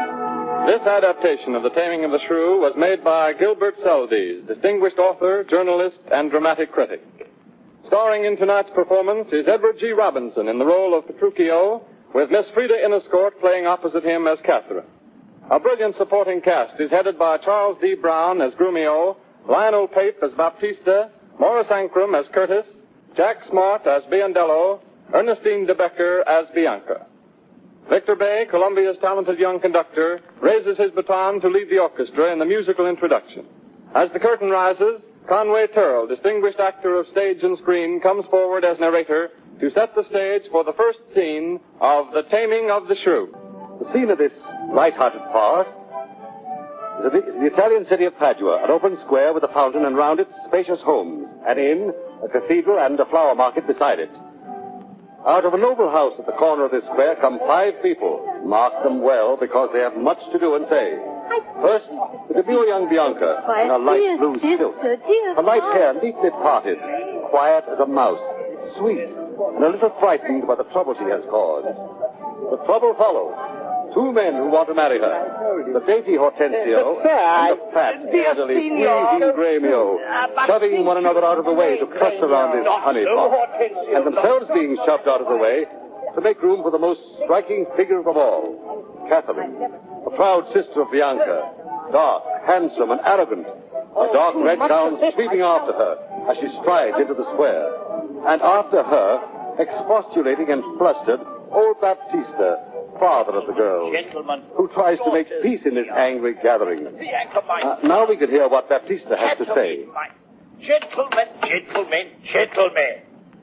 Importune me no further. How I firmly am resolved, you know. That is not to bestow my youngest daughter before I have a husband for the elder. If either of you both love Caterina, because I know you well and love you well, leave she you have to court her at your pleasure. What say you, Gremio? To cart her, rather. She's too rough for me. I pray you, sir, is it your will to make a sale of me amongst these mates? Mates, maid? How mean you that? No mates for you, unless you were of gentler, milder mold. But if it were, doubt not her care should be to comb your noddle with a 3-legged stool, and pinch your face and use you like a fool. Hortensio. From all such devils, good Lord, deliver us, and me too, good Lord. Gentlemen, that I may soon make good what I have said, Bianca, I'll get you in. Oh, no. I let it not displease thee, good Bianca, for I love thee nevertheless, my girl. A pretty piece. It is best put finger in the eye, and she knew why. Sister, content you in my discontent. Sir, to your pleasure humbly I subscribe. My books and instruments should be my company, on them to look and practice. By myself. Oh, gentlemen, content ye, I am resolved. Go in, Bianca. And for I know she taketh most delight in music, instruments, and poetry, schoolmasters will I keep within me house, fit to instruct her youth. If you, Hortensio, or Signor Gremio, you know any such, prefer them hither. And so farewell. Caterina, you may stay, for I have more to commune with Bianca. Why? And I trust I may go too, may I not? What? Shall I be appointed ours, as though belike I knew not what to take and what to leave? They have gone away. Hortensio and Gremio have to postpone their rivalry for the hand of the gentle Bianca, because her father has made it an absolute condition that the elder sister must be married first. So both rivals set out to find some man willing to marry Catherine the Shrew. And here, as luck would have it, comes just the man. Yes, Petruchio is just the man. You can tell it by the way he swaggers down the street looking for Hortensio's house. You can tell it by the perch of his plumed hat at an angle over one impudent eye. An adventurous fellow out to seek his fortune, ready for anything, especially a tempestuous courtship, a beautiful girl, and a rich marriage. Behind him his servant, Grumio, bends under the weight of his luggage. Petruchio halts. He has found Hortensio's house. I trow this is his house. Here, Sir Grumio, knock, I say. Knock, sir? Whom should I knock? Is there any man has refused your worship? Villain, I say, knock me here soundly. Knock you here, sir? Why, sir, what am I, sir, that I should knock you here, sir? Villain, I say, knock me at this gate and rap me well, or I'll knock your knave's pate. Oh, help! Help, masters! Help! Now, knock when I bid you, sir, villain.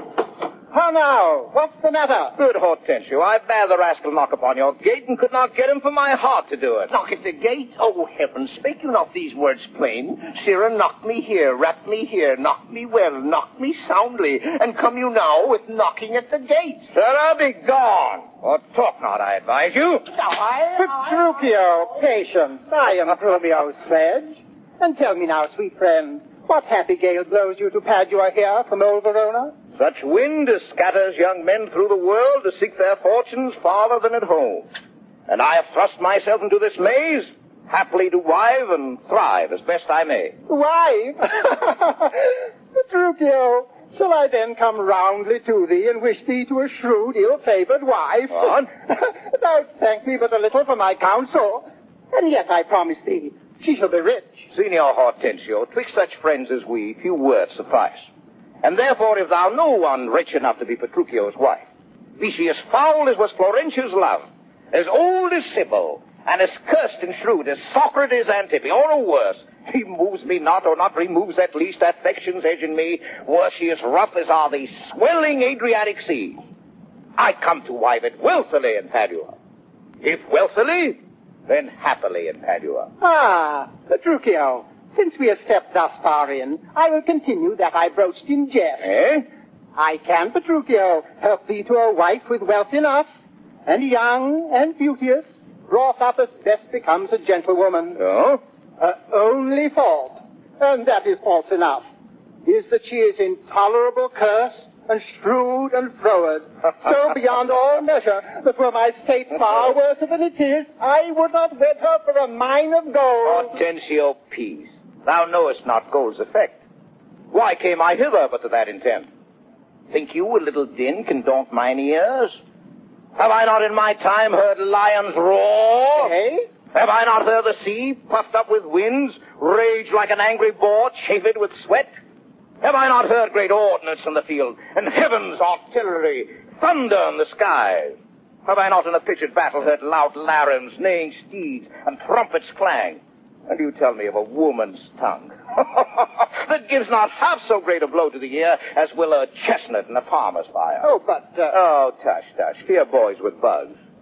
Tell me her father's name, and 'tis enough, for I will board her, though she chide as loud as thunder when the clouds in autumn crack. Her father is Baptista Minola, an affable and courteous gentleman. Her name is Katharina Minola, renowned in Padua for her scolding tongue. I will not sleep, Hortensio, till I see her. Tarry, Petruchio. I must go with thee, for in Baptista's keep my treasure is. He hath the jewel of my life in hold, his youngest daughter, beautiful Bianca. And now shall my friend Petruchio do me grace, and offer me, disguised in sober robes, to old Baptista, as a schoolmaster well seen in music, to instruct Bianca, that so I may, by this device, at least have leave and leisure to make love to her, till Catherine the Cursed have got a husband. Come. Catherine the Cursed. A title for a maid. It is now late afternoon, and the suitors for Bianca's hand call on Baptista.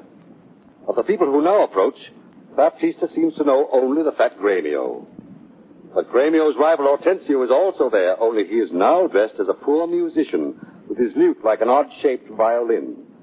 And another suitor has come into action, Lucentio, who pretends to be a teacher of Latin. And poor Gremio, who is too fat to disguise himself, has hired this Latin teacher to plead his cause with Bianca. And now, to clear the way by getting Catherine married off, they are bringing Petruchio to Father Baptista's house. A servant enters to announce their arrival. Signor Gremio. Gremio enters with the new suitor Lucentio disguised as a Latin teacher.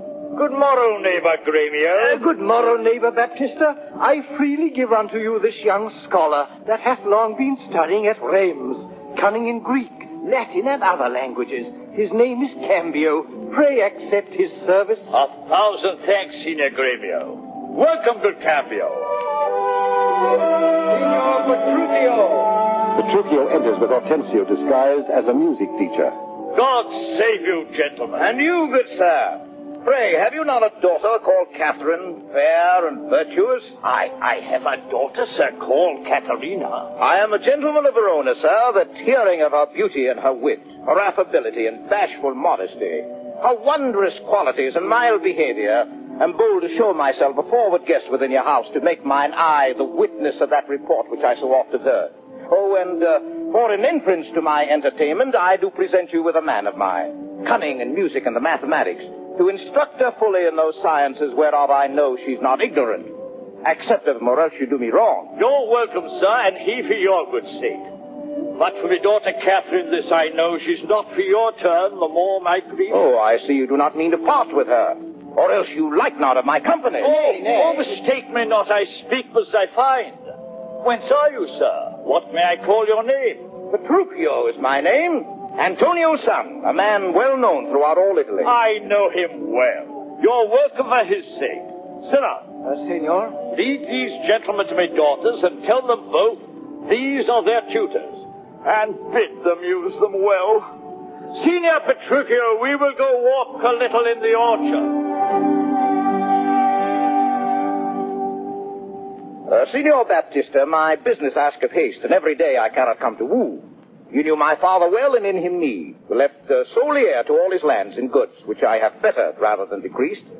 Then tell me, if I get your daughter's love, what dowry shall I have with her to wife? After my death, the 1/2 of my land. Aye. And in possession, 20,000 crowns. Aye. Let specialties be therefore drawn between us, that covenants may be kept on either hand. Aye. When the special thing is well obtained, that is her love. For that is all in all.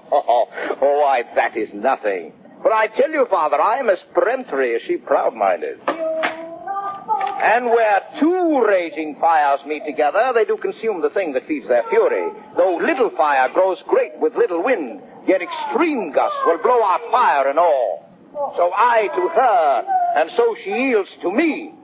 For I am rough, and woo not like a babe. Well, mayest thou woo, and happy be thy speed. But be thou armed for some unhappy words. Signor. How now, good fiddler, why dost thou look so pale? Oh, poor Hortensio. For fear, I promise you, if I look pale. What, will my daughter prove a good musician? I think she'll sooner prove a soldier. Why, then thou canst not break it to the lute?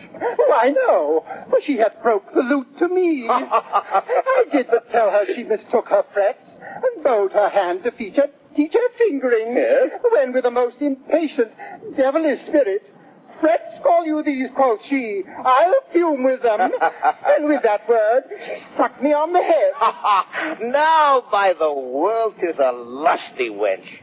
I love her 10 times more than e'er I did. Oh, how I long to have some chat with her. Oh, good master fiddler, go with me and be not so discomfited. Proceed in practice with my younger daughter. She's apt to learn and thankful for good terms.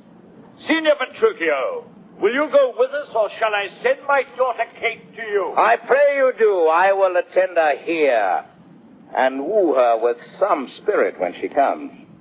Say that she rail. Why, then I'll tell her plain she sings as sweetly as a nightingale. Say that she frown. I'll say she looks as clear as morning roses newly washed with dew. Say she be mute and will not speak a word. Then I'll commend her volubility, and say she uttereth piercing eloquence. If she do bid me pack, I'll give her thanks, as though she bid me stay by her a week. If she deny to wed, I'll crave the day when I shall ask the banns and when be married. Ah, but here she comes. And now, Petruchio, speak. Sir? Good morrow, Kate. That's your name, I hear. Well, have you heard? But something hard of hearing. They call me Catherine, but do talk of me. Oh, you lie in faith. For you're called plain Kate. Oh. And bonny Kate. And sometimes Kate the Curse. Oh, but Kate, the prettiest Kate in Christendom. Kate of Kate Hall, my super dainty Kate. But dainties are all Kates. And therefore, Kate, take this of me, Kate of my consolation.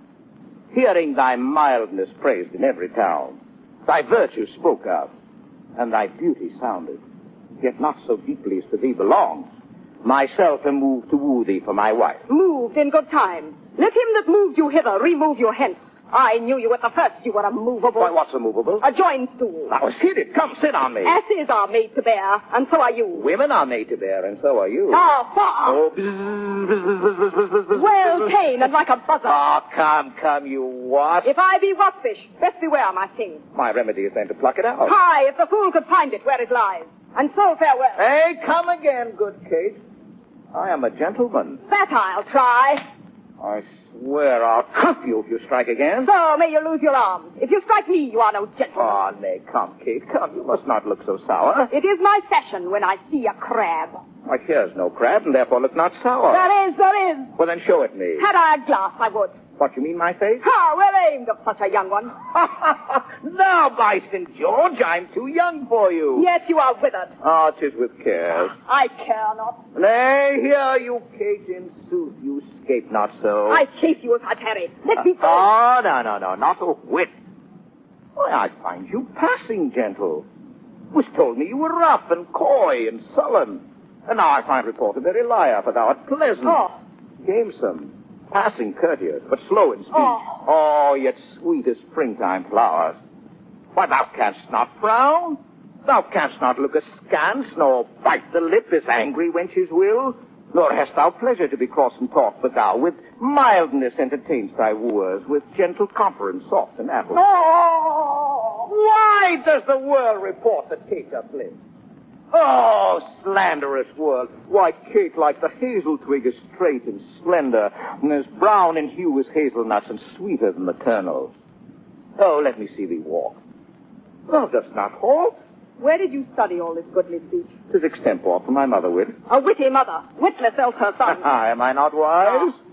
And therefore, setting all this chat aside, thus in plain terms, your father hath consented that you shall be my wife.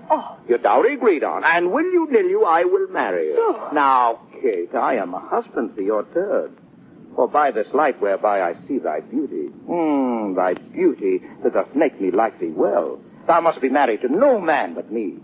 For I am born to tame you, Kate, and bring you from a wild Kate to a Kate conformable as other household Kates.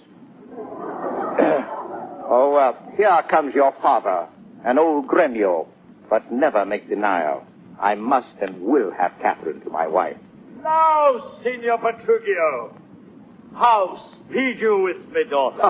How but well, sir, how but well. It were impossible I should speed amiss. Why, how now, daughter Catherine, in your dumb past. Call you me daughter? Now I promise you have showed a tender fatherly regard to wish me wed to one half lunatic, a madcap ruffian and a swearing jack that thinks with oaths to face the matter out. Father, 'tis thus. Yourself and all the world that talked of her have talked amiss of her. If she be cursed, 'tis for policy. For she's not froward, but modest as the dove. She's not hot, but temperate as the morn.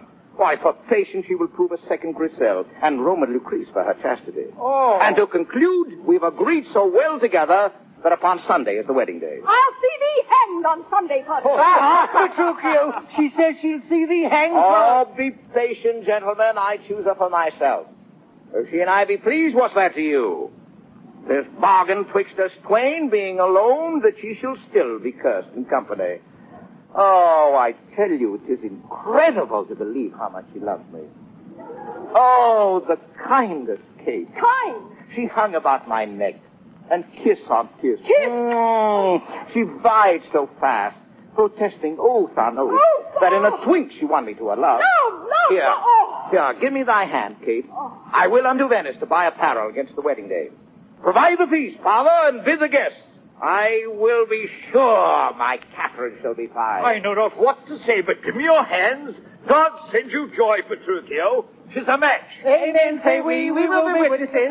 Father, and wife, and gentlemen, adieu. I will to Venice. Sunday comes apace. We will have rings and things and fine array. Oh, and kiss me, Kate. We'll be married on Sunday.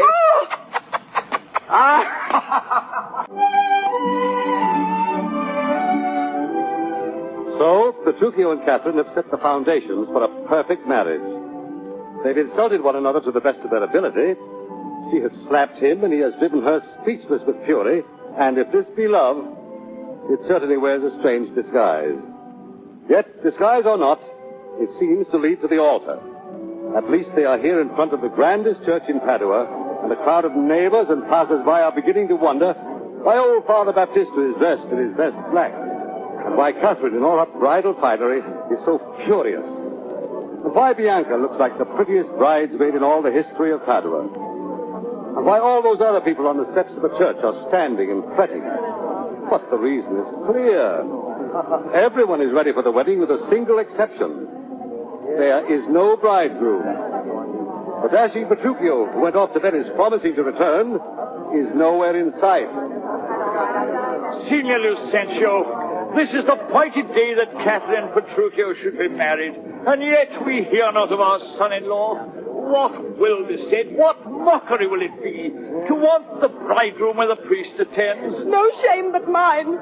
I must forsooth be forced to give my hand, opposed against my heart, unto a mad brain rudes me, full of spleen, who wooed in haste and means to wed at leisure. I told you, he was a frantic fool. He'll woo 1,000, point the day of marriage, make feast, invite friends, and proclaim the ban, yet never means to wed where he has wooed. Oh, now must the world point at poor Catherine and say, "No, there is mad Petruchio's wife. If it would please him, come and marry her." Oh, would Catherine had never seen him. Master! Dear Jello, what news? News, old news, and such news you have never heard of. Is Petruchio come? Why, no, sir. Well, then... He is coming. Well.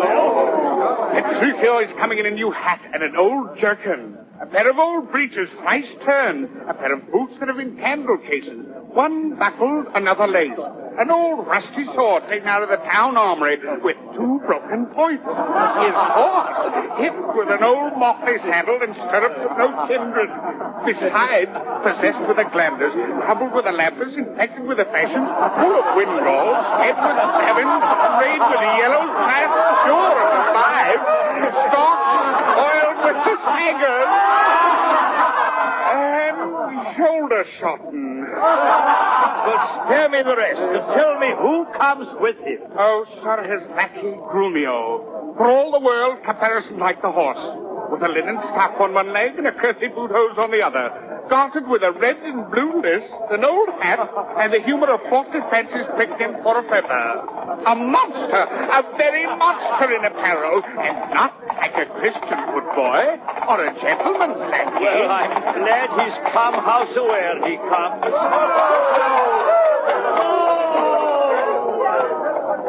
Where be these gallants? Who's at home? Who's at home here? You're welcome, Petruchio. Where is Kate? Where's my lovely bride? Where's our lovely bride? How does my father? Gentles, methinks you frown. And wherefore gaze this goodly company as if they saw some wondrous monument, some comet or unusual prodigy? Prodigy. Why, sir, you know, this is your wedding day. First we were sad, fearing you would not come. Now sadder that you come so unprovided.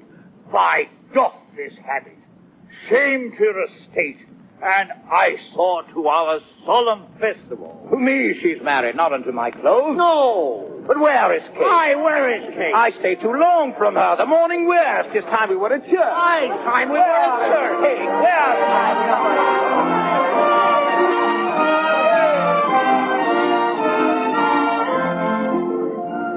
Pretty bride. A mad bridegroom.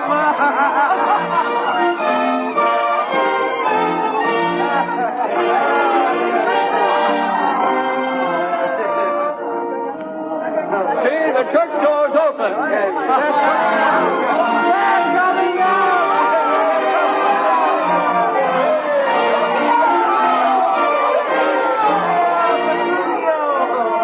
On the steps of the church, Petruchio stops with his bride on his arm and bows to the crowd. They see Catherine not blushing as a bride, but flushed with the humiliation which Petruchio has brought upon her. For there she is, dazzling in lace and white satin, and there he is, shabby and tattered and out at elbows, a man who deliberately dressed himself like a scarecrow for his wedding day. And yet Petruchio seems unconscious that he has made a spectacle of himself. He seems rather pleased and debonair. Without a doubt, he intends to appear at the wedding feast in his plain clothes.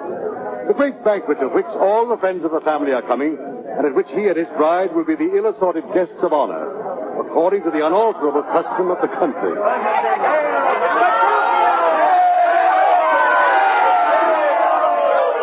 Gentlemen and friends, I thank you for your pay. I know you think to dine with me today and have prepared great store of wedding cheer. But so it is, my haste doth call me hence, and therefore here I mean to take my leave. Oh. Is it possible you will be away tonight? I must away today before night come. What? Make it no wonder. If you knew my business, you would entreat me rather go than stay. And honest company, I thank you all that have beheld me give away myself to this most patient, sweet, and virtuous wife. Dine with my father, drink the health to me, for I must hence, and farewell to you all. Let us entreat you, stay till after dinner. Hortensio, it may not be. Let me entreat you. Gremio, it cannot be. Let me entreat you.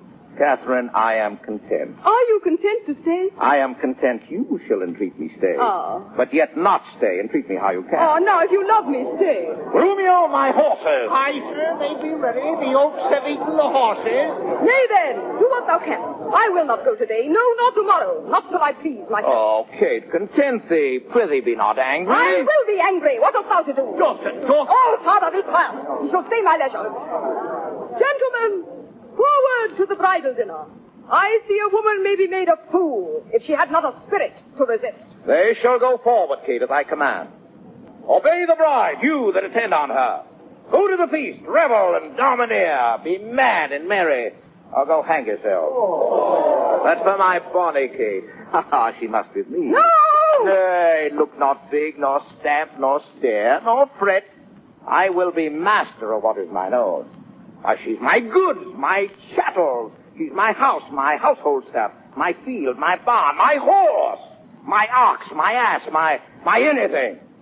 And here she stands, touch her whoever dare. I'll bring mine action on the proudest he that stops my way in Padua. Trucio! Draw forth thy weapon. We are beset with thieves.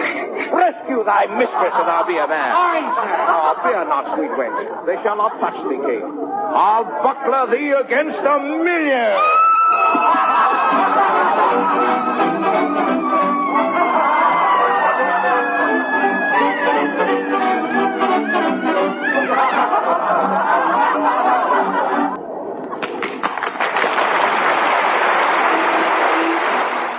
Just heard the first part of Columbia's presentation of The Taming of the Shrew, starring Edward G. Robinson with Frida Inniscourt and Charles D. Brown, Lionel Pape, Jack Smart, Morris Ankrum, and Ernestine de Becker. The play will continue in just a moment. This is the Columbia Broadcasting System. Our all-star cast is headed by Edward G. Robinson as Petruchio, Frida Inniscourt as Catherine, Charles D. Brown as Grumio, Lionel Pape as Baptista, Jack Smart as Biondello, Morris Ankrum as Curtis, and Ernestine de Becker as Bianca. Conway Turle as narrator again comes forward to set the scene. Catherine's honeymoon begins when she is dragged off to Petruchio's home in the country. But not to a noble hall richly hung with tapestries and with logs roaring in the fireplaces. Oh, no. The taming of Catherine the Shrew is to begin in a mean, cold hallway, bare and grim, in which the servants cluster together, their teeth chattering as they wait for the coming of their master. The servant Grumio, who has ridden on ahead, enters the door, half frozen from his long journey. Fie on all tired jades and all mad masters and all foul ways. Was ever a man so beaten? Brrr. Was ever a man so rayed? Was ever a man so weary? Hola! Oh, Curtis! Who is it that calls so coldly? A piece of ice. If thou doubt it, thou mayest slide from my shoulder to my heel with no greater a run but my head and my neck. A fire, good Curtis. Is my master and his wife come, Grumio? Oh, aye, Curtis, aye, and therefore fire, cast on no water. Is she so hot a shrew as she's reported? She was, good Curtis, before this frost. But thou knowest winter tames man, woman, and beast. But wilt thou make a fire, or shall I complain on thee to our mistress, whose hand thou shalt soon feel to thy cold comfort? I prithee, good Grumio, tell me, how goes the world? Well, a cold world, Curtis, in every office but thine, and therefore fire. Do thy beauty and have thy duty, for my master and mistress are almost frozen to death. Oh, there's fire ready. And therefore, good Grumio, the news. I have caught extreme cold. Hey, where's the cook? Is supper ready? The house trimmed? Rushes strewed? Cobwebs swept? The serving men in their new fustian? Their white stockings? And every officer his wedding garment on? Be the jacks fair within? The jills fair without? The carpets laid and everything in order? All ready. And therefore, I pray ye, news. Yeah. Well, first know my horse is tired. My master and mistress fallen out.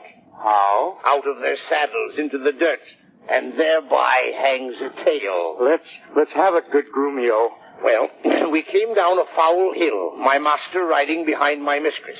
Both a one horse? What's that to thee? Why, a horse. Tell thou the tale. Nay. Tell thou the tale. Good Grumio. What? Hadst thou not crossed me, thou shouldst have heard how her horse fell, and she under her horse. Thou shouldst have heard in how miry a place, how she was bemoiled, how he left her with the horse upon her, how he beat me because her horse stumbled, how she waded through the dirt to pluck him off me, how he swore, how she prayed that never prayed before, how I cried, how the horses ran away, how her bridle was burst, how I lost my crupper, and with many things of worthy memory, which now shall die in oblivion, and thou return unexperienced to thy grave. By this reckoning, he is more a shrew than she. Aye, and that thou and the proudest of you shall find when he comes home. But what talk I of this? Come, call forth Nathaniel, Joseph, Nicholas, Philip, Walter, Sugarsop, and the rest. Let their heads be sleekly combed, their blue coats brushed, and their garters of an indifferent knit. Let them curtsy with their left legs, and not presume to touch a hair of me master's horsetail till they kiss their hands. Are they ready? They are. Then call them forth. Ho! You're here! Ho! Welcome home. Welcome you. How now? What? You. Yeah. And thus much for greeting, yes. Well, now is all ready and all things neat? All things is ready. How near is our master? In at hand and lighted by this, and therefore be not... No. Yeah, ladies, nay. Silence, I hear me, master. What? No man at door to hold my stirrup or take my horse? Nathaniel! Here, sir! Gregory! Here, sir! Here, sir! Oh, Petruchio! Logger-headed and unpolished grooms! What, no attendance, no regard, no duty? Where's the foolish knave I sent before? Here, sir, as foolish as I was before. You peasant swain! Ow! You malt horse drudge! Oh! Did I not bid thee meet me in the park and bring along these rascal knaves with thee? Aye, sir. Go and fetch my supper. Aye, sir. Oh, where's the life that late I led? Oh, sit down, Kate. Sit down and welcome. Where's the Lord? Nay, good sweet Kate, be merry. Here, off with my book, you rogue, you villains, when? Yes, sir, yes, sir. The prior of waters crazy forth walk. Out, you rogue, you plucked my foot awry. Here, take that. And mend the plucking off the other. Oh, come here. Here, be merry, Kate. Some water here. What ho? Where's my spaniel, Troilus? Troilus, where are my slippers? Shall I have some water? Here, sir. Here, sir.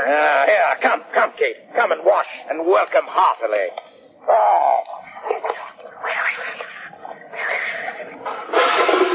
Villain, will you let it fall? Oh, patience, I pray you. The fault unwilling. Beetle-headed, flap-eared knave. Oh. Come, Kate, sit down. I know you have a stomach. Oh. Well, will you give thanks, sweet Kate, or else shall I? What's this? Mutton? Aye. Who brought it? Aye, sir. It's burned.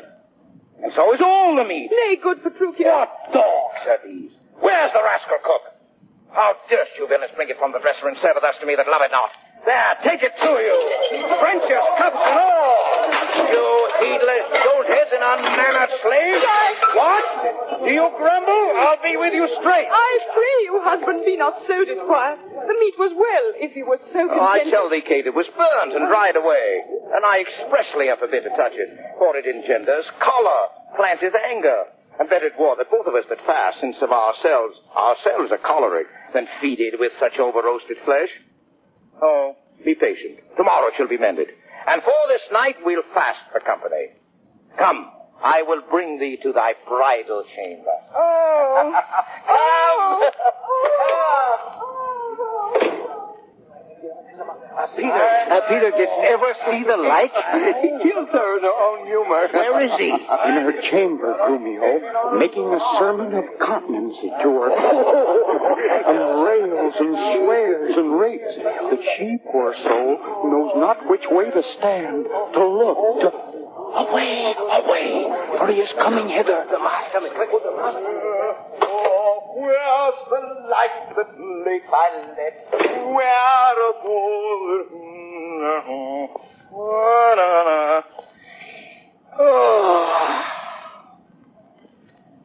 Thus have I politically begun my reign, and 'tis my hope to end successfully.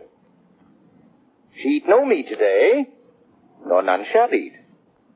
Last night she slept not, nor tonight she shall not.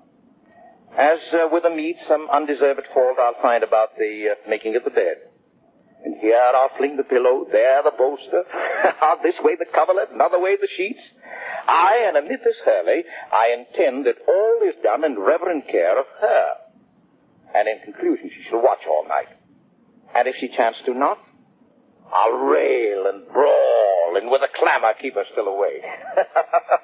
This is a way to kill a wife with kindness. And thus I'll curb her mad and headstrong humor. He that knows better how to tame a shrew, now let him speak. A night of turmoil and of shouting. Another morning of the same clamor, and all on an empty stomach is too much for Catherine.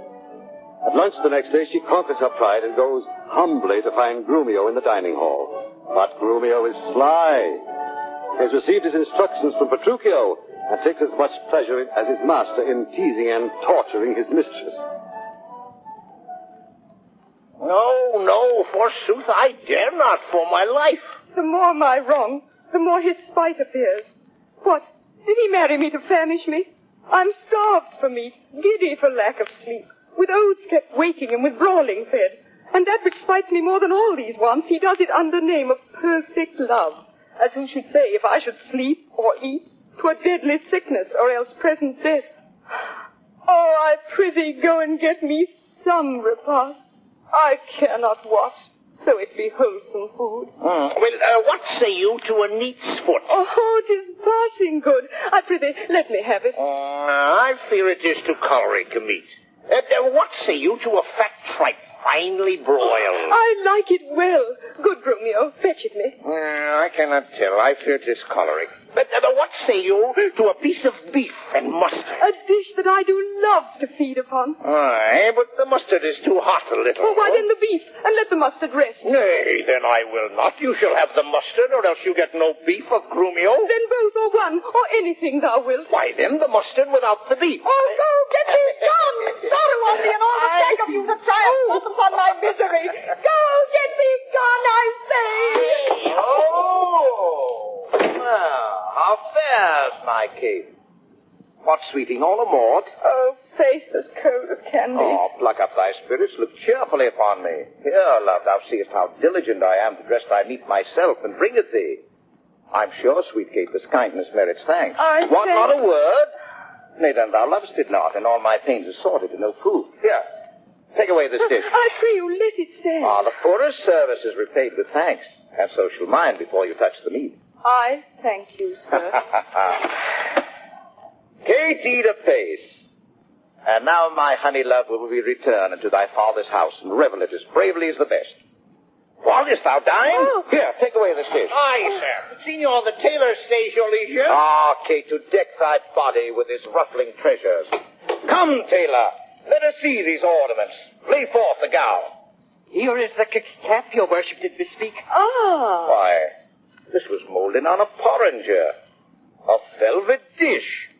Fie, it is lewd and filthy. Why, it is a cockle or a walnut shell, a knack, a toy, a trick, a baby's cap. Oh, away with it. Come, let me have a bigger. I'll have no bigger. This doth fit the time, and gentlewomen wear such caps as these. When you are gentle, you shall have one too, and not till then. Why, sir, I trust I may have leave to speak, and speak I will. I am no child, no babe. Your betters have endured me say my mind, and if you cannot, best you stop your ears. My tongue will tell the anger of my heart, or else my heart concealing it will break. And rather than it shall, I will be free, even to the uttermost, as I please in words. Why, thou sayest true. It is a paltry cap. A custard coffin, a bauble, a silken pie. I love thee well, and that thou likest it not. Love me or love me not. I like the cap. And if I will have her, I will have none. She will have none. Thy gown. Come, tailor, let us see it. Here, sir. Oh, mercy God. What masking stuff is here? What's this? A sleeve? Aye, sir. Why, it is like a demi-cannon. What? Up and down, carved like an apple tart? Sire. Why, here, snip and nip and cut and slish and slash like to a censer in a barber shop. Why, what in the devil's name, tailor, callest thou this? You bid me make it orderly and well, according to the fashion and the time. Marry, and did, but if you be remembered, I didn't bid you mar it to the time. I never saw a better fashioned gown. More quaint, more pleasing, nor more commendable. Belike you mean to make a puppet of me. Why, true, he means to make a puppet of thee. She says your worship means to make a puppet of her. Oh, monstrous arrogance! Thou liest, thou thread, thou thimble, thou yard, 3/4, half-yard, quarter, nails. Thou flea, thou knit, thou winter cricket, thou, braved in mine own house with a skein of thread. Away, thou rag, thou quantity, thou remnant, or I shall so bemeet thee with thy yard as thou shalt think I'm freighting whilst thou livest. I tell thee, that thou hast marred her gown. Your worship is deceived. The gown is made just as my master had this direction. Grumio gave order how it should be done. So, Grumio, I gave him no order. I gave him the stuff. But how did you desire it should be made? Yes, how? Marry, sir, with needle and thread. But did you not request to have it cut? Cut? I say unto thee, I bid thy master cut out the gown, but I did not bid him cut it to pieces. Not to pieces? Ergo thou liest. Why, here is the note of the fashion to testify. Read it. The note lies in his throat if he says I said so. Imprimus, a loose-bodied gown. So, master, if ever I said loose-bodied gown, sew me in the skirts of it and beat me to death with a bottom of brown thread. I said a gown. Proceed. With a small compressed cape. I confess the cape. With a trunk sleeve. I confess 2 sleeves. The sleeves curiously cut. Aye, there's the villainy. Aye, there's the villainy. Curiously cut. Aye, I commanded the sleeve should be cut out and sewed up again. And I had thee in a place where thou shouldst know it. Oh, well, sir, in brief, thy gown is not for me. Go take it up into thy master's use. Oh, but say, Petruchio. Tailor, I'll pay thee for thy gown tomorrow. Thank thee, sire. Come, my Kate. We will unto your fathers, even in these honest, mean habiliments. Our purses shall be proud, our garments poor. For 'tis the mind that makes the body rich. What, is the jay more precious than the lark because his feathers are more beautiful? Oh, no, good Kate. We will henceforth to feast and sport us at thy father's house. Grumio. Aye, sir? Go call my men. Let us straight to him. Aye, sir. Let's see. I think it is now some 7 o'clock.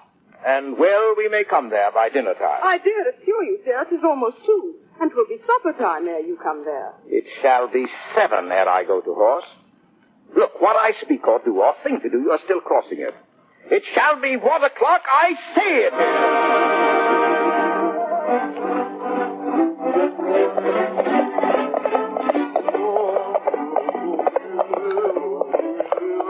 Oh, come on, in God's name, once more to all your fathers. Good Lord, how bright and goodly shines the moon. The moon? The sun? It is not moonlight now. I say it is the moon that shines so bright. I know it is the sun that shines so bright.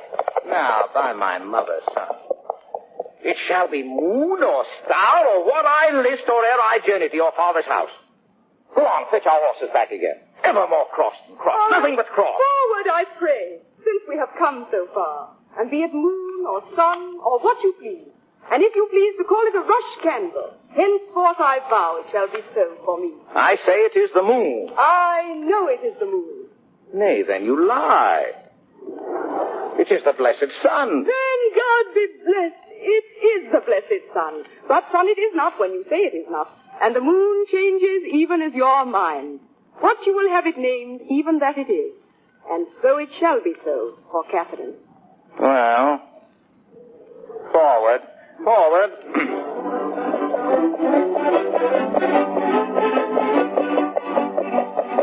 As they ride on along their dusty way in the bright, clear Italian sun, they perceive a traveler coming along a side road.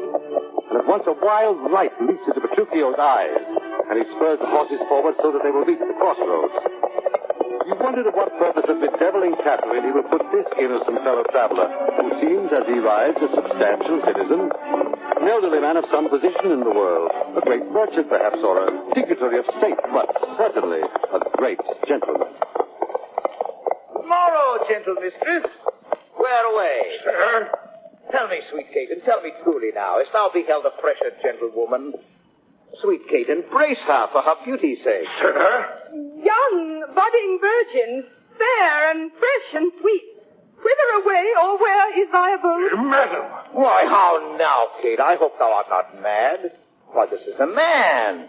Old, wrinkled, faded, withered, and not a maiden, as thou sayest he is. Oh, pardon, old father, my mistaking eyes, that have been so bedazzled with the, sun. Sun. Now I perceive thou art a reverend father. Pardon, I pray thee, for my mad mistaking. Do, good old grandsire, and withal make known which way thou travellest. If along with us, we shall be joyful of thy company. Fair sir, and you, my merry mistress, that with your strange encounter much amazed me.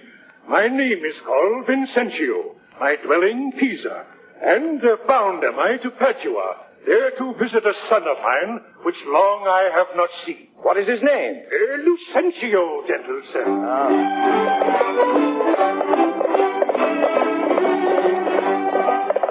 So this gentleman met on the road is the father of Lucentio, that pretended Latin master, who is now the husband of Bianca. And now we see the strands of his masquerade pulled closer together. Now our travelers are in the streets of the city, right in front of Catherine's old home. We know that Catherine obeys her husband, but has her spirit been really tamed? I wonder. Husband, why wait we here? Shall we not go in? First, kiss me, Kate, and we will. What? In the midst of the street? What, art thou ashamed of me? Oh, no, sir, God forbid. But ashamed to kiss. Why, then, let's home again. Come, Sarah, let's away. Nay, nay, I will give thee a kiss. Ah, now, pray thee, love, stay. It's not this well, Catherine. Come, my sweet Kate. Better once than never, for never too late. Which was postponed on Petruchio's wedding day has now taken place. A triple festival for 3 marriages. Petruchio and Catherine, Lucentio and the pretty Bianca, and even Hortensio, one of the disappointed suitors, has consoled himself with a most ungallant promptness by marrying a wealthy widow. Only the other suitor, the wheezing Gremio, reconciles himself to being perpetually a bachelor. It is a cheerful moment when men, having eaten and drunk together, are told to make bets about the superior virtues of the wives whom they have honored with marriage.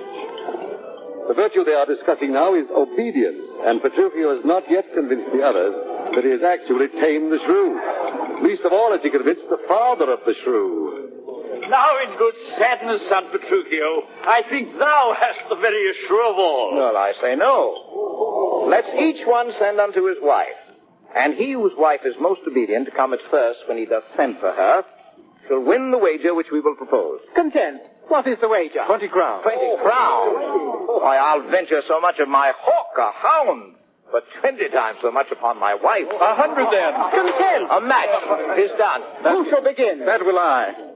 Grumio, go bid Mistress Bianca come to me. I go.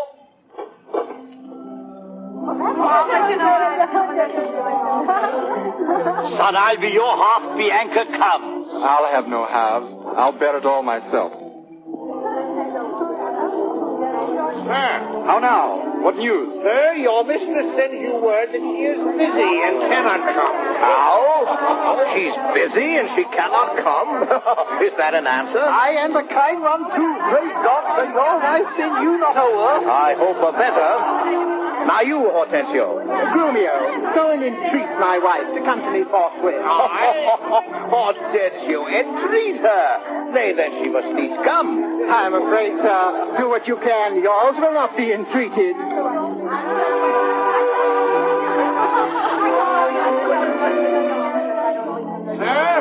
Now, where's my wife? She says you have some goodly jest in hand. She will not come. She bids you come to her. Oh, worse and worse, you will not come. Oh, vile, intolerable, not to be endured. Sir Grumio, go to your mistress. Say I command her to come to me. I know her answer. What? She will not. The father fortune mine, and there an end.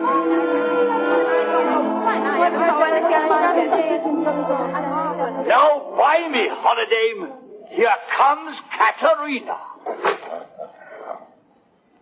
What is your will, sir, that you send for me? Where's your sister and Hortensio's wife? They sit conferring by the parlor fire. Go, fetch them hither. If they deny to come, swinge me them soundly forth into their husbands. Away, I say, and bring them hither straight. Here is a wonder, if you talk of a wonder. And so it is. I wonder what it bodes. Marry, peace it bodes, and love, and quiet life, and awful rule, and right supremacy, and to be short, what not that's sweet and happy. Now, fair befall thee, good Petruchio. The wager thou hast won, and I will add unto their losses 20,000 crowns. Another dowry to another daughter, for she's changed as though she'd never been. Nay, father, I will win my wager better yet, and show more sign of her obedience, her new-built virtue and obedience. See where she comes and brings your froward wives as prisoners to her womanly persuasion. My lord? Catherine, that cap of yours becomes you not. Off with that bauble. Throw it underfoot.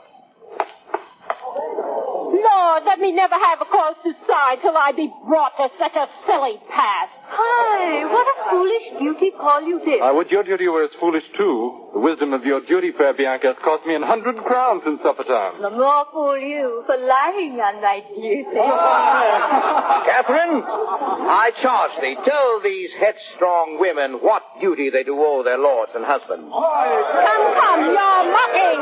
We'll have no telling. Come on, I say, and first begin with Hortensio's wife.